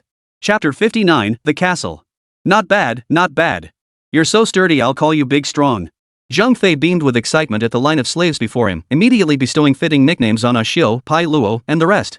On the island, many scholars' faces darkened like coal. Seeing their once proud generals now saddled with utterly disrespectful nicknames by that boorish Zhang Fei sent their blood pressure soaring. Kid, don't get cocky. Our invincible Pharaoh Ptolemy will make you pay. A scholar from the kingdom of Kinta, who had remained silent until now, snorted coldly, his words dripping with confidence. Our gladiator Skative of Hela will also bring the judgment of war upon your dragon kingdom. Even if your dragon nation claimed the world's secret realm, what does a single victory truly signify? A short scholar in the crowd echoed the word sharply. Hearing this, scholars from smaller nations cast wary glances at the unassuming scholar from Hira. Though the nation of Shira possesses a minuscule territory, its profound history and formidable military prowess rival those of the greatest superpowers. In this world's secret realm, the gladiator Skative selected by Hela, though not the nation's top warrior, managed to surpass the elite generals of numerous smaller nations within this arena of formidable combatants, securing 6th place on the leaderboard. In the ensuing uproar, as scholars from both Hela and Jinta spoke out, numerous smaller nations stepped forward to issue declarations of hostility against the Dragon Nation. Jiang Chen let out a cold laugh upon hearing this. He knew Zhang Fei's various aggressive actions had instilled fear in these nations. They were merely banding together for warmth. If you couldn't even defeat my dragon nation in this world's secret realm, where do you get the confidence to think you can beat us in the... Faced with Jiang Chen's flawless rebuttal, the scholars were instantly rendered speechless. Don't get too excited. Most of the remaining generals on the leaderboard are heading out to hunt down your dragon nation's Zhang Fei. But they're all going in groups, you know. The scholar from Saint Ma, who had remained silent for a while, now stared at Jiang Chen with a defiant look. His light-hearted words, like a spring rain, instantly reignited the spirits of the scholars who had felt utterly defeated. Indeed, at this very moment, facing Zhang Fei wielding the flower of manipulation and possessing earth-shattering combat prowess, going it alone was tantamount to courting death. While Michelle and Arthur of the leaderboard had yet to make their moves, forming alliances was the only viable strategy to take down this demonic foe. And with the gladiator Skative from Sheila and the invincible Pharaoh Ptolemy from Kinta joining forces, this strategy gained a double layer of assurance. Now, the plan was foolproof, awaiting only the gathering of commanders from all nations. In the other world, Zhang Fei remained oblivious to the impending danger, still boisterously commanding his slaves to slaughter soldiers in barracks across the realm. Meanwhile, the Dragon Nation's points soared to a staggering 1,200, solidifying its position as the world's undisputed leader. It now held a commanding lead over second-place Michelle, outpacing them by a full 4%. Something feels off. People keep coming to see me every other day. Looks like they're targeting me. One or two might be manageable, but if a whole group shows up, this old Zhang will be in real trouble. Zhang Fei gazed at the 13 slaves laboring diligently, a pensive look on his face. Outsiders only saw him as a burly brute, unaware that his mind was so sharp even the dragon of the reclining dragon praised him repeatedly. Now, through a series of provocations, he had deduced the precise unfolding of events. This scene once again made the audience watching the screen feel as if they were facing a formidable enemy. Meanwhile, the nations surrounding the Dragon Kingdom saw their reverence for it rise several notches. What kind of freak has the Dragon Kingdom selected? Already possessing terrifying combat prowess, now it seems his mind is sharp too. The more you think about it, the more terrifying it becomes. Dragon Nation, far more formidable than I imagined. Identifying the problem is useless if you can't fix the root cause. Truly worthy of the Dragon Nation. First they selected Zhao Yun and Yu Fei, now this terrifying Zhang Fei. Dragon Nation might just become Asia's pride. Meanwhile, on the island, aside from Jiang Chen wearing an expression of utter certainty, every other scholar wore a grim look. It matters not. What good is guessing the plan? Against the tide of destiny, no individual force can alter the final outcome. I'll see just what you have to oppose the combined strength of all of us. The scholars exchanged cold, dismissive remarks, yet they couldn't conceal the panic and fear now gripping their hearts. The Dragon Nation must not be spared. We cannot allow them to develop powerful artifacts any further. Otherwise, the consequences will be endless. Such thoughts now filled the minds of these scholars from Western powers, once so arrogant in their worldly superiority. The sheer terror emanating from this Dragon Nation commander had already begun to threaten them. A Dragon Nation just beginning to show its edge might not be terrifying, but if allowed to develop freely and acquire all manner of powerful resources, the face of this world would surely change. In the other world, Zhang Fei remained unaware of the repercussions his inadvertent action would unleash, still racking his brain for a solution. Far away, the invincible Pharaoh Ptolemy of the Golden Tower Kingdom and Scardiff of the Gila Kingdom led the charge, accompanied by over a dozen commanders, marching with great fanfare toward Zhang Fei's location. I presume all of you participating in this world secret realm were instructed to target the Dragon Nation's commanders. Yet now the Dragon Nation dares to dominate the top spot. Where is the honor of our nations? Our mission to eliminate the Dragon Nation's commanders is a battle for the honor of our respective nations. The moment you spot any Dragon Nation commander, summon your forces immediately. Not a single ounce of carelessness is permitted. The emaciated, mummy-like figure of Ptolemy, the invincible pharaoh of the Golden Tower Kingdom, barked hoarsely at the assembled commanders behind him. In this urgent crisis, the commanders of all nations united their efforts, determined to eliminate Zhang Fei of the Dragon Nation. Before the screens, the crowd watched Zhang Fei with puzzled expressions, unsure of his intentions. They watched as Zhang Fei drove a dozen slaves about like headless flies, darting chaotically across the alien lands as if searching for something. Is he running for his life? Desperate and reckless? Is he scared? Doesn't he know the coordinates of the top 3 on the leaderboard are public? No matter where he flees, he'll be found. With your Dragon Nation's strength, how could you possibly hold the top spot on the leaderboard? Scared now? Too bad it's too late. Dragon Nation, your luck has run out. Just as the crowd cheered wildly, anticipating Zhang Fei of Dragon Nation being surrounded and crushed by the generals, Zhang Fei suddenly beamed with joy.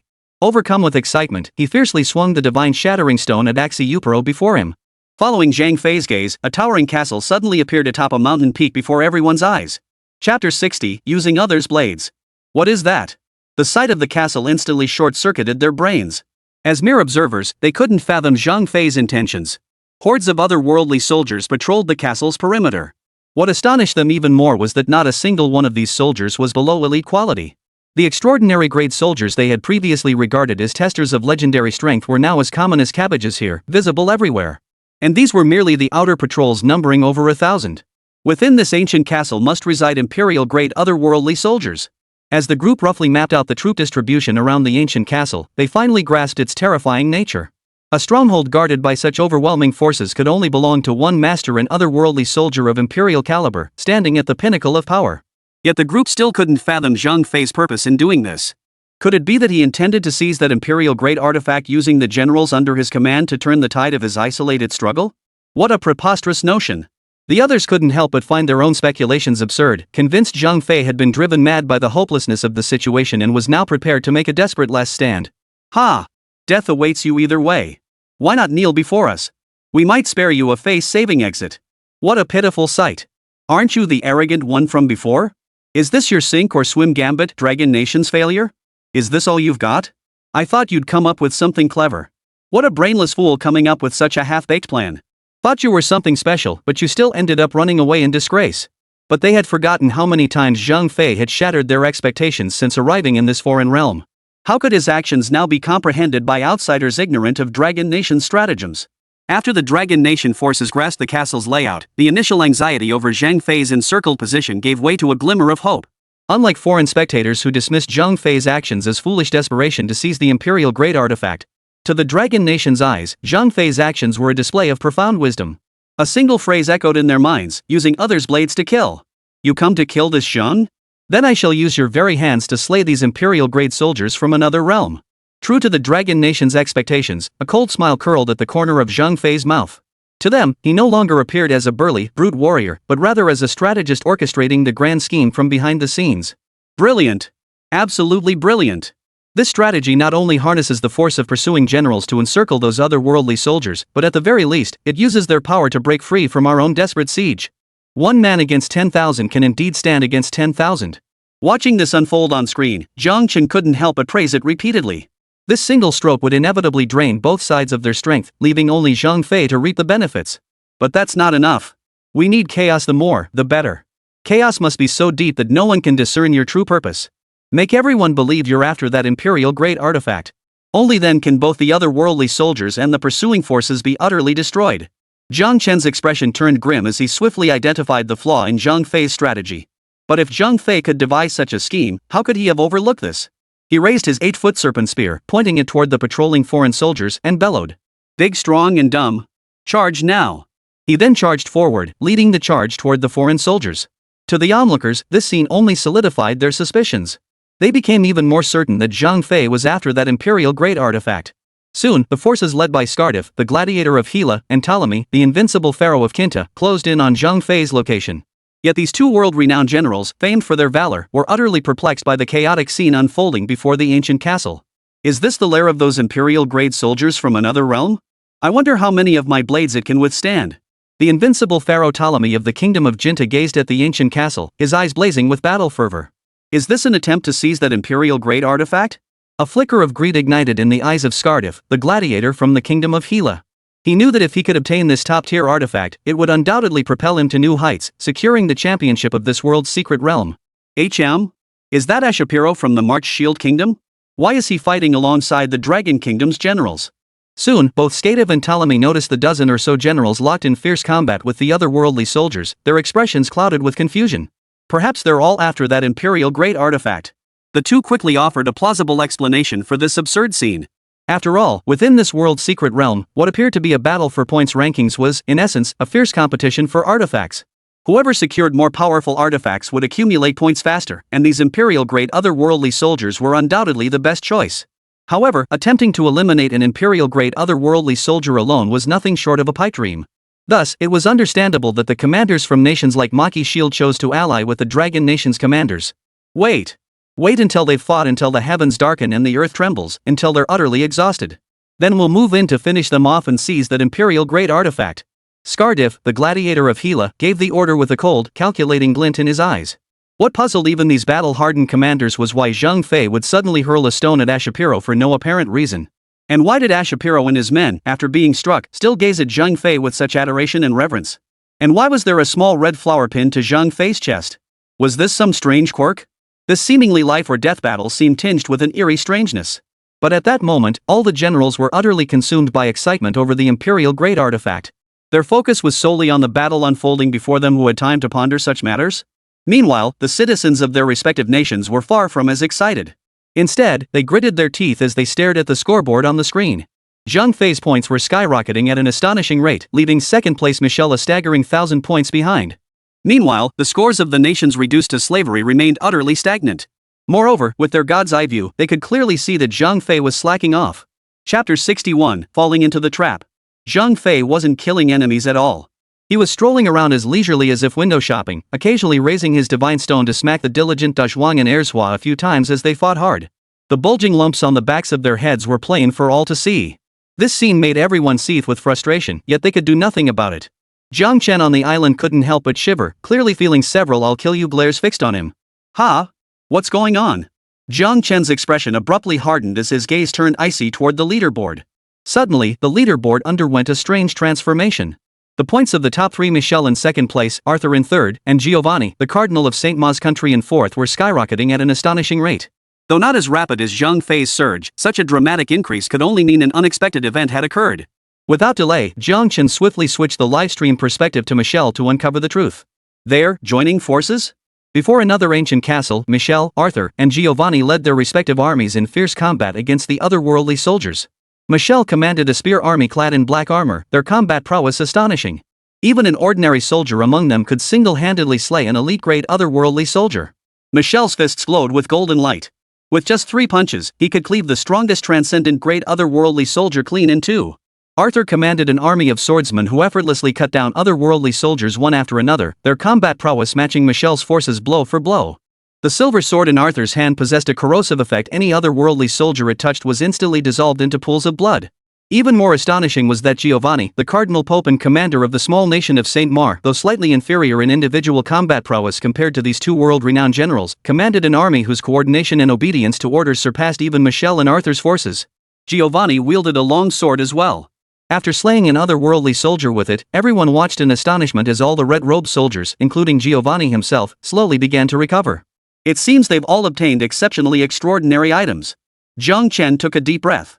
He understood that Zhang Fei's ultimate formidable foes remained these three, and by all appearances, each was an exceptionally troublesome opponent. What's more, at critical moments, the three could even unite their forces.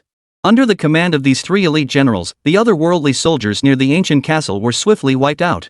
Suddenly, a furious roar echoed from within the castle. Then, the castle gates crashed to the ground. Nearly 100 white, extraordinary quality otherworldly soldiers slowly emerged through the entrance. Behind them, a formidable soldier clad in armor, wearing a crown, and draped in a cloak stepped out onto the threshold. Heavy armor, blinding speed, and an aura of supreme authority that seemed to demand the world bow at his feet. Is this an imperial-grade otherworldly soldier?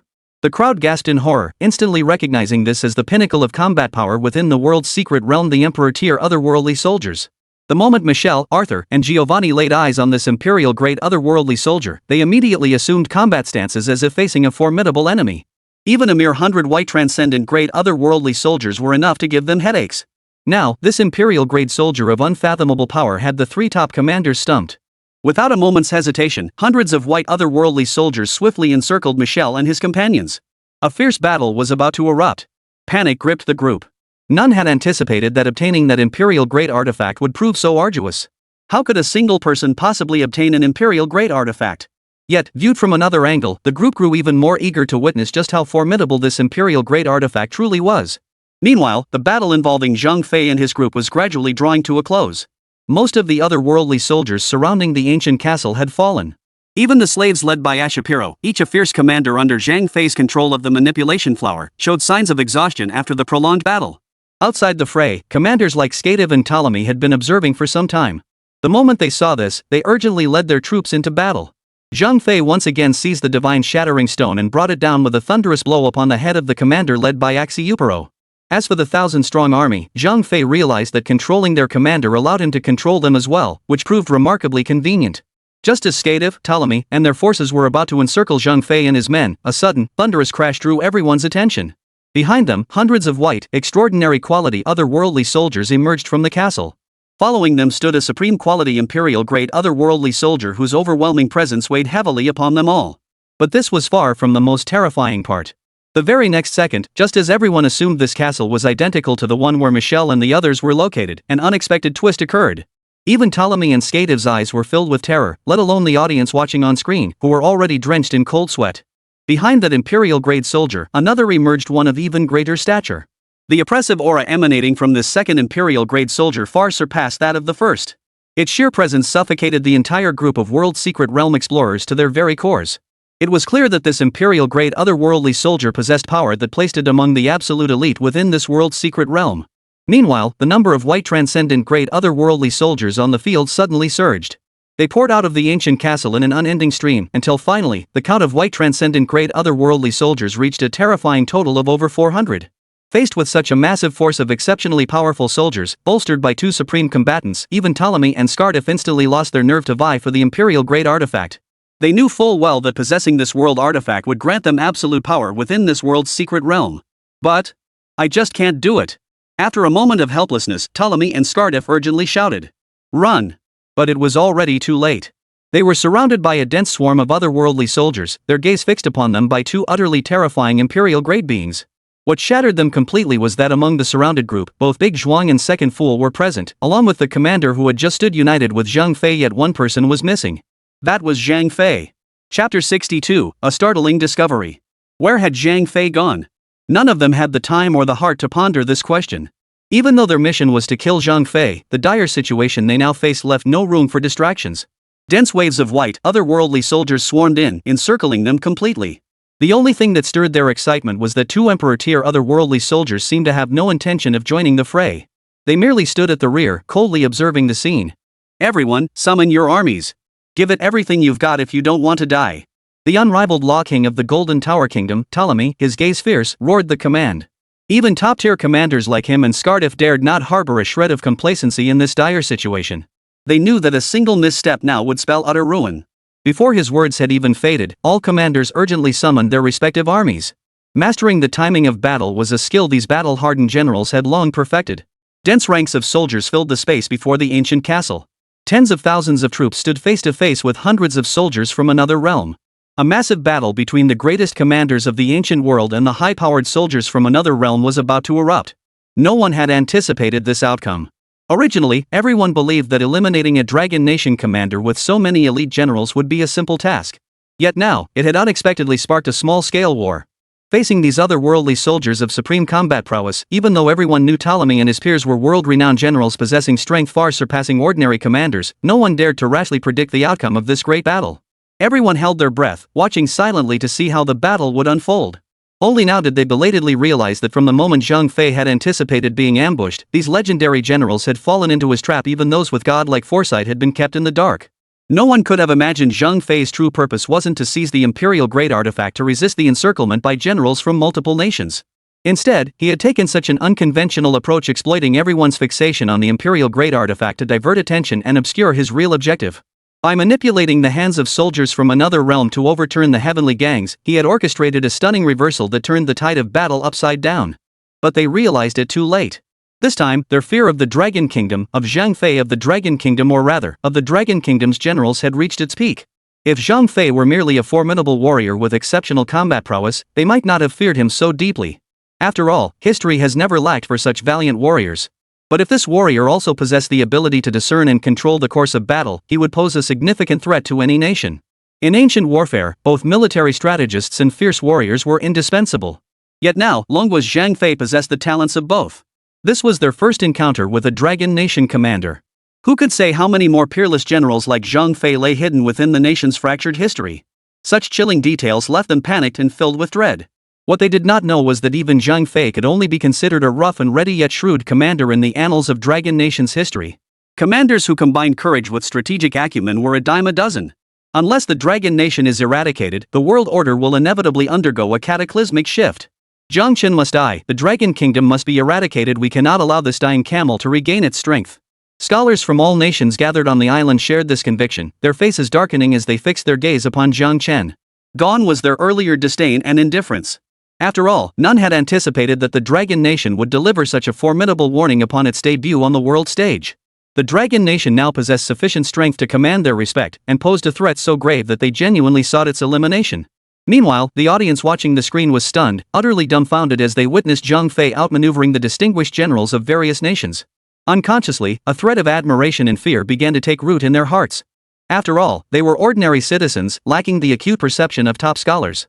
Thus, they hadn't yet grasped the nightmare the Dragon Nation's commander would unleash upon them. They still relied on the simplest emotions to express their inner satisfaction or discontent. At this moment, the livestream chat was filled uniformly with shock, confusion, and even curses. Holy crap, are Dragon Nation's generals that badass? I bow down to you, Zhang Fei-sama. Even though I still look down on Dragon Nation, Zhang Fei actually toyed with top-tier generals like Ptolemy? That's just too damn clever. I refuse to believe it. How could a Dragon Nation general be this powerful? There must be something wrong here. Could Zhang Fei actually be the champion of this world's secret realm? Impossible, absolutely impossible. Ptolemy and Michelle are still leagues ahead of him. When Zhang Fei faced Michelle, he was just a useless fool who relied on petty tricks. He's running again. Could this Dragon Nation commander be nothing but a cowardly waste of space who only knows how to flee? Scared out of his wits, Jiang Chen glanced at the live chat comments and smiled faintly. He knew Zhang Fei had succeeded. Through his meticulous thinking and astonishing combat prowess, he had already altered the perceptions of these Western nations who constantly fancied themselves superior. Even if this change wasn't complete, it was more than enough for the Dragon Nation's first step onto the world stage. And the world's secret realm wasn't over yet. Though Michelle, Arthur, and that red-robed Pope Giovanni remained mythical, unbeatable figures in everyone's minds. Jiang Chen shifted his gaze to Zhang Fei's perspective in the livestream. He saw Zhang Fei slip away amidst the chaos, though he hadn't gone far. He remained standing not far away, squinting his eyes to observe the unfolding events on the field, much like how Ptolemy and the others had watched them earlier. By now, the alien soldiers and Ptolemy's forces were locked in a fierce melee, their cries of agony and battle shouts echoing across the land. What sent shivers down everyone's spines, however, was that the bodies littering the ground were overwhelmingly those of Ptolemy's soldiers. Nevertheless, with their overwhelming numerical superiority, the battle had not yet descended into a one-sided rout. Ptolemy, Scardiff, and the other commanders proved worthy of their reputations as first-rate generals, single-handedly holding their ground against dozens of those white, transcendent-quality otherworldly soldiers. Yet the battle remained intensely tense. The white-clad, extraordinary-grade soldiers seemed to possess an inexhaustible source of power, rapidly restoring their wounded bodies. As time passed, each extraordinary-grade soldier's combat prowess actually began to slowly increase. Soon, the group made a chilling discovery. The two Emperor-grade soldiers were acting as energy fountains, continuously replenishing the extraordinary-grade soldiers with power, healing their wounds and boosting their combat strength. Chapter 63, An Unexpected Twist in the Fierce Battle. Damn it all to hell. How are we supposed to fight this? How can they have such twisted abilities? This is weird. Why don't Michelle's Emperor-grade soldiers have this ability? I'm actually curious what kind of earth-shattering item we'd get if we defeated them. Stop daydreaming. This is utterly unwinnable. With infinite healing, unless we find a way to eliminate the root cause, we'll just bleed our forces dry bit by bit. This shocking discovery instantly threw the viewers into panic. To them, this battle seemed utterly hopeless. The only puzzling question was why Michel and his group hadn't encountered this situation. Could it be that the items here were even more powerful? But right now, they had no time to ponder such questions. How to swiftly resolve this tense stalemate was the pressing headache. After all, those two Emperor-tier otherworldly soldiers were essentially mobile energy wells. As long as they remained alive, Ptolemy's forces would struggle to deal with even the hundreds of white-tier extraordinary otherworldly soldiers. The root of the problem lay with those two Emperor-tier otherworldly soldiers. Without eliminating them, they could only wait for the soldiers to eliminate them. But Imperial-tier otherworldly soldiers weren't something one could simply eliminate. They represented the pinnacle of combat power within this world's secret realm, and there were two of them here. Ptolemy and the other commanders were certainly aware of this problem. But right now, they were personally engaged in combat with these extraordinary-grade otherworldly soldiers. Their fear of these humanoid demon gods far exceeded that of the spectators watching from afar. Ptolemy and Scardiff fared relatively well, being first-rate commanders capable of handling multiple transcendent soldiers alone. But the commanders and soldiers of the smaller nations were suffering terribly. Their numbers were dwindling at an alarming rate, and the minor commanders themselves were covered in wounds from the extraordinary-grade soldiers' ferocious attacks. And as time dragged on, the otherworldly soldiers' momentum only grew stronger. End this swiftly, no dragging it out. Ptolemy was naturally warlike, but the current state of the battle made him realize this was no time for individual heroics. When faced with matters of great importance, he knew how to prioritize. Damned Dragon Nation Commander. When I get out, I'll make you wish you were dead. Ptolemy's eyes blazed crimson, his killing intent skyrocketing. He seethed with fury yet felt utterly humiliated. He never imagined that he, the man who had always prided himself on his cunning, would one day be outmaneuvered and by a Dragon Nation commander no less. This commander had toyed with their elite generals like monkeys, trapping them in this inescapable predicament. Where was their honor? Where was their nation's honor? Fortunately, years of battlefield experience gradually calmed the storm within him. He immediately issued his command. All commanders, heed my command. Follow me to encircle and eliminate those two Emperor-grade soldiers from the otherworld. Soldiers, hear my command. Form battalions of 1,000 men each. Each unit shall target one extraordinary-grade otherworldly soldier. Minimize casualties and restrict their movements. True to his reputation as a world-class commander, Ptolemy swiftly devised a plan that could be considered relatively foolproof. Soldiers and commanders swiftly executed Ptolemy's plan. Soon, the battle, which had been one-sided, began to stabilize. Ptolemy and his commanders charged forward, leading the assault directly at the two Imperial-grade otherworldly soldiers. But the two Imperial-grade soldiers of the otherworld were instantly enraged. The slightly smaller one raised his massive sword, unleashing a colossal gale that swept toward the group. How could mortal men dare challenge the might of an emperor? In a single strike, several minor kingdom commanders, unable to dodge in time, were cleaved in two by the colossal blade. The group gasped in shock. These minor kingdom commanders were all boosted by time-limited items, far surpassing their previous strength in attack, defense, and speed. Combined with their already astonishing combat prowess, how could they fall to a single strike from an Imperial-tier otherworldly soldier? Then, how terrifying must the combat prowess of that larger, Emperor-tier otherworldly soldier be? Witnessing this utterly oppressive spectacle, the crowd fell into a collective stupor, utterly at a loss. Was this the rhythm of total annihilation? The thought was too terrifying to contemplate. The only hope now rested solely on the invincible Archmage Ptolemy of the Golden Tower Kingdom and the gladiator Scardiff of the Gila Kingdom. The invincible Dharma King Ptolemy's expression tightened. His speed surged violently as the red glow of his longsword pierced through the thick armor of the Imperial-grade otherworldly soldier like a dawn sun breaking through the darkness. As the blade withdrew, a single drop of crimson stained its tip. Yet this sight alone sent a surge of morale through everyone present and watching the broadcast as if they had glimpsed hope itself. Meanwhile, the gladiator Scardiff swung a massive axe, bringing it down with a thunderous crash upon the thick armor of the imperial-grade otherworldly soldier. Sparks flew as a massive gash tore open in the imperial-grade soldier's armor. Ptolemy, a top-tier commander, reacted with astonishing speed. His sword flashed like a phantom, stabbing toward the exposed flesh of the imperial-grade soldier. As the imperial-grade soldier was wounded, the surging momentum of the extraordinary-grade soldiers, now surrounded by the enemy troops, abruptly halted. The rate at which the injuries inflicted by the soldiers healed also slowed dramatically. Seeing this, the crowd rejoiced inwardly. There was still a way. Truly a top-tier commander, his combat prowess was on an entirely different level from those minor nation generals. Just as the group breathed a sigh of relief, convinced that with Ptolemy and Scardiff's near-perfect coordination, even the imperial-grade foreign soldiers would struggle to withstand them. Suddenly, an unexpected turn of events occurred. A massive, burly man, simultaneously imposing and brutishly honest, suddenly leapt out from nowhere. The crowd gasped in shock, staring intently at the newcomer, fearing he might disrupt the hard-won momentum they had just regained. The intruder was none other than Zhang Fei, who had vanished without a trace at the very start of the battle. He gave a simple, honest smile, scratching his head as if he didn't quite understand what was happening, staring blankly at the people fighting. "What's going on here? It's so lively." The moment the words left his mouth, the crowd in front of the screen gasped. "No way!" Zhang Fei's demeanor shifted abruptly. Gone was any trace of his usual simple-mindedness, replaced by an imposing, intimidating aura. "Since you're so eager to capture your old man Zhang, then your old man Zhang will lend you a hand." In the next instant, Zhang Fei's 8-foot-long snake spear shot toward Ptolemy like a dazzling comet. Chapter 64, Total Victory. "Zhang Fei, you bloody beast. A beast. Grandfather Zhang Fei, we were wrong. We shouldn't have surrounded you. Please, in your magnanimity, spare our commanders. Our earlier disrespectful campaign against you was our fault. Isn't my apology enough?" Zhang Fei's actions sent the crowd watching the screen into a panic, wailing and begging him to spare them. "How utterly ridiculous. When you were besieging my dragon nation's generals, I didn't see you showing such mercy." Jiang Chen remained impassive, utterly unconcerned about any actions Zhang Fei might take that seemed unorthodox in the eyes of foreigners. "After all, is it only permissible for you to bully my dragon nation, yet forbidden for us to retaliate? Did you think the dragon nation was a soft target to be pushed around?" Dragon nation citizens watching this unfold on their screens cheered with delight. They had only witnessed other nations' generals bullying Zhang Fei. Were it not for Zhang Fei's extraordinary combat prowess and near-prophetic wisdom, the dragon nation would have been eliminated from this world's secret realm long ago. Now, for those Westerners to expect Zhang Fei to show mercy? What utter nonsense! And now, witnessing Zhang Fei trample the long arrogant Western commander, single-handedly toying with a host of world-renowned generals, seeing the Western commanders looking thoroughly disgraced, even the Asian nations cheered in unison. After all, since the tournament, Western nations had looked down upon Asian countries with utter contempt, even branding them as barbaric lands.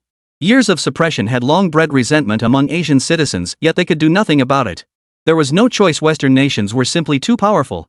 Before this, aside from the commanders of Sakura Nation and Tianzhu Nation, few Asian countries could hold their own on the battlefield.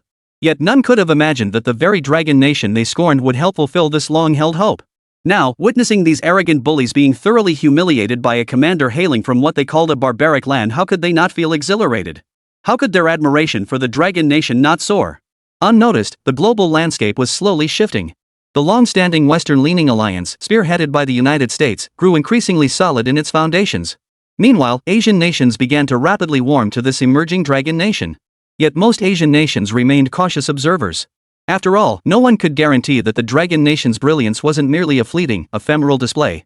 In the alternate dimension, General Ptolemy, the invincible Dharma king of the Golden Tower Kingdom, and gladiator Scardiff of the Gila Kingdom were fully engrossed in their battle against that monstrous, emperor-tier otherworldly soldier, completely oblivious to Zhang Fei's sudden arrival. Ptolemy, who had been locked in a fierce, exhilarating battle with the emperor-tier otherworldly soldier, suddenly felt an icy chill wash over his entire body. A powerful sense of unease surged through him. Even though he instantly recognized the source of this dread, and even though his greatest strengths were speed and reflexes, facing the imperial-grade otherworldly soldier before him, he had neither the time nor the chance to dodge Zhang Fei's spear thrust, delivered with all his might. Thud! The spear pierced through his arm, blood staining his armor. Ptolemy staggered in pain, while Scardiff and the other commanders shuddered at this sudden turn of events. What was even more terrifying was that the large, imperial-grade otherworldly soldier, which had remained motionless until now, suddenly moved with blinding speed. The massive sword in its hand slashed through the air at incredible velocity, a mighty gust of wind kicking up a cloud of dust. Everyone could see this strike far surpassed all previous attacks. Amidst the gasps of the crowd, the great blade came crashing down, aimed squarely at Ptolemy and his companions. Ptolemy, already wounded, had seen his combat effectiveness drastically reduced. Even if Skative and the surviving minor kingdom commanders managed to snap out of their shock from Ptolemy's ambush in time, they could only scramble to react. Moreover, Scardiff and his men knew full well that even at their peak, they would struggle to withstand the full force of this colossal, imperial-grade otherworldly soldier. How much less so now, with their combat effectiveness severely diminished and forced into a hasty defense. Boom! A deafening roar echoed, sending dust swirling through the air. Those watching the screen heard only the clang of blades and spears before the world fell silent. After a long moment, the smoke and dust finally cleared. The hearts of the viewers leapt into their throats as they stared wide-eyed at the scene unfolding on the screen. The next instant, they deflated like punctured balloons, overcome by an overwhelming sense of helplessness that sent them slumping to the floor. Blood stained the ground, where more than a dozen bodies lay neatly arranged, each split cleanly in two. Those bodies belonged to world-renowned generals like Ptolemy and Scardiff. Gone. All gone. Who would have thought we'd lose so miserably this time? It's all that Dragon Nation commander's fault. He deserves to die. He ruined everything for us. How dare a worthless commander from a barbaric land defy his superiors? Dragon Nation, we will make you despair. You despicable coward, resorting to underhanded tricks. In a fair fight, who among your Dragon Nation generals could possibly stand against us? Dragon Nation, may you rot in hell. You're despicable and shameless, deserving of 1,000 deaths. You're a criminal.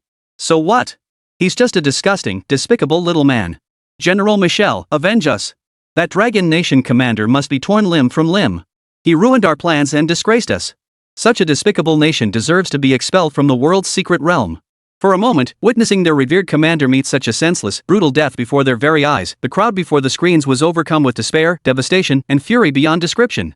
They blamed everything on the Dragon Nation's general, Zhang Fei, hurling endless insults and curses at him. This infuriated the Asian players who had been gloating over the deaths of Ptolemy's generals. We finally got to humiliate you once, and now you're trying to pin it on someone else? Instantly, the Dragon Nation-led crowd unleashed their linguistic prowess, igniting a fierce online brawl. What kind of trash are you? Over 20 of your generals couldn't handle one of our Dragon Nations? And you call yourselves world-renowned generals? Is that all you've got? When 20 of you ganged up on one man, you cheered. But when my Dragon Nation commander single-handedly took on all of you, you spewed venom? You're more disgusting than maggots. TSK, getting worked up now, huh? When you win, it's because your commander is awesome. When you lose, it's because the other side ambushed you. What a bunch of useless trash. Over 20 of you can't even take down a single Dragon Nation commander? No strength, no brains. Calling you useless is actually flattering. A fair fight? Would you dare? You only dare come in packs to hunt down Dragon Nation commanders. Only to be chased around like dogs. Faced with the Dragon Nation's logical, point-by-point rebuttal, the Western-leaning citizens were instantly silenced. Unable to muster a single counterargument, they reluctantly chose to shut up. Thus, the online battle concluded once more with the Dragon Nation's triumph. Chapter 65, Imperial Might. I'll be damned if I don't see if your Dragon Nation's Zhang Fei can handle things without Ptolemy and Scardiff. Oomph. If two world-renowned generals like Ptolemy and Scardiff couldn't secure this Imperial artifact, how could a Dragon Nation commander who only knows petty tricks possibly succeed? So many commanders failed to seize this Imperial artifact, and you expect Zhang Fei to accomplish it single-handedly? What a joke! Unless he's backing down and doesn't want this Imperial Great Artifact. Without an Imperial Great Artifact, what does he have to fight Michel with? He can't defeat those two Imperial Great otherworldly soldiers anyway, nor can he defeat Michel. He's doomed either way. Might as well end it himself and spare us the spectacle. After a brief pause, the spectators before the screens resumed their expert analysis of the current situation in the otherworldly space. With the deaths of Ptolemy, the invincible archmage of the Golden Tower Kingdom, and Scardiff, the gladiator of the Gila Kingdom, the army besieging Zhang Fei was utterly annihilated by the otherworldly soldiers. Zhang Fei now found himself surrounded by the alien soldiers. This spectacle had the viewers in front of the screens grinning from ear to ear once more, eagerly anticipating that the Dragon Nation commander would meet the same fate as Ptolemy, a gruesome death with no body left intact. The Dragon Nation spectators watched the scene with bated breath. While Zhang Fei possessed two absurdly powerful artifacts, the Manipulation Flower and the God-Slaying Stone, these were only proven effective against human commanders. Whether they could hold the same sway over these otherworldly soldiers remained entirely unknown. Moreover, while the Dragon Nation spectators despised the practice of multiple commanders ganging up on a single opponent, they deeply acknowledged the formidable combat prowess of Ptolemy and Scardiff. Deep down, everyone knew that even without Zhang Fei's meddling, Ptolemy and his men would still be annihilated. For those Imperial Great otherworldly soldiers stood like an insurmountable mountain blocking their path, and beyond that mountain loomed yet another colossal Imperial Great otherworldly soldier. How could Zhang Fei, alone, possibly contend with otherworldly soldiers that had eluded defeat by over a dozen world-renowned generals and tens of thousands of troops? Everything seemed self-evident, and Zhang Fei's fate was no exception. On the island. At that moment, scholars from the Golden Tower Kingdom, scholars from the Gila Kingdom, and scholars from the nations whose commanders had just met tragic ends at Zhang Fei's hands all watched Jiang Chen with a mix of grief, anger, and schadenfreude. I want you dead. The dwarf scholar from Shila leapt up, furiously pounding Jiang Chen's knees, seeking to vent all the hatred for his commander's brutal death upon him. Boy, don't gloat too long. Your dragon nation's journey through this world's secret realm is about to come to an end. Don't be so quick to talk back. Once the world's secret realm ends, your time will be up too. The scholar from the Golden Tower Kingdom, however, was not as extreme as the short scholar from Shila. His words, though, were thick with menace. Jiang Chen's expression remained impassive as he retorted. Don't be so absolute in your words. Didn't you use the same rhetoric when you surrounded and attacked my dragon nation's generals? Haven't you been proven wrong enough times? As Jiang Chen spoke these words, the small island fell into an instant silence. The dragon nation brat is overconfident, isn't he? Could he possibly be aiming to snatch a spot from those three terrifying generals? What a joke!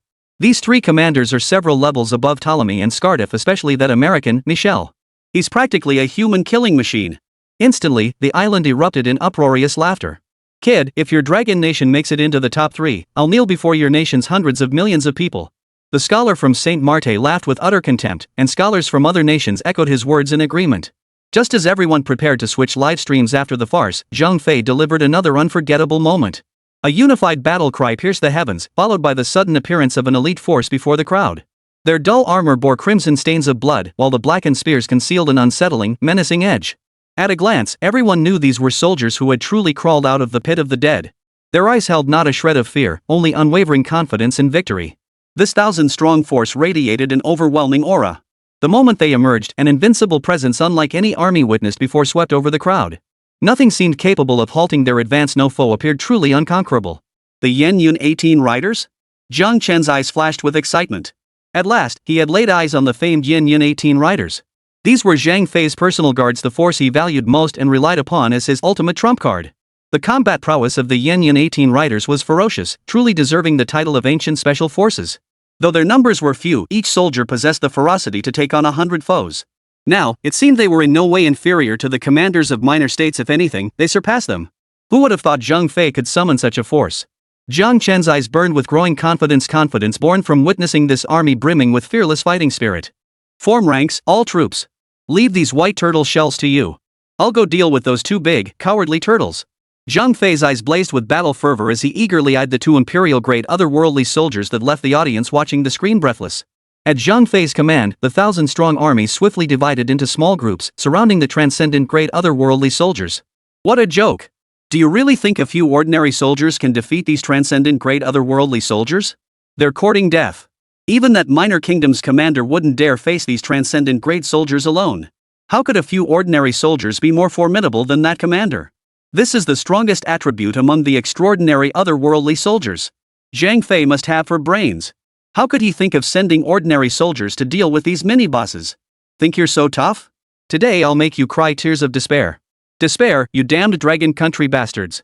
Instantly, seeing each extraordinary quality otherworldly soldier matched against only one or two soldiers from the Yan Yun 18 riders, the crowd watching the screen couldn't hold back any longer, bursting into unrestrained laughter. But Zhang Fei's ability to turn the tables was always swift in the beginning. The next second, everyone's smiles froze on their faces. Their jaws dropped once more, eyes widening in shock. One by one, the Yan Yun 18 riders raised their spears and thrust them without hesitation toward the extraordinary grade soldiers from another realm. Despite the otherworldly soldiers' extreme speed, superhuman defense, immense strength, and a series of near-monstrous attributes, it held not a shred of advantage against the Yan Yun 18 riders. Chapter 66, Crushing. Facing the combined assault of several Yan Yun 18 riders, the otherworldly soldier once deemed nearly invincible was suddenly forced into retreat. All those attributes pushed to near extreme limits seemed like a joke now. Against these soldiers, it had no power to fight back. Yet the expressions of the 1,000 soldiers of the Yan Yun 18 knights remained utterly relaxed, as if they felt not a shred of pressure. Sharp spears pierced the heavy armor of the extraordinary quality soldiers from another realm, tearing through to create gaping holes from which blood flowed freely. The extraordinary soldiers from another realm instantly realized the staggering difference between these foes and their previous opponents, a gap as vast as a fairy tale. Their attacks grew fiercer by the moment. Massive swords whirled into blurs, their mere slashes carving deep gashes into the earth. Meanwhile, the attacks of the Yan Yun 18 riders grew faster. They dodged strikes that seemed impossible to evade to the onlookers, yet still found time to counterattack. The relentless assault, combined with the seamless coordination of the 1,000 Yanyan 18 riders, overwhelmed the hundreds of extraordinary-grade soldiers from the other world. Even bolstered to their limits by the energy of the 2 Emperor-grade soldiers behind them, many extraordinary-grade soldiers collapsed to the ground within mere moments. The battlefield instantly tilted in one direction, with the Dragon Nation soldiers whom the spectators had not favored gaining the upper hand.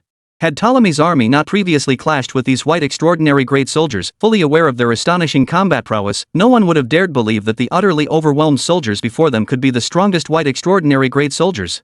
In an instant, the world before the screens fell deathly silent. Everyone stared in utter shock at the almost unbelievable scene unfolding before them, their last mental defenses completely shattered. For a moment, they were utterly speechless. Especially among those who had fiercely criticized the Yanyan 18 riders earlier, their faces darkened with frustration and helplessness, as if they'd swallowed something foul. They felt profound resentment. How could Zhang Fei feel like a divine punishment sent specifically to humiliate them? Time and again, he made their faces burn with shame, repeatedly trampling their dignity into the dirt and rubbing it in front of the entire world. And this time was the worst. Whoever had soldiers this formidable under their command? Was this even a proper army? Other nations' competitors, let alone the armies summoned by their commanders, even their hand-picked generals, were utterly flustered when facing these white, transcendent soldiers from another realm. Yet these white transcendent soldiers, whom they regarded as terrifying entities, were being mowed down like cabbages by the Yanyan 18 riders? Is this scientific? Is this reasonable? How could an entire army's soldiers act like they're on drugs, outshining even the commanders of smaller nations? Those watching the screen, deeply hostile toward the Dragon Nation, felt profound helplessness. Especially when they thought of their own fallen commanders, their hearts churned with unbearable anguish. What the hell is wrong with this world? Beyond Dragon Nation's consistent success in the secret realm, who the hell is actually winning here? Impossible. Absolutely impossible. He's just an ordinary soldier. How can he possess such terrifying combat prowess? For heaven's sake, be reasonable. It's bad enough your Dragon Nation generals are so overpowered, but now even their soldiers are absurdly strong? How are we supposed to fight them? What do we have to go up against them with? Damn it, those Dragon Nation commanders! What gives them the right? For a moment, the crowd wailed and lamented, cursing fate's injustice and the sheer absurdity of these Dragon Nation soldiers. Meanwhile, the battle between Zhang Fei and those 2 Emperor-tier soldiers from another realm had begun. The mere first strike from the smaller Emperor-tier soldier revealed the terrifying limits of combat power within this world's secret realm. The smaller Imperial-grade soldier swung its massive sword with irresistible might and blinding speed, striking toward Zhang Fei before him. The suffocating killing intent and overwhelming pressure that followed made everyone feel, in a daze, that they weren't witnessing an Imperial-grade otherworldly soldier battling Zhang Fei, but rather a celestial deity who had shattered the heavens, wielding the power to destroy the world as it launched this fatal strike. The great sword flashed with a piercing, icy glint, as if it could cleave through all existence. Merely in the instant this Imperial-grade soldier swung his blade, the sheer force of the strike sent clouds of dust billowing from the surrounding earth. Even through the screen, everyone felt the soul-piercing, overwhelming sense of death emanating from that single strike. How many commanders could possibly withstand such a blow? Confusion gripped the crowd. Perhaps only commanders like Michel, who had faced such power before, possessed the strength and right to stand against it. But Zhang Fei, perhaps he had the right to face such a blow, but did he truly possess the strength? After all, he was merely a commander from the Dragon Kingdom, a figure frozen in history. To put it bluntly, since the world's secret realm emerged, Zhang Fei's current achievements had often smacked of opportunism. Could he truly withstand this blow? Viewers before the screens held their breath, each harboring their own thoughts as they anticipated the unfolding situation. Those aligned with the Dragon Nation fervently hoped Zhang Fei was merely a frauded Dragon Nation general without true strength. If so, the Dragon Nation would lose its grounds for arrogance. Meanwhile, the Asian nations led by Dragon Nation silently prayed that Zhang Fei would withstand the blow, proving his combat prowess through action. Showing everyone watching that he, Zhang Fei, was indeed a world-class general. Suddenly, without anyone realizing it, this strike from the Emperor-grade otherworldly soldier became, in everyone's eyes, the proof of Zhang Fei's strength. It became the past determining whether Dragon Nation had the qualifications to step onto the world stage. Jiang Chen glanced at the flood of comments, sneering with utter confidence. His voice, echoing through the battle in the otherworldly space, reverberated across the island and into the ears of every viewer watching the screen. Beneath the swirling dust in the otherworldly realm, Zhang Fei's seemingly frail form suddenly erupted with an overwhelming battle intent. This fierce resolve seemed to infect the viewers, instantly igniting their blood.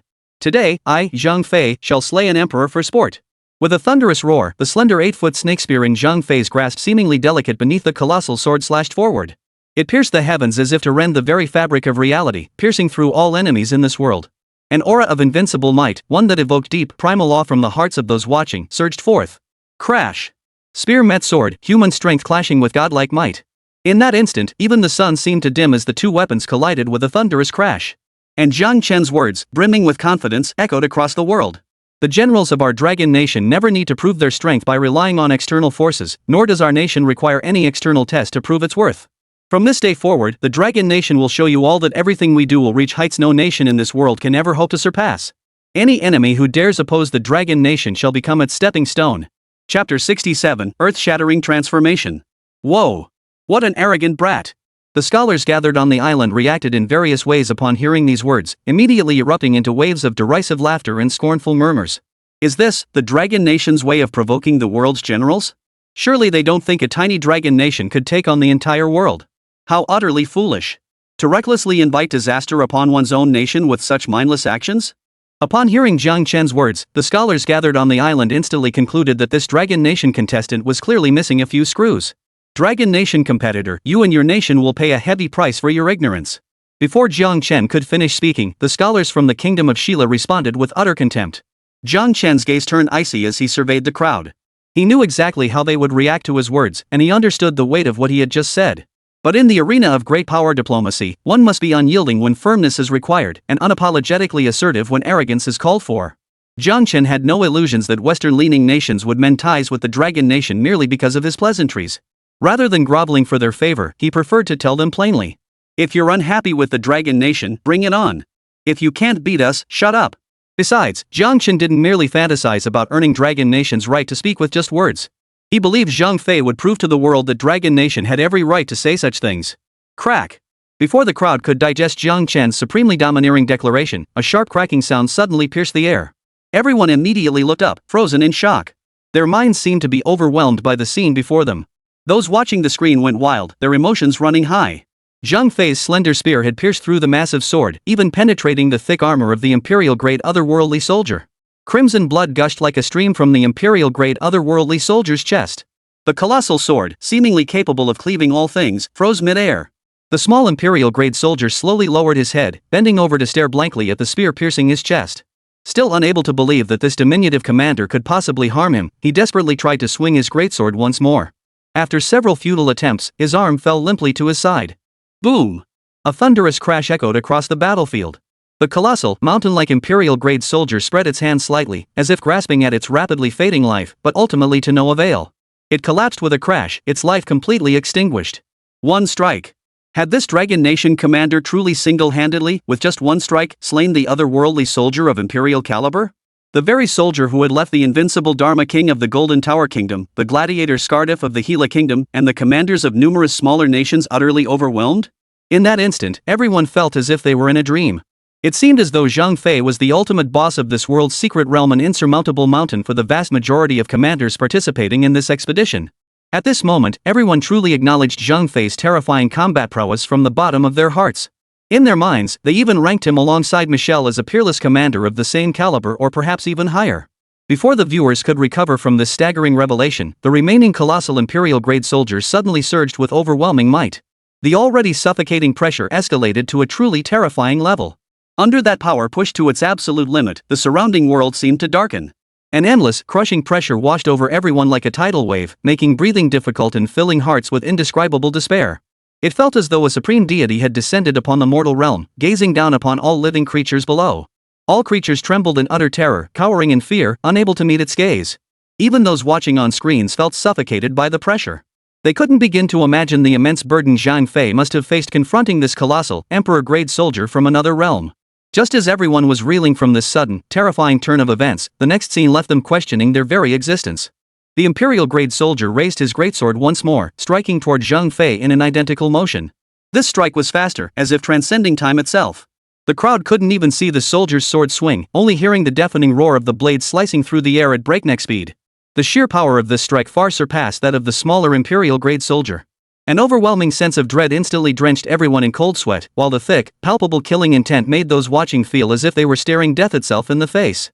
Under this strike, even the sturdy armor covering the bodies of nearby fallen soldiers began cracking and shattering.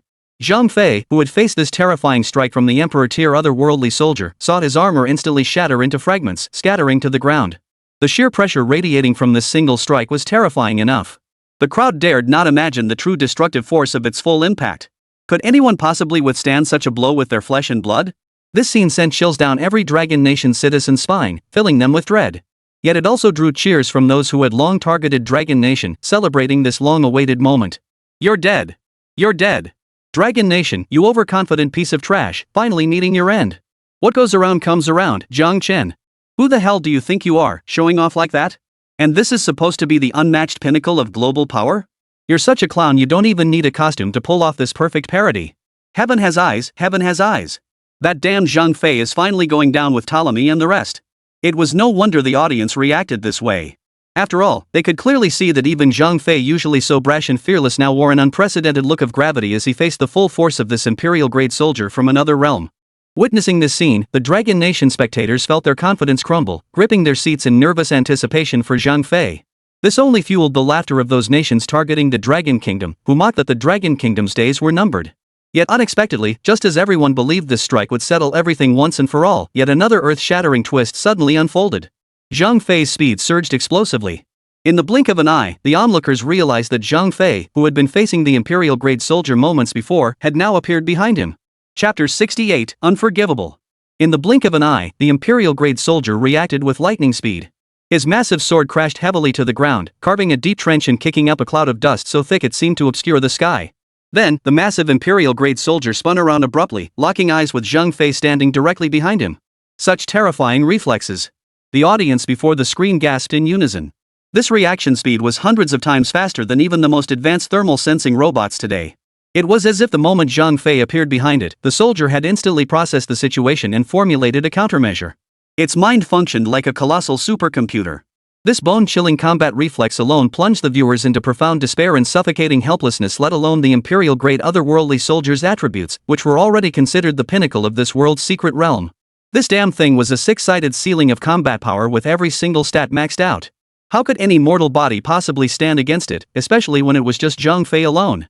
As the battle intensified, the audience before the screen shook their heads in disbelief. To them, the outcome was already sealed.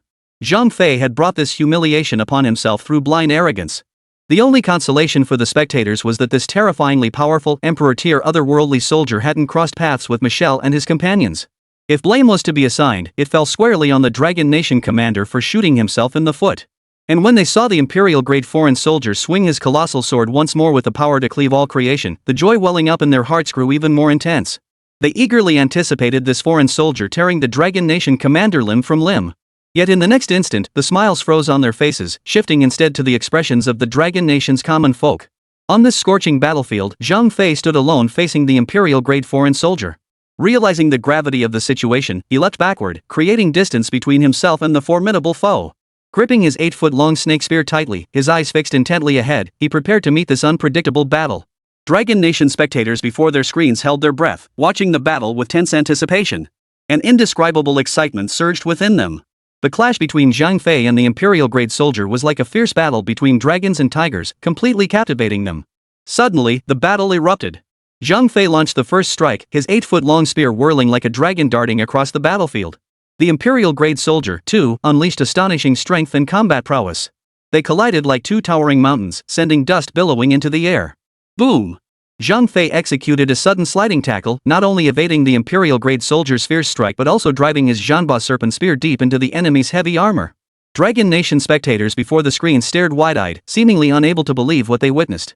They were profoundly awed by Zhang Fei's terrifying combat prowess and skill, yet equally gripped by deep concern for his safety. This battle was undoubtedly a severe test for Zhang Fei, yet he showed no sign of retreat, charging forward with unwavering courage. The battle intensified, with Zhang Fei and the imperial-grade soldier locked in a breathtaking chase across the battlefield. Each collision sent the Dragon Nation audience's blood boiling. The imperial-grade soldier once again demonstrated astonishing strength and cunning. Each of his attacks left Zhang Fei in dire straits, making the audience at home wince and tremble with fear. Yet Zhang Fei showed not a shred of fear. Instead, he fought with increasing ferocity, his near-mad assault tactics and speed causing the audience to gasp in awe. The imperial-grade soldier from another realm fought with all his might to counter Zhang Fei, determined to defeat him. Yet, to his astonishment, as time passed, he found himself increasingly at a disadvantage. This filled him with dread. He never imagined that one day, with his immense power, he would find himself so thoroughly outmatched by this seemingly insignificant insect. Like an indestructible cockroach, Zhang Fei always managed to evade his attacks with perfect timing. Instead, it was his own thick armor that grew increasingly battered, all thanks to Zhang Fei's utterly unpredictable fighting style. The sheer ferocity of these attacks bordered on suicidal recklessness, even he struggled to withstand them. Unforgivable. Unforgivable. A furious roar echoed across the battlefield, piercing the very heavens. The Imperial-grade soldier's aura surged to its zenith as he swung his massive sword once more. All could see this strike was the Imperial-grade otherworldly soldier's most devastating blow. The howling wind whipped up clouds of dust, and the piercing swordlight seemed like the summoning cry of the Grim Reaper from the depths of hell. Beneath this blade, it felt as though all life itself could be severed. Viewers trembled before their screens, watching the descent of this sword with fear and trepidation. What baffled and astonished them most was that this time, Zhang Fei didn't choose to dodge. Instead, he held his 8-foot-long snake spear and faced this terrifying strike head-on. What was he doing? Had Zhang Fei truly reached the end of his strength? The audience before the screen was filled with confusion and bewilderment, yet this did not dampen their excitement. At last, they would witness the despicable Zhang Fei meet his end. Simultaneously, this absurdly exaggerated scene caused even the Dragon Nation supporters who had always believed in Zhang Fei to cover their faces in shock and gasp. Has Zhang Fei lost his mind? Or is he just completely exhausted? Or is he just blindly overconfident? The crowd was baffled, filled with doubts. On the small island, the scholars too were perplexed, yet each of them grinned widely and burst into loud laughter. They laughed at Zhang Fei's sudden foolishness, at his overreach, and most of all at how utterly humiliating this was for the Dragon Nation. Its path had come to an end. Amidst the uproarious laughter, Jiang Chen remained silent, his expression relaxed. He chuckled softly to himself.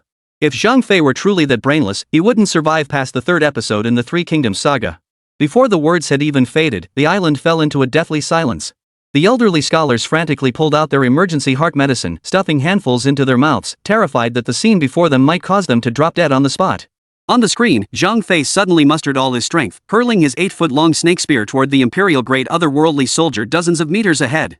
With a sprinting dash, his speed reaching its peak, he leapt upward with a fierce bound, dodging the deadly strike and landing on the head of the Imperial-grade otherworldly soldier. Chapter 69, Imperial Sovereignty. The 8-foot-long serpent spear now resembled a malevolent dragon crawling forth from hell, its howling killing intent sweeping toward the Imperial-grade otherworldly soldier as it thrust forward with devastating force. Facing Zhang Fei's equally all-out strike, the Imperial-grade soldier dared not take it lightly. He scrambled to evade, his extreme speed allowing him to narrowly brush past the 8-foot serpent spear.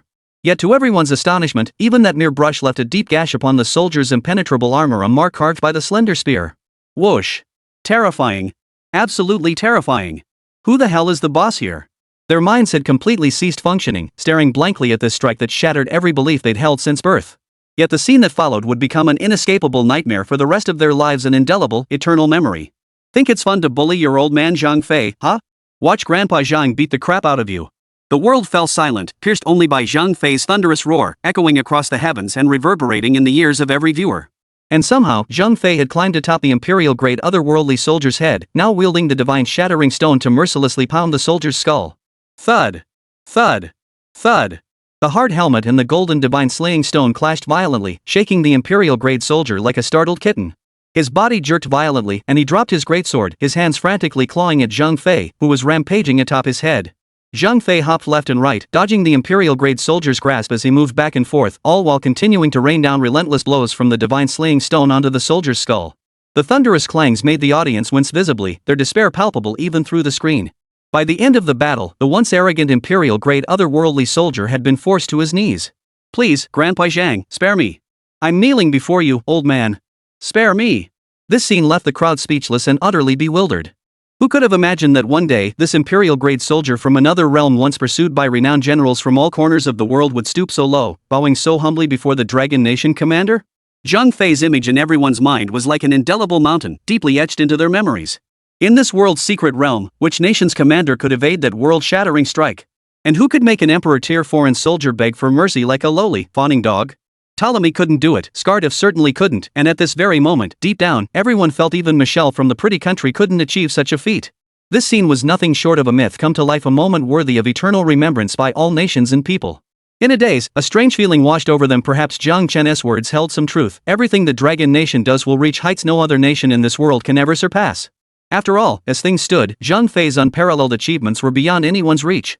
In an instant, the crowd's perceptions and attitudes toward the Dragon Nation underwent a rapid transformation.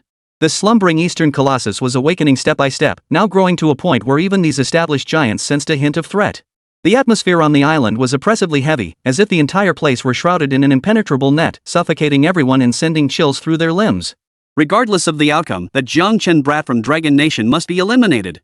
And Dragon Nation must face even harsher sanctions from us. Even the usually composed and steady American scholar frowned deeply, lost in his own thoughts. Meanwhile, within the alternate dimension, another earth-shattering transformation was unfolding. Yet, having witnessed the exploits of the Dragon Nation's General Zhang Fei, the crowd remained utterly unmoved, their hearts as still as water. The imperial-grade soldier from the otherworldly realm suddenly dropped to his knees before Zhang Fei with a thud. We swear allegiance to you as our sovereign. You are our supreme ruler. The pinnacle of the throne is your destined path, and we shall clear every obstacle for you. Witnessing the once invincible, emperor-tier soldier who had radiated an aura of dominance over all now kneeling before Zhang Fei, the Dragon Nation general, everyone felt a profound sense of the world's unpredictability, like a big intestine wrapping around a small one. The once imperial-quality soldier now crawled timidly before Zhang Fei, devoid of any trace of his former arrogance, reduced to a pitiful, fawning sycophant. Zhang Fei, witnessing this, scratched his head in a clumsy manner, showing none of his former heroic bearing. Where's the loot? I defeated so many otherworldly soldiers, what gear do I get?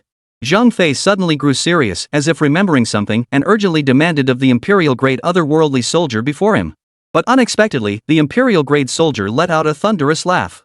Scratching his helmeted head with his massive hand, he explained with a grunt. There are no items here. Rather than an item, I am the reward for defeating this imperial barracks.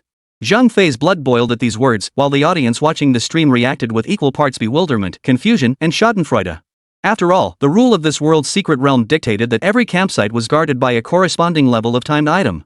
Especially here, where two imperial-grade soldiers stood, each more formidable than the last. According to the world's secret realm's rules, a barracks guarded by two emperor-tier otherworldly soldiers should possess dual emperor-tier items. Possessing such high-level items would grant one true omnipotence within this realm, capable of turning the tide of battle at will. Yet now, they were being told there were no items here? Is that reasonable? Is there any justice left? Even those who had been targeting the Dragon Nation felt despair for Zhang Fei and its people upon hearing this. After all, a sure thing had slipped through their fingers who wouldn't be furious? After all my hard work fighting for half a day, you tell me there are no items? I'll beat the crap out of you. Zhang Fei immediately raised his divine slaying stone once more. After unleashing a torrent of attacks, the imperial-grade otherworldly soldier finally rubbed his dented helmet and offered a pitiful explanation. I am the very item you seek. I am the sovereign of all imperial otherworldly soldiers. Possess me, and you possess every item and soldier within this realm. Chapter 70, it's over. Ha! Everyone was utterly dumbfounded, completely speechless, feeling as if everything in this world had been a lie. After all, the ultimate victor of this world's secret realm competition was determined by the points earned from slaying otherworldly soldiers. Until this moment, the teams from St. Horse Kingdom, Great Britain, and the United States still believed they had a chance to vie for a top 3 spot in the world's secret realm rankings. After all, even if Zhang Fei of the Dragon Nation was exceptionally formidable, he was ultimately fighting alone against the combined might of these 3 legendary generals. Moreover, this imperial-grade artifact wasn't limited to just one of these 3 commanders. Just moments ago, Michelle, Arthur, and Giovanni had slain the second imperial-grade otherworldly soldier, securing the second imperial-grade artifact. Now, they were en route to eliminate the third imperial-grade otherworldly soldier. With such terrifying combat power amplified by the ceiling tier item's devastating effects in everyone's eyes, no matter how formidable Zhang Fei might be, he simply couldn't fight 3 at once. And now, you're telling me that defeating this imperial-grade otherworldly soldier is equivalent to defeating the ruler of this world? That from now on, will roam this world's secret realm as if entering an empty domain? Worst of all, gaining full control over every artifact and otherworldly soldier in this secret realm? How are the other commanders supposed to survive? Tell me what's real here, what's real? The audience watching the broadcast immediately grew restless, especially those nations already at odds with the Dragon Empire. Their citizens lost all restraint, erupting into furious curses. Cheating! There must be some shady dealings between Dragon Nation and this world's secret realm. Exactly. How is this even fair? Why are all their soldiers imperial grade? How come the one Zhang Fei killed was so ridiculously overpowered? This is unfair. How can Dragon Nation, with their half-baked skills, get such insane luck? This world's secret realm is completely unplayable. Those damned dragon country bastards deserve to die by our general's hands. Upon the small island, scholars from various nations erupted in fury upon hearing the imperial-grade foreign soldier reveal such earth-shattering secrets. They were filled with rage and utter dread. The scholars from St. Mara were especially furious, nearly losing their breath in rage and almost meeting their god. They had believed their Cardinal Giovanni, with the aid of Arthur and Michelle, would decisively defeat the Dragon Nation's General Zhang Fei. This would secure their nation a top 3 spot in the world secret realm and claim the coveted artifact coveted by all nations. Yet now, their plans and speculations lay utterly shattered, torn apart by the Dragon Nation's General Zhang Fei and his imperial-grade soldiers from another realm. Michelle and Arthur were still holding their own, at least maintaining their positions within the top 3. But he knew full well that, whether considering the broader strategic picture or simply the individual combat prowess of the commanders, Giovanni absolutely must not antagonize Michelle and Arthur, and he couldn't defeat them anyway. He could only watch the third-place throne and the world's secret realm artifact slip through his fingers. Worse still, Giovanni would ultimately meet a tragic fate, his head severed from his body. How could he accept this? How could he not lose his composure? I demand a rerun of this world's secret realm competition. This world's secret realm is rigged. The rules are full of loopholes. The scholar from St. Maru, supported by his attendants, glared at Jiang Chen through gritted teeth as he spoke slowly. This was St. Ma Kingdom's only chance, and judging by current events, the world's secret realm's rules did indeed have flaws. The flaw was that imperial-grade soldier from another realm. While he admitted the soldier was absurdly powerful, so what? It was just bad luck for your Dragon Nation to encounter this imperial-grade otherworldly soldier. Besides, it's not like you can't defeat it. At worst, you'd only obtain an imperial-grade artifact slightly stronger than those of other commanders. The island fell instantly silent. After a long moment, the assembled scholars raised their hands in unanimous agreement with the Holy Horse scholar's argument. Even the pretty country scholar nodded in assent. The reasoning was indeed flawless. To them, this was a massive loophole and utterly unreasonable design flaw. Moreover, no one would refuse a chance to rewrite their fate. The justifications offered by the scholars from the United States and Great Britain were exceptionally sound. And if their appeal succeeded, they were determined to crush the Dragon Nation beneath their feet.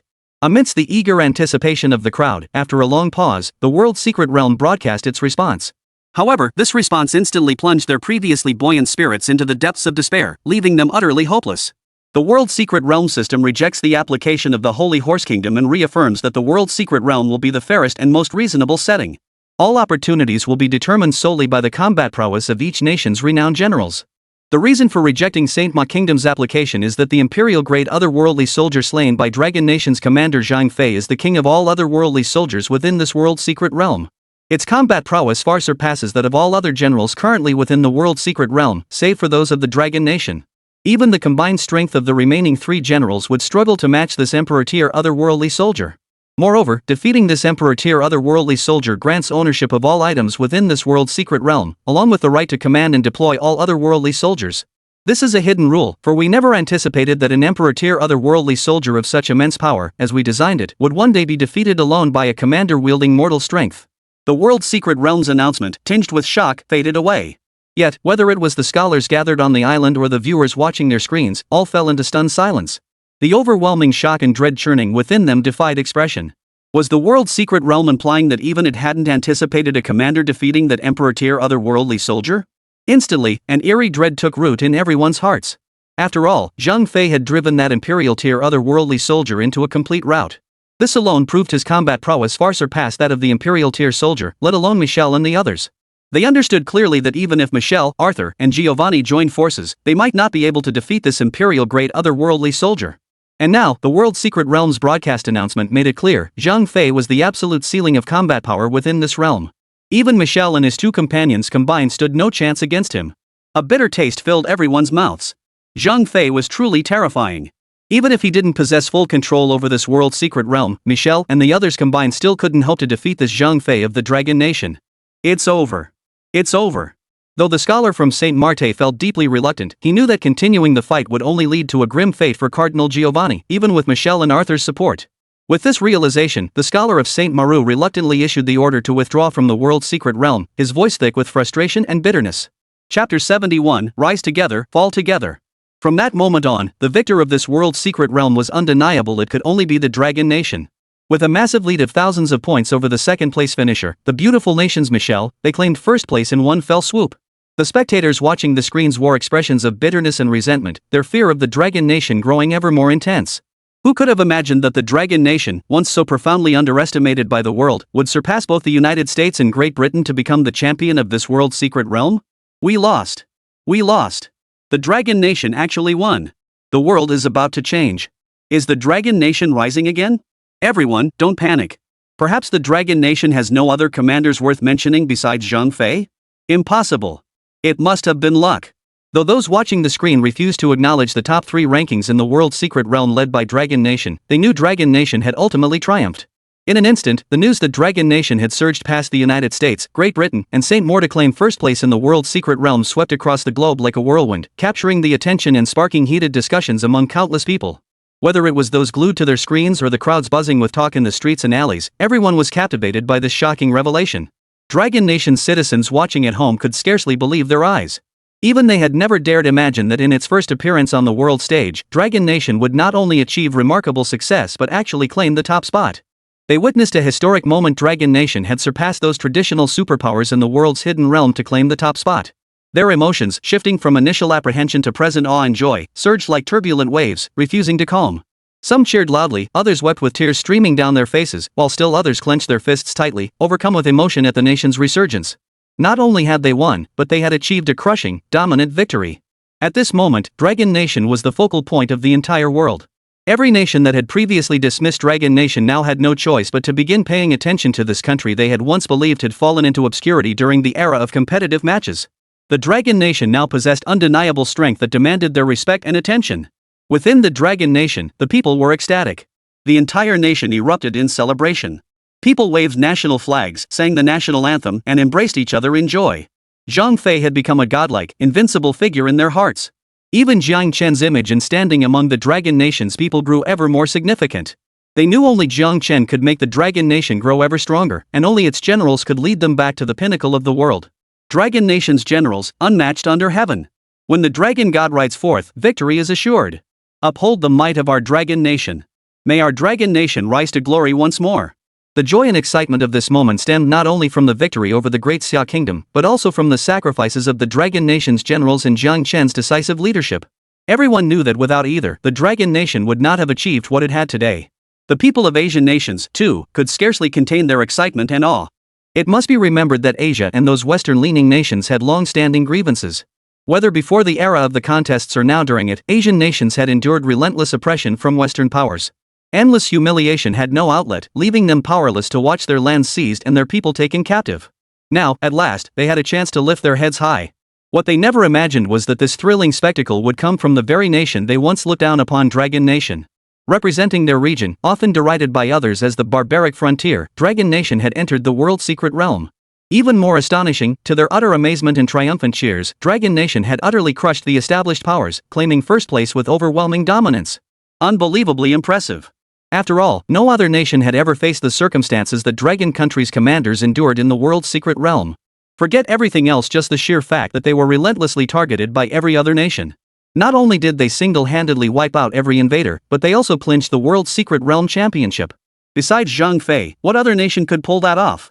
Dragon Nation rocks. I'm moving there. This is so damn satisfying.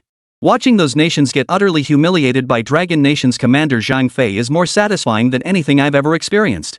He's a god-tier general. Looks like we really were blind before. What a piece of junk the US is. Why don't they just submit to being trampled underfoot by Zhang Fei of Dragon Nation? In no time, several nations surrounding Dragon Country began wildly publicizing the news of Dragon Country winning the World Secret Realm Championship. They embellished Zhang Fei's valor with exaggerated tales, causing even the international community bordering Dragon Country to brim with profound awe toward both Zhang Fei and Jiang Chen. In an instant, Jiang Chen's global popularity in the tournament skyrocketed at an astonishing rate, far surpassing any previous records. This sent waves of exhilaration coursing through Jiang Chen's heart. Meanwhile, nations led by the United States, from their heads of state and government officials down to ordinary citizens and street beggars, were consumed by profound frustration and dread. To single-handedly toy with a host of nations' elite commanders, manipulating them at will, and even forcing Zhang Fei to bow in servitude, such profound humiliation was unthinkable not just now, but decades prior. Which nation could ever achieve such a feat? To single-handedly smash that terrifying, imperial-quality soldier from another realm among all the generals under heaven, throughout the long history of human civilization, how many could achieve such a feat? How could these established powers not tremble with fear? We must crush the Dragon Nation in its infancy. If allowed to grow, we shall never know peace. In an instant, nations led by the United States issued declarations across the globe, unleashing waves of shockwaves that reverberated worldwide. Nearly every Western nation, even those harboring deep-seated grudges against the United States, now stood united on the same front. Together, they declared war on the Dragon Nation, declaring war on all of Asia. They would spare no nation connected to the Dragon Nation, determined to eradicate it completely. Yet the smaller nations bordering the Dragon Nation, long subjected to humiliation by the United States and its allies, now adopted an unexpectedly assertive stance that defied all expectations. These nations declared to the world that from this day forward, they would become vassal states of the Dragon Nation. Shared prosperity, shared adversity. In the Dragon Nation's highest council chamber, senior officials gathered in a circle. They understood perfectly well why these neighboring nations had suddenly declared allegiance. With the Dragon Nation's newfound strength and power, it was only natural that nations would seek its protection. Besides, even if they didn't become Dragon Nation's vassals, their fate wouldn't be much better. After all, they bore deep grudges against the nations led by the United States. As the final results of the World's Secret Realm were announced, no one could have imagined that within a single day, the world order was undergoing changes so absurd they defied belief. Chapter 72, The Humiliated Kingdom of Saint Ma. On the island. Waves crashed violently against the shore, only serving to highlight the eerie stillness that now enveloped the island. Every face wore shifting expressions of gloom, their moods at rock bottom. Their gazes were so icy they could cut through bone, especially when they looked at Jiang Chen. Their hatred was practically grinding their teeth. The only person on the island still wearing a carefree grin was Jiang Chen. Jiang Chen paid no heed to the bone-chilling stares filled with murderous intent emanating from all around him. Instead, he bowed deeply before the burly, formidable warrior Zhang Fei standing before him. Your valor, senior, is a sight seldom witnessed in my lifetime. Truly, you live up to your reputation as one of the most renowned historical generals of our Dragon Nation. Zhang Fei scratched his head, flashing a simple, unassuming smile, unconcerned. The scholars around him, however, seeing Zhang Fei's simple-minded demeanor, retreated as far as 10,800 li. Those unfamiliar with Zhang Fei or encountering him for the first time would surely be deceived by his simple-minded appearance. But after witnessing such a fierce battle in the world's secret realm, Zhang Fei now seemed hundreds of times more terrifying to them than any flesh-devouring demon. They feared Zhang Fei might suddenly fire a shot at them, letting them taste the true meaning of despair. After a pleasant conversation with Zhang Fei, Jiang Chen suddenly slapped his forehead in realization. Oh no, I completely forgot about that. The scholars around him were utterly baffled by this outburst, staring blankly at Jiang Chen, clueless about what had just happened. You're going to fulfill your promise, aren't you? Amidst the puzzled gazes, Jiang Chen grinned widely, pointing his finger toward the scholars of Saint Horse Kingdom. The Saint Horse scholars, already distraught over losing their top 3 position in the world's secret realm due to the Dragon Nation's sudden intervention, felt a twinge of unease at Jiang Chen's gesture. Yet, consumed by their own frustration, they had no time for such concerns.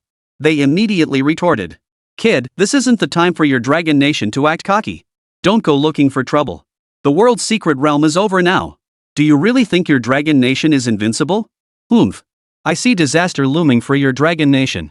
Kneel before me, and I might even intercede on your behalf. The scholar from Saint Ma spoke with an air of arrogance, utterly unconcerned with Jiang Chen's reaction.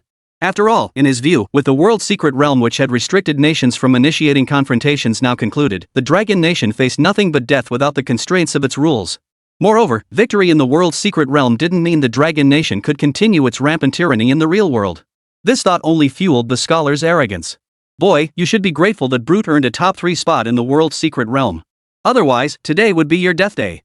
After the Saint Horse scholar finished speaking, Jiang Chen sighed heavily, shook his head helplessly, and addressed the scholar with a look of disappointment. Finished? You really are a chatterbox. Don't forget, you promised in front of the entire world that if my Dragon Nation made it into the top 3 of this world's secret realm, you'd kneel before our hundreds of millions of citizens. What? You intend to go back on your word in front of all these people? The scholar from Saint Ma and the surrounding scholars were utterly speechless upon hearing this. This kid is damn mature when he needs to be, but when he's being childish, he's truly childish and damn vindictive too. Any clear-eyed observer could see Saint Ma's words were meant purely to provoke the Dragon Nation. They just hadn't expected the Dragon Nation to win. Who in their right mind would take this seriously? The scholar from Saint Ma felt the same way. With a smug, indifferent expression, he dismissed the matter with a wave of his hand. So what? Your trash Dragon Nation isn't worthy of my kneeling. Don't be ridiculous. You'd better start worrying about where you're going to run. With that, the Saint Ma scholar turned to leave. Suddenly, an announcement echoed through the hall. The scholars' faces darkened, the arrogant Saint Ma scholar broke out in a cold sweat, and Jiang Chen, who had been preparing for confrontation, broke into a broad smile. Detected, Dragon Nation contestant secures top 3 placement in the world's secret realm. The world's secret realm hereby upholds all rights and qualifications of the winner, granting permission to make one feasible request for mandatory enforcement. Hearing this, Jiang Chen beamed with delight. Without hesitation, he loudly declared his demand. I demand the scholar from Saint Ma fulfill his promise. After all, even a 3-year-old in Dragon Nation knows that a gentleman's word is as good as gold. How thick-skinned can an old man like him be at his age? The words sent shockwaves through the island. The scholar from Saint Ma blushed crimson, cursing Jiang Chen inwardly. Now, he can only pray that Jiang Chen's demand fell outside the realm of feasibility. Detected that the request made by the Dragon Nation contestant is within the scope of implementation. Therefore, the Saint Ma Nation contestant is required to kneel within 1 minute. At that time, the camera will be directed to the Saint Ma Nation scholar. After a moment, the world's secret realm responded. Well, this world's secret realm is nothing short of a divine assist. Jiang Chen's face lit up with growing delight, while the scholar from Saint Maru was far from amused. At that moment, he wished he could travel back in time and slap his past self twice, cursing himself for being so foul-mouthed. He was now in a no-win situation. No one could guarantee what would happen if he refused to carry out Jiang Chen's demand, but if he complied, it would mean dragging both Saint Ma and the United States through the mud in front of the entire world. A slap in the face for Saint Ma was one thing, but the United States was the world's superpower. If they lost face, the entire world would suffer the consequences. The American scholar, who had maintained an impassive expression until now, was visibly angered. He glared at Jiang Chen and snapped. "Young man, show mercy where you can. I advise you not to be ungrateful. Otherwise, I will make the entire Dragon Nation pay with you." The words had barely left his mouth when Jiang Chen's previously carefree expression abruptly hardened, his eyes flashing with murderous intent. He knew full well that after this world's secret realm incident, relations between Dragon Nation and the pretty country would be beyond repair. He couldn't care less about the pretty country and Saint Ma Nation's threats. But the fate of the Dragon Nation was his Achilles heel. He would never tolerate anyone daring to offend it. Threaten me? Threaten the Dragon Nation? Do you truly believe my Dragon Nation is a bunch of cowards who fear death? You! Kneel immediately! Jiang Chen's gaze was icy cold, his eyes filled with murderous intent as he glared fiercely at the scholar from the beautiful country. Then, with a glance from the corner of his eye, he swept over the scholar from the Holy Ma country, who was caught between a rock and a hard place. The Saint Marco scholar, startled by Jiang Chen's sudden, murderous aura, shuddered and instinctively dropped to his knees before Jiang Chen. At that moment, the audience watching the screen could clearly see the Sanma scholar kneeling before Jiang Chen in utter humiliation, muttering, "Dragon Nation, I was wrong." Chapter 73, World Secret Realm Items. Ah, why did I suddenly feel like I was floating on air? Oh, it's because this scene is absolutely thrilling. My girlfriend asked why I suddenly yelled while watching the livestream. I had to pull her over to the screen, and then she got excited too. This is seriously more satisfying than group activities. It gave me a mental orgasm. Who knew an old man kneeling down could make me feel this good? Seeing this scene, the Chinese viewers watching the stream were instantly transported to heaven, utterly ecstatic. After all, Saint Maru is not only a vassal state of the United States but also its most loyal fan. Now, with its scholars kneeling, it indirectly struck a blow to the United States' pride. To inflict such humiliation upon the world's dominant power, the United States in today's global landscape, which other major nation besides the Dragon Nation could possibly achieve this? How could they not be thrilled to see the world's big brother lose face like this? It wasn't just the people of the Dragon Nation, even those Asian nations long tormented by the United States were trembling with excitement. At this very moment, they all want to shout to the heavens. This feels so damn good, family, you know what I mean? The atmosphere on the island grew even more oppressive. People were so cautious they'd think twice before even passing gas. After all, every nation on this island, regardless of their relationship with the United States, feared being dragged into the fray by the Dragon Nation at this critical juncture, becoming mere tools for the American wrath. The wrath of the United States was something no one could bear. The only one who could laugh at this moment was Jiang Chen of the Dragon Nation, his smile radiating pure delight. Yet the gaze the others cast upon him was as cold as if they were looking at a corpse. After all, in their eyes, even if the Dragon Nation won the World Secret Realm Championship this time, relying on the World Secret Realm artifact to escape the clutches of the beautiful country was nothing short of a pipe dream. After a long moment, the scholar from Saint Marine rose, his face twisted with hatred and fear. He shot Jiang Chen a venomous glare before slinking away like a beaten dog. Moments later, the World Secret Realm announcement sounded once more. The nations receiving rewards from this World Secret Realm are Dragon Nation, Beautiful Nation, and Great Britain. High, medium, and low-tier items from the World Secret Realm will be distributed accordingly. All item details have been sent. Rest assured, the information is absolutely confidential. With that, this World Secret Realm event concludes. Please depart in an orderly fashion. We appreciate your cooperation. Additionally, the top 3 national competitors will be protected by the rules during their return journeys. For competitors from other nations, we assume no responsibility for life or death. The cold, mechanical voice faded away, and the scholars gathered on the island finally breathed a sigh of relief. It was finally over. This World Secret Realm had been unlike any before. The shocks it delivered were overwhelming, rewriting their very worldviews. The name Dragon Nation was etched deeply into the minds of every scholar, becoming an indelible memory. As the number of scholars on the island dwindled, Jiang Chen also embarked on his journey home. The World Secret Realm concluded with the Dragon Nation's resounding victory. Celebrations erupted across the Dragon Nation, honoring Jiang Chen's return, the youth who had steadily elevated the nation to its pinnacle. The nationwide jubilation made the Dragon Nation appear exceptionally lively and vibrant. Influenced by the two divine caverns, the Dragon Kingdom had now gradually entered the initial stages of cultivation. The day Jiang Chen envisioned when cultivation would be embraced by all its people was drawing ever closer. Within the courtyard residence where Jiang Chen lived, the Dragon Nation's president gazed at the returning Jiang Chen with a beaming smile, his expression profoundly benevolent. In his eyes, Jiang Chen was not merely a young hero who had saved the Dragon Nation from peril, but a child he had watched grow up. Jiang Chen was also exceptionally excited to see the Dragon Nation president. After exchanging pleasantries and catching up on family matters, Jiang Chen couldn't wait to ask what the number one treasure of the world's secret realm truly was. At this mention, the Dragon Country president's usual benevolent expression vanished, replaced by an air of mystery. He spoke to Jiang Chen in a tone thick with secrecy. "You'll see when you meet him." Led by Chairman Long, Jiang Chen soon arrived at a heavily guarded villa. The moment he stepped inside, even Jiang Chen, who remained utterly composed even when clashing with scholars from various nations, was instantly stunned. "Holy crap! This many? What is this?" The interior of the villa revealed a hidden world. Rather than a private residence, it resembled a lavishly decorated warehouse designed to conceal its true purpose as a storage facility. Within this warehouse, stacks of porcelain bottles were piled together, alongside heaps of books, filling the entire villa to capacity. What are all these? Rewards from the world's secret realms? What kind of items are they? Jiang Chen's impatience grew, but he forced himself to ask the Dragon Country Guild leader patiently. "These are all priceless treasures that are incredibly rare." Chairman Long Guo explained patiently to Jiang Chen with a broad smile. "Our leadership has speculated and predicted that the future world will inevitably enter an era of universal cultivation.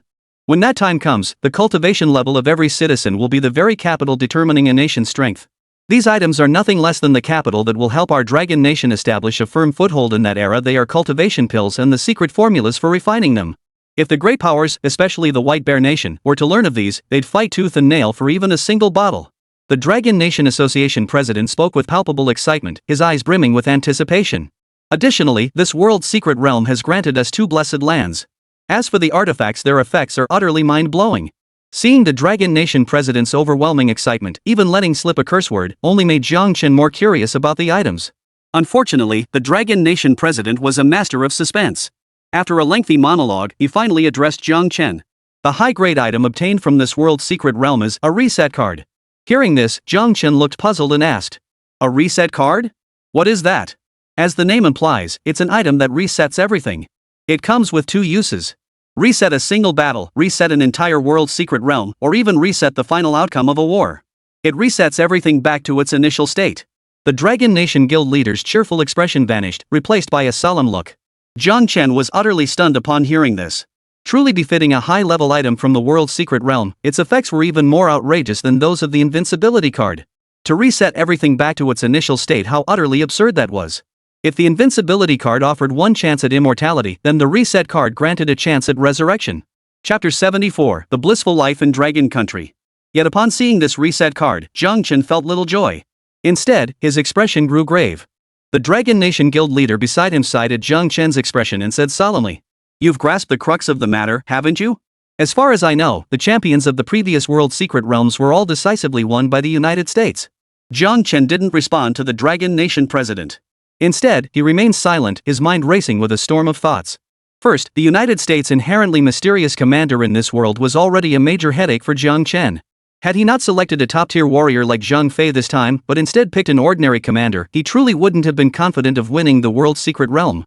Second, the fact that the United States had secured the top prize in the world's secret realm multiple times in a row suggested they might possess items every bit as powerful as Dragon Nation's reset card and invincibility card, or even more formidable ones. Facing the United States with its deep capital reserves, the Dragon Nation's reliance solely on invincibility cards and reset cards was utterly inadequate to challenge them. Moreover, Jiang Chen had a vague sense that the United States might even possess methods to counteract these items. After all, as the saying goes, those who stand tall see far. Having long occupied the position of world hegemon, the United States must possess a wealth of hidden knowledge. Among this knowledge could very well lie secrets concerning the competition. Otherwise, given the United States' long history of domineering behavior, they would have already demanded that the Dragon Nation hand over the world's secret realm artifact. The Dragon Nation would never have been able to maintain the current calm and peaceful situation. This time, the beautiful country seemed utterly unconcerned, or perhaps it simply didn't fear a Dragon Nation that had acquired only one world's secret artifact? Jiang Chen had no definitive answers to these questions, they were all mere conjecture. But he was certain of one thing: if it came down to a contest of military commanders alone, drawing upon the Dragon Nation's 5,000 years of history, Jiang Chen possessed enough confidence to challenge the beautiful country. However, when it came to the use of various artifacts and secret techniques, Jiang Chen had absolutely no confidence in gaining any advantage over the United States. After all, the Dragon Nation had no counter to the beautiful nation's artifacts, and the artifacts available to the Dragon Nation were limited. Now, though his goal of proclaiming the nation's might had been achieved, the ensuing obstacles were piling up. Through this world's secret realm, the Dragon Nation had declared to all nations, it was growing stronger, rising to prominence. Faced with the sudden emergence of this dark horse, the Dragon Nation, other nations would inevitably seek to nip it in the bud. Yet all this was within Jiang Chen's calculations. He knew that with Dragon Nation's current standing, it was insufficient to warrant the beautiful nation's direct intervention. Even if the United States refrained from direct intervention, its proxies and nations fearful of Dragon Nation's rise would certainly act. What the Dragon Nation must do is fight. Fight until no nation dares to harbor a single thought of provocation. Fight until every nation trembles at the very mention of the Dragon Nation. Fight until the United States is forced to intervene personally. Through this process, the Dragon Nation would continuously enrich its foundations, ensuring it possessed sufficient trump cards to confront the beautiful country head-on when the final moment arrived. This process must be sufficiently prolonged. The Dragon Nation requires ample time to grow. At the very least, in Jiang Chen's view, it needs at least 3 super special rewards akin to invincibility cards or high-level world secret realm artifacts to meet the minimum requirements for competing with the beautiful nation. It requires ample time to build strength and reserves, ultimately achieving a stunning breakthrough. Right now, what had Jiang Chen racking his brain was how to make this process of biding time and building strength sufficiently long. If China maintained an aggressive stance, the cautious nature of the United States would inevitably prompt them to act prematurely, rendering Jiang Chen's plan unattainable. But if he feigned defeat and showed weakness, the Dragon Nation's people would inevitably lose support for him. At that point, the Dragon Nation would suffer catastrophic consequences, losing far more than it gained. Jiang Chen, it's time to take a break.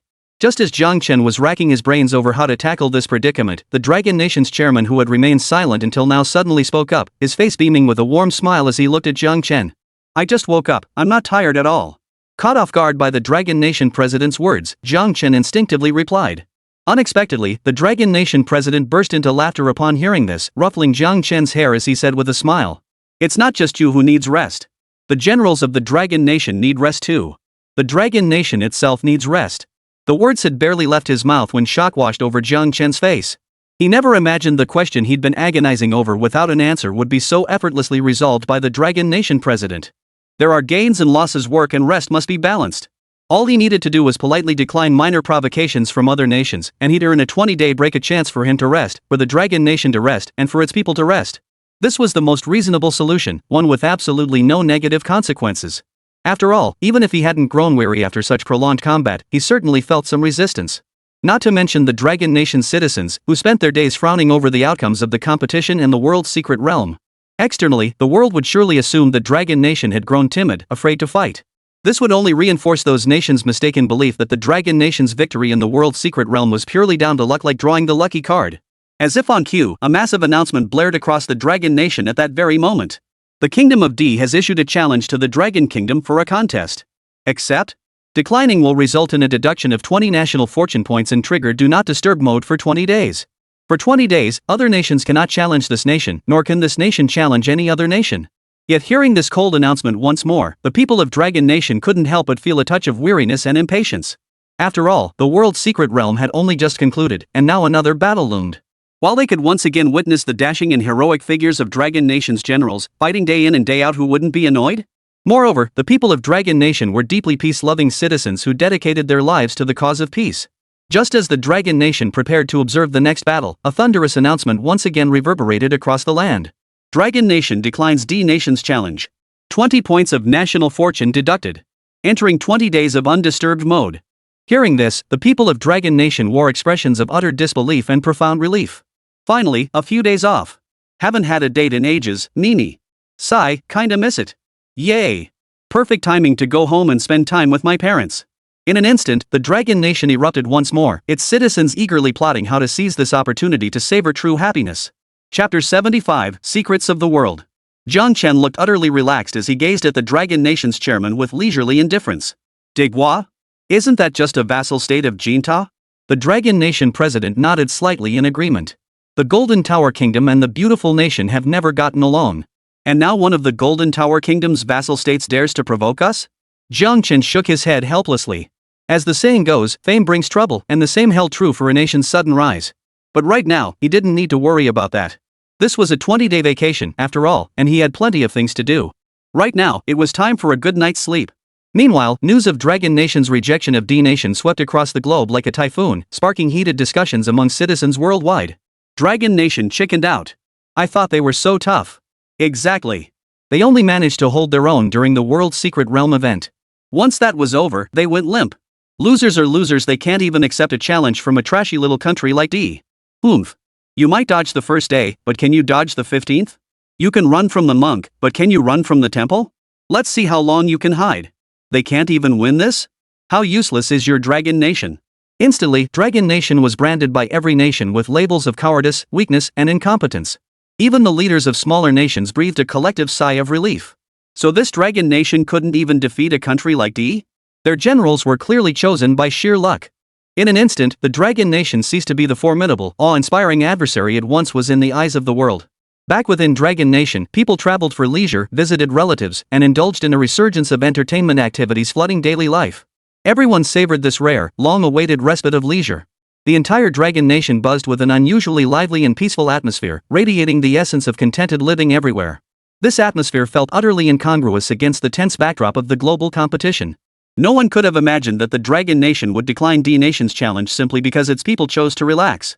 When the people of Dragon Nation saw the humiliating comments flooding international social media platforms such as "Dragon Nation is ultimately useless" and "Dragon Nation is weak and incompetent," they did not respond with words. Instead, they posted photos and videos capturing their own happy lives across these platforms. They captioned them, "How about a 20-day mini vacation?" Suddenly, people from all nations saw this overwhelming flood of life showcasing photos and nearly choked on their own blood. What the hell? So you Dragon Nation refused to participate in the competition initiated by this D Nation just to enjoy life? You bastards deserve to die. Citizens across nations stared at screens filled with pictures of Dragon Nation's blissful citizens, seething with envy and drooling with admiration. After all, the relentless series of competitions had kept everyone glued to the fate of their nations. No one dared miss a single update, terrified that their country might vanish before they even knew it. And now, in this tense era of rivalry, Dragon Nation has set an unprecedented precedent, not only defying expectations by rejecting challenges from other nations, but outright embracing leisure and entertainment. How could other nations not envy this? How could they not be furious? Yet anger aside, these fiercely competitive souls would rather slander the Dragon Nation than utter a single word of approval for its people's actions, even as their envy of the Dragon Nation's citizens' lifestyle reached its peak. See? That's how people degenerate. Those superior to you are striving forward, while only a pleasure-seeking nation like Dragon Country would sink so low. Dragon Nation, look at your neighbors, how hard they work every single day. Just keep refusing. Let's see how much national fortune you have left to squander. This is just a ridiculous excuse for your own weakness. If you could win, you'd have all the time in the world to enjoy yourself. Why resort to this? Exactly. You're just too weak to fight, so you're making up lame excuses. As the people of Dragon Nation read these sour grapes comments, the eternally peace-loving citizens chose not to lash out. Instead, they kept posting photos radiating happiness, captioned with lines like, "Let me see which country hasn't given us a 20-day holiday yet, or you guys get it, right? Our country actually gave us a 20-day break. Just imagine how much fun I'm having." The smug tone in these comments left people from other countries with nothing to say but to sulkily shut up. Though seething inside, they felt utterly helpless, even harboring a hint of resentment toward their own governments. Look how great Long Guo is, so considerate of its people. Unlike this country, always pitting us against each other. But such complaints could only be voiced privately. Those who hoped to unwind on these social platforms found themselves not only unable to relax but thoroughly irritated by Dragon Country's presence. They resorted to turning a blind eye, abandoning their sole source of entertainment. At this very moment, Jiang Chen seized this rare respite to enter the cave heaven rewarded from the competition for cultivation. Fueled by the elixirs from the world's secret realm and the cultivation guide from the competition, his cultivation level surged at an astonishing pace. Though he knew his current cultivation level might seem insignificant now, he sensed that this cultivation path would inevitably become the mainstream in the future. Suddenly, while flipping through the cultivation manual out of boredom, a single sentence within it completely overturned Jiang Chen's understanding. The shock surging within him was beyond words. Upon reaching the Golden Body Realm, one may reshape the body of an ancient military commander, allowing them to return to the mortal world. Whoa! Jiang Chen slapped his forehead, forcing himself to suppress his excitement as he patiently continued reading. Generals reborn into this world may also enter the cultivation era. Even without cultivation, a low-tier general could decisively defeat a second-rate general without a physical form. After a long silence, Jiang Chen could no longer contain his inner excitement and shouted aloud. This was truly an earth-shattering secret, a secret capable of changing the world. How could he not be thrilled? If he could lead the world in reaching that golden body realm first, helping the ancient generals of the Dragon Nation rebuild their bodies, then even without any foundational strength, Jiang Chen believed the Dragon Nation could still hold its own against the United States. After all, a low-tier general, once reborn with a physical form, could defeat a second-tier general as astonishing as a frail young girl overwhelming a heavyweight boxer. Chapter 76, The Challenge from LB. Jiang Chen suppressed the overwhelming excitement surging within him as he gazed at the cultivation notes in his hands. After all, it was still too early to celebrate.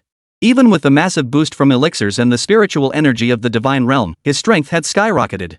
But he knew he had only just scratched the surface, still light years away from the golden body realm. Moreover, Jiang Chen had just realized a grave problem: the mysterious White Bear Kingdom. It was widely acknowledged that the White Bear Kingdom was the nation most obsessed with spiritual energy without a doubt. Jiang Chen narrowed his eyes, his expression grave. If someone claimed the White Bear Kingdom's obsession with spiritual energy was without cause, Jiang Chen wouldn't believe it even if you beat him to death. After all, in this era of the competition, everyone's focus was squarely on the competition itself. For anyone to be so absorbed in something else, they must know some secret, otherwise, it simply wouldn't make sense. If White Bear truly possessed such knowledge, then after all this time, its highest level cultivator should be closer than Jiang Chen to that so-called golden body realm. Given time, the White Bear Kingdom would inevitably produce the world's first golden body cultivator, capable of directly restoring the bodies of those ancient warriors. At that point, who could possibly stand against them? Even the world's dominant power, the United States, would have to bow its head in submission. This thought sent a chill down Jiang Chen's spine. The more he pondered it, the more terrifying it became. Moreover, Jiang Chen suddenly sensed that the reason this world's beautiful country remained so shrouded in mystery, so vastly different from the beautiful country of his past life, was that it undoubtedly held the most secrets. Therefore, it couldn't be ruled out that the United States also possessed secrets related to cultivation. Jiang Chen drew a deep breath as immense pressure washed over him like a tidal wave. After all, the Dragon Nation now rested entirely on his shoulders. As its stature grew, so did its understanding of the world's secrets, and with that knowledge came a profound dread of the unknown truths yet to be uncovered. Facing those powerful and unknown forces, Jiang Chen knew he was but an insignificant blade of grass, easily cut down at any moment. Should he perish, the very survival of the Dragon Nation would hang on the whims of other nations. This was no longer the petty squabbles confined to Asia. The Dragon Nation now stood atop the world stage. The higher the perch, the more devastating the fall. Countless nations now eyed the Dragon Nation greedily, waiting for any misfortune to befall Jiang Chen so they could seize it for themselves. Jiang Chen shook his head, thinking to himself that the fate of the Dragon Nation absolutely could not be tied to a single grasshopper like himself. That would make the nation's survival too dependent and singular. A wave of helplessness washed over him, mingled with dread for the unknown future. Gone was the exhilaration he'd felt upon uncovering this earth-shattering secret. Two paths remain for the Dragon Nation to take. Yet the more paths there are, the more possibilities the nation's future holds. Therefore, the Dragon Nation must walk all of them. The first is to leverage my knowledge of the Dragon Nation's history to extensively promote its generals, filling the gaps in its historical narrative through human effort until every citizen recognizes every single Dragon Nation commander. The second is to accelerate the arrival of an era of universal cultivation in the Dragon Nation. Among its hundreds of millions of children, there must be seeds of extraordinary talents suited for cultivation. We must screen for such talent nationwide, pour all resources into them, and hasten the emergence of cultivators at the golden body realm within our nation. Huff. At this thought, Jiang Chen sighed heavily once more. These two paths sounded simple enough, but their implementation would undoubtedly be fraught with difficulties, consuming immense time and effort. The first path, in particular, would be as difficult as ascending to the heavens. After all, the Dragon Nation's history spanned over 5,000 years, teeming with legendary generals throughout its dynasties. From the Xia, Shang, and Zhou to the Han and Three Kingdoms, down to the Tang, Song, Yuan, Ming, and Shang, which era hadn't produced a succession of renowned generals and emperors? His task was not merely to make the deeds of every general known to the Dragon Nation's people, but to ensure every citizen recognized each and every one of them. How incredibly difficult was that? Moreover, such materials detailing every general in the Dragon Nation must be kept absolutely confidential. If they fell into the hands of enemy nations, it could spell utter disaster for the Dragon Nation. Therefore, we must establish a specialized organization born solely for the purpose of countering this threat, one composed of individuals of absolute trustworthiness. With this thought, Jiang Chen hurried toward the residence of the Dragon Nation's guild leader. Upon hearing Jiang Chen's two proposals that could bring greater hope to the Dragon Nation president beamed with delight, showering Jiang Chen with praise. Faced with Jiang Chen's proposals, the Dragon Nation president naturally pledged his full support. He immediately selected the most trusted soldiers from the nation's highest-ranking troops to form an organization for the competition participants. Jiang Chen, in turn, shared everything he knew, recounting in meticulous detail the deeds and names of every Dragon Nation commander he could remember. Meanwhile, under the Dragon Nation president's arrangements, the spiritual energy from several cave heavens within the Dragon Nation was being channeled entirely into the Dragon Nation's lands. Everything proceeded methodically according to Jiang Chen's plan. Before long, the 20-day holiday flew by in the blink of an eye. Now, after over 20 days of being exposed to the Dragon Nation's idyllic lifestyle, nations around the world began launching challenges against the Dragon Nation one after another, precisely timed to coincide with the holiday's end. After all, the Dragon Nation's citizens hadn't been idle during those 20-plus days. They had periodically posted photos showcasing their blissful lives on major international social media platforms, repeatedly pricking the fragile hearts of citizens in other nations. The Kingdom of Elbi has issued a challenge to the Dragon Nation. Do you accept? Declining will result in a deduction of 20 points from national fortune and trigger a 20-day Do Not Disturb mode. The first nation to challenge the Dragon Kingdom to a contest was a vassal state of the Golden Tower Kingdom. Though Elbi had only recently been founded, it possessed several exceptionally valiant generals, making it one of the most formidable vassal states of the Golden Tower Kingdom. The people of Elbi were brimming with confidence, holding no regard for the Dragon Kingdom. After all, the overall strength of Dragon Nation's generals was far inferior to theirs. If Dragon Nation cowered before the might of the great empire, how could they possibly stand a chance against Elbi? This is how we bring glory to the Golden Tower Kingdom. Oomph. That puny Dragon Kingdom? We'll show them. The supreme leader of Elbi wore a smug expression, his heart brimming with the satisfaction of vengeance at hand. After all, he had endured the Dragon Nation's provocation for a full 20 days. He was human too, didn't he envy the Dragon Kingdom's way of life? Since he couldn't have it, he would destroy it. The supreme leader of Elbi basked in his joy, celebrating his nation's privilege to initiate the challenge against the Dragon Kingdom. Within the contest space, the Elbi contestant was equally brimming with excitement. Every moment, he fantasized about the pitiful, begging expressions on the faces of the Dragon Nation's people after their defeat. Chapter 77, Panphone, the Outsider. Surrender before me, you worthless scum of the Dragon Nation. From this day forward, your Dragon Nation's luck runs out. Let me be the one to end your happy life. Tremble, you worthless scum of the Dragon Nation. Even before the match began, contestant Elbi was already completely lost in his fantasy world. He lunged at Jiang Chen, grinning savagely without restraint, like a raving madman. Jiang Chen's face darkened. Since joining the tournament, he'd heard countless competitors spout similar nonsense. He'd grown immune to such rhetoric, but this was the first time he'd encountered someone this utterly delusional. What left Jiang Chen even more speechless was that the entire audience from Elbi Nation seemed to wholeheartedly endorse this delusional competitor's ramblings. Their manic chants filled the livestream chat. Dragon Nation, your days of glory are over. See how arrogant you can be now? What the United States couldn't accomplish, we will. The enemies the undefeated King Arthur couldn't vanquish, we will slay. What kind of strength does Dragon Country have? Sweating buckets, huh, buddy? Just sit down already, what strength are you talking about? Our nation is the ultimate powerhouse, the realm of the mightiest generals. Whoa. Jiang Chen couldn't help but recall the fanatical players from a certain game in his past life upon reading these utterly deranged remarks. The current citizens of Elbi had surpassed even them in their obsession. Well then, let me see what kind of commander our Elbi Nation has selected this time. The Elbi contestant shot Jiang Chen a defiant glare, licking his lips with palpable excitement, his expression bordering on madness. The Dragon Nation spectators watching the screen were startled by this scene, and even viewers from other nations shuddered at Elbi's unhinged display. These madmen are beyond insane. They think they can take down an opponent the United States couldn't defeat? People were starting to wonder if they'd lost their minds. Were these country bumpkins mistaking themselves for phoenixes? Weren't they afraid such brainless remarks would bring utter ruin upon their own country? Inside the highest council chamber of the Golden Tower Kingdom, the nation's supreme leader was furious. Known for his gentle and scholarly demeanor, he now watched the livestream comments and Elbi's remarks, cursing profusely. Elbi remained oblivious to the uproar, continuing to spew an endless stream of outrageous remarks. His terrifyingly frenzied demeanor even caused the battle-hardened Jiang Chen to silently take a few steps back, distancing himself from the Elbi competitor. The match is about to begin. Each match allows the use of one item. The first match format is a one-on-one arena battle. Distributing commander scrolls. Before the Dragon Nation crowd could finish hearing that long-forgotten Icy World broadcast announcement, it was drowned out by the hoarse, excited shouts of the Elbi contestant. I hereby declare that our Elbi contestant will unleash our ultimate secret weapon, a peerless treasure bestowed upon us by the Golden Tower Kingdom. Dragon Nation, prepare to surrender meekly. Your generals will be utterly crushed by our peerless commander. Tremble in fear. Tremble. Ha ha ha ha. Hearing this, the crowd before the screen froze in shock. Even Jiang Chen, who had been utterly relaxed moments before, paled and couldn't help but take it seriously. After all, the Kingdom of Golden Tower was a formidable power on the international stage. The artifact it bestowed was bound to be of immense power and level, barring any mishap. They might genuinely pose a threat to the Dragon Nation's commanders. After all, everyone understood the preciousness of World Secret Realm artifacts typically reserved as trump cards to be played at critical moments.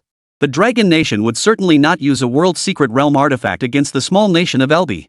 Even if they did, it would be a massive stain on the Dragon Nation's prestige. Moreover, this isn't the World Secret Realm. There aren't that many items for commanders to use. Dragon Nation commanders can't rely on luck to obtain any game-changing items. Moreover, this battle also served to resolve lingering doubts in the minds of observers from other nations. After all, the commanders of other nations know very little about Dragon Nation's generals.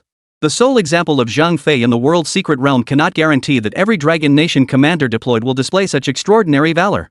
Does the Dragon Nation truly possess the strength to become a worthy adversary? They believed this battle would provide the answer. Particularly since Elby had deployed an artifact bestowed by the Golden Tower Kingdom. To the onlookers, the greater the artifact's power, the clearer it would reveal the true strength of the Dragon Nation's commander. For a moment, the representatives from other nations, each harboring their own hidden agendas, watched the frenzied Elby contestant with bated breath, eager to see what this artifact truly was. Before billions of viewers, in this globally watched showdown, the Elby contestant's laughter grew louder and louder. After a long moment, the crowd watched as he struck an incredibly pretentious pose before slowly lifting his pockmarked face to gaze skyward at a 40 to 50 degree angle. His voice was deep and solemn. I hereby declare that Elby will use the basic all-attribute boost card. Instantly, the tense atmosphere Elby had built up dissolved like spoiled cake, leaving a lump in everyone's throat. For a moment, they felt utterly foolish. What the hell was I expecting? Was I expecting some kind of surprise from this idiot? That's the real idiocy here. What could a measly low-level all-attribute boost card possibly do? Is this the confidence that makes you think you're on the same level as the United States? Instantly, Jiang Chen, who had been tense moments ago, burst into a silly grin. Viewers from other nations watching the screen were dumbfounded. The supreme leader of the Golden Tower Nation was dumbfounded, cursing incessantly. Meanwhile, the contestant from Elby remained utterly oblivious to all this. He didn't notice Jiang Chen's face turning slightly purple from stifling laughter, continuing to spout his arrogant boasts. Jiang Chen shook his head helplessly, turning his gaze to the 5 scrolls of generals already displayed. Li Yuanba, the war god of the Tang dynasty. Genghis Khan, the heavenly Khan of the Yuan dynasty. Pan Feng, the peerless general of the 3 kingdoms. Xiang Yu, the overlord of Western Chu. Bai Qi, the god of slaughter from the Qin dynasty. Whoa! Jiang Chen stared at the 5 scrolls, suddenly at a loss. After all, aside from the peerless general Pan Feng, these were all among the most formidable commanders in the history of the Dragon Nation. But Jiang Chen knew that the Dragon Nation was currently under close scrutiny. It was best to delay deploying these overwhelmingly powerful generals for as long as possible. After all, better safe than sorry. Once others understood a general's strength and preferred tactics, they would devise countermeasures to neutralize them. I can't choose them. Jiang Chen exhaled deeply and shook his head. Since you're so eager to see the strength of my Dragon Nation's generals, I shall grant your wish. Chapter 78, The Stunned Crowd. Under the intense gaze of everyone watching the screen, Jiang Chen unexpectedly selected Pan Feng, the general of the 3 kingdoms. In the Dragon Nation's highest council chamber, the assembled figures stared at Jiang Chen with peculiar expressions, utterly incredulous that he had selected Pan Feng, the clearly weakest of the 5, the general of the 3 kingdoms. The Dragon Nation chairman, noticing the astonished expressions on their faces, immediately inquired about the reason. This group was none other than the contestant organization Jiang Chen had just assembled for the competition. Reporting to the chairman, among these 5 historical generals, according to Jiang Chen, Pan Feng, the 3 kingdoms Muzu general, should be a rather mediocre commander? One soldier hurriedly replied, his face still betraying confusion. After all, Jiang Chen had just emphasized several 3 kingdoms generals to them, including this peerless general Pan Feng. According to Jiang Chen, this peerless general Pan Feng was nothing but a hollow title, unworthy of such an impressive designation, for this so-called peerless general Pan Feng was actually defeated by Huo Qubing. The people of Dragon Nation knew well that Huo Qubing was one of the defeated generals of Guan Yu, the martial saint who had left an indelible mark in their hearts. Moreover, Huo Qubing was the least formidable general Guan Yu had ever slain. After all, the tale of slaying Huo Qubing while warming wine had long become a staple topic of conversation among the people of the Dragon Nation. The tale of Guan Yu slaying Huo Qubing with a cup of warm wine naturally became the quintessential proof of the martial saint's peerless prowess. Yet in the eyes of the masses, Huo Qubing was reduced to nothing more than a commander of utterly pathetic combat ability. Any commander defeated by Huo Qubing must surely be the scum of the scum? The crowd stared at the screen in utter bewilderment, and even the Dragon Nation guild leader looked utterly dumbfounded. Could it be that today, this kid Jiang Chen had also been influenced by that LB player's madness?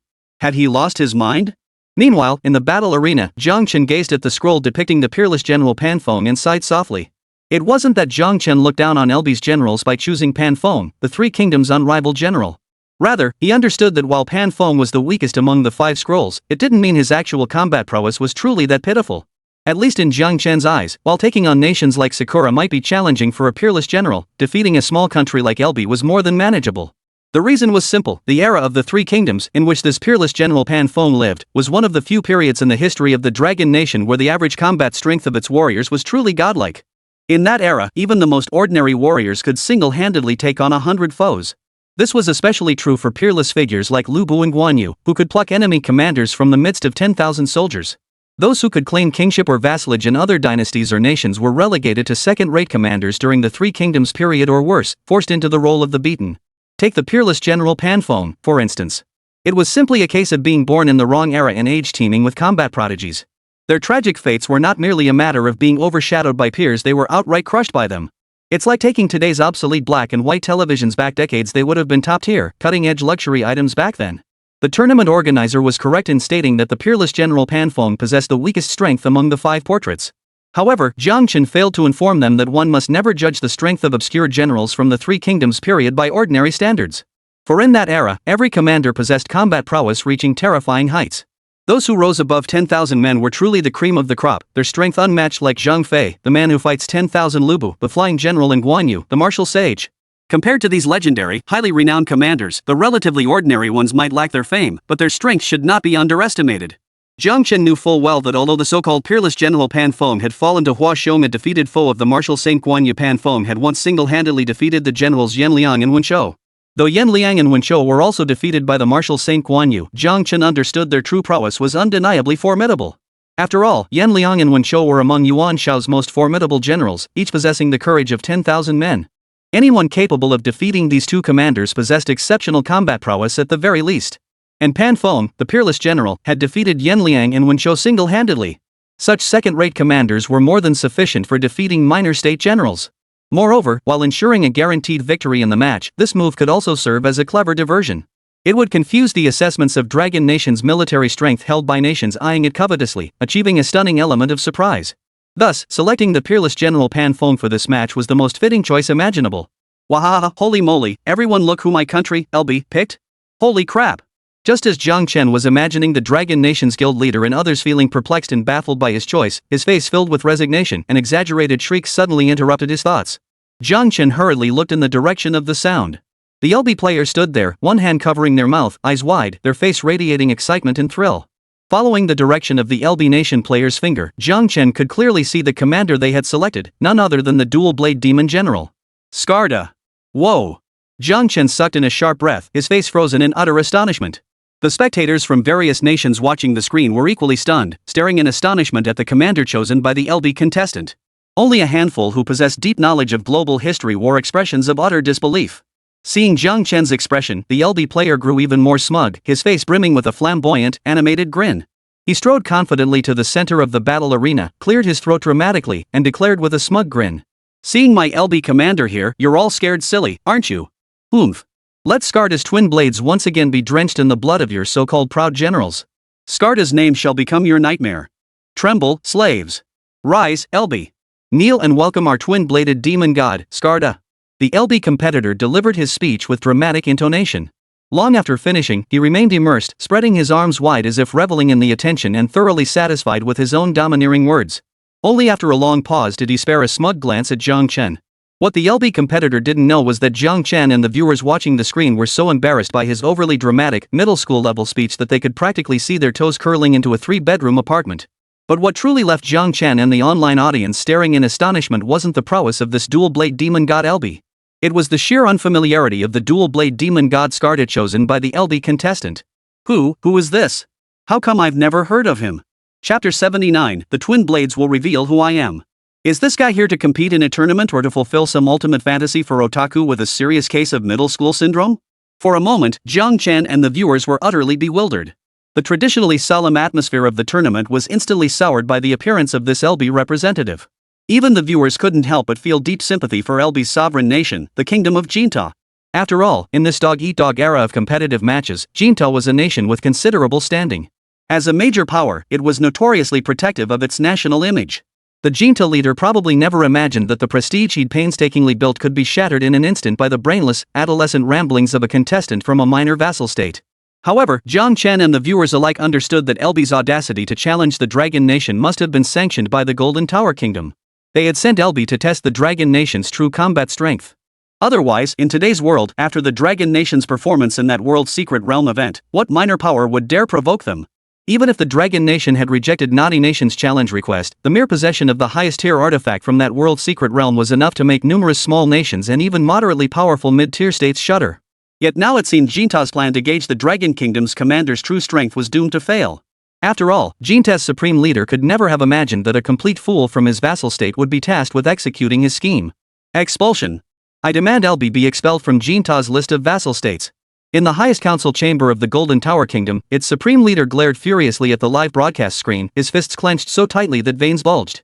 The frustration and despair churning within him were palpable. But now that it had come to this, even with his immense influence, he couldn't possibly alter the rules of the competition. Yet, while the entire world recognized this LB contestant as a complete moron, only the people of LB and the contestant himself remained utterly oblivious to the sheer stupidity of their actions, still babbling on and on about their achievements to the world. It's Skarda, the twin-blade demon god. Just the name sounds so badass. Of course he's awesome. Would LB ever field a weak commander? Blow the trash Dragon Nation commander's head to smithereens. Exactly. We may not know who this Skarda is, but LB is unbeatable. Skarda is peerless. I've never heard of Skarda either, but since he's a commander of our LB kingdom, he must be awesome. Watching the Urbi citizens spewing these frenzied, almost possessed rants, the crowd before the screen and Jiang Chen once again found themselves utterly speechless. Wait, so you guys don't even know who this Skarda is either? Jiang Chen sighed. Their level of obsession was practically on par with that Kinchi nation dragon country had wiped out earlier. Moreover, as far as Jiang Chen understood, LB's standing among the vassal states of the Golden Tower Kingdom was entirely due to two commanders. LB's two most formidable commanders were precisely those two generals. However, one had perished long ago during the conflict with the Golden Tower Kingdom, a key factor in LB becoming a vassal state. And the other one wasn't named Skarda either. If they were this unhinged without even selecting that commander, what level of madness would they reach if they actually chose their sole remaining formidable commander? Jiang Chen couldn't help but shudder, shaking his head to force himself away from this hair-raising thought. Soon, the cold, mechanical voice of the tournament announcer sounded again, declaring the start of the first match between LB and the Dragon Nation. The live stream camera shifted to reveal a massive arena. Upon it stood an exceptionally towering man, his body sculpted with solid muscle. Two great swords gleamed with icy coldness in his hands.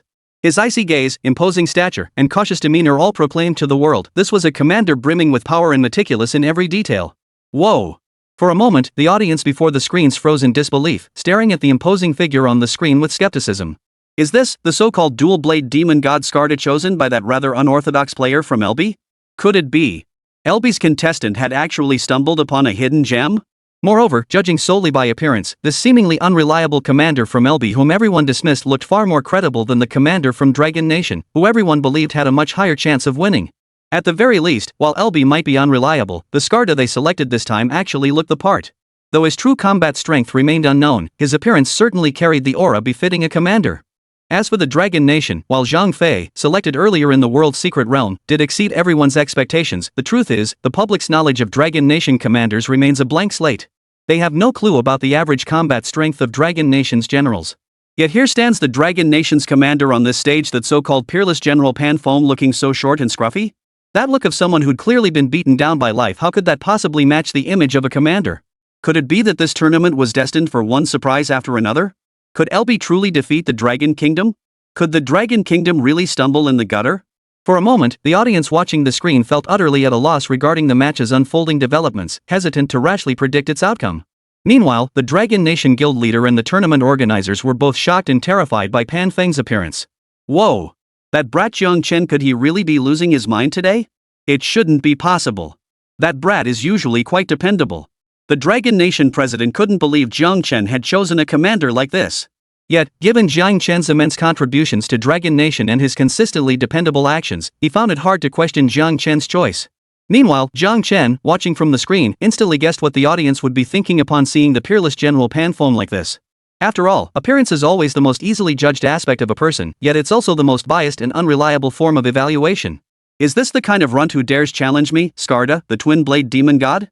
Truly an insult to my majestic status as the twin-blade demon god. Tremble, mortals. Tremble, you puny little runt. Before Jiang Chen could ponder further, the twin-blade demon god bellowed, brandishing his blades with a piercing roar. Who are you? General Pan Feng remained utterly unfazed, his expression as listless as ever. As for who I am, the twin blades will provide the answer. Chapter 80, Utter Madness. Damn it. Holy. The moment I heard that so-called double-blade demon god Skadena of Elbi spouting his self-important nonsense, it instantly shattered any shred of hope the crowd had harbored for him, hope born solely from his appearance. Damn it, no wonder they say you don't know a country until you've been there. This identical, cringe-worthy speech, this identical tone that made your toes curl to the sky, and even the damn lines were strikingly similar. It couldn't help but make everyone watching the screen believe once again in the power of genetics.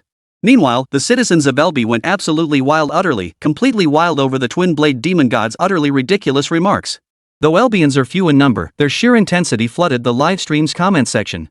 So cool, so badass. Holy, that's our LB commander for you, just pure badassery. Especially that line, tremble. Seriously, in that moment, I felt the world actually tremble.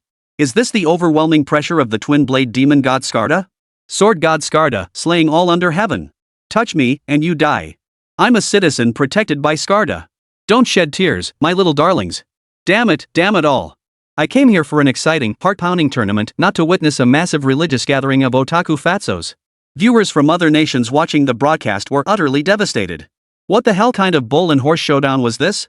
Thankfully, Pan Feng, the peerless general from the Dragon Nation, though not exactly what most imagined a commander should look like, at least behaved somewhat normally. The short, peerless General Pan Feng ignored the so-called dual-blade demon god Skarda entirely. Instead, he swung his massive sword and launched himself forward in a flying leap, charging straight at the towering dual-blade demon god Skarda. Whoosh! The moment this peerless general moved, he stunned everyone watching the screen. His speed was like a whirlwind, the force behind his swing far surpassing that of ordinary men, and his terrifying combat instincts allowed him to dodge Skarda's block in an instant. Impressive! This was the true skill and bearing a commander should possess. In an instant, with this single strike from General Pan Feng, his image in the minds of everyone watching was completely transformed. Especially the Dragon Nation guild leader and the members of the tournament organization, who stared at each other in disbelief, their scalps tingling with shock. Wait, I distinctly recall Jiang Chen stating that General Pan Feng was merely a commander with an empty reputation. How could he possess such formidable combat prowess?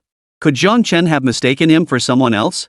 Every member of the tournament organization was utterly stunned, buzzing with whispers about every possible explanation.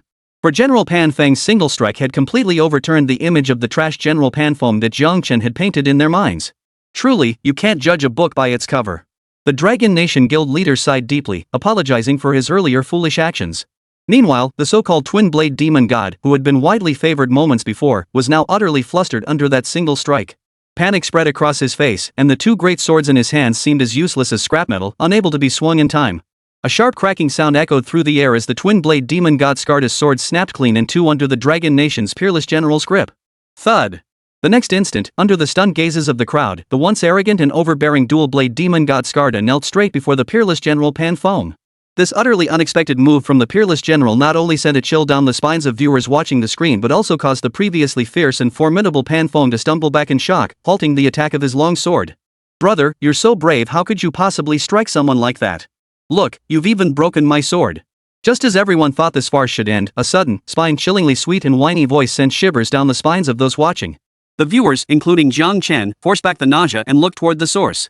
There, the burly dual-blade demon god Skarda clung to the thigh of the peerless General Pan Feng, pleading for mercy with a coy, bashful expression. The stark contrast between that voice and his massive frame, coupled with those tender, affectionate gestures, sent shockwaves through the hearts of everyone watching, including Jiang Chen's. I can't take it anymore. Kill this asshole. What the hell kind of genius is this in Elbi's capital? This is disgusting. Forget last night's dinner, I'm throwing up the New Year's Eve feast from 2 years ago. Dragon Nation's peerless General Pan Feng, take him down. Instantly, the live chat exploded with curses that couldn't begin to express the utter disgust and wounded pride of the viewers. For the first time watching an international tournament, they were this eager for a nation's commander to be killed. Yet Elbi never played by the rules. Their ancient ancestor, the twin-blade demon god Skarda, was no exception. This twin-blade demon god Skarda had no idea how much psychological trauma his actions had inflicted on the viewers watching the screen.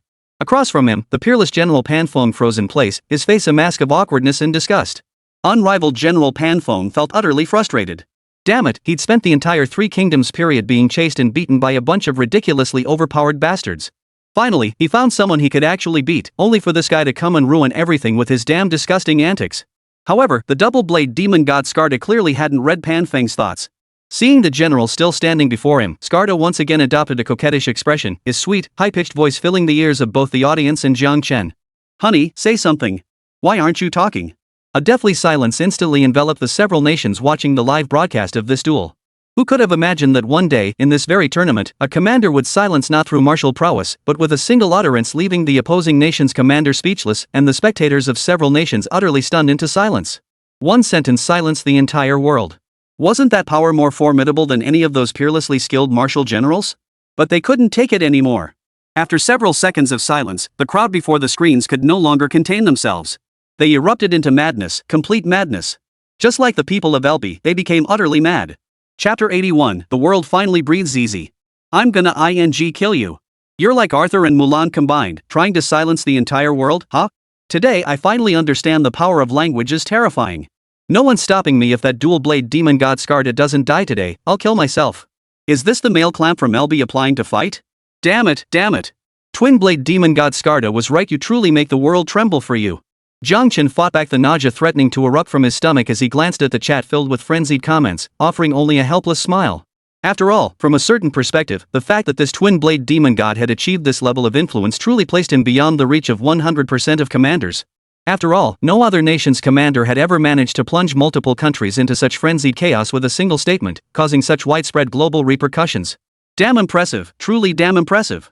It evoked a deep, gut-level admiration, the kind where you just have to tip your hat to sheer brilliance. Even the peerless General Pan Feng atop the arena, after several seconds of silence, couldn't help but reveal a trace of awe on his face, a face that had been struggling to suppress nausea. A deep dread born of the sheer power of his words. But this time, he chose to swing his long sword directly. For he feared that the man before him, the one who struck terror into his very soul, might utter words even more chilling than anything he could imagine. Splatter! Blood splattered everywhere, and the world breathed a sigh of relief. The head of that twin-bladed demon god, still wearing that lecherous grin, could no longer utter a single word that would strike terror into the world. A wave of relief washed over the crowd as they gazed upon the peerless General Pan Feng atop the stage with gratitude. In that instant, the image of the peerless General Pan Feng was completely transformed in the minds of those watching the screen. This was no short, awkward country bumpkin, this was a towering, majestic general.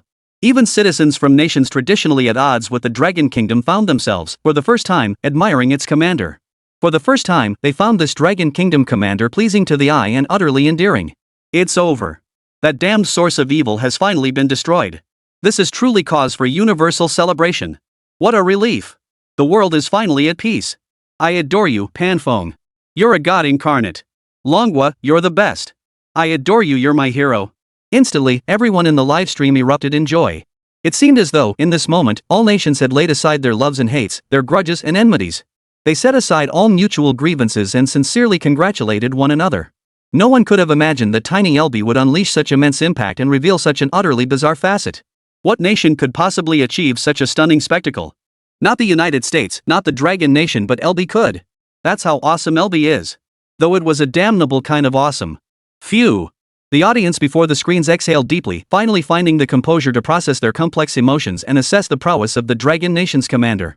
Although the Dragon Nation's peerless general, Pan Feng, had just done something that earned everyone's profound gratitude, at the end of the day, the reason so many nations' audiences were watching this Dragon Nation vs. Elbi showdown was to uncover the true strength of this Dragon Nation commander.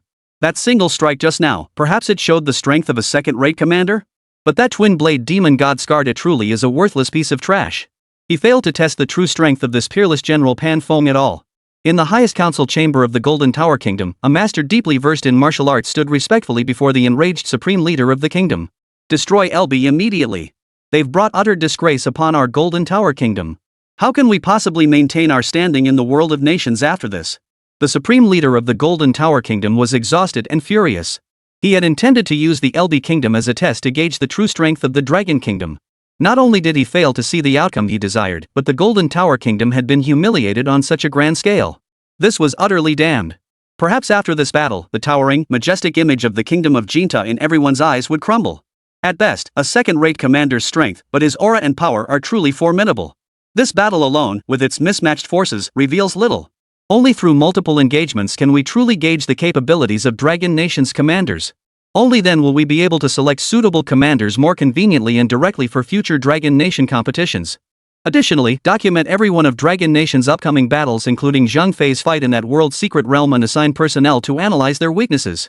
Only by understanding their vulnerabilities can we better counter Dragon Nation. In the highest level conference room of a certain nation, the supreme leader of that country was issuing one order after another. Across the globe, whether in renowned superpowers or obscure minor nations, every country was striving to analyze the combat prowess of the peerless General Pan Feng from this encounter that scarcely qualified as a battle. Though Jiang Chen remained unaware that these nations were meticulously documenting and dissecting every move of the peerless General Pan Feng, he could easily surmise such actions were underway. Analyze away. Observe freely. Search for weaknesses in my Dragon Nation's generals. Jiang Chen's expression remained impassive, though a cold sneer flashed through his mind. He understood that the more these nations prioritized the Dragon Nation, the more it proved that the Dragon Nation's growth had already instilled fear in many countries. I'd love to see the look on your faces when you discover that every secret you've worked so hard to uncover was deliberately staged for your viewing pleasure. Would it be even crazier than today? Jiang Chen raised an eyebrow calmly, silently formulating detailed plans in his mind. The first match between Dragon Nation and LB Nation, Dragon Nation victorious. After a brief rest, the second contest will commence. The format for the next contest between Dragon Nation and LB Nation is a supply convoy defense battle. Commanders from both sides will escort their respective supplies to the designated area, ensuring their integrity. The faster side wins. If both commanders reach the designated location simultaneously, they will vie for the supplies within 1 minute. The side securing more provisions wins. Preparations are underway. Portraits of renowned generals are being distributed. As the cold voice of the competition announcer sounded once more, spectators from various nations watching the Dragon Nation vs LB match grew increasingly eager for the Dragon Nation's next battle. It wasn't that the previous battle had suddenly transformed their sentiments, filling them with gratitude toward Dragon Nation's commanders. Rather, they understood that only through more and more battles could they gain a clearer understanding of the Dragon Nation's commanders. Chapter 82, Chills. After all, Dragon Nation's commanders were as mysterious and unknown as those of the beautiful nation. Meanwhile, the Dragon Nation's audience before the screens was also eagerly anticipating the start of the next match. For this marked the first time the Dragon Nation would face off against the White Bear Nation, a major power with significant standing on the international stage. And the very first match would be this so-called grain convoy escort battle. That battle left an indelible mark on the Dragon Nation's people, one they would never forget. The Dragon Nation's commanders not only utterly crushed their White Bear counterparts but also fully demonstrated the might and spirit of the Dragon Nation. It was precisely after that battle that the Dragon Nation began its ascent onto the world stage. Another unforgettable reason was that the commander leading the grain convoy escort was none other than Zhao Yun, the White Horse and Silver Spear. Especially Zhao Yun's famous declaration, "With one spear, I quell the chaos, with this spear in hand, I secure the realm." This vow planted the seed of defending their homeland in the hearts of countless passionate youths across the Dragon Kingdom. Though much time has passed, Zhao Yun's dashing and heroic figure remains deeply etched in the Dragon Nation's collective memory. This grain convoy battle has become synonymous with Zhao Yun himself in the hearts of the Dragon Nation's people. Now, as their nation faced this so-called grain convoy battle, how could the Dragon Nation's people watching their screens not yearn for Zhao Yun's peerless, heroic image? Even Jiang Chen found himself wistfully recalling Zhao Yun's divine presence during that battle in the Dragon Kingdom. Since you wish to learn more about my Dragon Nation's generals, I shall let you see your fill. I intend to feign weakness to devour you, all you snakes who foolishly dream of swallowing an elephant. Jiang Chen snorted coldly. After exchanging a few polite words with Pan Feng, he withdrew Pan Feng and chose to use this tournament to select new commanders. Who will I face this time? At that moment, Jiang Chen silently prayed within his heart. He wasn't praying for some legendary commander, but rather hoping to find one perfectly suited for the current situation, a commander who could confuse the enemy's forces and divert their attention. Yet throughout the Dragon Nation's 5,000 years, legendary generals abounded. Even a casual selection could yield top-tier commanders capable of sending enemy generals fleeing in terror. Finding one with slightly lesser combat prowess proved surprisingly difficult. Sometimes, being too strong is a mistake. Jiang Chen gazed up at the sky with a faint expression, a loneliness born of having no worthy adversary. Yet he soon abandoned this gesture, fearing he might be influenced by the madman like LB competitor. Soon, the cold voice of the match announcer rang out again, signaling the imminent start of the second contest between Dragon Nation and LB. Jiang Chen gave the 5 scrolls before him a cursory glance, then let out a sharp sigh of relief. Thankfully, they're all suitable candidates. The eyes of the audience before the screens all focused on the 5 scrolls before Jiang Chen. The scrolls read respectively: Wang Ping, the Flying Army General of the Three Kingdoms. General Zhou Yafu of the Han Dynasty, known as the Willow General. Lu Shan, the last heir of Shu Han from the Three Kingdoms. Warring States period Zhao States pillar, Li Mu. Wen Chou of the Three Kingdoms. For a moment, viewers from all nations stared blankly yet eagerly at the screen, wondering which commander Jiang Chen would select as the contestant. After several rounds of matches, they had gradually come to realize that a commander's true combat prowess could never be rashly judged by their nicknames alone. Though the members of the so-called tournament organization had learned and memorized many Dragon Nation historical generals under Jiang Chen's guidance, when it came to commanders spanning multiple dynasties, they remained no different from ordinary people. However, they harbored a bit more trust in Jiang Chen than the crowds from other nations. In their hearts, Jiang Chen was a deity sent to save the Dragon Nation. For a moment, everyone watching the screen focused solely on Jiang Chen's choices, completely ignoring the contestant from LB. After all, the reason so many nations were watching this seemingly ordinary contest ultimately stemmed from the Dragon Nation. Without the Dragon Nation, who would care about the survival of a minor country? But now, Jiang Chen faced another dilemma. If the previous match's 5 scrolls had featured 4 formidable generals mixed with one of average caliber, this selection was a mixed bag, with wildly varying strengths. The only 2 suitable options for this match were the Flying Army's Wang Ping and the Three Kingdoms Wen Shou. Yet, Jiang Chen couldn't predict what caliber of commander the LB representative would select. If they chose another obscure figure like the Twin Blade Demon God from the previous round, Jiang Chen would deploy Wen Shou, the weakest overall combatant among the 5 paintings, to deliberately confuse the audience's expectations. This would better confuse everyone's perceptions. However, should the LB contestant field their sole remaining formidable commander, Wang Ping of the Undying Flying Army would become his only viable choice. Therefore, the selection for this round of the Dragon Nation tournament would still depend on the commander chosen by LB. Jiang Chen couldn't help but smile wryly at this. Not long ago, he wouldn't have bothered with such minutiae. He'd simply pick the strongest commander without hesitation or select the most suitable one based on the matchup strategy. Why waste time dithering like this now? After all, in the past, he could have simply pulled out Li Mu from the Warring States period and steamrolled this tiny nation of LB. Instinctively, Jiang Chen turned his gaze toward the LB contestant. Their eyes met abruptly, exchanging a wordless exchange.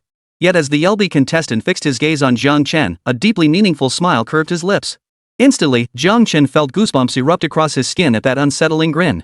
A chill ran down his spine as he lowered his head. "Damn it, are you hitting on me?" Jiang Chen couldn't help but curse under his breath, only to hear once more the earth-shaking, soul-chilling laughter of the LB competitor, accompanied by those suffocatingly pretentious lines that coiled around him like a constricting python. "Ha ha ha ha. Despair. Choke on it, you ants. Kneel before the peerless hero of LB. We shall conquer the world and be crowned kings. Hail the king of the world.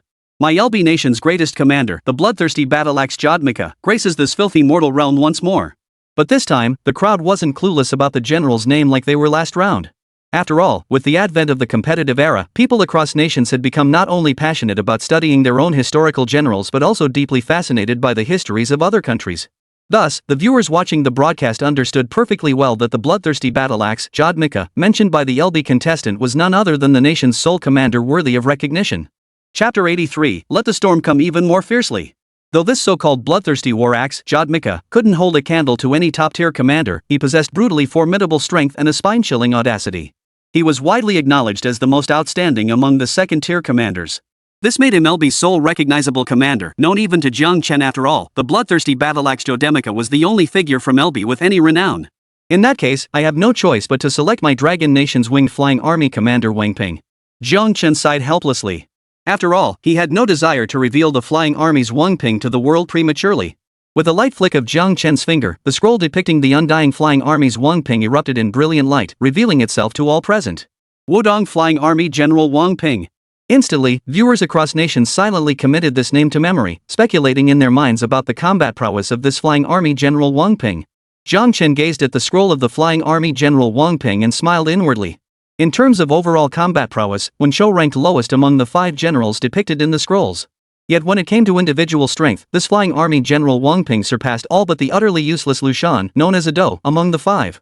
After all, Wang Ping's true strength lay not in individual combat, but in commanding troops, particularly the Wudong Flying Army, masters of mountain warfare.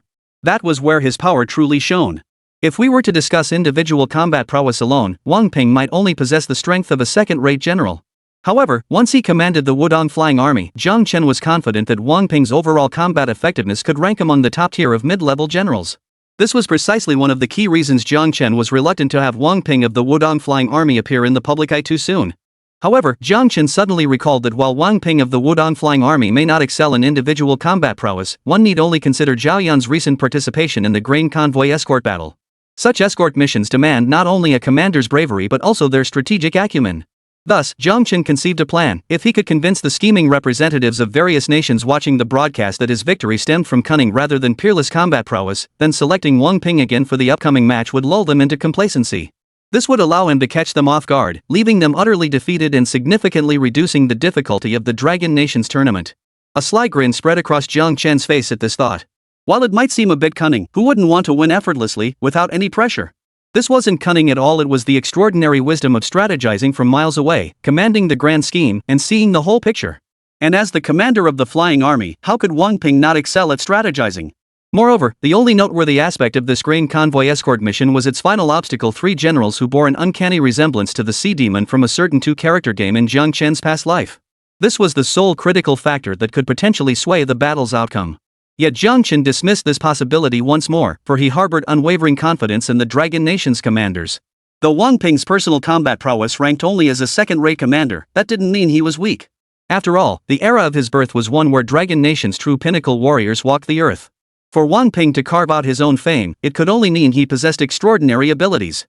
Moreover, in Jiang Chen's view, if even Wang Ping of the Wudong flying army couldn't secure victory, then certainly not the bloodthirsty battle axe from LB Kingdom could prevail. After all, based on Jiang Chen's understanding, that bloodthirsty battle axe chosen by LB was indeed terrifyingly fierce and courageous in combat, but he was somewhat one-dimensional, all brawn and no brains, charging recklessly into battle. It was fortunate this match was a supply convoy escort battle. Had it been a city tower defense battle, any Dragon Nation commander with a decent track record could have toyed with him like a dog, running circles around him. Similarly, the LB contestant had no idea that selecting a commander could involve such extensive strategic planning. The international audience watching the broadcast was equally unaware of Jiang Chen's arrangements. After all, what sane person would expend such mental energy plotting and analyzing future matchups just to screw them over? That's the definition of a complete lunatic. For the world had unconsciously reached a consensus: winning the current match was all that mattered. Future matches could be dealt with later. After all, no one could predict what generals the system would assign or what battle formats would be imposed next time. But Jiang Chen had already discovered in the few matches he'd participated in that there was a minuscule chance of generals reappearing. This realization became the very foundation of his scheme. The LB contestant, however, knew none of this. Moreover, he couldn't afford to dwell on such seemingly irrelevant and illusory matters at this moment. After all, he had just selected the strongest commander LB currently possessed. Didn't that also mean he had become the man who chose his nation's mightiest warrior? What a matter worthy of boasting, bragging, excitement, and thrill. This called for universal celebration, for the whole world to welcome the arrival of that legendary man. And whatever commander the Dragon Nation had chosen? I'd never even heard of him. Wouldn't he be crushed beneath the bloodthirsty battle axe of LB's mightiest warrior, Jadmika? Meanwhile, as the LB contestant's mind blossomed with a riot of thoughts, Jiang Chen happened to glance at him. Instantly horrified, he instinctively covered his ears and shut his eyes, desperate to avoid any inhuman torment. For he realized with horror that the smile on the LB fighter's face, silent for half a day, was gathering like dark clouds over a clear blue sky, growing denser and denser. Damn, this guy's gonna unleash hell in a minute. So that's why you've been dead silent all this time, you little bastard, you were just holding back your big move. Jiang Chen shuddered inwardly, casting a sympathetic glance toward the livestream chat. Sure enough, after a moment of silence in the battle arena, the LB contestant's voice like a terrifying demonic chant echoed once more, piercing the ears of everyone watching the livestream. And to this, Jiang Chen felt an almost malicious glee welling up inside him. Ah, let the storm rage on. I am a man who dares to challenge death. He thought this to himself, yet his hands pressed even harder over his ears, and his tightly shut eyes closed even tighter. Chapter 84, Destroy. If I become a Buddha, there shall be no demons in the world. If I become a demon, there shall be no Buddhas in the world. Submit as an ant, defy as a corpse. Surrender. Surrender at the feet of LB. Surrender at the feet of Jadmika, the bloodthirsty war axe, the mightiest warrior of LB. Tremble, my enemies. The LB contestant spread his arms wide, eyes tightly shut as he gazed skyward, his expression one of supreme arrogance. It seemed, in that moment, he truly believed that by selecting his nation's mightiest man, the bloodthirsty battle axe, Jadmika, he himself had become a ruler who commanded the world. Yet the audience watching the screen felt no awe whatsoever at his grandstanding or the so-called mightiest warrior of Irby, the bloodthirsty battle axe Jadmika. Instead, they were utterly mortified by the Irby contestant's cringeworthy delivery.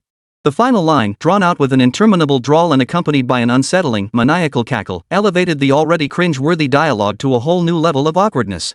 It was so painfully embarrassing that viewers found themselves repeatedly replaying the top-tier cringe moment from the Dragon Kingdom, the line containing "Revive, my beloved," in an attempt to soothe their near-meltdown state. In an instant, the LB contestant became the public enemy of several nations watching the Dragon Kingdom vs LB competition, or rather, LB itself was now universally acknowledged as the world's public enemy. Because some internet meme masters paired the LB contestants' lines with certain parody clips, causing them to explode in popularity across countries big and small worldwide in no time. This time, the whole world was left utterly embarrassed. It must be said, this truly counts as a miracle. After all, in today's world, powerful nations large and small emerge constantly. But if you were to ask which country could transform an obscure little nation into the center of a global conversation with just a few lines, the answer would be none other than LB. Pre-match trash talk to pump up national pride has become standard practice for nearly every country. But if you ask which nation can make such boasts sound this cringeworthy, the answer is undoubtedly LB alone.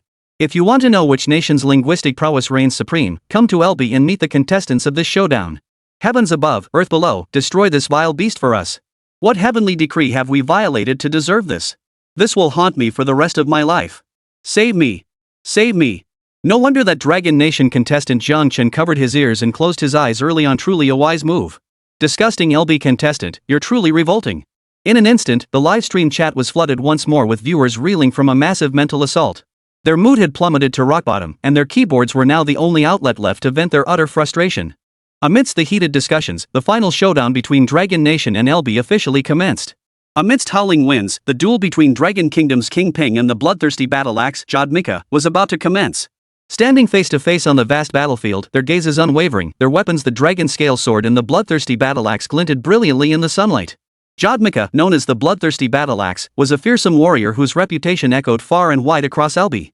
His axe swung like the scythe of death, claiming the lives of countless warriors beneath its blade. His raw strength and unmatched ferocity made him virtually unbeatable on the battlefield. Meanwhile, King Ping of the Dragon Kingdom was not only the commander of the undying flying army, but his courage and wisdom surpassed even that. Especially his dragon scale sword, sharp as dragon's fangs, cleaved through any obstacle blocking his advance. As the great battle commenced, the two exchanged a knowing glance before swiftly launching into a fierce exchange of attacks and defenses. Jodmika's bloodthirsty battle axe struck with the ferocity of a storm, while Wang Ping countered with the dragon scale sword's masterful precision. His swordplay echoed like the dragon's roar, radiating an overwhelming aura. Jodmika's strength was unmatched, each swing of his battle axe unleashed howling gales. Yet Wang Ping's swordsmanship proved more exquisite, each parry perfectly timed, the clash of blade and axe sending shivers down the spine. Amidst the fury, Wang Ping launched a deadly strike. Transforming into a dragon-like phantom, he closed the distance in an instant. His dragon scale sword, sharp as dragon fangs, aimed directly for Jodmika's head. Caught off guard, Jodmika realized too late. He swung his battle axe with all his might, attempting to block. Yet at this critical moment, Wang Ping's sword cut through like a knife through butter. Jodmika's axe shattered instantly beneath the dragon scale sword. Jodmika was sent reeling back several steps by the sheer force of the blow. As he steadied himself, he saw Wang Ping standing proudly on the battlefield, the dragon scale sword gleaming brilliantly in the sunlight. The battle was brief yet breathtaking. Wang Ping had won the duel with absolute dominance. His dragon scale sword glinted coldly in the sunlight, while Jodmika lay defeated beneath its relentless fury. After Dragon King Wang Ping instantly defeated the bloodthirsty battle axe Jodmika, the crowd's astonished reaction surged like a tidal wave. For everyone knew that Jodmika, the bloodthirsty battle axe of LB Kingdom, was no ordinary second-rate commander. First came shock at the battle's intensity and outcome. Jodmika, the undefeated warrior on the battlefield, had fallen instantly beneath Dragon King Wang Ping's blade, a sight that defied belief. People lamented Jodmika's defeat while marveling at Wang Ping's overwhelming power. Next came astonishment at Wang Ping's identity. Until this moment, the Dragon King Wang Ping had existed only as a legendary figure in the collective imagination, his presence rooted more in rumors and tales than reality. Yet in this battle, he materialized before them in tangible form, his majesty and commanding presence impossible to ignore. Silently, people marveled, this Dragon King truly lived up to the legends, as formidable and awe-inspiring as ever imagined. At the same time, people developed profound respect for the outcome of this battle. Wang Ping's victory stemmed not only from his formidable strength and masterful swordsmanship, but also from his wisdom and courage. During the fight, he not only displayed the bearing and prowess befitting a true champion, but also left an indelible impression on everyone present. Jodmika's defeat taught everyone a lesson: before absolute power, all techniques and weapons prove utterly futile. Though Jodmika possessed frenzied strength and unparalleled combat skills, they crumbled before Wang Ping's overwhelming superiority. Chapter 85, She Choose Overlord, Xiang Yu. Jiang Chen let out a cold laugh. The effect he desired had finally been achieved. It was precisely this victory achieved through intellect that would skew everyone's perception of him. Now, everyone was stunned by Wang Ping's extraordinary intellect. No one had ever imagined anyone could win through sheer wisdom. That was secondary. The primary issue was that the tournament had yielded no meaningful intelligence on Wang Ping. At best, they could only scrape together a painfully sketchy profile. And it wasn't about Wang Ping's true combat prowess. Instead, they marveled at his intellect, how he had completely toyed with LB's bloodthirsty battle axe, Jodemica. That warrior's formidable strength and fearless courage had been utterly neutralized. For a moment, everyone was dumbfounded. What the hell was going on? They say those involved are blinded, while outsiders see clearly. Yet here they were, the very outsiders, utterly confused, having no clue what had transpired. The battle ended before they could grasp it. Was this some kind of joke? Huh? It's over already? Huh, I didn't get a single thing. Damn it, watching my first tournament match and I feel like my brain can't keep up. This is ridiculous. No, this won't do. I need to watch more Dragon Nation matches. Though dissatisfied, the crowd dared not voice their discontent openly. After all, matters involving such major conflicts between nations were best discussed sparingly. Moreover, during the last World Secret Realm event, some smaller nations hadn't fully grasped the sheer terror of the Dragon Nation. Today's battle had once again driven home that overwhelming sense of suppression and dominance emanating from them.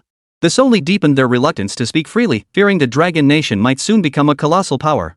And judging by current signs, the Dragon Nation already possessed the capital and strength to become just that. This made them even more reluctant to voice negative opinions about the Dragon Nation externally. After all, even smaller nations with closer ties to the United States dared not easily provoke the Dragon Nation. International relations among major powers were intricate and unpredictable. No one could foresee the earth-shattering, soul-stirring transformations that might occur in the relationship between two formerly hostile superpowers in the blink of an eye. Prematurely antagonizing the Dragon Nation is unwise. Established powers dare only use smaller nations as proxies to test its true strength, preparing for future scenarios. Today, aside from the superpowers led by the United States and those few truly fearless superpowers, no one dares to provoke the Dragon Nation lightly. Only alliances formed by several major powers dare to engage in direct friction with it. Moreover, as Jiang Chen understood, if an alliance formed by major powers were to engage in a contest against them, the difficulty would be no less than facing the United States itself. For the commanders in alliance confrontations are all superpowered ancient generals synthesized and refined by the confrontation system, possessing astonishing, world-shaking powers that today's Dragon Nation commanders cannot evade. I want you dead. How dare you? He was my LB's strongest warrior. Why did you kill him? You are a criminal. I will kill you. I will mete out divine justice. You are a scourge upon the world. As the crowd was distracted, the LB contestant suddenly roared. Gone was the maniacal grin from before, replaced by a grief-stricken fury so intense it sent chills down everyone's spine. It seemed as though he could kill Jiang Chen in the next instant. His bloodshot eyes, his overwhelming aura, and his gaze brimming with murderous intent all spoke to the fury consuming him. Yet the duel had concluded. Suddenly, darkness engulfed Jiang Chen's vision, and he found himself transported back to the Dragon Nation, the very world he had first arrived in. According to the latest report, historical figure Zhao Kui of Huaxia has failed in his 7th attempt to conquer the first secret realm, the Futuzima secret realm. This expedition successfully eliminated 380 enemy forces within the secret realm, while our casualties reached 15,000, achieving the best record to date in China's conquest of the first secret realm. Jiang Chen, who had traveled from Earth to Blue Star 3 months prior, staring at the trending topic on his phone, his mouth twitched violently. He couldn't help but inwardly rant. China lost 15,000 men yet only killed 380 enemy forces in the secret realm? They'd actually send that armchair strategist Zhao Kui to lead troops into battle? Absolutely ridiculous. And this casualty ratio is supposed to be China's best performance? Jiang Chen felt both furious and profoundly powerless. This world called Blue Star. In terms of technology, history, and economic development, it was not vastly different from Earth. The only difference was this. After years of peaceful development, Blue Star's resources had been exploited to their limits, and its population had exploded to over 20 billion. Humanity's resources now teetered on the brink of depletion. Yet just as humanity faced utter despair, exclusive secret realms began appearing across the territories of nations worldwide. The larger the population and the greater the land area of a nation, the more secret realms it possessed. These realms are not only rich in resources, but also inexhaustible. Therefore, successfully conquering these realms would significantly bolster a nation's strength. Yet nations soon discovered that, whether it was modern technology or advanced weaponry, all become utterly useless within the secret realms. The only aid nations could rely on to conquer the secret realm came from historical figures gradually awakening within their respective countries. China was no exception, having awakened its own historical figures. However, what puzzled Jiang Chen, who had traveled through time to this world, was this. Despite China's 5,000-year history, not only did no brilliant historical figures awaken, but only 4 historical figures emerged. And every single one of them was incompetent and utterly wicked. Xianfeng Emperor, Zhao Kui, Shi Dingtang, Qin Hui. This left China without a single reliable historical figure to lead its conquest of the secret realm. Consequently, China fell behind other nations, becoming a target for covetous eyes as rival countries schemed to carve up the land. Jiang Chen sighed deeply, feeling utterly helpless. He casually flipped through the screen again, only to find another trending topic. Emperor Xianfeng commends Zhao Kuo for his achievements in conquering the secret realm, bestowing 1,000 taels of gold and hosting a grand banquet. Meanwhile, the land of cherry blossoms expressed willingness to aid China in conquering the secret realm, but demanded 80% ownership rights. Emperor Xianfeng responded, "Our great Qing is the heavenly kingdom, vast and rich in resources.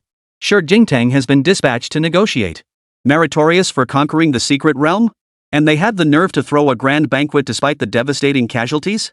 Jiang Chen found it utterly incomprehensible, a smoldering rage rising within him. Seeing Emperor Xianfeng contemplate trading China's secret realm for a deal with the land of cherry blossoms sent his fury into a raging boil. He slammed his hand hard on the table and rose to his feet, seething with fury. Although the history of Huaxia had been severed in this world called Blue Star, as a time traveler, Jiang Chen knew China's past inside out. The humiliating history of ceding territory and selling out the nation flashed vividly through his mind. Does Emperor Xianfeng truly believe modern China is the Qing dynasty? If we form an alliance with the land of cherry blossoms, China will surely become a second Qing dynasty. How pitiful that our vast China, with its 5,000 years of history, its countless heroes and mighty men, its emperors renowned throughout the ages, is now ruled by such traitors and rebels. Jiang Chen clenched his fists, seething with rage. Yet for the moment, he was powerless, overwhelmed by helplessness. After all, the awakening of the secret realm and historical figures was beyond his control. Yet as a Chinese man, he could not bear to watch helplessly as China was torn apart by foreign powers. Just as Jiang Chen's mind was in turmoil, a mechanical, cold voice echoed in his mind. Ding! Congratulations, host, on awakening the God-tier storytelling system. Within the God-tier storytelling system lies the entirety of China's historical records. It also contains various video resources and other auxiliary tools for the host to select, helping listeners better immerse themselves in the characters' stories. Hosts can gain popularity through storytelling and exchange popularity for rewards. Higher popularity yields greater rewards. Divine storytelling system? Live streaming combined with storytelling to awaken historical figures of China? After grasping the basics of this God-tier storytelling system, Jiang Chen's eyes flashed with delight. The emergence of this system was nothing short of a timely blessing for modern China. After all, China's 5,000 years of history are filled with countless extraordinary figures. The emergence of any single formidable historical figure could break through China's current predicament and rescue the nation from the brink of disaster. With this thought, Jiang Chen hurriedly pulled out his phone. He opened Douyin, China's largest social media platform, and registered an account named China Storyteller. Since China's 5,000-year history has suffered a rupture and been forgotten by the world, then I have decided. Jiang Chen's delicate features were etched with unwavering resolve as he silently vowed to himself. I will use the art of storytelling to reclaim the 5,000 years of history abandoned by China. Summon the legendary heroes of China's past, conquer the great hidden realms, restore China's majesty, and lead China to the pinnacle of the world. Jiang Chen promptly launched his Douyin livestream and changed the channel title to Narrating China's History, Evaluating China's 10 Greatest Generals. Within the Zhongsui Palace of the Forbidden City, Emperor Xianfeng sat enthroned upon the dragon chair, gazing down upon those below. Below him, besides the historical figures Zhao Kuo and Qin Hui who had awakened alongside him, several elderly figures with white hair, all dressed in modern attire, sat in orderly rows below. All hailed from the current upper echelons of China. They had been invited to attend the celebratory banquet Emperor Xianfeng had prepared for Zhao Kuo. In stark contrast to the beaming smiles of Emperor Xianfeng and his companions, these elders wore expressions of deep worry and concern. The elders glanced at Emperor Xianfeng, who was singing and dancing on the high platform, hesitating to speak. After a long pause, the eldest among them, Li Tianming, finally rose to his feet, his voice tinged with anger. Emperor Xianfeng, our nation's resources are now depleted. We have yet to conquer our own first secret realm, while other nations have long breached theirs and begun conquering the second and third secret realms. Some have even started on the fourth secret realm. This has created an enormous gap between our nation and others. Before Li Tianming could finish, Emperor Xianfeng, seated upon the dragon throne, frowned in displeasure. Today is the banquet celebrating General Zhao Kuo's victory. Do not speak of such matters. If you think you're capable, go conquer the realms yourselves. Besides, for the mighty emperor of the Great Qing, breaching a mere realm should be as easy as snatching something from a child. Then why are we collaborating with the land of cherry blossoms? That means ceding 80% of the secret realm's ownership rights. If China accepts such an unequal treaty, we shall become lambs led to slaughter in the eyes of other nations. China faces grave peril. Listening to Emperor Xianfeng's dismissive words, Li Tianming, whose heart burned for China's safety, could no longer contain his rage. He confronted the lofty Emperor Xianfeng. The elders behind him also turned their gaze toward the emperor. They never imagined that as a historical figure who had awakened in China, not only did he fail to lead China in conquering the secret realm to secure more resources. Instead, relying on his exclusive access to the secret realm, he indulged in reckless hedonism. Now, he even sought cooperation with the land of cherry blossoms to divide up the secret realm that rightfully belonged to China, all for the sake of temporary peace. Conquering a secret realm not only yielded abundant resources but also various rewards. For instance, favorable weather patterns accelerated technological progress. It could be said that the more secret realms a nation conquered, the stronger its power became. This is precisely why some once obscure nations have grown increasingly formidable since the emergence of secret realms and the awakening of historical figures. The current collaboration between Emperor Xianfeng and the land of cherry blossoms undoubtedly compounds the already dire straits of China. It also signals to the world that China has fallen behind other nations. Lagging behind invites punishment. China has become prey in the eyes of the world's major powers. How could this not enrage Li Tianming and his comrades? Silence. How dare you show disrespect to the emperor? A voice as harsh as a venomous snake's is cut through the air, rebuking Li Tianming and the other high-ranking officials of China. Under the gaze of the crowd, a man with a sinister countenance stepped forward, coldly fixing his stare upon Li Tianming and the others. He was none other than Qin Hui, one of the 4 historical figures who had awakened in China. Qin Hui's face darkened as he surveyed the circle of Huaxia officials below, his tone laced with menace. Though you currently hold power in China, without our assistance, you wouldn't even be able to enter the gates of the secret realm. Now that General Zhao has returned victorious, you dare speak such disheartening words. Moreover, the alliance with Sakura Nation was a decision made jointly by myself, Shi Jingtang, and His Majesty. Exchanging 80% ownership of China's premier secret realm for its conquest, what's wrong with that? We must train our troops and build our strength to better conquer the next secret realm. Additionally, we expect prompt payment of General Zhao's bounty. Do not risk displeasing him. Qin Hui's impassioned speech left Li Tianming's face turning pale and flushed in an instant. Only now did he truly grasp the situation. These 4 historical figures who had awakened in Huaxia were all in cahoots, colluding together. Yet he dared not completely sever ties with them. As Qin Hui had stated, only these awakened historical figures could enter the secret realm. He could only swallow his pride, unwilling to sever China's last hope entirely. Gazing down at Li Tianming and the others below, seething with rage yet too afraid to utter another word. Seated high upon the dragon throne, the Xianfeng emperor slowly curled the corners of his mouth into a sinister smile. He now deeply appreciated his ancestors' large-scale literary inquisitions. The current historical vacuum in China stemmed precisely from that era of literary persecution, when all historical texts and figures related to the Han people had been utterly destroyed. This twist of fate had ironically allowed him to reign supreme today, enjoying the opulence and splendor he had never fully savored a century ago. The Emperor Xianfeng stroked the beard at the corner of his mouth, his cunning gaze fixed on Qin Hui and Zhao standing beside him. After repeated probing, he concluded that among the 4 awakened historical figures, only he retained clear memories of China's past. As for Qin Hui, Shi Jingtang, and others from previous dynasties, it seemed that due to the constraints of the summoning rules, they remained utterly ignorant of dynasties preceding the Qing. Their loyalty to him, however, was absolute. This intensified the Emperor Xianfeng's inner delight. My previous life was filled with suffering.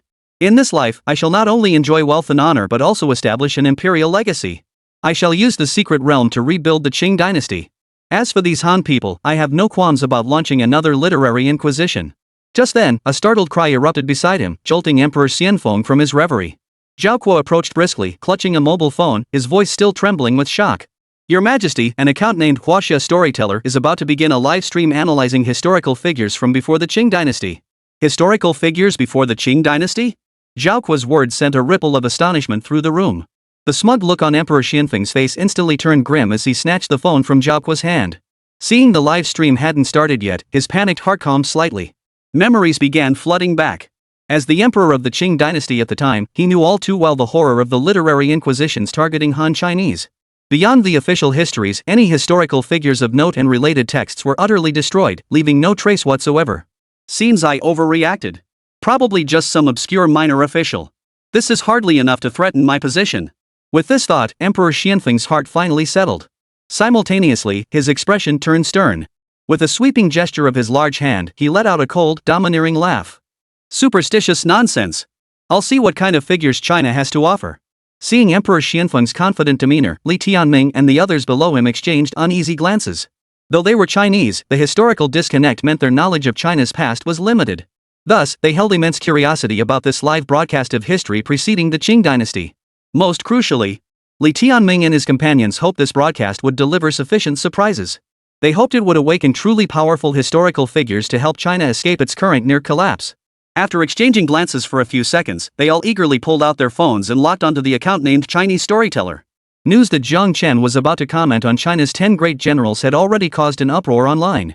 Nearly the entire nation was awaiting this livestream. After all, the current state of Huaxia, coupled with the inaction, hedonism, and incompetence of the awakened historical figures. The Huaxia people witnessed this with their own eyes, yet felt powerless to change it. Therefore, as Huaxia citizens, they desperately hoped that formidable historical figures would awaken to lead Huaxia in conquering major secret realms and forging a path to greatness. China Storyteller reviewing the 10 great generals of China? Sounds impressive, but it's probably just another sensationalist livestream trying to ride the hype. Riding the hype? Why wouldn't we hope for China's betterment? Anyway, the broadcast starts in a few minutes. We'll see if it's real or fake soon enough. I wish China could have a truly great historical figure. Now China is actually collaborating with Japan to conquer the secret realm and gain power. This is utterly disgraceful. I don't ask for China to have someone as formidable as Japan's Oda Nobunaga. If we could just have a historical figure like India's Ashoka, China would be saved. Man, Ashoka wasn't any less than Oda Nobunaga, was he?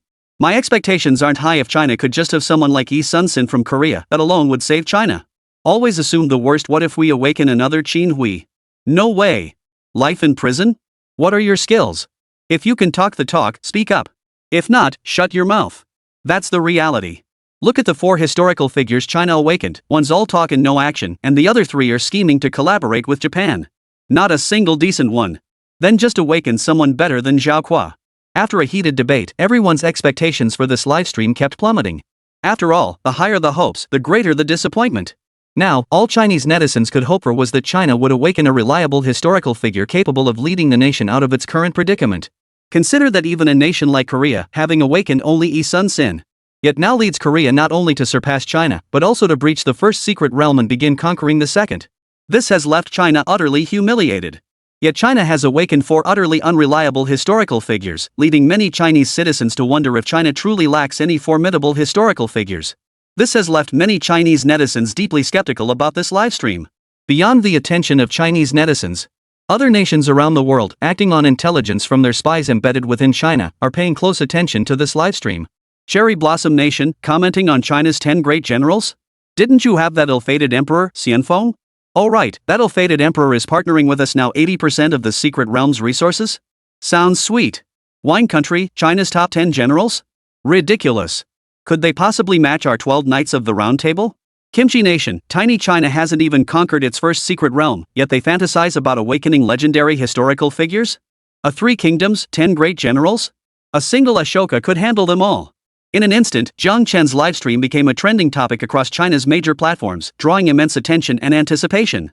As time passed, the livestream officially commenced. Inside the livestream studio, a simple, elegant table in antique style, deep red wooden rectangular table. Upon it lay a folding fan, a wooden clapper, and a cup of strong tea, nothing else. Then, a young man appeared in the livestream room.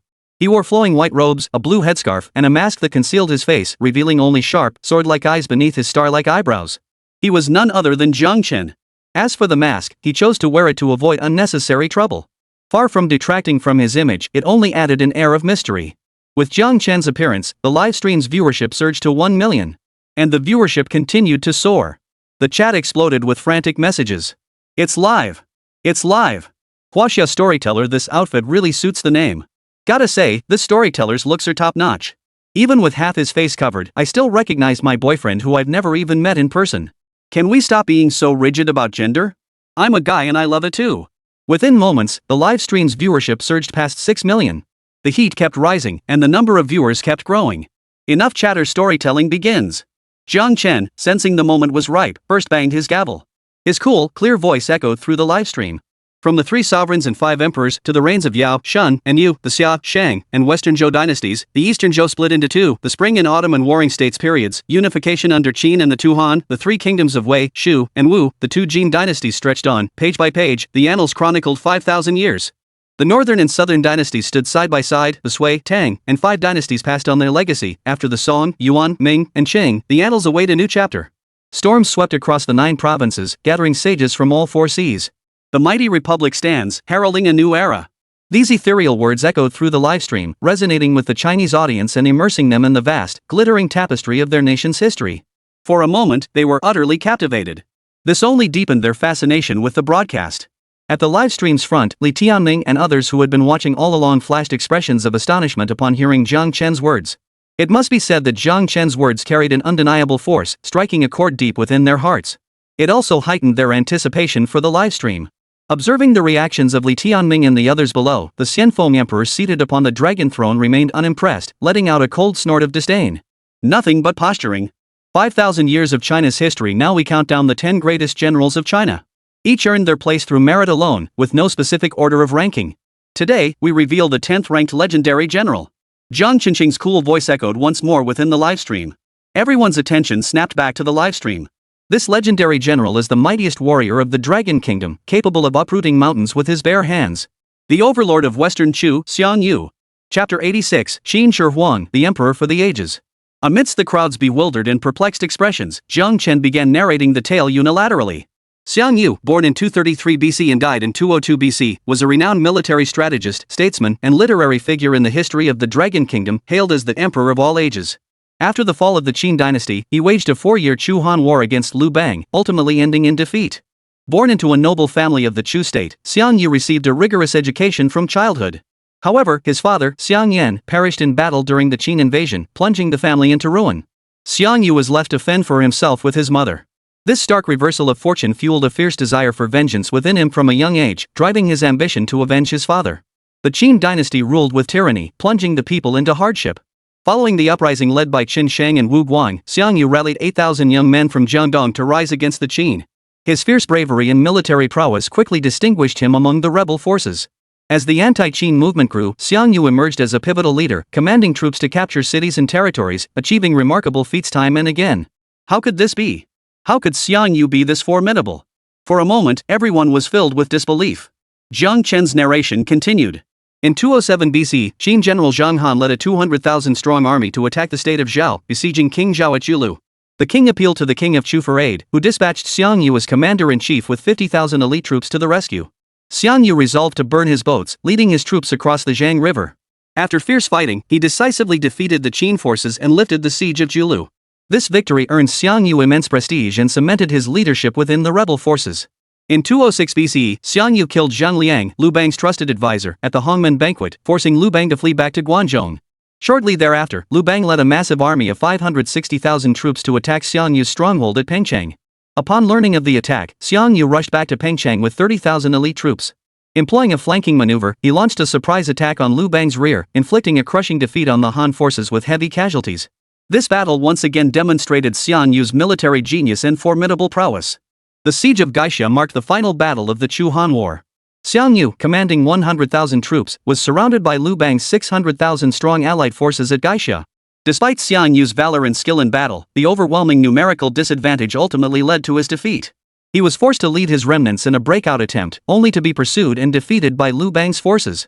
During the breakout, Xiang Yu was struck by 10 arrows and ultimately took his own life. This battle marked the end of the Chu-Han War and the establishment of the Han dynasty. Despite his defeat, Xiang Yu's stature and influence in Chinese history remain profound.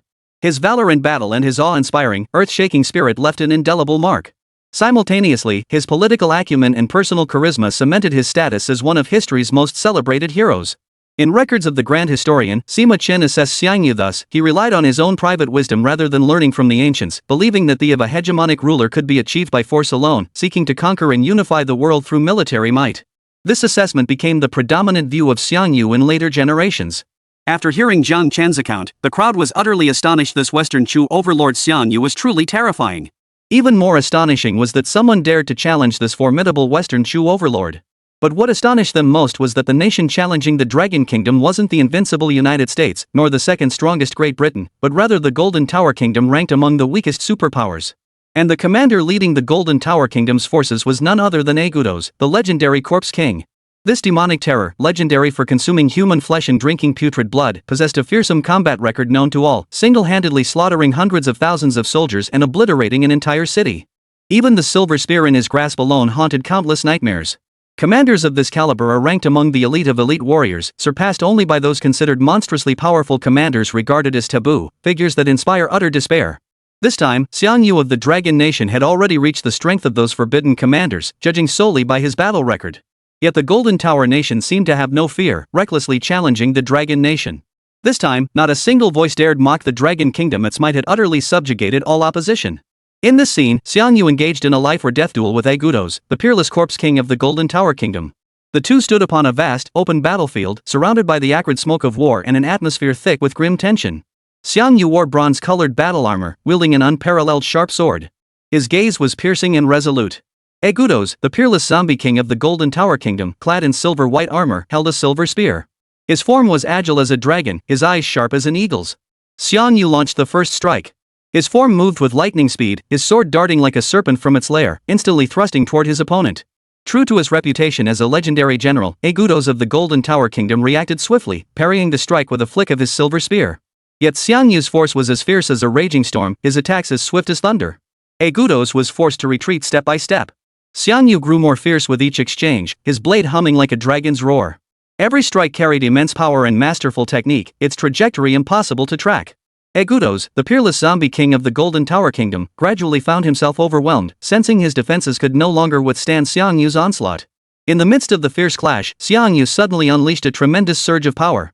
With a single swing of his sword, a blade-like energy shot toward Agudos, the peerless zombie king of the Golden Tower Kingdom. Though Agudos reacted swiftly, he could not evade the attack. The energy pierced straight through his chest. His eyes widened in terror before his body collapsed lifelessly to the ground. The entire battle lasted only a few minutes, yet Xiang Yu's fearless valor and masterful swordsmanship left all in awe. He had annihilated Agudos, the peerless zombie king of the Golden Tower Kingdom, with overwhelming superiority, demonstrating unmatched prowess and an awe-inspiring presence. After the battle, Xiang Yu stood at the center of the battlefield. His figure appeared even more towering and formidable in the fading sunlight. His long sword emitted a faint glow, as if recounting the breathtaking combat that had just unfolded. His gaze was resolute and decisive, as if declaring, "I am Xiang Yu. Who dares challenge me?" This battle became a legendary clash in history, further cementing Xiang Yu's reputation. People widely celebrated his heroic deeds and unmatched prowess. Meanwhile, Agudos, the peerless zombie king of the Golden Tower Kingdom who was instantly slain, became the stepping stone for all of Xiang Yu's achievements. Xiang Yu, this legendary warrior, stunned the entire world after instantly defeating Agudos, the peerless zombie king of the Golden Tower Kingdom. This breathtaking battle not only showcased Xiang Yu's bravery and wisdom but also swiftly spread his name across nations, making him the hot topic of conversation during people's leisure hours.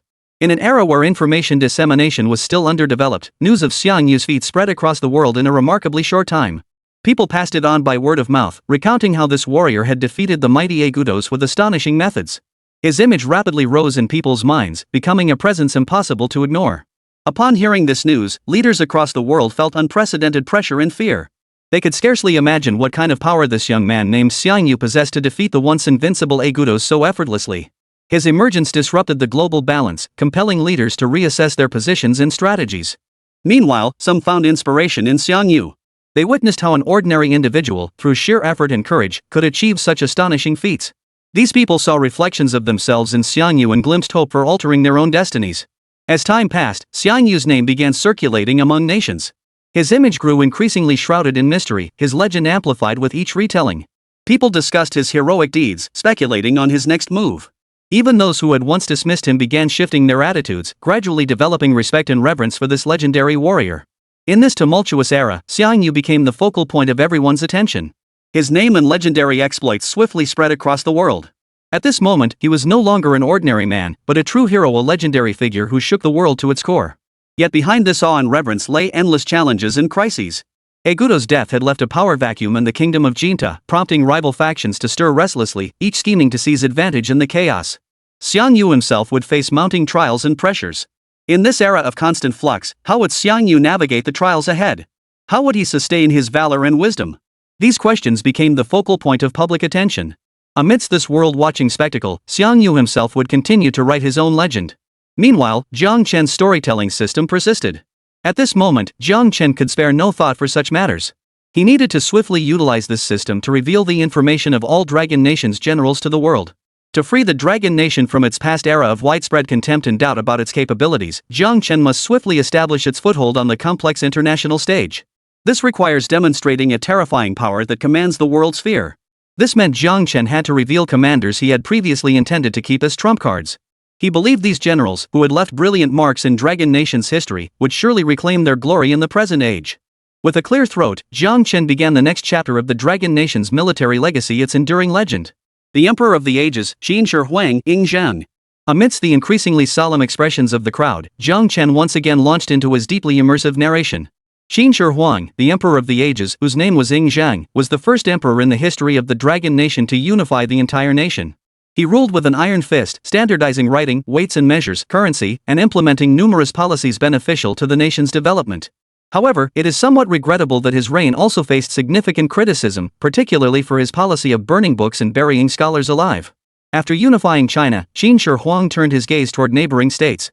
He believed that only by conquering other nations could his empire be made more secure. Thus, he launched a large-scale campaign of conquest. First, Qin Shi Huang dispatched the great general Wang Jian to lead hundreds of thousands of troops against the state of Zhao. Although Zhao possessed a formidable army, Wang Jian's skillful tactics forced the Zhao forces into a series of defeats. Ultimately, Zhao was conquered, and the king of Zhao surrendered. Next, Qin Shi Huang dispatched troops to attack the state of Yan. Though Yan was relatively weak, its king ruled with strict discipline, preventing the Qin forces from achieving their desired results. Nevertheless, after prolonged fighting, Yan was ultimately conquered. Subsequently, Qin Shi Huang turned his sights on Chu. Possessing vast territories and abundant resources, Chu presented a formidable challenge for other states. Undeterred, Qin Shi Huang mobilized massive forces and launched a fierce assault. After a prolonged siege, Chu's capital fell, and the king of Chu surrendered. Finally, Qin Shi Huang dispatched troops to attack the state of Qi. Though Qi was relatively weak, its king ruled with remarkable enlightenment, preventing the Qin army from achieving its intended results. Nevertheless, after prolonged combat, Qi was ultimately conquered. Throughout his campaigns against the other states, Qin Shi Huang demonstrated his extraordinary vision and unwavering resolve. He showcased not only his military prowess but also his political acumen. By employing spies, winning over hearts and minds, and other tactics, he weakened enemy states, accelerating the war's progression. Yet this massive conflict inflicted immense suffering and devastation upon the populace. Countless individuals lost their homes and loved ones, becoming casualties of war. Simultaneously, the conflict caused enormous economic losses, with numerous cities destroyed and national infrastructure severely damaged. After the war concluded, Qin Shi Huang successfully unified all states under his rule. He implemented numerous policies beneficial to national development, such as constructing the Great Wall and building irrigation systems. These initiatives played a crucial role in fostering the nation's prosperity and stability. However, Qin Shi Huang's reign also faced considerable criticism. Many viewed him as a tyrant or dictator, labeling him with negative epithets. Yet it remains undeniable that his rule profoundly shaped the course of Long Guo's history. He laid the foundation for Long Guo's feudal society, exerting significant influence on its political, economic, and cultural development. Long after Jiang Chen finished his narration, the Dragon Nation's audience remained utterly captivated by his vivid descriptions. Meanwhile, the representatives from other nations were utterly dumbfounded. Holy crap, how are we supposed to compete with this? They thought Xiang Yu was already unbeatable on the battlefield, but now this Emperor Qin Shi Huang, the peerless ruler of all time, proved even more formidable. How could any other nation possibly stand a chance against him? If Qin Shi Huang were to initiate a national war, would any other nation stand a chance? In the collective consciousness of extreme dread, Qin Shi Huang had already ascended to the level of those legendary, taboo-level commanders. But what no one could have anticipated was that even such an unparalleled emperor, Qin Shi Huang, would face a nation daring to challenge him? What truly left everyone speechless was that the challenger wasn't just any nation, it was the Golden Pagoda Kingdom. Holy crap, has the Golden Pagoda Kingdom lost its mind? Going head-to-head with the Dragon Kingdom like this? Seriously, do they think the Dragon Nation is some weakling country from the past? Exactly. Dragon Nation is truly treacherous, hiding its true strength so deeply. Has the Golden Tower Kingdom been possessed by that LB Kingdom? How did they suddenly become so brainless? While the audience watched in bewilderment, the Kingdom of Golden Tower had already selected the general it intended to eliminate. Mirroring Qin Shi Huang, the first emperor of the Dragon Nation, the Golden Tower Kingdom also chose a monarch. Queen Nai of the Golden Tower. It was her. In an instant, the audience before the screen gasped, their breathing suddenly becoming ragged. They stared at the screen, at that queen who was both strikingly beautiful and yet possessed an overwhelming aura, unable to believe their own eyes. For in their collective understanding, this so-called Golden Tower's enchantress Queen Nai was an invincible being existing only in forbidden legends. She had led the Golden Tower army to conquer half of Ozhou. Such terrifying feats, in their minds, could only be matched by the legendary conqueror, Alexander the Great. This time, it was a clash between two forbidden entities. The scale of this battle had already surpassed any they had ever witnessed before. Compared to this, previous conflicts seemed as trivial and boring as children's squabbles. Moreover, this was the first battle that determined the survival of two superpowers. Every move made by the Dragon Nation and the Golden Tower Nation now dictated the course of the world. The clash between Qin Shi Huang and the Golden Tower forces led by Empress Nairusbai was an epic confrontation. Both sides possessed formidable military might and unique tactical strategies, with the outcome determining the fate of their nations. As China's first emperor to unify the nation, Qin Shi Huang commands formidable military might and elite legions. His vast armies, well equipped and rigorously trained, possess immense combat prowess and soaring morale. Their primary strength lies in iron cavalry and powerful bows and crossbows, excelling in swift raids and dividing enemy forces. Queen Nairusbai of Jinta, a beautiful and resolute female leader, commanded the Jinta army, a formidable and battle-hardened force. Primarily infantry, her soldiers wore heavy armor and wielded sharp swords and blades, granting them formidable defensive capabilities and mastery in close combat. Nairusbai excelled at leveraging terrain and numerical superiority for defensive counterattacks. Her tactics were flexible and unpredictable, often catching enemies off guard. As the armies faced off, Qin Shi Huang and Nairusbai met on the battlefield. Their gazes were resolute and decisive, as if sizing up each other's strength.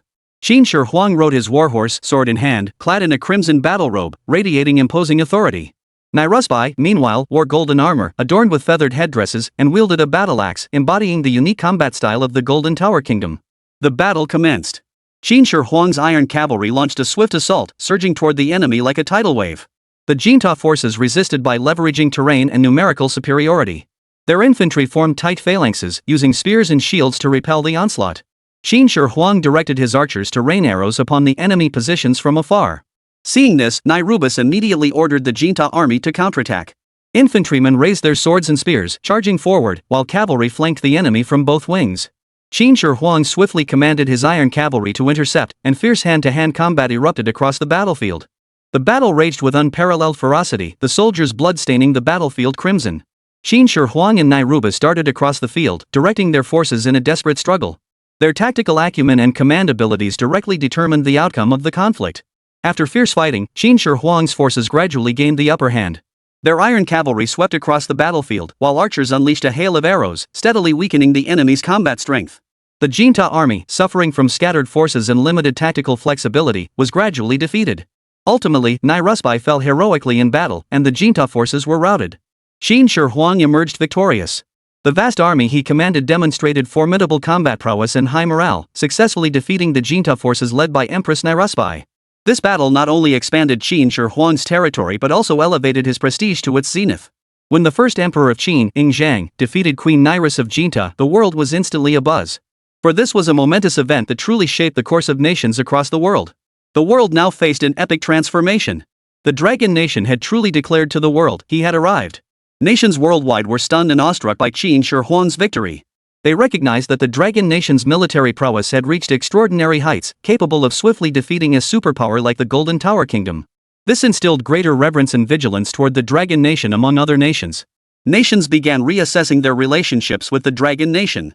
Some might choose to strengthen cooperation with the Dragon Nation to pursue shared interests and security guarantees. Others might opt to maintain distance, avoiding direct confrontation. The defeat of the Golden Tower Kingdom triggered significant shifts in Asia's political landscape. The Dragon Nation standing on the international stage was further elevated, while other nations may adjust their strategic deployments in the region to adapt to the new circumstances. Qin Shi Huang's victory has intensified cultural exchanges between the Dragon Nation and the Golden Tower Kingdom. While not entirely positive, this exchange helps disseminate the Dragon Nation's culture and values, fostering greater openness and inclusivity toward other nations. Simultaneously, such cultural interaction contributes to global cultural integration and development. Qin Shi Huang's triumph demonstrated Long Guo's military prowess. To maintain its military advantage, Long Guo intensified research and development in military technology, driving continuous progress and innovation. Concurrently, other nations may accelerate their own military technology to counter emerging security threats. As the Dragon Nations standing on the international stage rose, other superpowers immediately strengthened economic cooperation with it. This encompassed trade, investment, infrastructure development, and other sectors, creating opportunities for global economic growth. Qin Shi Huang's victory has had far-reaching global implications. It has not only reshaped the international landscape and triggered geopolitical shifts but also fostered cultural exchange and military technological advancement. Simultaneously, it has instilled a mix of awe and wariness toward the Dragon Nation among other countries, prompting them to reassess their relations with it and adjust their international strategies.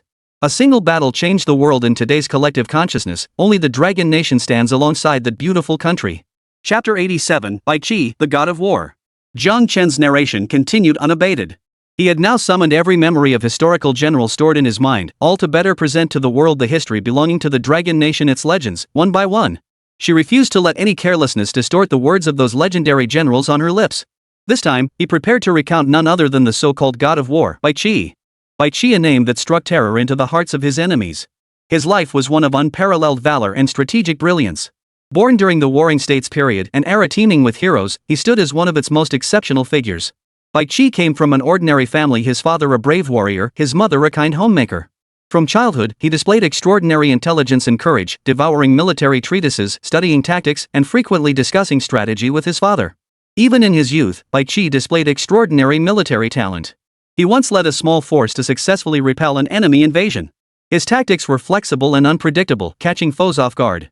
His leadership and courage gradually made him stand out within the military ranks. Later, Bai Qi was promoted to general, commanding large armies and campaigns across the land. He excelled at analyzing enemy situations and devising optimal tactics that left opponents utterly bewildered.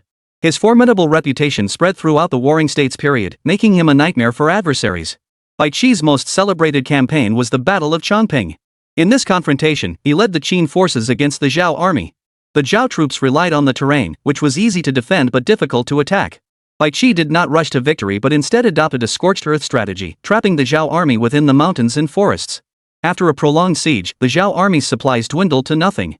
Bai Qi seized the opportunity to launch his attack, routing the Zhao forces. He did not stop there, but pursued relentlessly, splitting the Zhao army into several segments and defeating them one by one. This battle catapulted Bai Qi to fame, cementing his status as a legendary figure of the Warring States period. However, Bai Qi also harbored some regrets. After the Battle of Chongping, he was demoted to commoner status for political reasons. Despite this, he remained deeply concerned about the nation's security, always prepared to sacrifice everything for his country.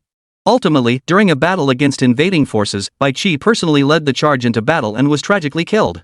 Yet what truly earned him eternal infamy was the battle where he massacred hundreds of thousands of enemy soldiers, a feat that spread his fearsome reputation far and wide, striking terror into the hearts of his foes.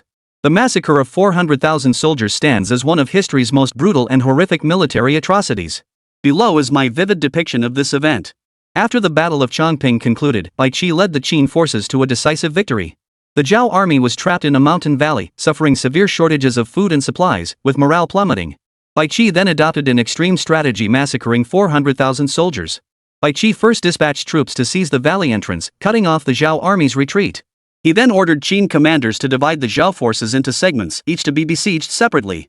Cornered, the Zhao troops fought desperately but were ultimately defeated by the Qin army. After defeating the Zhao forces, Bai Qi ordered the execution of all 400,000 Zhao prisoners. This command shocked and terrified the Qin soldiers, yet they carried it out. At the signal, Qin troops began hacking at the prisoners with spears and swords, pushing them one by one into deep pits. Throughout this process, the Zhao prisoners screamed and wailed in agony, creating a scene of unimaginable horror. Some attempted resistance, only to be subdued by the Qin soldiers. Others suffered the brutal mutilation of limbs or decapitation, a sight so gruesome it sent chills down the spine. After the mass execution, Bai Qi ordered the deep pits filled in and commanded the Qin army to construct a grand tomb nearby to commemorate the victory. This monument, known as the Bai Qi platform, became a place for later generations to remember the battle. Long after Jiang Chen's voice faded, the audience before the screen remained utterly speechless.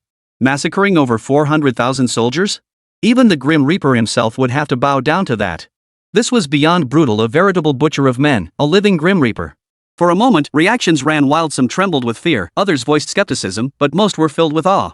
For slaughtering hundreds of thousands of soldiers, such cruelty, such ferocity, could this be the work of an ordinary commander? Terrifying. He's a living devil. Who knows if it's even real? What are you all scared of? Idiot. When has Jiang Chen ever lied? If you're not scared, go try it yourself? Too brutal. My God. I wonder if any nation would dare challenge him. Even among the highest-ranking generals, Bai Qi would be a terrifying presence. Suddenly, everyone wondered if any nation would dare challenge the Dragon Nation this time. And sure enough, one country stepped forward. That nation was Shila, a legendary small country in the modern era that had stubbornly resisted several superpowers by relying solely on its profound historical legacy. Their commanders were globally recognized for their formidable strength and ruthlessness, and Shila's generals were equally notorious for their bloodthirsty and brutal nature. This time, Shila sent a commander known by the chilling epithet, the Grim Reaper of the mortal realm, Sabata. Whoa! The crowd watching the screen sucked in a collective breath at the name. The reason was simple: Shibata was a terrifying force who had annihilated hundreds of thousands of enemy troops. Though his death toll fell short of Bai Qi of the Dragon Nation, he was still a figure that struck fear into the hearts of all who knew his name. Amidst the eager anticipation of the spectators, the two commanders Bai Qi, the Dragon Nation's god of war regarded as the incarnation of a demon, and Shibata, the grim reaper of Gila, engaged in a battle that darkened the skies. Even through the screen, the sheer malevolence radiating from these two commanders sent shivers down everyone's spine. This was a scene of profound shock and brutal warfare. The following is a detailed description. Amidst the raging flames of war, two legendary warriors Bai Qi, the Dragon Nation's god of slaughter, and Shibata, Gila's grim reaper, engaged in a fierce contest. Leading their respective armies, they painted a breathtaking tableau upon the battlefield. Bai Qi, the military titan of the Dragon Kingdom, descended upon the battlefield like a god of slaughter, commanding awe and dread. Leading the Dragon Kingdom's elite forces, he shattered the defenses of Zabata's demonic army, and both sides engaged in a life and death struggle amidst the ceaseless flames of war. Zabata, the mightiest warrior of the Gila Kingdom, was renowned for his ruthless cruelty. His demon army, fueled by boundless strength and fanatical devotion, struck terror into the hearts of all. Yet, against Bai Qi's Dragon Kingdom forces, their might seemed insufficient. The battle raged with extraordinary ferocity, exacting a heavy toll on both sides. The duel between Bai Qi and Zabata unfolded like a legendary clash, their swordsmanship and strength leaving their soldiers in awe. Ultimately, however, the god of war Bai Qi defeated Zabata through his cunning and experience. After Zabata fell, his demon army began to falter. Bai Qi seized this opportunity, leading the Dragon Kingdom forces in a final charge. Zabata's troops could not withstand Bai Qi's assault and were utterly crushed by the Dragon Kingdom army. As night fell, the battle on the field concluded. Bai Qi had successfully defeated Zabata and his army of frenzied demons, securing victory in the war. Yet the cost of this triumph was immense, with both sides suffering heavy casualties. After the war concluded, Bai Qi ordered Shibata and his entire army of mad demons to be burned alive. This command shocked the Dragon Kingdom soldiers, yet they carried it out. At his command, the soldiers gathered Shibata and the remaining mad demon soldiers together before igniting a raging inferno. In this process, Shibata and his mad demon army soldiers were burned alive. Their agonized screams mingled with the crackling flames, creating a scene of utter horror. Some soldiers attempted to resist but were ultimately subdued by the Dragon Kingdom troops. Others were cruelly bound to wooden stakes, their flesh scorched and torn by the flames, a sight that sent chills down the spine. Though fallen, Zabata's eyes still burned with endless hatred and curses. The other soldiers wailed in agony, their bodies contorting and thrashing within the flames. The entire battlefield was engulfed in fire and smoke, filled with the acrid stench of burning flesh and a suffocating atmosphere. Bai Qi stood nearby, observing it all in silence. His gaze held no emotion, as if this outcome had been entirely expected. He understood this was the cruelty of war, the price of victory. Taking a deep breath, he turned and left the heartbreaking battlefield. Bai Qi, the god of slaughter, a name that sent shivers down the spines of the world. His cruelty and might were like lightning in the night, illuminating the darkest corners of history. Amidst the smoke of war, he was a merciless commander, obliterating enemy lives with thunderous force. His presence loomed like a colossal shadow over every foe who dared to face him. Bai Qi, a name that glints with cold steel through the annals of history, concealed behind it the end of countless lives and rivers of spilled blood. His every move dictated the pulse of war, conducting the symphony of death. His cruelty, like a frigid blade, left foes writhing in endless terror. His might stood as an insurmountable mountain, causing foes to retreat in terror before this uncrossable chasm. On the battlefield, Bai Qi was a ruthless commander. The military power in his hands was like the scythe of death, reaping the lives of his foes. His tactics were cunning and unpredictable, like a cheetah among wolves, launching surprise attacks that tore foes to shreds. His armies surged like a raging torrent, sweeping through enemy ranks with unstoppable force, utterly annihilating resistance. Yet behind this brutality and power lay Bai Qi's complex inner world. He had once been a helpless orphan, struggling to survive amidst the smoke of war. His upbringing was steeped in hardship and suffering, granting him a profound understanding of warfare's cruelty. His heart was as hard as iron, his gaze as cold as ice. His ruthlessness and power were perhaps reflections of his inner self, an expression of his resignation and hatred toward war. In that shocking scene, Bai Qi stood atop a towering peak, overlooking the fiercely contested battlefield below. A cold gleam flashed in his eyes, as if he were admiring this brutal spectacle he had orchestrated. His figure appeared solitary and towering in the mountain wind, like a tragic hero. In that moment, he was the master of war, the embodiment of death. As time passed, Bai Qi became synonymous with warfare itself. His name left an indelible mark on the hearts of the people.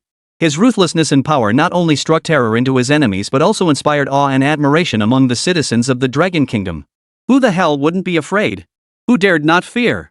Who dared not feel awe? Such savage, brutal tactics, the audience watching the screen had never witnessed such a bloody, cruel scene before. Yet the Dragon Nation's people felt no revulsion.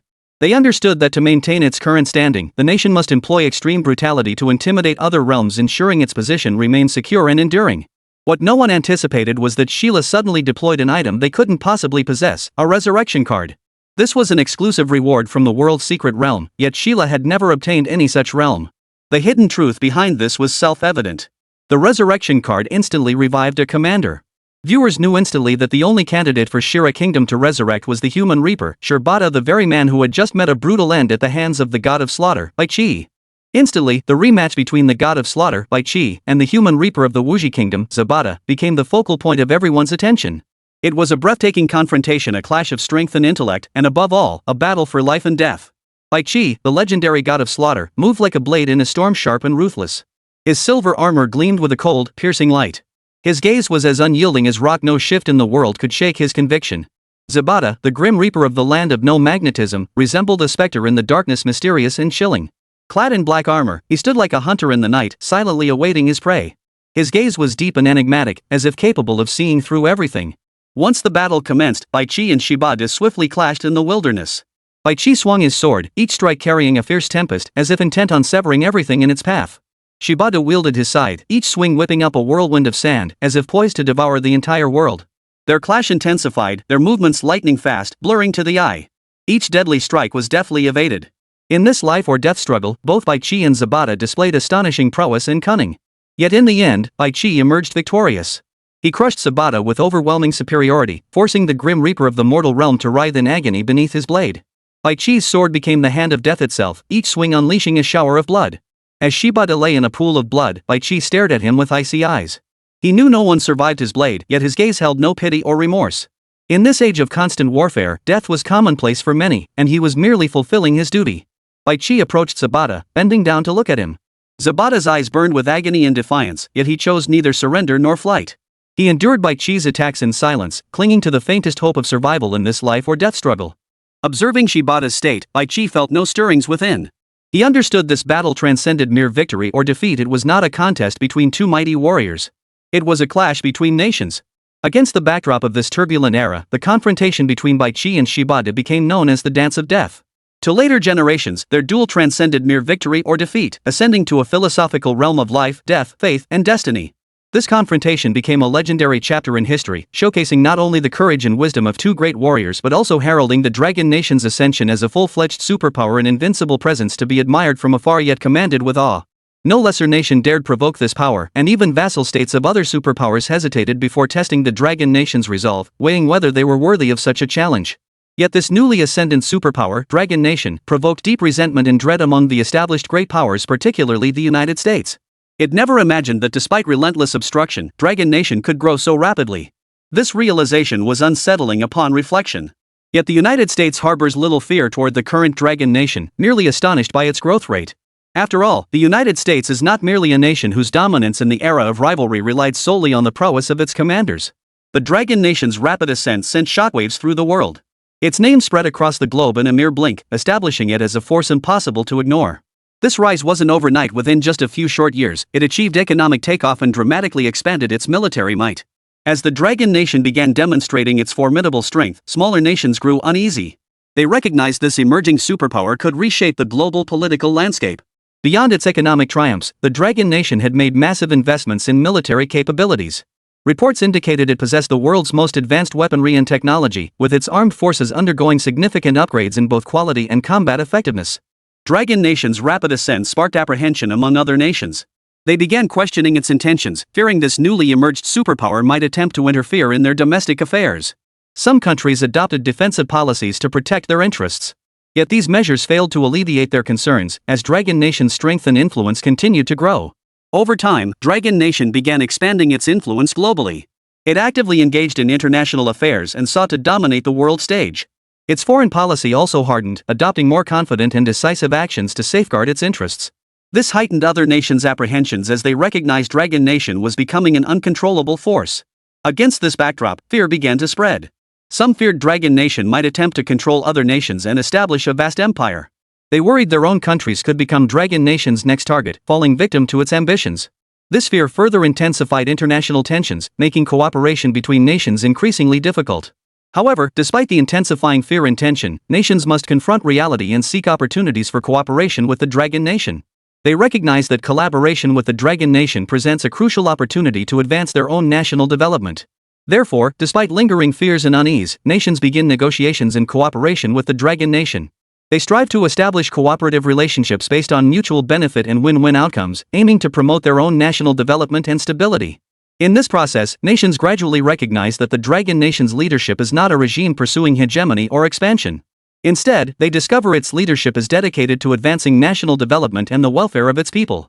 Over time, nations' fears toward the Dragon Nation gradually diminish, and they begin to respect and acknowledge its status as a superpower.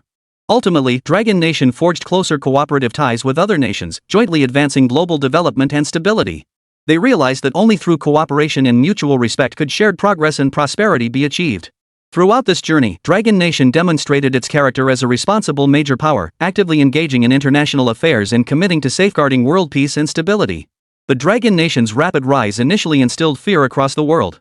Yet through cooperation and mutual respect, nations ultimately succeeded in forging collaborative ties with the Dragon Nation, jointly advancing global development and stability. Yet all this pertains solely to Dragon Nation's ties with smaller nations. To this day, Dragon Nation maintains no diplomatic relations with the true superpowers. Moreover, the people of Dragon Nation understand that these smaller nations are merely bait cast by the superpowers. By stabilizing Dragon Nation now, they can better execute their next phase of plans. The seemingly thriving scenes with these smaller nations, at their core, were nothing but a false prosperity. Before Jiang Chen could process this, a furious shout erupted. "You subjects! Why do you not bow before the emperor?" This was none other than the hot-tempered Cheng Yaojin, his eyes blazing with fury as he roared at the direction of the superpower half-dark nation's contestant. Only now did the crowd begin to adjust to Li Shimon's overwhelming presence, their eyes darting toward the 5 figures who had appeared in the contest space at some unknown moment. The figure in the center also carried an air of authority, likely Emperor Xiaoda. Yet compared to Emperor Taizong of Tang, he was like a firefly beside the blazing sun, utterly insignificant. Thud, thud, thud, thud. To the stunned gazes of the crowd, the 4 figures beside Emperor Xiaoda knelt before Emperor Taizong without the slightest hesitation. Holy crap! They just kneel like that? Those unaware of the situation were utterly stunned. How could the commanders of this superpower, the semi-dark nation, be so cowardly?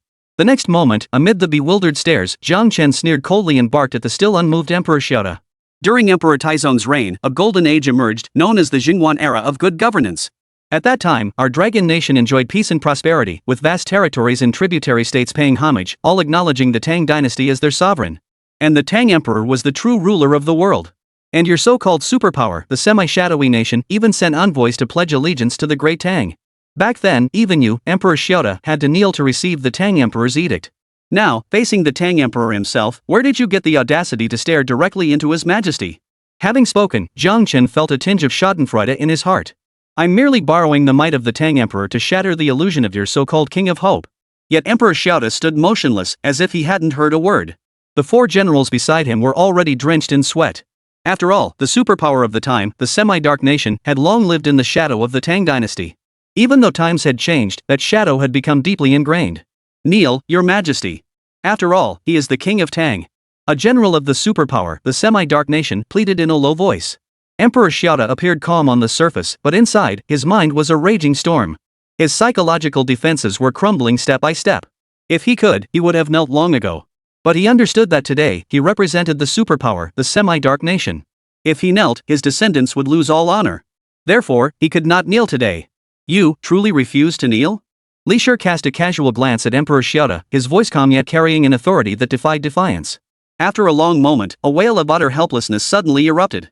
Amidst the indescribable shock of the crowd, Emperor Xiaoda let out a helpless, agonized cry and collapsed to his knees before the Tang King. Chapter 88, The Enraged Beautiful Nation. Jiang Chen's narration continued, this time focusing on the heavenly general, Long Guo. Long Guo, born into a military family in the Dragon Kingdom, had been fascinated by warfare and strategy since childhood. Diligent and quick-witted, he soon distinguished himself in military circles. At 18, he was appointed a junior commander, marking the beginning of his military career. Long Guo's first campaign occurred during a border conflict between the Dragon Kingdom and the state of Zhao. Leading a small force, he successfully breached Zhao's defenses and delivered a devastating blow to the enemy from behind. This victory earned him great renown within the military, where he was hailed as the pride of the Dragon Kingdom. Over the following years, Long Guo participated in numerous campaigns, with his command abilities and combat prowess increasingly recognized by his superiors. He excelled at analyzing enemy situations and flexibly deploying his forces, often achieving victory even when at a disadvantage. His troops became known as the Long Guo Iron Army, forming an elite force within the Dragon Kingdom. However, Long Guo's most celebrated campaign was his performance in the decisive battle between the Dragon Kingdom and the Qin Kingdom. At that time, the Qin army pressed against the borders, and the Dragon Kingdom faced a crisis of survival. Long Guo led his Iron Army into fierce combat against the Qin forces. It is said that during the battle, Long Guo personally charged into the fray at the forefront, his cavalry sweeping across the battlefield like a raging torrent. Under his command, the Dragon Army decisively defeated the Qin troops, securing this pivotal victory. However, Long Guo paid a heavy price in this campaign. He sustained severe injuries in battle and nearly lost his life. Yet, through sheer willpower and unwavering loyalty to his nation, he ultimately survived this peril. His deeds became legendary, cementing his status as a hero in the hearts of the Dragon Kingdom's people. After the war, Long Guo was appointed commander of the Dragon Kingdom's Heavenly God Army, tasked with rebuilding the nation's military strength. He vigorously promoted military reforms, introducing advanced weapons and technology to enhance the army's combat capabilities. He also focused on nurturing young commanders, passing down his tactical expertise and strategic vision. Under his leadership, the Dragon Kingdom's military power saw tremendous growth. Beyond his military prowess, Long Guo was deeply committed to improving the welfare of his people. During his tenure, he implemented a series of policies that benefited the populace, significantly enhancing living conditions. He also prioritized the development of agriculture, industry, and cultural education, contributing substantially to the nation's prosperity and progress. However, Long Guo's career was not without challenges. In his later years, he faced a treacherous ambush. A group of rebels seeking to overthrow the Dragon Kingdom's rule lured him into a trap. Yet, through his wit and courage, Long Guo successfully thwarted the conspiracy. He led an elite force in a counterattack, ultimately quelling the rebellion. This incident only strengthened Long Guo's convictions and loyalty to his nation. In summary, Long Guo was a legendary military commander. He possessed exceptional military prowess, unwavering resolve, and an unshakable devotion to his nation. His life story exemplified courage, wisdom, and a spirit of responsibility, inspiring future generations to strive tirelessly for the nation's prosperity and the rejuvenation of the people.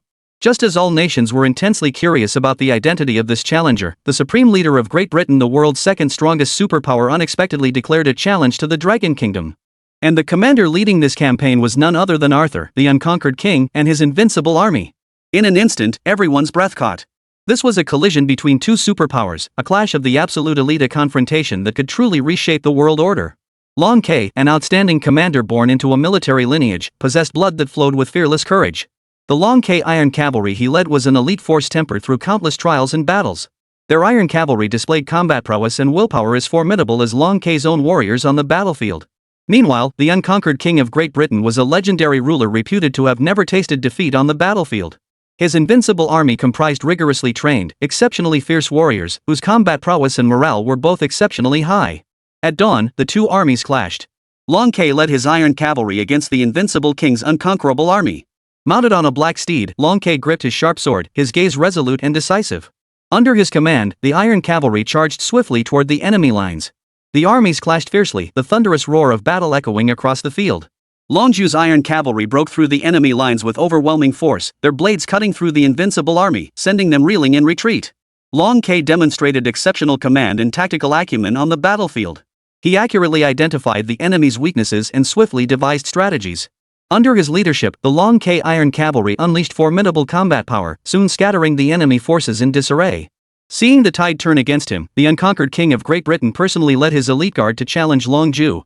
Yet Long Guo remained undaunted by the legendary monarch's reputation, resolutely accepting the duel. The two engaged in a breathtaking showdown upon the battlefield. Long Guo's swordsmanship was peerless. He accurately anticipated the unconquered king's attack patterns and reacted with lightning reflexes. Their blades clashed in the air, producing a piercing metallic screech. Witnessing this, the unconquered king couldn't help but show a look of astonishment. Throughout the duel, Long Guo demonstrated exceptional combat skill and courage. Not only did he successfully parry the invincible king's strikes, but he also relentlessly launched counterattacks. As the invincible king faltered under his pressure, Long Guo swiftly seized the moment, thrusting his blade into the enemy's chest. The unconquerable king of Great Britain collapsed under Long Guo's strike. Witnessing this, his personal guard chose retreat. In this battle, Long Guo led his Iron Cavalry to a decisive victory over the unconquerable king's invincible army. The battlefield lay in utter ruin after the conflict, bearing the deep imprint of Long Guo and his Iron Cavalry. Their victory in this battle proved their strength and courage. The invincible king of Great Britain emerged as the defeated party, his invincible army utterly crushed in this engagement. This battle became a pivotal moment in history, demonstrating the formidable strength and combat prowess of Long Guo and his iron cavalry. Their victory also inspired resistance forces across other nations and regions, propelling progress and development throughout the world. Within the Dragon Nation's Supreme Council chamber, the Dragon Nation chairman and his family dined quietly. Talent is born to be useful, wealth scattered will return. A youthful voice, tinged with a hint of smugness, cut through the clatter of bowls and chopsticks, the slurping sounds of eating, abruptly piercing the ears of everyone present. All heads turned toward the source of the sound. There, a child of about 1 or 2 years old, dressed in a purple silk robe and held by a wet nurse, uttered the astonishing words. The group seated around the table stared dumbfounded at the chubby-cheeked infant. The child wore a rather smug, lecherous, or perhaps a peculiar, triumphant grin. The crowd paid little heed to the expression, utterly stunned by the child's words. They all paused their eating and rushed toward the infant. My son Jiang Chen shows promise. His very first utterance was the renowned work of our grand tutor, Master Qian. Truly a prodigy, the son of the Dragon Nation guild leader indeed. The Dragon Nation chairman, a man who had slaughtered countless on the battlefield, now glared at Jiang Chen in the wet nurse's arms, sending a chill down the boy's spine. After all, the Dragon Nation president held an extraordinary reverence for Grand Tutor Chen Lao. With just a flick of his tongue, Chen Lao attained immense power and prestige unlike himself, who had fought tooth and nail for decades to reach his current position. After a long moment, the Dragon Nation president broke into an ecstatic grin, laughing up at the sky. I am a warrior, my son a scholar, heaven favors the Sun family. Ha ha ha ha ha ha. A storm of shock surged through Jiang Chen's heart. Wasn't this the work of that poet immortal from his past life in China? Could it be he hadn't traveled through time? The land is like a painting, how many heroes have graced it? Jiang Chen refused to believe it, his youthful voice ringing out once more. To accomplish the emperor's grand designs, to win renown both in life and after death. As verse after verse poured from Jiang Chen's mouth, the expressions of those gathered grew increasingly stunned. After reciting until his throat grew parched, Jiang Chen paused, surveying the room with a surge of smug satisfaction. I've got your literary circle covered. A moment of silence fell over the room before the Dragon Nation Association president's thunderous voice boomed out. Excellent! Excellent! Excellent! Truly worthy of Jiang Chen. This is a blessing for my Sun family. Every word that leaves his mouth is worthy of a grand tutor. In the future, Jiang Chen must seek grand tutor as his master. Hearing this, Jiang Chen inwardly cursed. A year ago, he had unexpectedly traveled from Earth as an otaku and arrived in this strange place as an infant. He'd imagined he could emulate the literary plagiarists from the novels he'd read in his past life, achieving fame and status by memorizing poetry.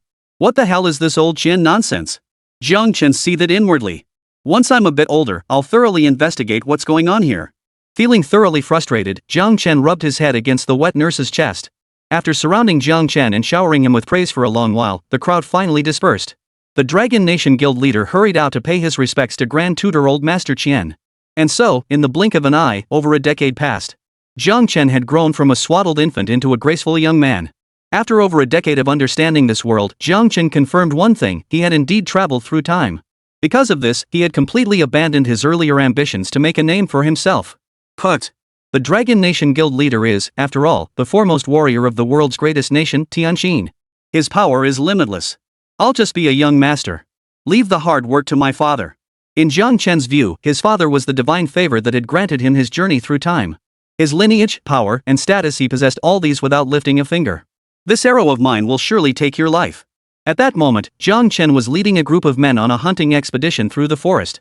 The youth rode his horse, drew his bow, and released an arrow that shot like a meteor, piercing the body of a distant fawn.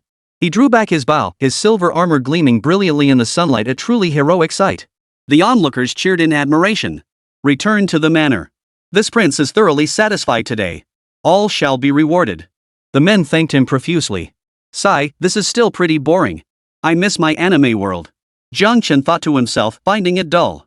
Precisely because he was a transmigrated soul, the longer he stayed here, the more tedious it became. Thus, he developed a particular fascination with swordplay and martial arts. To him, these novel pursuits were the sole means of finding joy in his life. The Dragon Nation guild leader, however, harbored slight dissatisfaction. After all, he had hoped Jiang Chen might serve as a civil official, complimenting him as a man of both literary and martial prowess. But since he only had this one precious son, the Dragon Nation guild leader didn't press the matter when Jiang Chen refused. When he later sought out Grand Tutorly, the tutor was astonished, even delighted to hear Jiang Chen recite poems he himself had composed. Witnessing this, the Dragon Nation chairman's heart swelled with secret joy. When the Grand Tutor and the Dragon Country chairman hurried back to the highest council chamber, the Grand Tutor suppressed his doubts and asked, "Where did you learn these verses?" The Grand Tutor looked at Jiang Chen, his mouth still full of milk, speaking in a babyish voice. I heard mother recite them so often, I learned them too. The Grand Tutor nodded, half convinced. After all, his own poetry was widely known even among women and children. He chose not to press further, instead praising, this child has boundless potential, before departing. From then on, everyone in the capital knew that Prince Xinan, a mere soldier, had a child prodigy son. As he grew older, Jiang Chen's striking good looks earned him the nickname Sun Yulong among the women of the capital. Yet on his way back to the mansion, Sun Yulong encountered an unwelcome visitor. In this usually deserted grove, a blood-soaked man suddenly appeared, blocking the path of Jiang Chen and his entourage. The man staggered forward, his clothes torn and tattered, looking utterly wretched, like a beggar from the streets. Yet the blood still dripping from his body hinted at something far from ordinary. But who in the capital didn't know this forest belonged to the Prince of Jianan's son? Who dared venture here normally? And who would dare challenge the Prince of Jianan's authority? Immediately, one of Jiang Chen's attendants barked, "Who gave you the audacity to trespass in His Highness's forest?" The stranger looked up at Jiang Chen, seated high upon his horse, a look of confusion on his face. He murmured to himself, "Your Highness? You lot, drag him aside," ordered the guard beside Jiang Chen.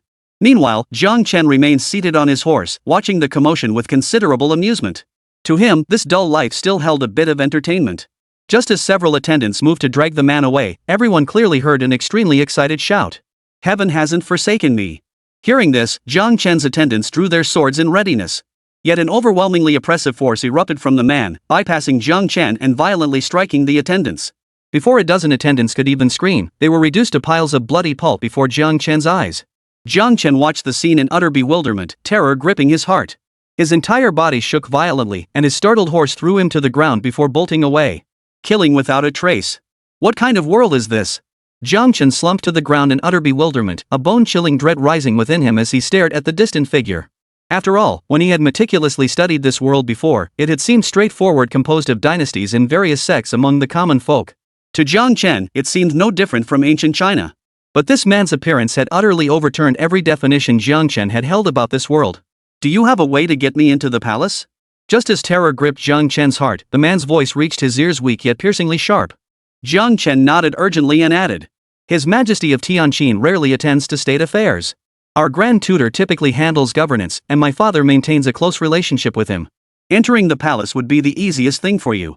After speaking, Jiang Chen watched the man with palpable unease. "First, prepare a set of clean clothes for me. I'll wait for you here in the woods." The man paused before adding, "Don't even think about bringing people to ambush me or anything like that, even though I'm badly injured now. Understand?" Jiang Chen nodded frantically, then seemed to think of something. "Should I bring some food or find a physician to tend to your wounds?" "No need.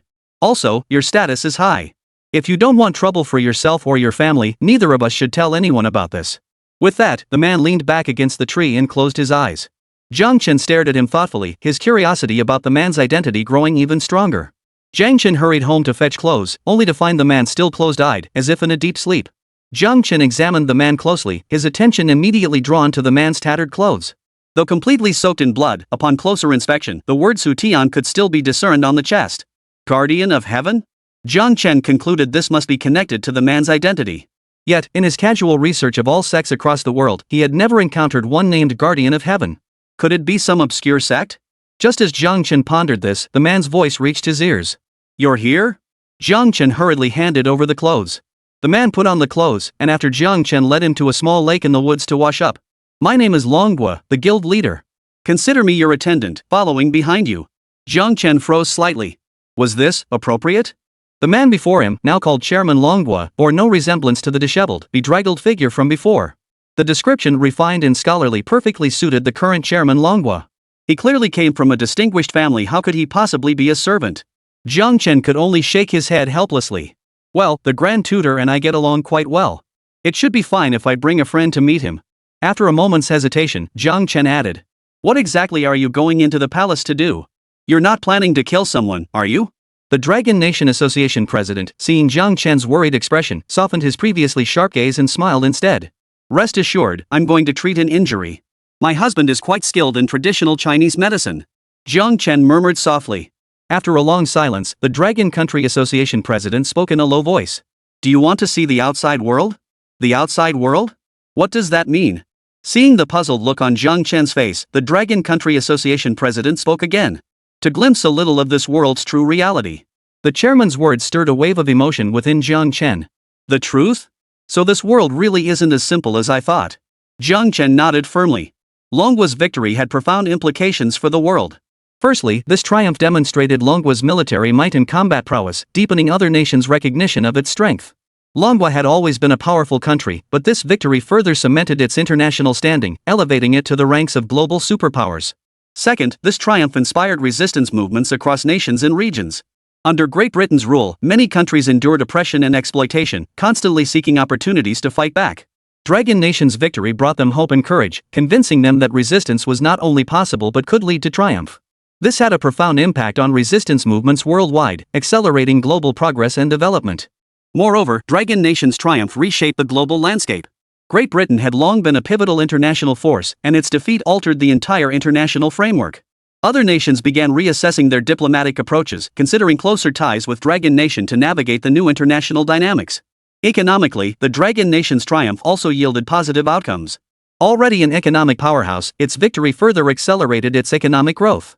Other nations initiated economic cooperation with the Dragon Nation, sharing in the economic opportunities brought by the victory. This collaboration played a vital role in fostering global economic prosperity and stability. Finally, the Dragon Nation's victory has influenced the development of human civilization. As a cultural powerhouse, its traditions and values have profoundly shaped the world. Following its triumph, the Dragon Nation's cultural influence has expanded globally, with other nations increasingly studying and adopting its cultural heritage and values. This exchange and adaptation positively propel the progress and advancement of human civilization. Dragon Nation's defeat of the world's second-ranked Great Britain has profoundly reshaped the global landscape.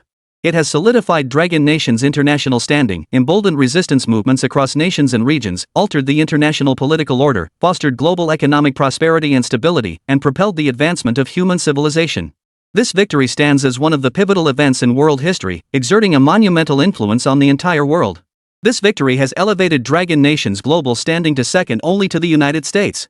This directly provoked the United States, which immediately declared its intention to attack Dragon Nation. Chapter 89, Jade. This time, Jiang Chen recounted the tale of the Great Tang's war god, Li Yuanba, facing off against the pretty country's peerless war god, Michelle. On a vast battlefield, the Dragon Nation's war god Li Yuanba met the beautiful nation's invincible war god Michelle.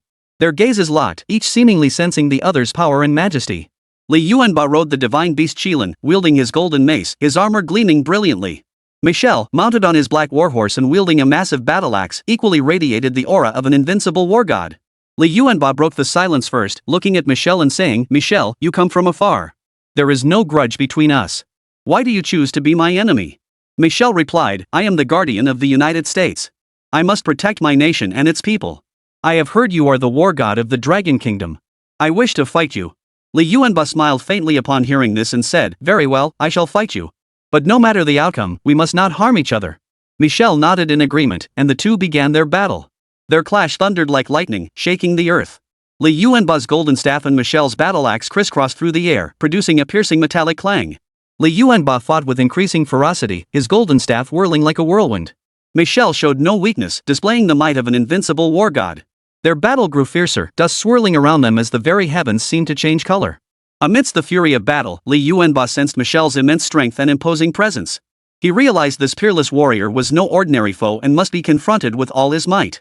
Summoning every ounce of his power, he swung his golden staff with devastating force toward Michelle. Seeing this, Michelle immediately swung her battle axe to block. Yet at this critical moment, Li Yuanba unleashed his power to its absolute limit, driving his golden staff with tremendous force against Michelle's axe. A thunderous crash echoed as Michelle was sent reeling backward by the sheer force of Li Yuanba's blow. Startled, she inwardly marveled at his formidable power. Meanwhile, Li Yuanba demonstrated both his bravery and strategic acumen in this clash. Though knocked back dozens of paces, Michelle did not fall.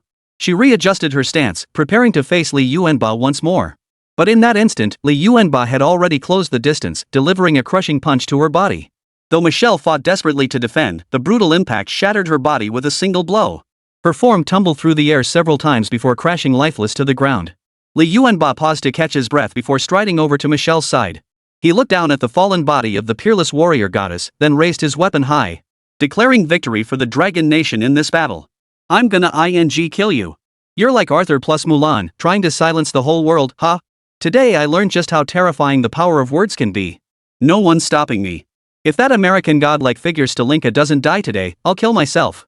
Is the pretty country's national male clamp applying to fight? Damn it, damn it." The beautiful nation's creator god Stalinka was right, you truly make the world tremble for you. Jiang Chen fought back the nausea threatening to erupt from his stomach as he glanced at the chat filled with frenzied comments, offering only a helpless smile. After all, from a certain perspective, this peerless war god had achieved something that surpassed 100% of all commanders. After all, no other nation's commander had ever managed to plunge multiple countries into such utter chaos with a single statement, causing such widespread global repercussions. Damn impressive, truly damn impressive. It evoked a deep, gut-level admiration that demanded respect. Even Guan Yu, the martial saint of the Three Kingdoms standing atop the arena, after several seconds of silence, couldn't help but reveal a trace of awe on his face, a face that had been struggling to suppress nausea. A deep dread born of the sheer power of his words. But this time, he chose to swing his long sword directly. For he feared that the man before him, the one who struck terror into his very soul, might utter words even more chilling than anything he could imagine. Splatter! Blood splattered everywhere, and the world breathed a sigh of relief. The head of that invincible war god, still wearing that lecherous grin, could no longer utter a single word that would strike terror into the world. A wave of relief washed over the crowd as they gazed upon Guan Yu, the martial saint of the Three Kingdoms, standing atop the stage with gratitude in their hearts. In that moment, the image of Guan Yu, the martial saint of the Three Kingdoms, was completely transformed in the minds of those watching the screen. This was no short, unremarkable country bumpkin, this was clearly a towering, majestic general. Even citizens from nations traditionally at odds with the Dragon Kingdom found themselves admiring its commander for the first time. Never before had a Dragon Kingdom general seemed so pleasing and endearing. It was over. That damned source of evil had finally been destroyed. This was truly cause for universal celebration. What a relief! The world is finally at peace. I adore you, Guan Yu, the martial saint of the Three Kingdoms. You're a divine general descended from heaven. Dragon Nation, I adore you.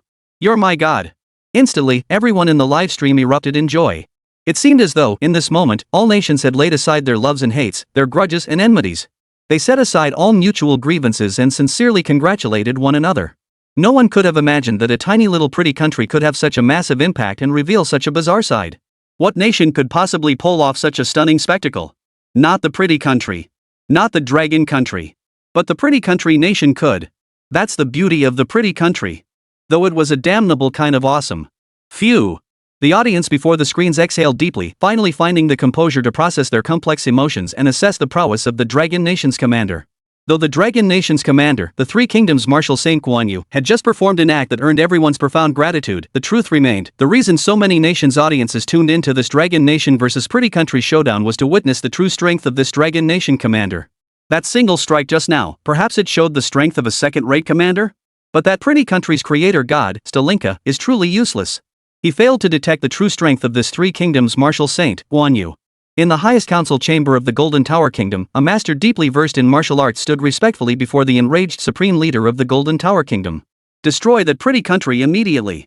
They've brought utter disgrace upon our Golden Tower Kingdom. How can we possibly maintain our standing in the international community after this? The supreme leader of the Golden Tower Nation was exhausted and furious.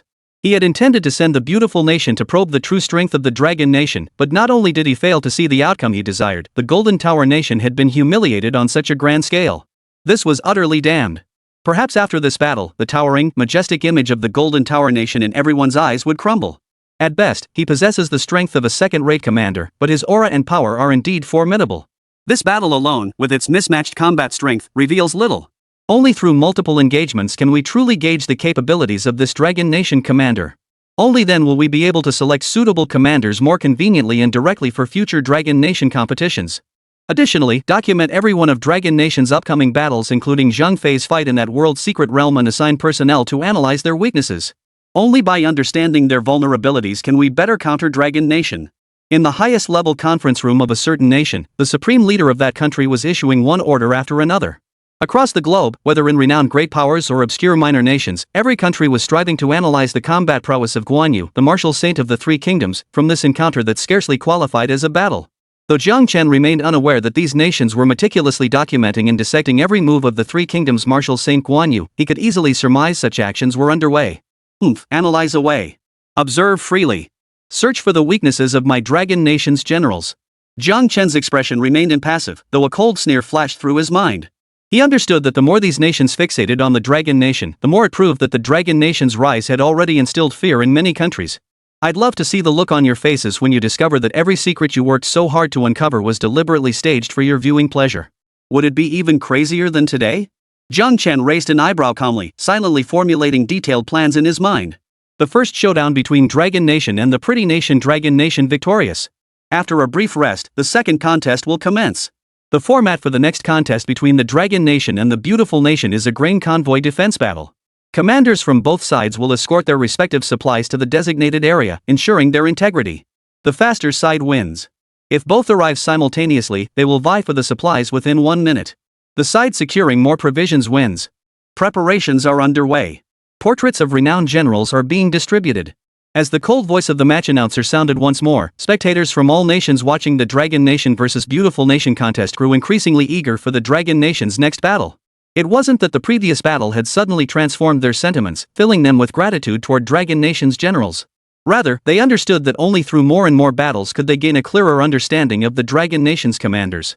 In the next instant, a torrent of yellow sand swept across the sky, revealing nearly 100 figures appearing all at once. Not only had their numbers swelled, but the blades in their hands, both broadswords and long blades, had grown sharper, and their armor had thickened. Ah!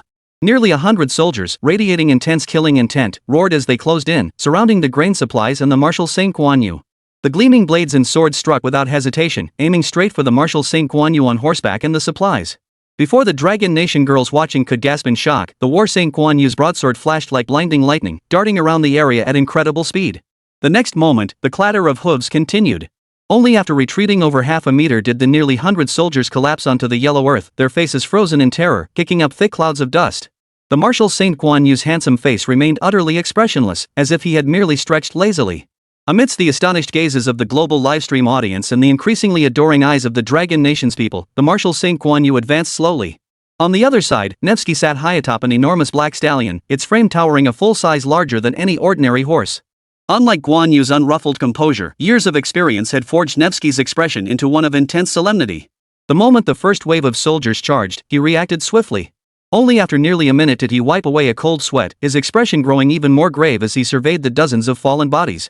The next moment, to everyone's astonishment, Nevsky leapt from his mount and began hauling the grain-laden cart onto his own black steed.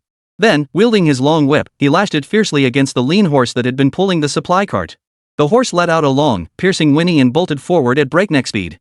Nevsky's cloudy eyes fixed intently on the distance. Only when a troop of nearly 100 soldiers appeared around the gaunt horse did a faint smile touch his lips. The startled horse charged forward, knocking over 7 or 8 soldiers before bolting toward the horizon once more. Seeing this, Nevsky swiftly mounted his horse. With a crack of his whip, the black steed beneath him broke into a wild gallop. To everyone's astonishment, even laden with a cart of provisions, Nevsky's steed seemed unaffected, accelerating with each stride until it soon caught up to the gaunt horse. With another sharp crack of his whip, Nevsky slightly slowed his steed, waiting for the next wave of soldiers to appear. This time, nearly 500 soldiers charged forth. Repeating his tactic, Nevsky seized the gap opened by the lean horse and charged into the distance. In less than 10 seconds, Nevsky successfully navigated 2 enemy ambushes. This remarkably intelligent and swift method of breaking through left everyone speechless. It far surpassed even the legendary Marshal St. Guan Yu. At that moment, Marshal St. Guan Yu was still dealing with the third wave of enemies. Instantly, conviction took hold in everyone's hearts. Nevsky was undoubtedly destined to win this duel. After all, the first rule of this contest was simple: whoever reached the destination fastest would claim victory. Moreover, Nevsky's horse was recognized by many equine experts. It was a white bear country-specific trotter, renowned for its speed, strength, and exceptional endurance. Even under heavy loads, they maintained astonishing speed, ranking among the world's finest racehorses. Such a horse was perfectly suited for this mission. Combined with Nevsky's highly efficient approach, the outcome seemed all but decided. Experience truly matters, as expected of the veteran Nevsky. The Marshal St. Guan Yu is too green. What good is brute strength? It's mere reckless courage. This time, it's about speed, not bravery. Only a superpower has the strength to pull this off. That Marshal St. Guan Yu isn't even that big, yet he's acting so damn cocky. The advantage lies entirely with the White Bear Kingdom. What does the Dragon Kingdom have to compete with? In an instant, the global livestream chat erupted with praise for Nevsky, showing zero faith in the Marshal St. Guan Yu. The Dragon Nation's audience, too, saw their admiration wane, replaced by deep concern. Compared to the Marshal St. Guan Yu's method of fighting his way through, Nevsky's approach seemed far too much of a shortcut. Only Jiang Chen watched the global chat stream, smiling helplessly. You truly underestimate the man who blunted the edge of Eastern Wu, as Wei Yan of Eastern Wu once described him. On screen, the Marshal St. Guan Yu swung his silver spear, piercing the final soldier and eliminating the third wave of 500 enemy attackers. The Marshal St. Guan Yu gazed ahead and exhaled slowly. Like Nevsky, he too removed his provisions and had the white dragon horse carry them. Then he leapt onto his horse and bellowed. Giddy up! Unlike Nevsky's opportunistic tactics, the lean horse was left far behind. Hey, buddy, what are your real skills? Can your horse even handle this? It's got some brains, but not much, nowhere near as clever as Nevsky's. His is a renowned horsebred for carrying cargo. What kind of horse is yours? A mud horse? Witnessing this scene, the global live audience once again sneered at Marshal St. Guan Yu's overconfidence. But the next moment, everyone was stunned speechless. The white steed leapt into the wind, galloping through the air. In the blink of an eye, it had surged dozens of meters forward. The great blade in Marshal St. Guan Yu's hand now seemed to transform into 1,000 bolts of thunder. A flash of white light erupted, and blossoms of blood suddenly bloomed across the yellow earth. Countless soldiers fell in unison, as if paying their respects to a departing king. In mere moments, the entire enemy assault was annihilated. And this speed was in no way inferior to Nevsky's shortcut. Mounted, Marshal St. Guan Yu remained as calm as ever. His heroic bearing as he galloped forward was etched deeply into the hearts of every witness. At that moment, all were profoundly shaken and utterly captivated by the Marshal St. Guan Yu's sudden, explosive speed. His fluid, silky smooth spear movements paired with his peerlessly handsome visage made spectators feel less like they were watching a contest and more like they were admiring a peerless masterpiece, instantly captivated, utterly spellbound. After an unknown span of time, a banner finally appeared ahead, signaling the arrival of the finish line. Roar! Just as the crowd felt a pang of disappointment at the Marshal St. Guan Yu's impending exit, 3 2-meter-tall generals, clad in heavy armor and wielding great swords, roared as they blocked his path. On the other side, Nevsky was likewise blocked by the trio. His lean steed was cleaved clean in two by a single swing of a broadsword. The three giants formed an impenetrable wall before Nevsky, backed by a sea of screaming soldiers. Jiang Chen, watching the battle unfold in the combat arena, stared in astonishment at the 3 generals on the screen. Holy? They look like the sea demons. Late at night, in a dilapidated residential building in Huaxia, Blue Star, a young boy sat before his computer watching anime. He was Jiang Chen, an ordinary high school boy, as ordinary as they come. Today was his father's birthday. The family had gathered for a joyful meal at home. Jiang Chen even shared a few drinks with his father, who rarely drank, before his dad retired early for the night. Sitting at his computer, Jiang Chen watched the anime while reminiscing about the lively family scene earlier, a faint smile curling his lips.